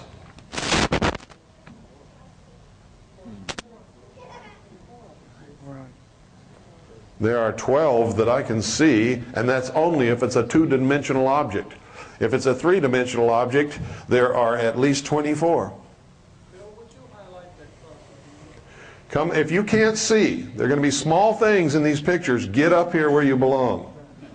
And don't complain to me if you can't see, if you insist on staying back there. Get up here. There's plenty of chairs. Nobody's going to bite you. Okay? Come on up here and you'll be able to see them clearly. If you want to sit on the floor right in front of the stage, be my guest. I want you to see this. So come up, find a chair, get comfortable. Can you see it right there? Can you see it now? Now I see it, yes. Right there. If it's a two-dimensional flat object like a piece of paper, there are 12 at least right angles on the cross alone, not counting the rectangular buildings that are on either side of it. It's absolutely impossible, does not happen in nature ever. If it's a three-dimensional object, then there are at least 24 right angles on the cross alone, not counting the right angles on these buildings and these buildings over here. Now, which is the cross you're talking about? I'm still lost. Right there. See that cross? It goes this way and cross. It goes up and down and cross. It's just like a... Oh, like this? Yeah, a cross, yeah. Oh, all right, I see it now. It's right in the center, right Okay, on the edge of there the you go. cross. Anybody else having problems? I want to help you see this. If you don't see it, come on over here. What is that, a bunch of buildings? You see it? Come on over here. Get right in front and look right there. See where I'm pointing? Steady, Bill. It's on an X tilted, like the center part of it's tilted over. That's about as steady as it gets. Everybody see it? Okay. Now I want you to understand, and if you doubt me, go to as many experts as you want and ask them what the odds are against finding one right angle in nature. And then build it up to the 12 that you can clearly see there if it's a two-dimensional object. And they're going to look at you like you're nuts. And I'm going to tell you right now, we have blown that up even bigger than this, and it is a three-dimensional object, and there are a minimum of 24 right angles on that cross. So NASA wants us to believe that something's on the moon that cannot occur in nature, which means it's got to be built by intelligent beings. And what's the resolving power of lunar orbiter for? 1 mile. Can you conceive of how big those buildings are? Bigger than anything ever built on this earth by man. If they're really there.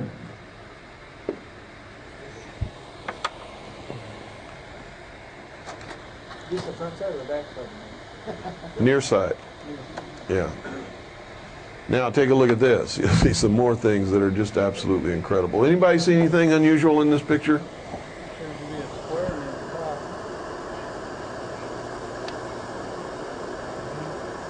What do you see?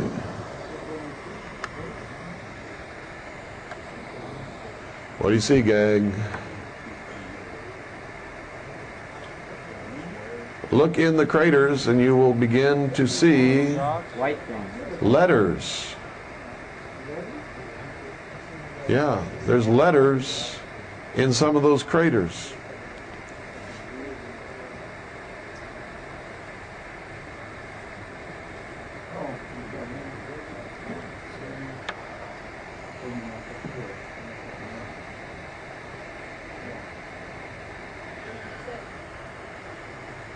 It doesn't say anything, they're just letters.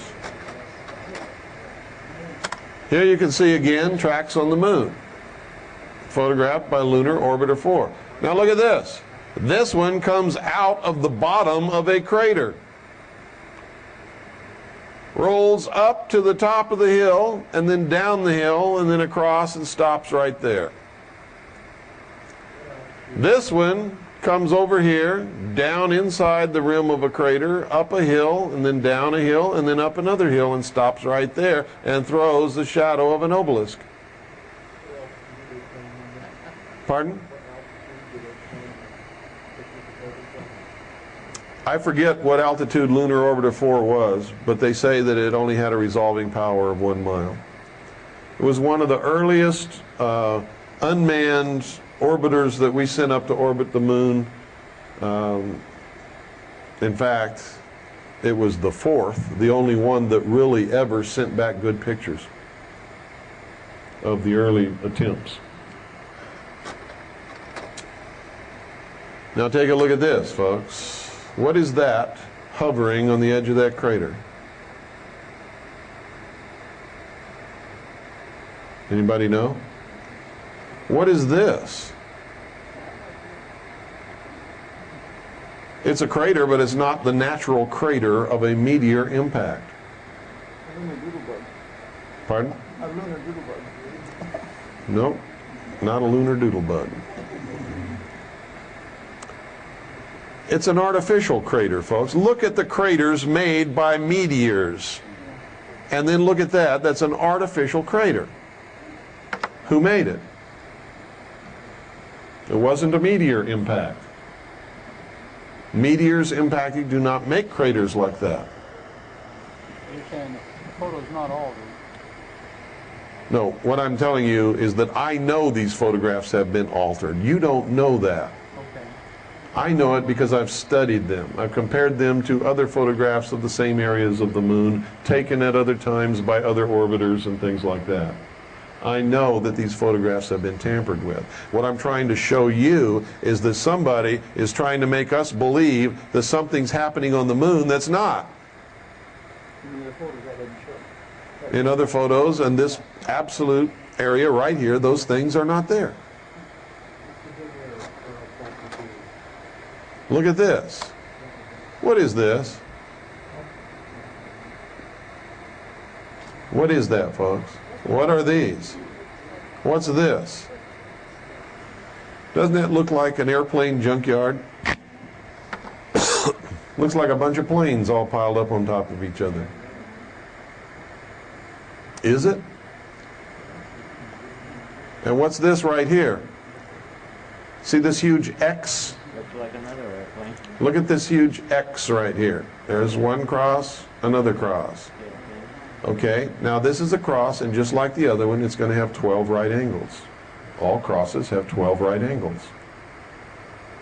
2 at the end of each arm, and 1 at each intersecting angle in the center.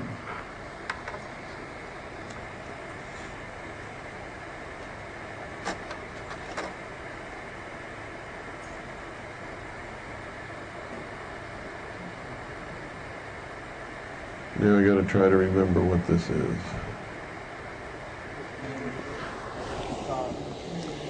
It's 32. Is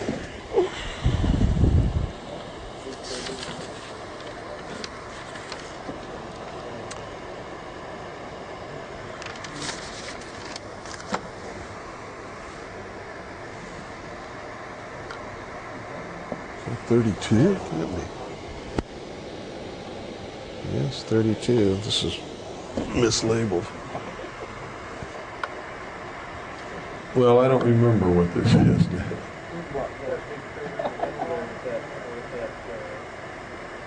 No, I don't remember what this is. There's something in here, but I don't remember what it is. What stuff? Like a U shape. I have no idea. But it's not anomalous. Is it where the black dot is and all the lines come out of the black hole right there? No, I've forgotten what's on here. There's something on here. Some of these sometimes. It's not the monkey face right there in the middle of the bottom. Pardon? It's not the monkey face. Are you having fun? Do you want to stay here? You keep screwing around with me, you won't be here. Okay? Do you hear what I said?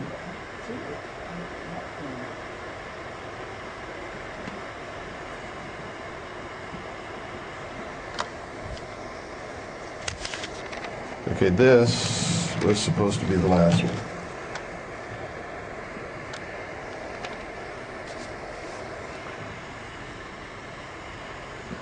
What you're seeing here is something very strange. Whatever made these tracks here entered the crater here and gouged out a portion of the crater's rim. Moved down while it was gouging out the crater's surface, came back, crossed its own track, went up and gouged out another portion there. Can you all see it? Now this would not be significant, and you wouldn't be able to tell that this was artificial if it had not crossed its own track. Does everybody see that? You can tell where it entered, came down, came back, crossed its own track, clearly overrode its original path, and then went over the rim of the crater, and everywhere it entered or exited, it took out a portion of the rim. Now this, we don't know has been tampered with, because we've seen these things in other photographs in the same spot all the time. It's like there was a great excavating machine moving around. These are things that road graders do and things like that. This is the crater Kepler. Kepler was a famous astronomer, and this crater was named after him. You can see that this is anomalous. It is not a natural crater that was made by a meteorite. When something impacts the surface of the moon, moving at tremendous speeds, it vaporizes everything and throws material out away from it and leaves a perfectly round crater. What you're seeing here is something that has been artificially created here. How was that done on the moon, when the only thing that can change the moon's surface is the impact of a meteor? They tell us there's no atmosphere, don't they? Well, there can't be wind erosion if there's no atmosphere. If there's no water, there can be no water erosion. Is that correct? We've never seen a volcano on the moon. There's no evidence that there's ever been a volcano on the moon that we can find. So the only other thing would be moon quakes, and this does not look like the production of a quake. This row here, when you examine it under high magnification, are 4 round somethings directly in a row. This comes down here, and there is what appears to be a wall or an abutment here. There's no proof that it's made as a wall intentionally. You just can't tell. It's just not normal. It's not natural.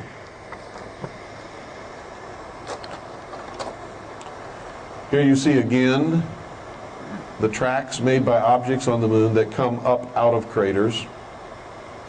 Can everybody see that? You have even illumination from the sun on the moon. So that deep shadow area is inside a crater. They came up out of a crater. So they're not rocks broken loose by moonquakes. What are they? I don't know. Again, and we do this so that you can see that it came out of the NASA publication, Lunar Orbiter 4, page 73, I think that is. And you can go get that book and find this same photograph on that same page. and it's official NASA photograph. Why do we insist on doing this? Because when I first started, I wasn't that careful, and people told me I faked the photographs. So I have to do this, so that you can go get those same photographs out of those same books and make sure that I'm telling the truth, because that's what you need to do, because I could be lying to you. Oh, wow. Now this is very interesting, because right at the base of that cliff is an object that has 1, 2, 3, 4, 5, 6, 7, 8 right angles, and that's if it's a two-dimensional object. Can that occur in nature? No. If it can't occur in nature, can it occur on the moon? No. So it's artificial. It's either on the moon, put there by somebody who can make right angles, or it's a fake photograph. Here you can see a pyramid right here.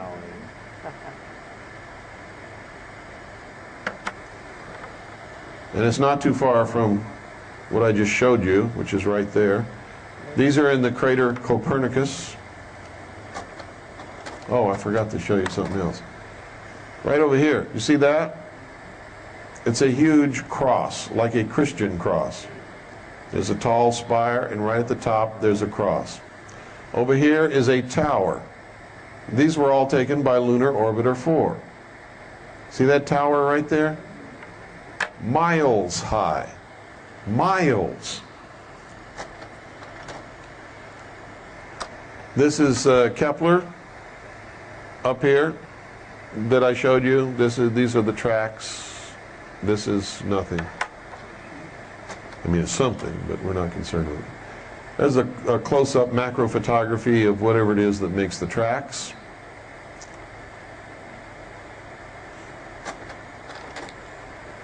This is an antenna rising straight up out of the lunar surface. Where does that come from? Right here on Earth. How do you like that? Just think how many miles that's got to be. But we don't know that this was taken with Lunar Orbiter 4. This came out of Space Images, which is the art book, that these people took official NASA photographs and published them in that book as art. Anybody see anything artistic about this? It's like a radio tower. NASA just will tell you that it's anomalies on the lunar surface, and it's boulders shaken loose by moonquakes, and are you crazy, or are you, or something. They will not admit that there's anything there.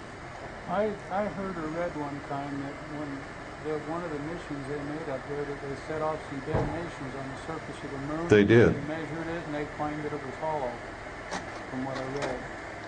Well, I never heard that NASA claimed that it was hollow. I've heard other people say that it was hollow based upon those explosions, but NASA has never said that. What is this?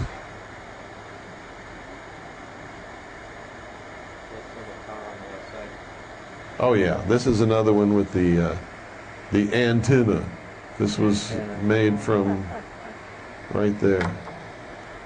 What appears to be an antenna. I don't know that it's an antenna. It just looks like an antenna. This is really interesting. You know what this is, folks? It's like a choo-choo train. It looks like a choo-choo train, doesn't it? Because those are puffs of smoke or vapor coming out of vents in the moon's surface. Every place there's a vent there, there, there, there, there, there, there, there, there, there, there, and there.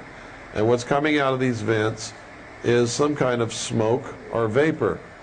Now, is it possible to have vents in a straight line like that in nature? Yes, it is, as a matter of fact. If the Earth's crust is moving over an active volcano zone, you will get a line of craters that are in a straight line. That can occur. But if we're talking about the moon and there's no atmosphere on the moon, can you have clouds of vapor like that? Can you? No. Because the vacuum of space would suck that vapor out of that hole and dissipate it. Immediately there would be no cloud, no puff, and these have to be tremendous in size, don't they? Yeah, they gotta be several miles. So, if those are really on the moon, then there has to be an atmosphere on the moon, doesn't there?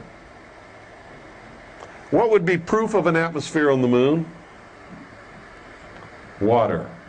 If you find water on the moon, that means there has to be an atmosphere, or water could not stay there. It would dissipate into the vastness of space. It would just dissipate and become a part of space. Didn't they just recently announce that there's water on the moon? That they found water on the moon? Didn't NASA publicly release that just recently? The answer is yes, that they did. They said that they have found water on the moon and ice on the moon. And I'm telling you right now, there cannot be water or ice on the moon unless there's an atmosphere on the moon. If there's an atmosphere on the moon, then what we're looking at could be actually on the moon. Pardon? No, that was the moon, the Earth's moon. They've always known for many, many years that there's water on the moon of Jupiter known as Europa. They had to grow themselves.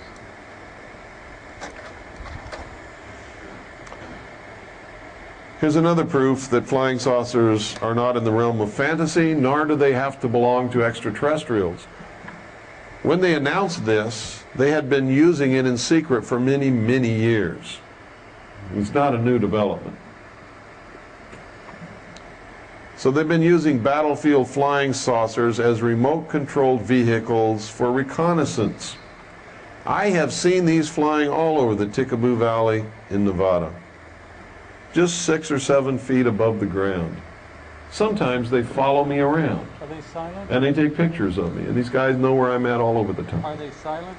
Yeah, absolutely. I saw one of them in the YouTube. Absolutely silent. I drove right up on it. I turned my lights off. The smallest I've seen is 6 feet in diameter. I've never seen any smaller than that. I've seen ones larger. Pardon? Why would I shoot one? Pardon? They don't want you in that valley finding out what they have. They want to know where you're at. They don't want you going in and photographing things inside the installation. But I've done it. See, I've been going there for many years before anybody knew the existence of this place, because I found out about it in 1971 when I was on the briefing team for Admiral Clary. So long before anybody ever heard of Area 51 or even thought that it even might exist somewhere in the world, I was making trips out there taking pictures. Most of those pictures nobody's ever seen, simply because if I show those pictures, they'll know that I've been in places that are restricted, and you're not supposed to be in those places.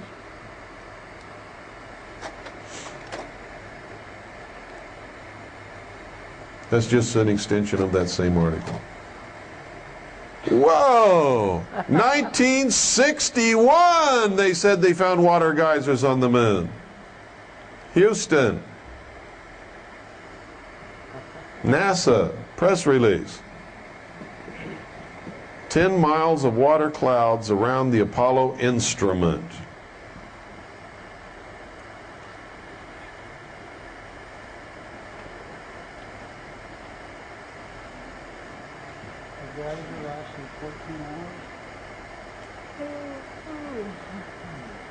It's from the Santa Ana Register. October 16th, 1971. NASA press release.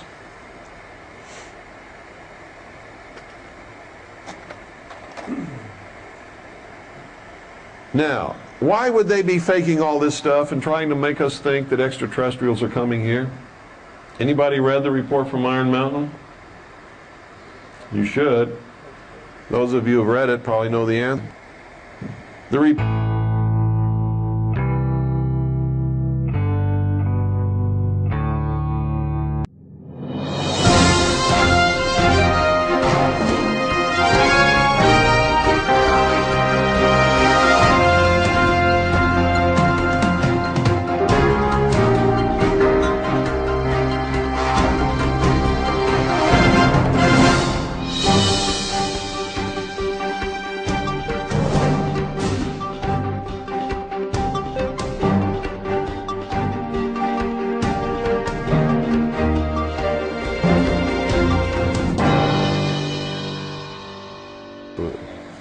Space research can be viewed as the nearest modern equivalent yet devised to the pyramid building and similar ritualistic enterprises of ancient societies.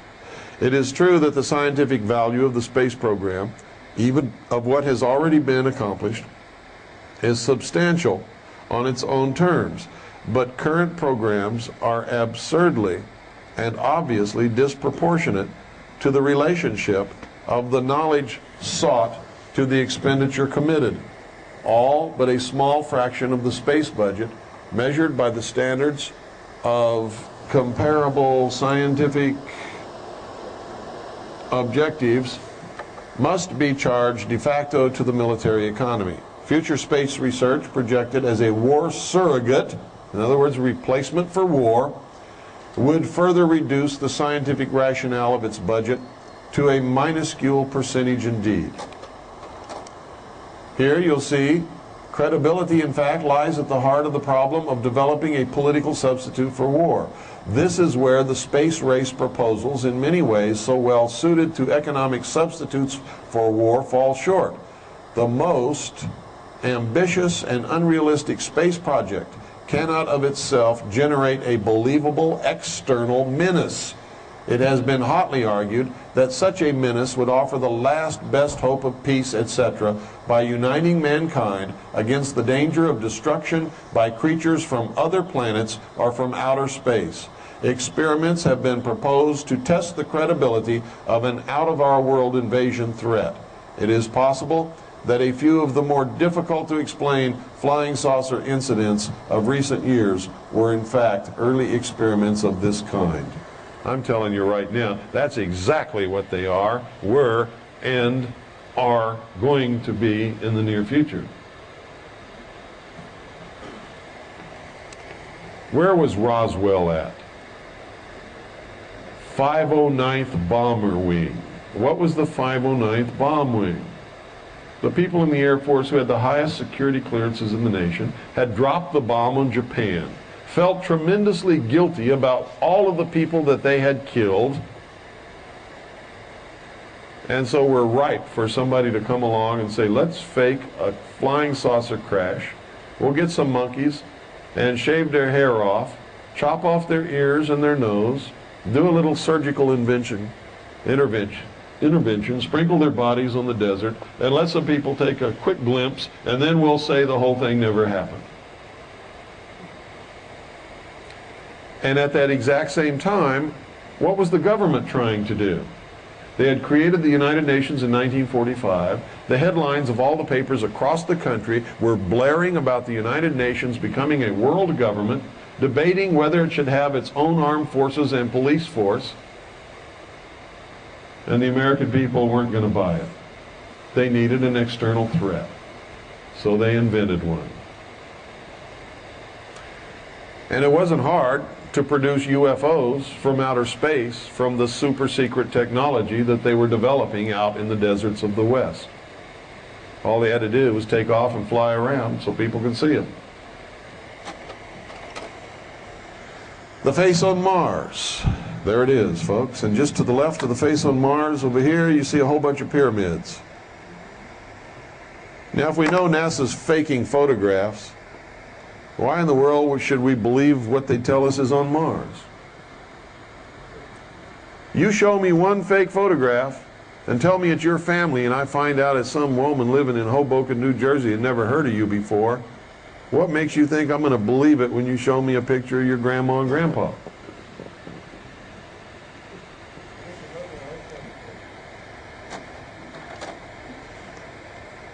There it is, the face on Mars. Now, look up here. You ever see a square crater? Must have been made by a square meteorite. Look at this arrow. It's all black dots. The black dots, NASA tells us, is where the transmission of the picture fell out in being transmitted from Mars back to the Earth. They're dots that weren't filled in by the transmission.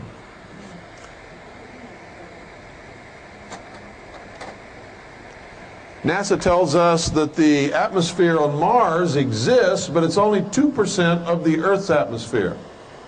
Then why does NASA have on its books plans for a Mars plane? If the atmosphere around Mars is only 2% of the atmosphere around Earth, no plane, I don't care how they built it, could fly in such an atmosphere. Yet this is an official NASA photograph of the Mars plane that they have planned to send to Mars to fly around in its atmosphere and take pictures and all of that kind of stuff. Again, there's a face on Mars. To the left are the pyramids. This is all that stuff that what's-his-name is talking about. What is his name? I've forgotten. Richard Hoagland, that's right. Now, if all of these pictures are real, then all of his theories could be valid. But if these are fake pictures, then everything he says is based upon a lie. Is he a part of it? I don't know. Don't even care.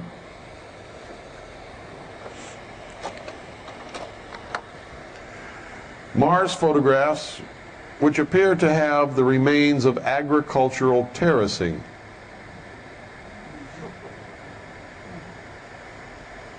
This is supposed to make us believe that at one time on Mars there was a tremendously successful civilization that had developed to the stage where they perfected agricultural terracing in order to feed the populations of their civilization.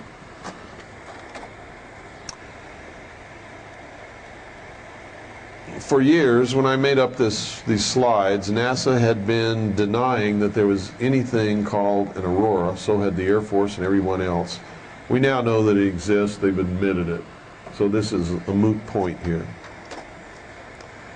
Now, let me give you some food for thought here. If you think I'm full of baloney, and if you think these people haven't been around for a long time, this 1917, upon a visit by the Imperial Japanese delegation headed by Viscount Ishii, John Dewey, the author of our extremely destructive educational system, destructive to the minds of our young people, said this in a speech at the dinner for Viscount Ishii and the Imperial Japanese mission. Quote, "Someone remarked that the best way to unite all the nations on this globe would be an attack from some other planet.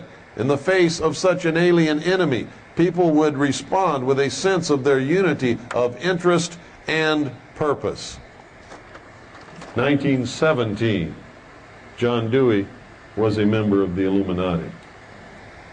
There it is, blown up so you can read it for yourself. Years later, during the Reagan administration, Reagan said on at least 8 different occasions the exact same thing that John Dewey said in 1917. And you heard one of them on that tape. This is one here. Remarks of the President to Falston High School students and faculty. Falston High School, Falston, Maryland, December 4th, 1985. This is what he said. "I couldn't but one point in our discussion privately with General Secretary Gorbachev, when you stop to think that we're all God's children, wherever we may live in the world, I couldn't help but to say to him, just think how easy his task and mine might be in these meetings that we held, if suddenly there was a threat to this world from some other species from another planet outside in the universe. We'd forget all the little local differences that we have between our countries, and we would find out once and for all that we really are all human beings here on this earth together." Is this what's going on? Does anybody know who that is? That's the creature from the Black Lagoon. Remember that movie? That's him. He doesn't look so fierce. I think he looks kind of neat myself. Friendly, cuddly, cute little feller. He's just looking for love.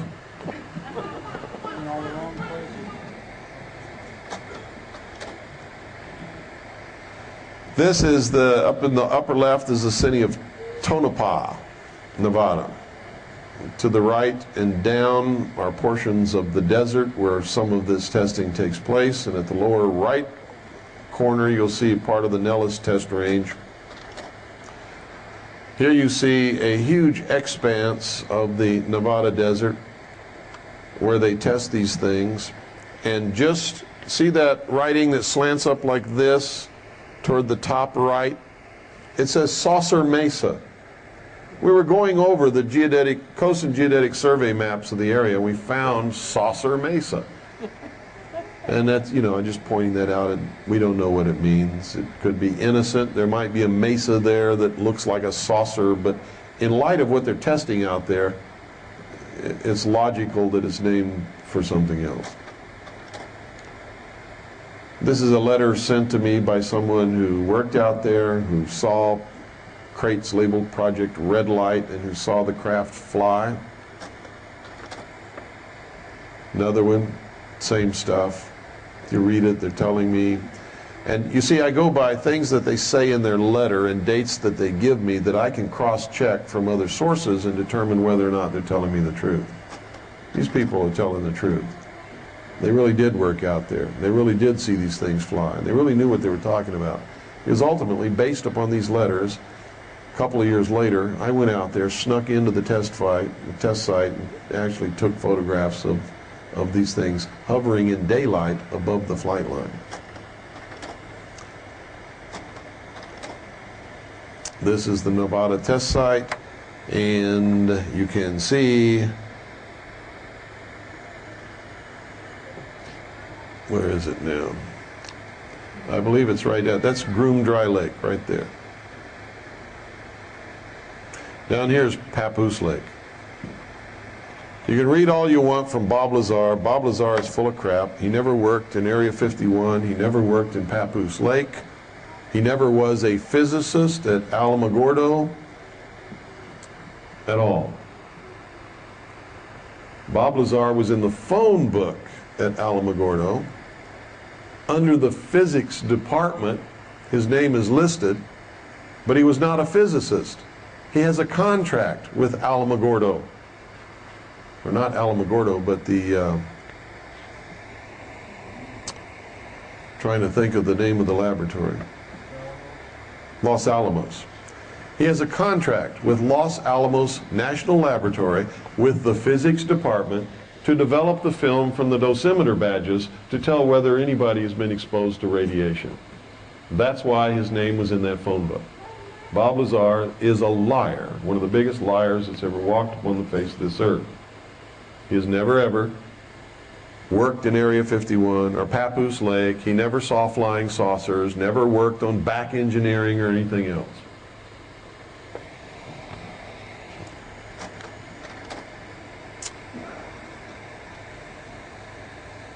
This is, what is, oh yeah, this is Highway 93. Take a little jog here, go over Hancock Summit down to, this is Highway 375. Zip across here. This is the Tickaboo Valley. This is Groom Dry Lake. Everything takes place over here, over this valley, and up in this area up here, if you go out there. That's Groom Dry Lake. There are underground tunnels which go to other government and military installations. We have marked 2 of those tunnels on this map. You're not going to see the tunnels, they're underground. This is a satellite photograph of Area 51. We went to the United States government, asked them if there was anything there, and if there was, what was it? They said there's nothing there, period. It's just a dry lake bed and desert. The United States Air Force said the same thing. There's nothing out there, dry lake bed and desert. There is no such thing as Area 51, period. So we went to the Russians and got satellite photographs. Now what does that tell you? Who are they hiding it from? If they tell me it doesn't exist, and they know damn well the Russians have photographs of it, who are they hiding it from? From me, not the Russians. They know about it. That's who we got these photographs from.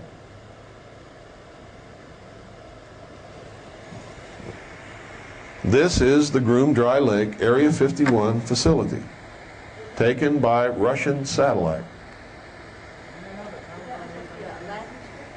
It is a landing strip. It's one of the longest landing strips in the world. It's over 35,000 feet long.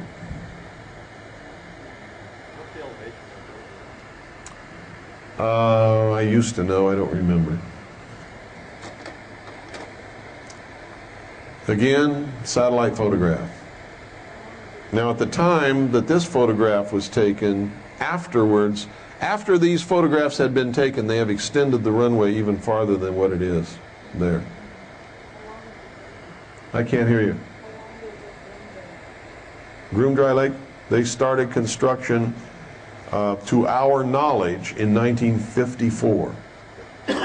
Right about the time that they begin to perfect this anti-gravity and electromagnetic drive stuff and begin to classify it and make sure that nobody ever wrote about it again. They also developed the U-2 here, and the SR-71, and a lot of other secret aircraft were developed and test flown from Groom Dry Lake. They have one of every kind of MiG that the Russians have ever developed at Area 51.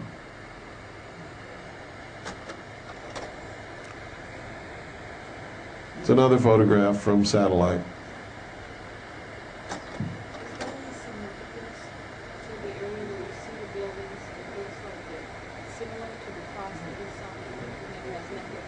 No. Not that I'm aware of, anyway. This is another Soviet satellite photograph of the Groom Dry Lake facility.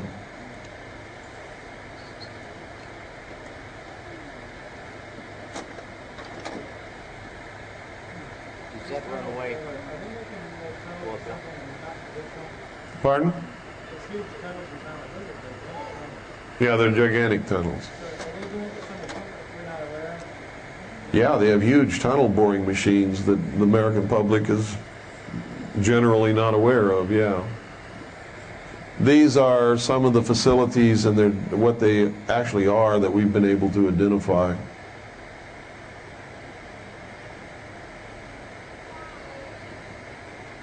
that runway inclined, not level? No, it's level. Text or remarks by the President of the 42nd General Assembly of the United Nations, New York, New York, September 21st, 1987. In our obsession with the antagonisms of the moment, we often forget how much unites all the members of humanity. Perhaps we need some outside, listen to what he says, perhaps, and he's talking to the United Nations, remember this.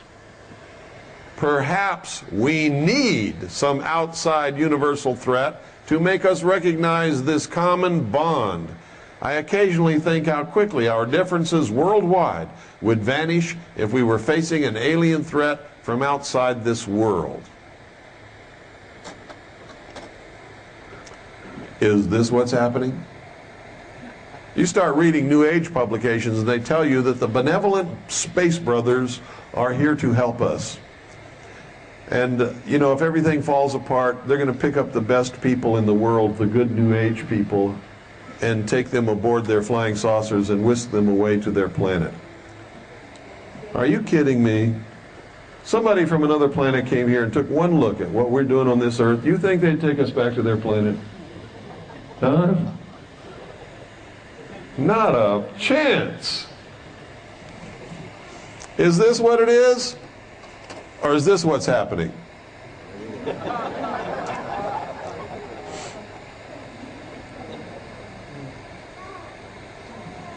Are those aliens a decoy for something much more terrible?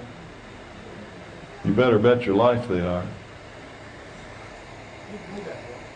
I don't know. I found this in a magazine and decided to take a picture of it. I thought it was great. I don't even remember what magazine it was. It was a long, long time ago. And that's the end of that trick. We just got a few more slides to go here. Okay, lights again. Here's one of the best photographs of a UFO, flying saucer type craft that I've ever seen. The guy who took this was on vacation in Hawaii. Do you think he was looking at the UFO? No, he was looking at those beautiful hula dancers, and that's all he cared about. He didn't even know that he had taken a picture of a UFO until months later when he was going through his pictures and just happened to look away from the girls and see it. He never knew it was there. This is what it is. That is a genuine photograph of a real UFO. It is not a fake. And the guy didn't even know he had it. Yeah, his wife was there too. She really was there. Pardon? I don't know if they showed it on the news or not. Now, here's something extremely interesting. Don't they tell us that Venus, the planet Venus, is covered with huge, miles thick, dense clouds of chemicals and acid and all kinds of vapors, and that the surface of Venus is extremely hot, no life could live on it? Don't they tell us that? Well, this is a cloud-penetrating radar map of Venus. That's what they tell us. They sent an orbiter up there that had cloud-penetrating radar, and they tell us this is what the surface of Venus looks like. And look how they try to perpetuate the hole at the pole theory with that silly little dimple up there. My father's flown across the poles, folks. He's a pilot. He's brought out pictures of the North Pole and the South Pole from his flights. He was at one time with the United States Air Force Weather Service, and that was his job, was to fly into the places of the world with the worst weather and make scientific recordings of temperature and wind and all that kind of stuff. There are no holes at the poles, I can assure you. So all that hollow earth stuff is a bunch of bunk. They also mentioned his star Certain there. way that the pole's blank, because it didn't cover it before. Scanning didn't cover it. Yeah, that's what it says. But that's not what the lunatic fringe picks up. What they pick up is that there's a hole in the pole of Venus, and they're trying to hide it by saying that they couldn't scan it. I'm not kidding you. That's what they say. I've heard them. I get letters from them. Bill, this is proof that there's a hole at the pole in Venus, so the hollow earth theory is correct. I write back and say, no, the orbiter couldn't cover that area of the planet, and it's just a place where they didn't map. No, they're just saying that because they don't want us to know there's a hole at the pole. You notice in that article they mentioned the star Carol? No. Now look at this. If they're correct about Venus being covered with thick, dense clouds of chemicals and gases and vapors, so that they couldn't photograph the surface from space, they had to radar map it. How did the Russian Venera space probe land on the surface of Venus and take this picture of its own leg sitting on the surface of Venus? Can anybody explain that to me? I can't explain it either. Neither can NASA, and neither can the Russians. Here's another, two views. The surface and portions of the lander taken by the lander on the surface, and the radar mapped image of the supposed surface of Venus. This is Neil Armstrong stepping down upon the lunar surface for the first time. Anybody tell me who took that picture? Anybody here? Tell me who took this picture? Official NASA photograph. Nobody was on the moon. Who took this picture? Official NASA photographer. Well, you were right. It's an official NASA photographer who took this picture in a studio somewhere in the Mercury test site of Nevada, where they made all of the damn pictures. Also goes back to the theory of the compression of his body weight. There's more oxygen or water. Check this out, folks. This is really hilarious. Folks, all of the light on the moon comes from one source, doesn't it? The sun, right? How come the whole surface of the moon isn't equally illuminated? This is a studio photograph made with spots.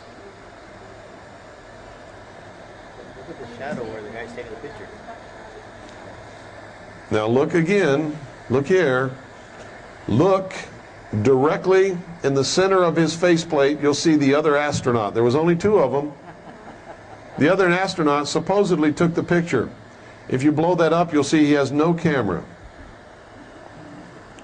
No camera whatsoever. Why is this shadow? You can also see the shadow in the faceplate going toward the astronaut who supposedly took the picture, who's directly in front of him, and you can see his shadow on the moon going somewhere else, which means the picture in the faceplate is artificially inserted.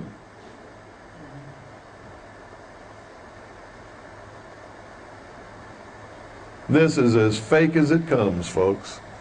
And you don't have to have a photography degree to see it. I'll tell you something else about the moon.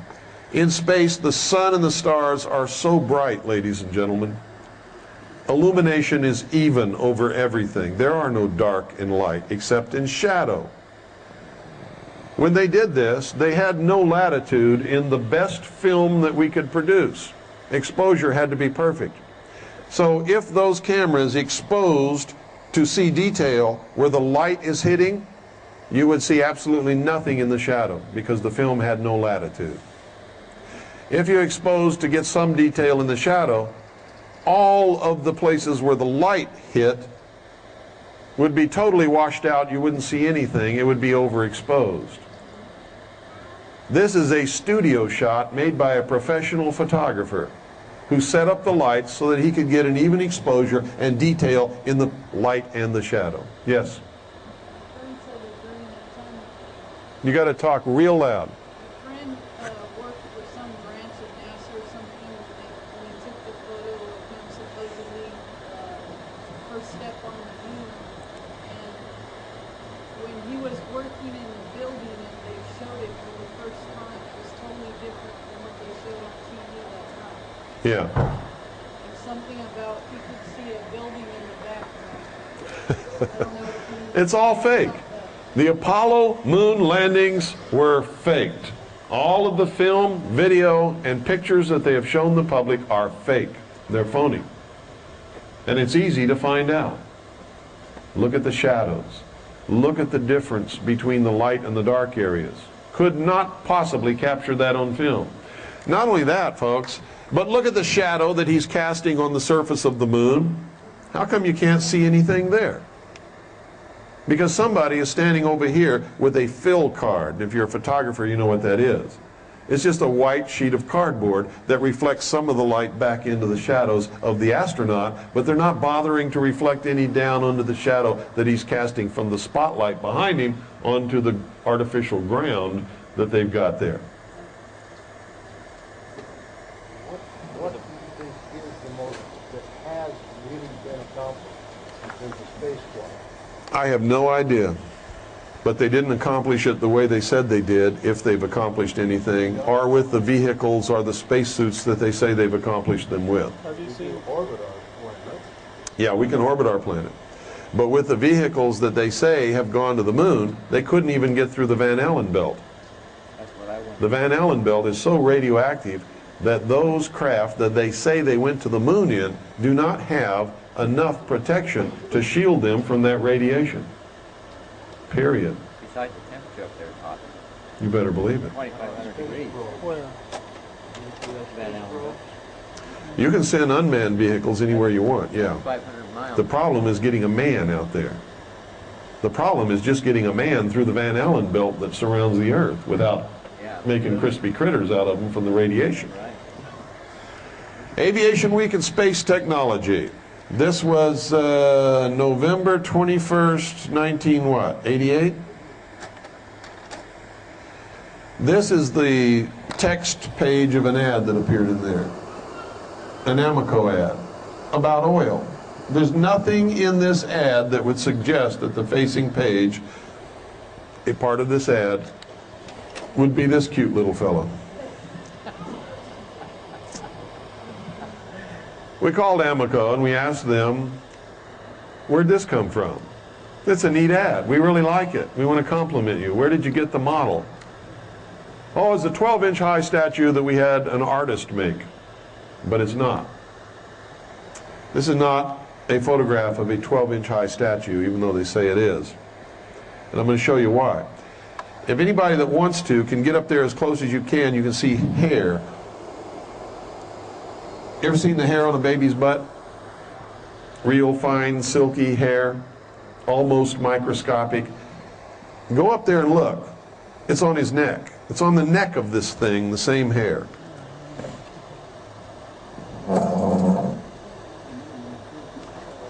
You see it?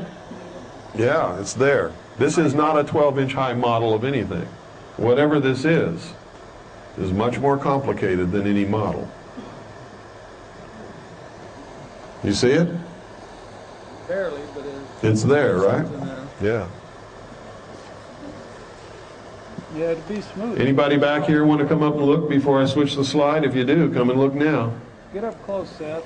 Right on the neck, where it's sunny, where it's lit up. See it? Is it there?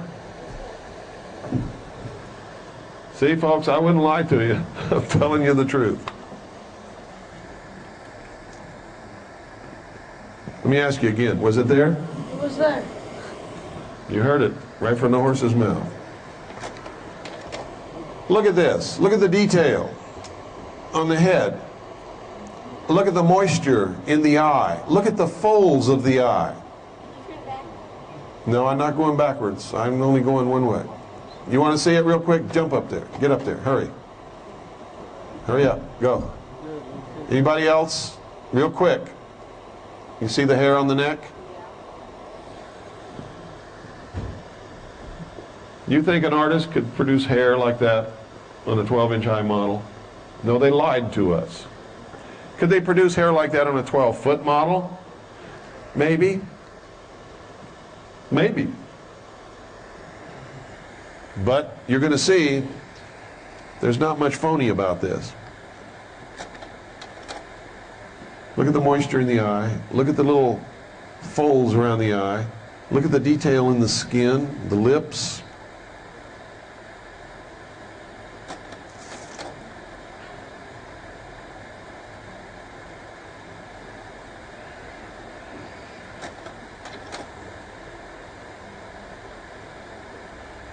Look at the creases on the neck.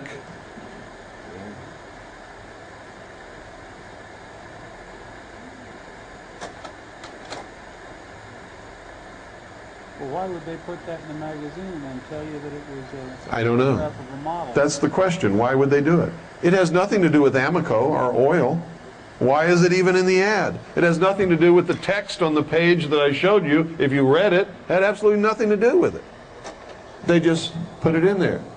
Look at the moisture and the mucus inside the nose. Look at the lines and the bags under the eyes. Now, if I had to make a bet, folks, I would bet that this is something they created in the laboratory and it's alive.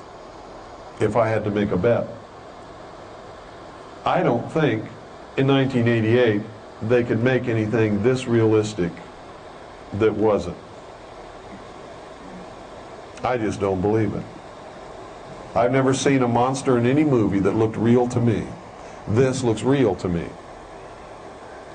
They can do some fantastic things in movies, can't they? But I've never seen one, ever, that looked real like this looks. Now, I'm not telling you that this is alive or this is real. I am telling you that they have genetic laboratories across this country where they are experimenting on cloning and on creating life different from life as we know it, and where they have been experimenting on the human genome to identify all the genes I also know that all over this country there have been mysterious cattle mutilations where portions of cattle have been taken in the middle of the night, mysteriously, and some of the things that have been taken have been cows' eyes. Does that look like a human eye? No. Does it look like a cow's eye? Sure looks like a cow's eye to me. Is it? I don't know. And I'm not saying that it is. I'm just saying this is really weird.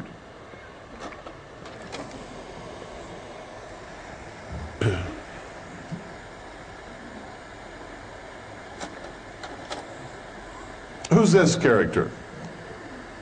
Jacques Vallée. How many of you have heard of Jacques Vallée? One of the great wizards of ufology. I call it ufology.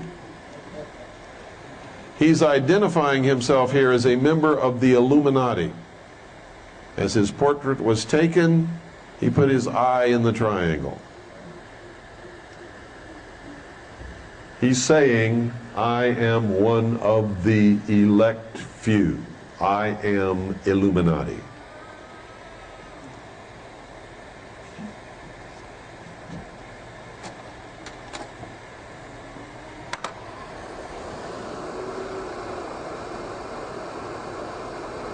Oh, this is Dr. Kurzweil, Stephen Kurzweil. He called me up one time and said, Bill, you're never going to believe this. I said, well, first place, tell me who you are. Who are you? I don't even know who you are. He said, I'm a dentist, or excuse me, a doctor in New York City. And I was recruited by Bud Hopkins, who's one of the so-called well-known abductee researchers who writes books about this stuff, to be a member of a research team to record the progression of mind control experiments on people to make them think they've been abducted by aliens. And the guy that recruited me is Bud Hopkins, who's identified himself to me and shown me his identification as being an agent of the Central Intelligence Agency. And I said, well, are you going to do it? He said, well, I already did it.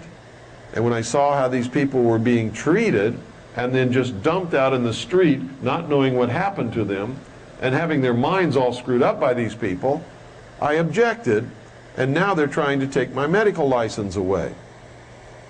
So he sent me all the paperwork for the Medical Board of New York City and all this kind of stuff, and the testimony and everything.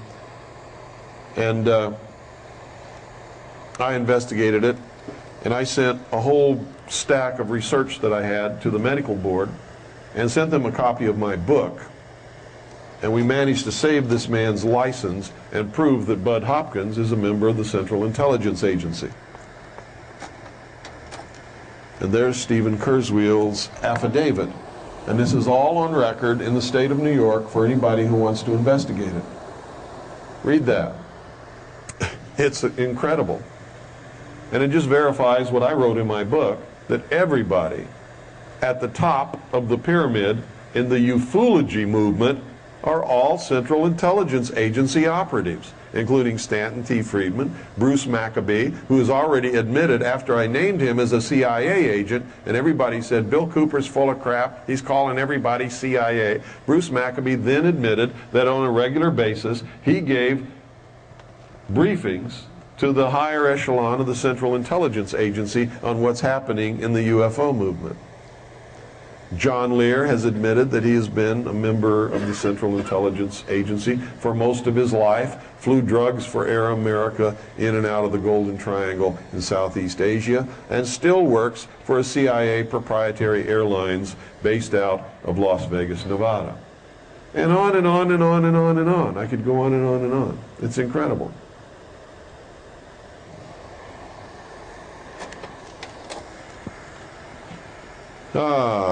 This is, what's this? Oh, this is verification of something I wrote in my book. This guy sent me a letter.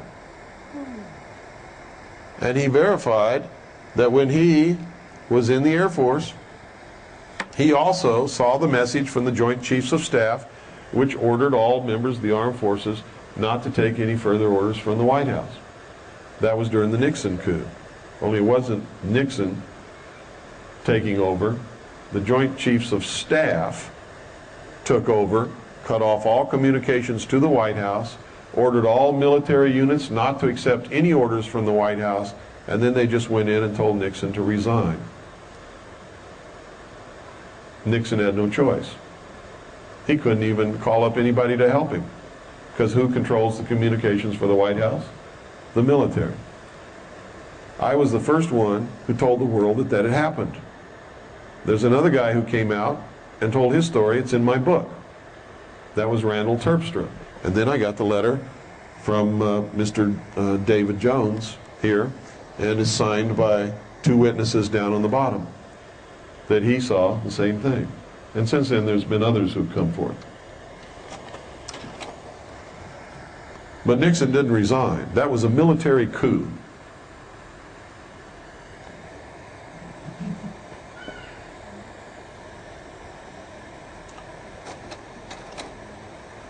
They put Ford in just to have a stuffed doll in there? Yeah. Ford's a 33rd degree Freemason. You all know that, right? If you didn't, you do now. Not that we can't find any proof that Nixon was a Freemason. We can find proof that he was CFR and all this other stuff. I threw this in here because I keep hearing this stuff, that I'm just one lonely, helpless human being. There's nothing I can do. I don't have any money. I got to support my family. And then I have other people who come up and say, Bill, do you have any heroes? There's my hero. It's my hero. My hero. I love that man. He is an example of what a hero really is. That's Tiananmen Square. One lonely, solitary, helpless, broke, enslaved individual had the guts to stop 17 of the biggest, most terrifying, most dangerous killing machines that have ever been built in the history of the world by himself. Can you imagine how lonely and how scared he is standing there? He's my hero. He's not even an American. He's a Chinese boy. Pardon? Who knows? But they didn't. Maybe they were as impressed by him as I am. Of course. You think they would let him get away with that? They threw him in prison. Why did they stop and not run over him and squish him? Same plan. They were probably embarrassed and just as impressed by his bravery as I am. Warriors are impressed by bravery. I was impressed by the bravery of the Viet Cong when I fought in Vietnam. I couldn't believe that they were doing what they were doing when we had the weapons that we had. And they're running around with a little pouch of rice on their belt and sandals made out of tires with a little pith helmet on their head when they had it. And most of the times they didn't, unless they were North Vietnamese regular army. And an AK-47 and a few bullets in a pouch. They impressed the hell out of me. I was impressed. I'm still impressed by what they did. God, I had a $500,000 patrol boat under me. I had 350 caliber machine guns, a 3.5-inch rocket launcher. I had an 81 millimeter mortar. I had Honeywell grenade launchers, shotguns, M16s. We had so many guns, we never used half of them. And these guys are running on, taking us on at close range on a riverbank with no protection whatsoever. Because they believed in what they were doing. That's why I know we can win the war that's coming. Because you can't beat someone who's not afraid to die and believes in what they're doing. And we're going to be facing troops that are only doing it for a paycheck and the promise of a retirement. Mercenaries. Mercenaries don't fight when they start to experience casualties, and the casualties outweigh the value of the paycheck and the promised retirement that will never come if I get lucky. And I'm a damn good shot, so I know I'm going to be lucky a lot of times before they get me. I don't have any illusions that they won't get me. But I'm going to get enough of them that they're going to wish that I was never born before they do get me. Yes? Do you think Ho Chi Minh, I've always kind of admired him, but do you think he's part of the plan too? You think he was a game player, or you think he was really someone who was squeezed out? Ho Chi Minh would have been on our side if we had not snubbed our nose at Ho Chi Minh and had not done what we promised him. See, we promised Ho Chi Minh during World War II. He fought with us against the Japanese. We promised him that we would help him liberate his country and that they would be a free country, have their own elections and their own government. We double-crossed him and gave it back to the French. And he said, screw you, I'll get help from wherever I can get it, and I'll be whatever gives me that help. And Russia said, we're yours. What do you need? No, he didn't ask for much. He wanted to be free, just like me. Just like me. That's something we never understood. What the hell were we doing there? Had nothing to do with the Constitution or freedom or this country. Nothing at all. Had to do with big business and world politics between nations and deals we knew nothing about. We were just cannon fodder. That's all. Cannon fodder.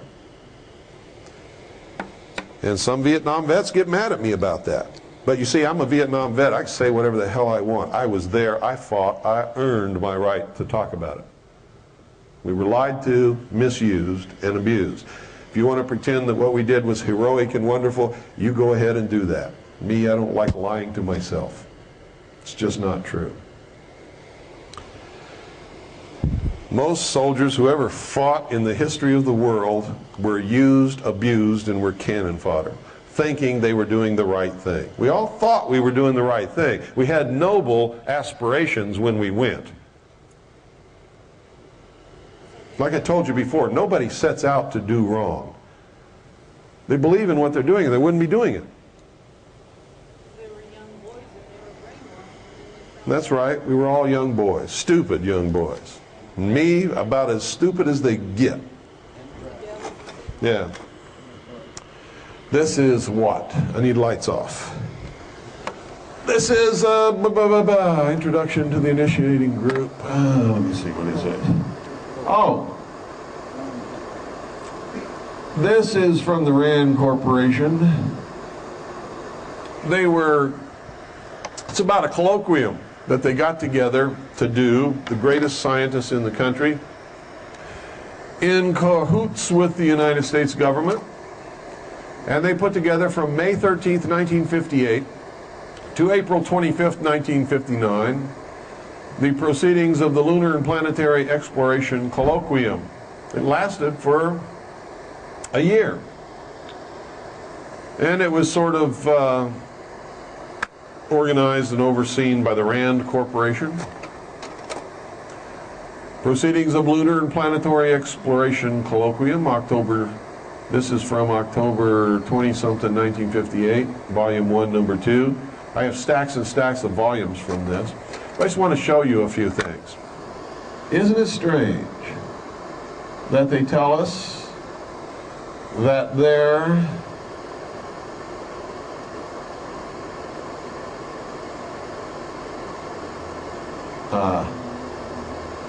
it's hard to focus this. Oh, this is what I'm looking for. It says power for a lunar colony.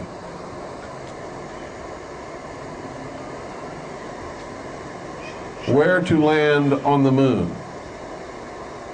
Observation on Mars and Venus. I didn't even know we had any observations up there on Mars and Venus at that time. But apparently they did. Program of lunar and planetary experiments.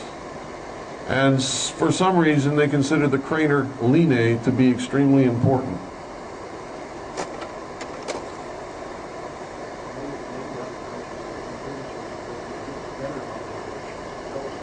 It could be. And this is just another thing from that flying saucer article. And that's it. One of the strange things I thought I had it in this slide tray, but I didn't. On one of the contents of one of these colloquium proceedings, they talk about the atmosphere on the moon, which is something they've always denied. But that group of scientists didn't deny it. It was listed right in the proceedings that they were studying the atmosphere of the moon. So that's that. What time is it?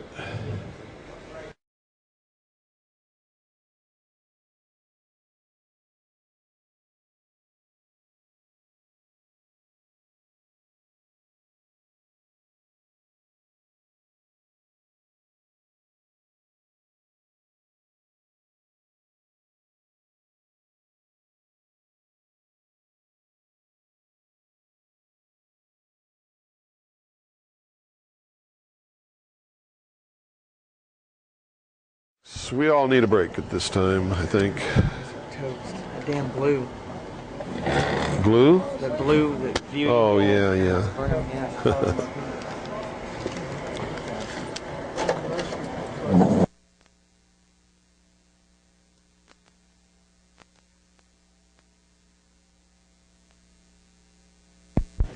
Thank you. Okay, now I'm going to give you a choice. There is no limit to how long we can keep this room. I have 2 videotapes, one of which we're going to end with. Both are 2 hours long. Let me tell you what they are. But before we start, I'm going to let you ask questions if you want for a little while. And then if you want to see the videotape, whichever one we decide by popular vote to see, the ones who want to see it can stay and watch it. Anybody who needs to leave can go ahead and leave. Okay? So, we'll take the vote now, and then we'll have a short question and answer session for any of you who may have any questions on anything that we've talked about today or yesterday that I might be able to answer for you. And I can't answer everything. I don't know everything, but I'll try. Okay? We have 2 videotapes. One is a 2-hour tape that I made for researchers. It's not an entertainment tape. At some parts it sort of drags out because it's to give information to researchers who want information about Area 51. It's called Project Red Light 2. You saw a part of Project Red Light. Not the whole thing, but Project Red Light 2 is the second one that I made about Groom Lake and has an awful lot of essential footage in it for people who are just interested in researching Groom Dry Lake. Has a lot of videotape of the craft in flight, both at night and at the end, one huge craft that you saw at the beginning of Project Red Light 1, hovering over the desert and actually moving off into a cloud. It's a different filming of the same craft at a different time, under different circumstances, but it's the only footage like it of its kind. And you'll see the whole area. You'll even see Groom Dry Lake. Yes, baby. You'll even see Groom Dry Lake filmed from the top of what we call Whitesides Mountain, which the Air Force has now... Yes, baby. Hi. Want to say something?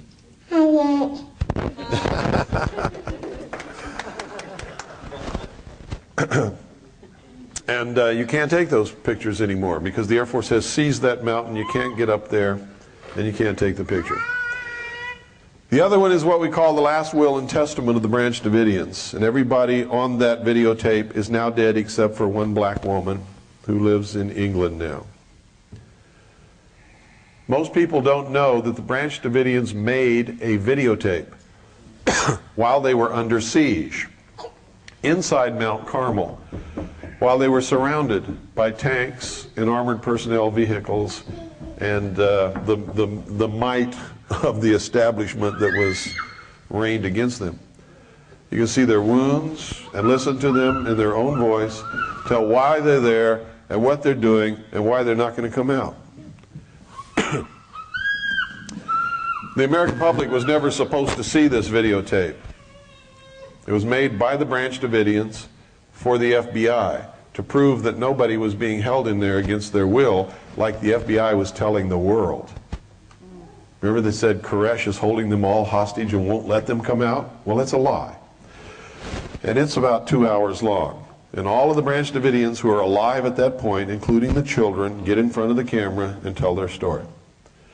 So you got your choice. We can do either one of those two, and you can vote on it right now. Okay?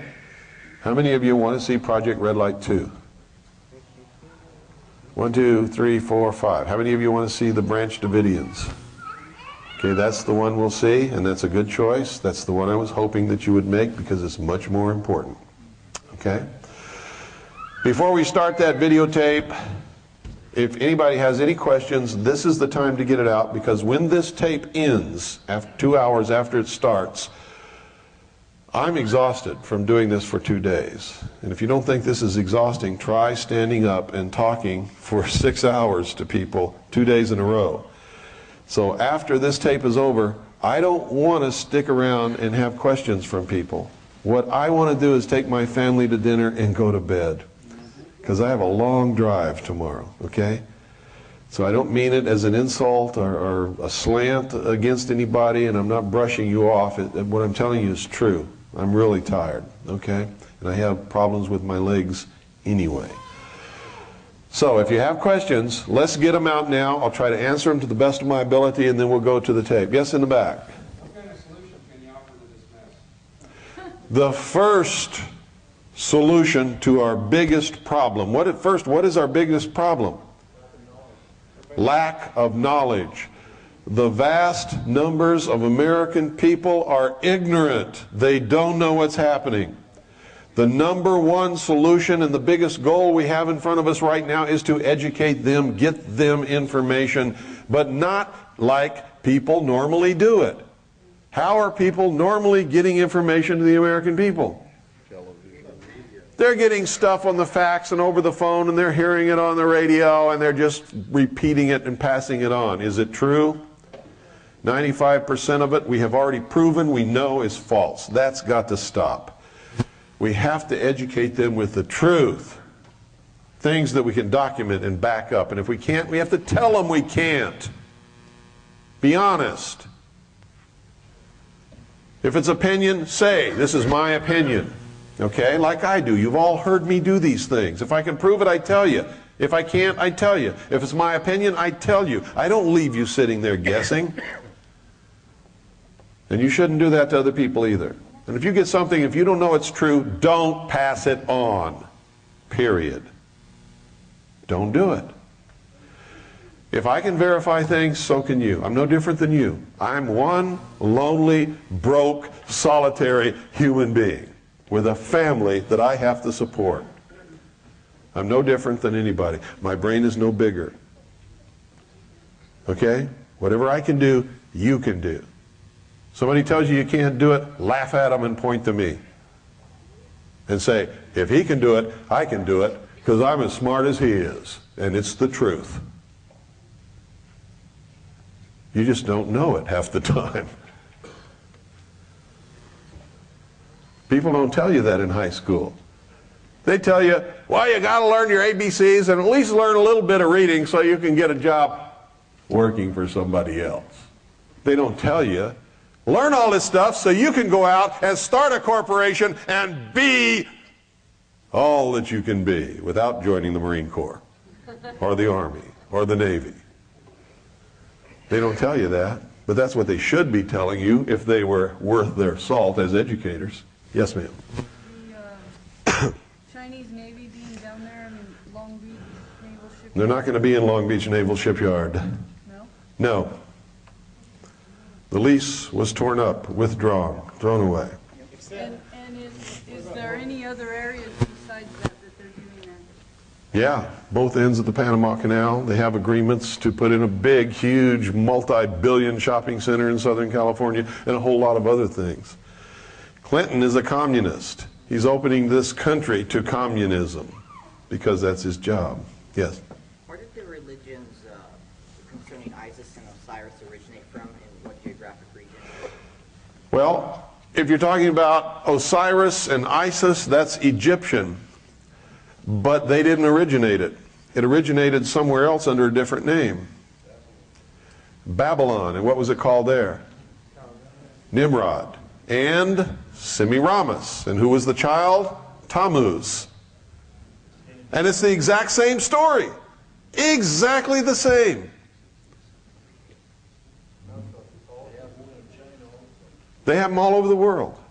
Same exact story. Different names. Same story. Yes, ma'am. The disappearance of that A-10 bomber. The bomber's been found and the body of the pilot has been found. They can't bring it out yet.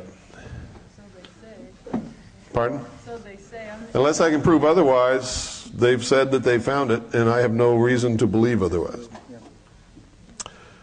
Yes? Don't you think now the Chinese, though, can take this canceled deal to the World Trade Organization? The World Trade Organization is going to say, well, you can't renege on a lease to get China back to foot. Well, I wish they would, because that would be proof positive that the United States is not a sovereign nation. And I've been waiting for that proof to flash in front of the American people so that they can't laugh at me when I tell them that. I think that's what they'll do. We're not sovereign, folks. But until they do something overtly that can be seen and understood by the American people, I can show them all the treaties and charters and documents and laws and everything else that say that we're not sovereign anymore, but they're not going to believe it until it actually happens. If we're a sovereign nation, the World Trade Organization can't tell us what to do, can they? But they can. And if you studied NAFTA and GATT, you know that they can. Yes? Are you saying that we are not a sovereign nation, or that we now, because of trade or treaty, or that are you saying that we never were? We have not been a sovereign nation for a long, long time. We ceased being a sovereign nation when we signed the United Nations Charter, and it became the supreme law of the land. Well, we didn't ratify that till Reagan, right? Pardon? The United Nations Charter? Certainly we did. We didn't ratify that till Reagan. Yes, we did. Yes, we did. Before Reagan? Yes. The United States created the United Nations, in case you didn't know that. Well, I remember when under his administration, I remember discussions in the newspaper that No, you're talking about United Nations resolutions. The United Nations Charter was ratified in the 50s by the United States Senate. Yes, sir. Do you have any knowledge of the process which levitates the flying saucers and what fuel they're using to power them? No. All I know is it's something to do with electromagnetic force, whatever that is. It probably has an awful lot to do with an awful lot of patents that Nikola Tesla applied for and obtained many, many years ago. Yes, sir. In one of the last chapters, the last chapter of 2001, about Lucifer's star rising. Uh-huh. Talk about that. Why is that put in there? What are they alluding to? Besides the very obvious. Well, Lucifer's star rising, well, let me, gee, I hate to get into that because it's a whole other lecture altogether. In fact, I'd rather not, because it'll take up an awful lot of time, and we don't have all of that time. Yes? One of my big concerns, while I understand what you say about militias, I am concerned with affiliating myself with people that either don't have all their brains together or could possibly be infiltrated by government agencies. So how do you organize yourself with people who are wise enough to follow your advice about militias? Well, that's a tough one, because people being people, you can't always be sure of anything with people. We've all learned that in our life. People will tell us something for 6 years and then prove exactly the opposite the next day. You know? And how many of us have been married to people or have been in a personal relationship with someone we thought we knew, and then all of a sudden we find out it's not the person we thought they were at all? How many times has that happened to all of us? How many times have we been betrayed by a best friend? There is no certainty of that. What you have to do is bring the militia into being and then educate, educate, educate, educate. Uniform Code of Military Justice, Constitution, the laws of the state and the nation. Spell it out. Make them understand. And anyone who doesn't understand or demonstrates they want to go contrary to the law and the intent of the Founding Fathers in the formation and the organization and operation of the militia, you have to say, you're out of here, bud. And if the rest of the membership goes against you, then you have to get out of there. Because you can't be a part of something that's not right, that's not lawful, that's not constitutional, with a bunch of people who might do something stupid like these assholes down in Texas who have now taken a hostage and shot somebody. I forgot to tell you, they shot the guy in the shoulder. Stupid! These guys have sealed their fate. They're going down. And ain't nothing in the world can stop it from happening. Because they're wrong, and no one can support them when they're wrong. Yes, ma'am. Do you feel that the flooding in the Midwest that's going on right now, and they're evacuating the people, are they in there to take weapons and put people in camps, or what? No, it's really flooding. It's really flooding in the Midwest. They're really losing their homes. They really need help. No, it's not a scam. It's real. If you don't believe me, call there, and if you can get somebody to answer a phone that's 3 feet underwater, you'll find out. It's real. Tied in with that is I hear things about the HARP system where they can control the weather and knock your cars out and communication. Yeah, but see, here's the thing I'm trying to get across to you. You hear these things. When you hear them, why don't you turn to the guy or the girl who tells it to you and say, can you prove what you just told me? It's radio stuff. It doesn't matter. You can call that radio station and talk to that person. Say, can you prove what you just said on the radio? Well, then why are you saying it? I've heard it in a couple of forms. One was from a guy that worked on the system. The HARP system. Did you give it any credibility? Give what credibility? The HARP experiment is there. It's an experiment. Nobody knows what it can do because it's just started. They've only turned it on twice that I know of to conduct atmospheric tests with people who have ham radios to see if they could receive the signals that they were transmitting from the Alaska HARP site.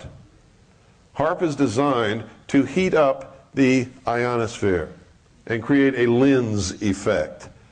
They don't even know what it will do. They have some theories. They have told us what their theories are. If they're telling us the truth, it won't do anything harmful. But they don't know what it will really do, and neither do we. We know that they're fooling around with Mother Nature, and they're changing the nature of a layer in the atmosphere by heating it up to create a lens effect whereby they can transmit radio signals and other things to places where they normally couldn't do it much easier. This is what they tell us. But if you heat up the atmosphere, what are you affecting automatically, whether you want to or not? You're affecting the weather. So we know that whether they intend to or not, whether it's their purpose or not, they're going to have an effect on the weather. That's scientific fact, and you don't have to be a genius to figure it out. If they heat up the atmosphere, it's going to change or affect the weather. Is it going to be a big change, a big effect, or is it going to be minor? We don't know, and neither do they, because the experiment has just started. And all this stuff you're hearing people say is bullshit. They don't know what they're talking about. They're the fear mongers. They're the people who want to sell you some book or something. It's crazy. Somebody asked me, not somebody, counting yesterday and today, about 50 people have asked me about Val Valerian. How many of you have heard of Val Valerian? How many of you have heard of the Matrix? Well, somebody is in here because somebody in here asked me about it. I got the answer I was looking for. Okay. Val Valerian, when he wrote The Matrix, was a captain in the United States Air Force Office of Special Investigation Counterintelligence Division. He's a close buddy of John Lear, who is an operative of the Central Intelligence Agency. Together, they wrote The Matrix. Now, what does that tell you? What does it tell you? Disinformation. What was the subject about? Oh, man. What a question that is.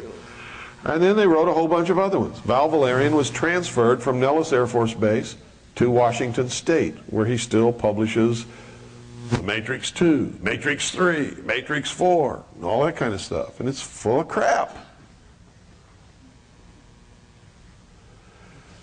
The rule is this: don't hear something and go ask somebody else if it's true. You do the research and find out. If you're too lazy to do the research, quit listening to the crap. Or else become a Looney Tunes, listen to it, believe it, and do whatever you want, but don't come to my seminars. Yes, sir. One thing I think was in Tex Meyer's... And folks, when I say this, I don't mean anything personal. I'm not trying to hurt your feelings. I'm trying to get us into reality. That's all. Yes. And one of Tex Meyer's newsletters, I believe it was, he talked about a little look at plutonium on a satellite that's headed for Jupiter. And some scientists think that the plutonium could ignite the atmosphere and create a new sun. I said that years ago. I believe it also. He said that too.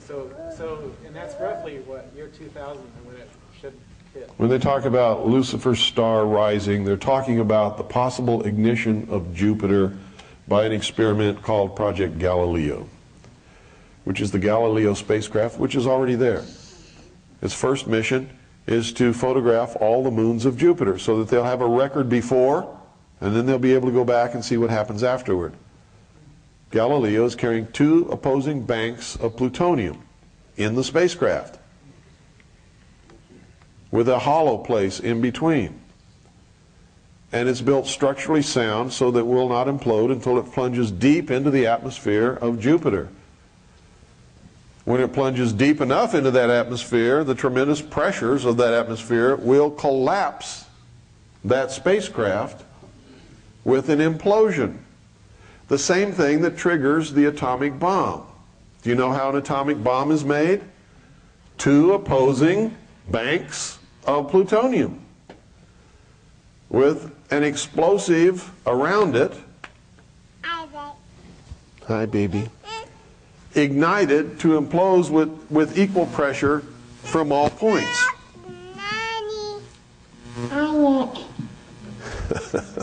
Thank you, my dear.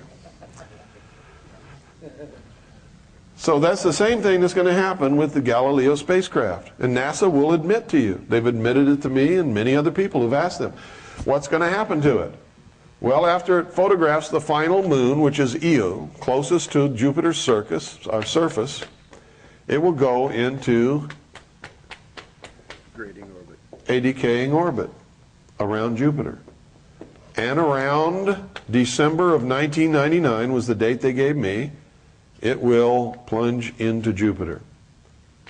When it reaches the depth where the pressure is great enough, it will implode, driving these 2 banks of plutonium together, and it will create an atomic explosion. So you should have your computer turned off that day, right? Yeah, absolutely. But here's the danger. See, an atomic explosion on Jupiter is not enough to ignite Jupiter into a sun. But if that spacecraft is deep enough within the atmosphere to cause that implosion, and the atomic explosion takes place at a depth in the atmosphere where the pressure is strong enough to hold that explosion, it will turn from a fission reaction into a fusion reaction, and Jupiter will become a sun. I have talked to scientists who say, yes, it can happen. I have talked to scientists who say it's ridiculous, it could never happen. I have talked to scientists who scratch their head and say, I don't really know. I have talked to Arthur C. Clarke, who wrote the book about this really happening. And he said that when he wrote the book, NASA was extremely interested.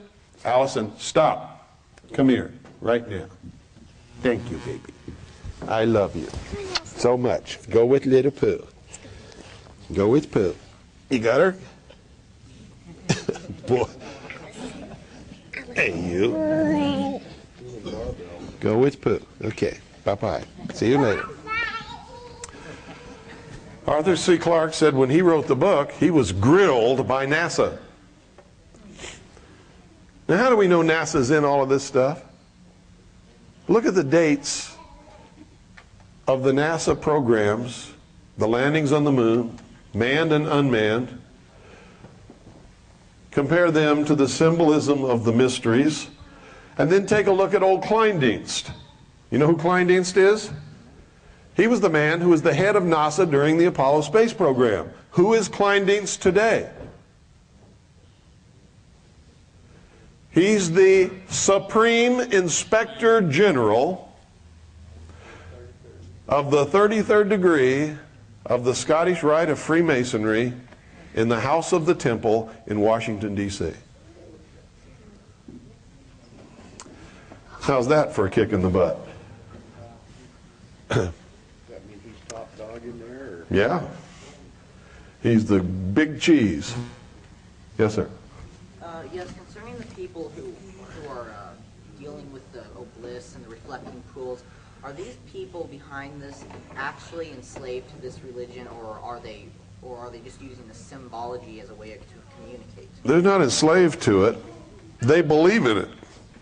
They believe that what they're doing is the best thing for all of humanity. It's their religion. And what is that religion? All of these things, the symbols, are just a way of expressing a metaphor. And the metaphor is this, that man was held prisoner in the Garden of Eden by an unjust, vindictive God. He was set free by Lucifer through his agent Satan with the gift of intellect, the use of which mankind will conquer nature and the universe, and man will become God. So it is secular humanism. It is the religion of Marxist socialism and communism, and has always been that religion and nothing else. The enemies of freedom hide behind many different veils and occupations and names and organizations, but when you come right down to the very bottom of it, they are always socialist, communist, secular humanists. That is their religion. Always. The obelisk is the symbol of the generative force, the intellect, thought, desire, action. Remember what I taught you? Okay, any other questions? Yes?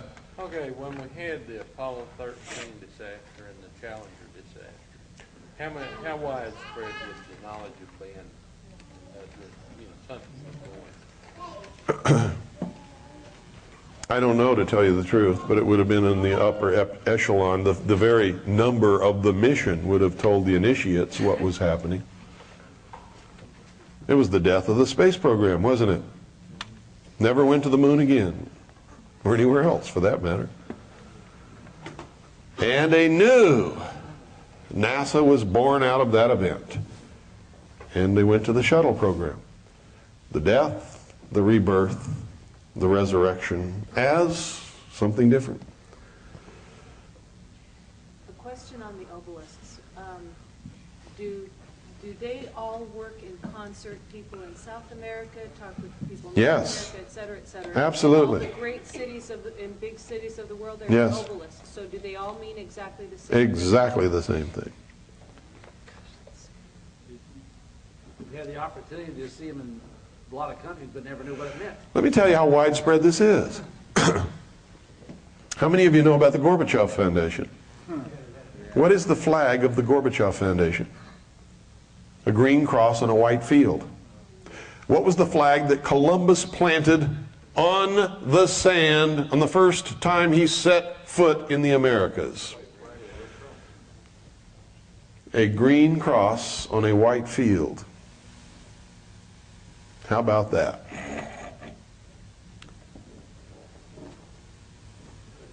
Why did he do that? Wasn't he sailing in the name of the Queen of Spain? Didn't she finance his exposition? Wasn't he supposed to claim those lands for Spain? Wasn't the first flag planted supposed to be the flag of the royal house of Spain? But it wasn't.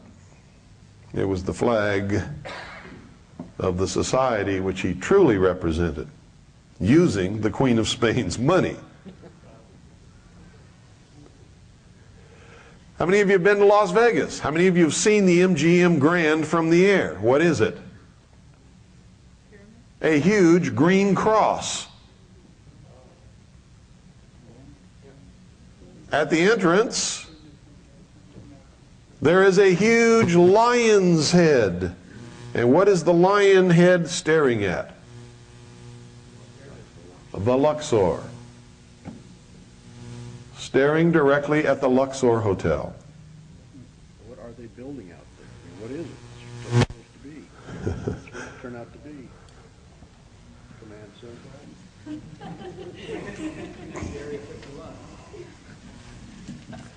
Yes, sir. What's your views on Borda killing himself? Admiral Borda was murdered. I mean, have you heard any more? Do you have any more information than that? I've got lots of information. We published the whole story in our newspaper. It might be over there. He shot himself in the heart twice. That's tough anyway, isn't it? Oh, it's really tough. And a military man would never shoot himself in the chest with anything, and especially a .38. Admiral Borda, if he was going to shoot himself, would have shot himself in the head with a .45. And he wouldn't have gone out on the lawn to do it. And he left supposedly 2 letters, which they won't let us see because they weren't signed. You'll leave a letter for your wife. Are you not going to sign it? Huh? You leave a letter for anybody. Are you not going to sign it? You're going to type it up and leave it laying around? And then go outside, shoot yourself in the chest twice with a .38 caliber pistol? A career, lifetime military man? Not on your life. Admiral Borda was murdered. I don't know why he was murdered, but he was murdered. First, he was set up to be discredited, and then he was murdered.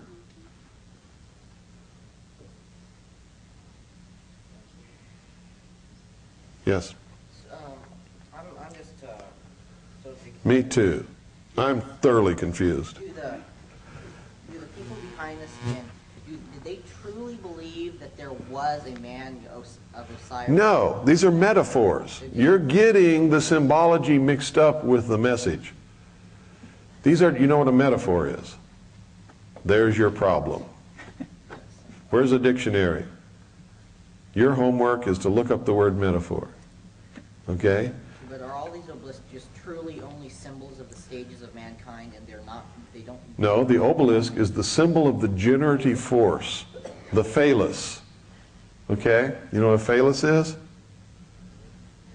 When you go home tonight, take off your clothes, look in the mirror. We're dealing with a young man over here. I'm not making fun of you. I know you have questions. I think he's doing great. I think he's doing wonderful. And I commend him for being here because the future belongs to him. But these are some things that you're going to have to look up. Your problem is not with what you're hearing. Your problem is that you don't know the meaning of some of the words that we're talking about. If you knew the meanings of those words, you wouldn't be having a problem. But we're beyond the point where I can spend any more time on that. Otherwise, I certainly would. But if you'll write me a personal letter, I'll make sure you get enough material to keep you busy for a long time, okay? So if you'll do that, I'll take care of you. Yes, sir? Could you give us some kind of an idea of what your future is as far as the radio, satellite, or whatever's going on? Because I've listened to you. I did yesterday, spent over an hour on it. Can you give me a brief, like... All I can tell you is I'm on satellite GE1, transponder 7, 7.56 audio right now, where we have a worldwide freedom radio network. We are putting together a network of low-power FM stations across the country which are rebroadcasting our programming and other programming, and even programming of their own. And we're on WRMI, Worldwide Shortwave Radio out of Miami, Florida. That's 9955 kilohertz. We're on Monday through Friday, 5 until 7 p.m. Daylight Standard Time. We'll go to only one of those hours. I don't know which one yet on May the 7th. From what time to what time? 5 to 7 Daylight Eastern. Yes. Terry Reed, any idea on what's happening with him? I don't even know who Terry Reed is. So he wrote that book, Compromise? I haven't even read it. Never heard of him. I can't believe it. Well, maybe I'll... There are people I've never heard of, just like there are people you've never heard of. I'm just like you guys. I don't know everybody. I know some people. But I'll tell you this. If I don't know the person, they're not way high up in real patriot community, I can tell you that. Because I know all of the high up people in the real patriot community. Many of whom none of you will ever know.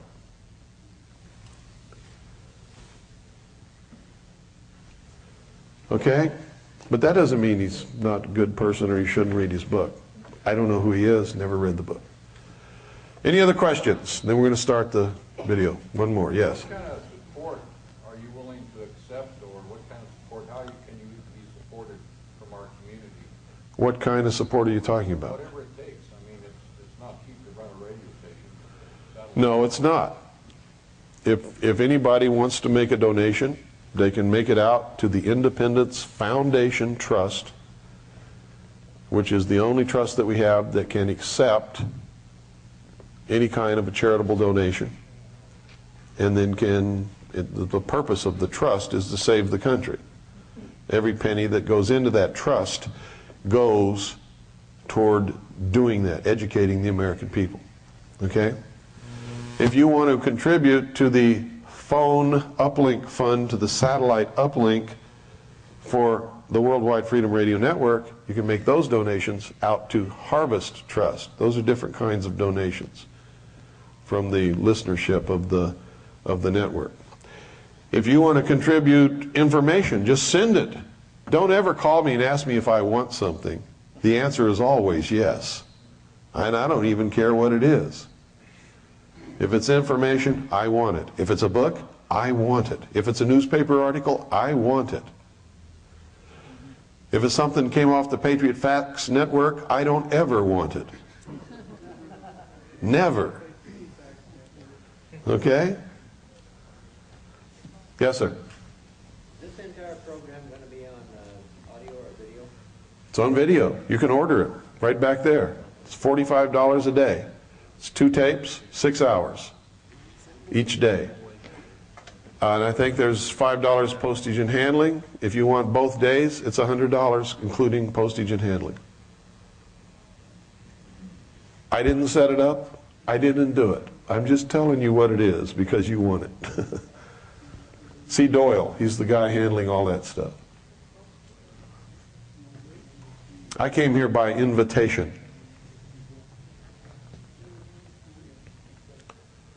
What do you have going on in the future for things like you did the Area 51 and this? Any plans up the road? Yeah, we're having a conference in the state of Arizona from June 30th through July 4th, and including that night. And that's intense. That's 5 solid days from the time you get up in the morning until midnight. You belong to me. That's CAGI and the intelligence service, yeah. What do you require of people that become CAGI members? I know the how process to get in, but once you're in, are you... We put you to work. We require you to work. It's not like other things where you join and you pay your dues and you get some benefits and you don't have to do anything. If you join our organization, you must work. If you don't, we'll kick you out. Simple as that.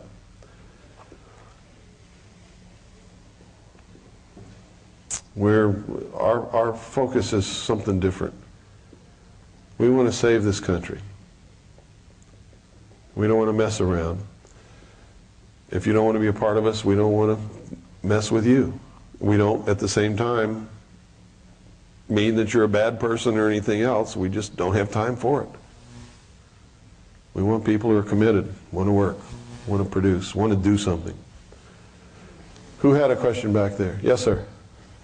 Are the Native Americans being involved? Yes, I'm one. You're looking at one. I mean, all of tribes. Not all the tribes, no. You'll find on every reservation, amongst the Native American communities, there are two types of Native Americans. One is the traditionalist that loves freedom just like me and has been fighting forever to gain it back and keep it. Okay? Those of you who have read about some of those battles, you know. The other is the hang around the fort Indians. The hang around the fort Indians have been bought and paid for. They're socialists. They want their blanket from the government every week. They want their little paycheck so that they can go to Indian heaven, which is Walmart. And they want the government to take care of them. And they'll do anything to please the government, including ratting on the traditionalists and even killing the traditionalists or anything else they have to do. And yes, the traditionalists are with us, whoever we may be. The hang around the fort Indians, no. No. They're socialists.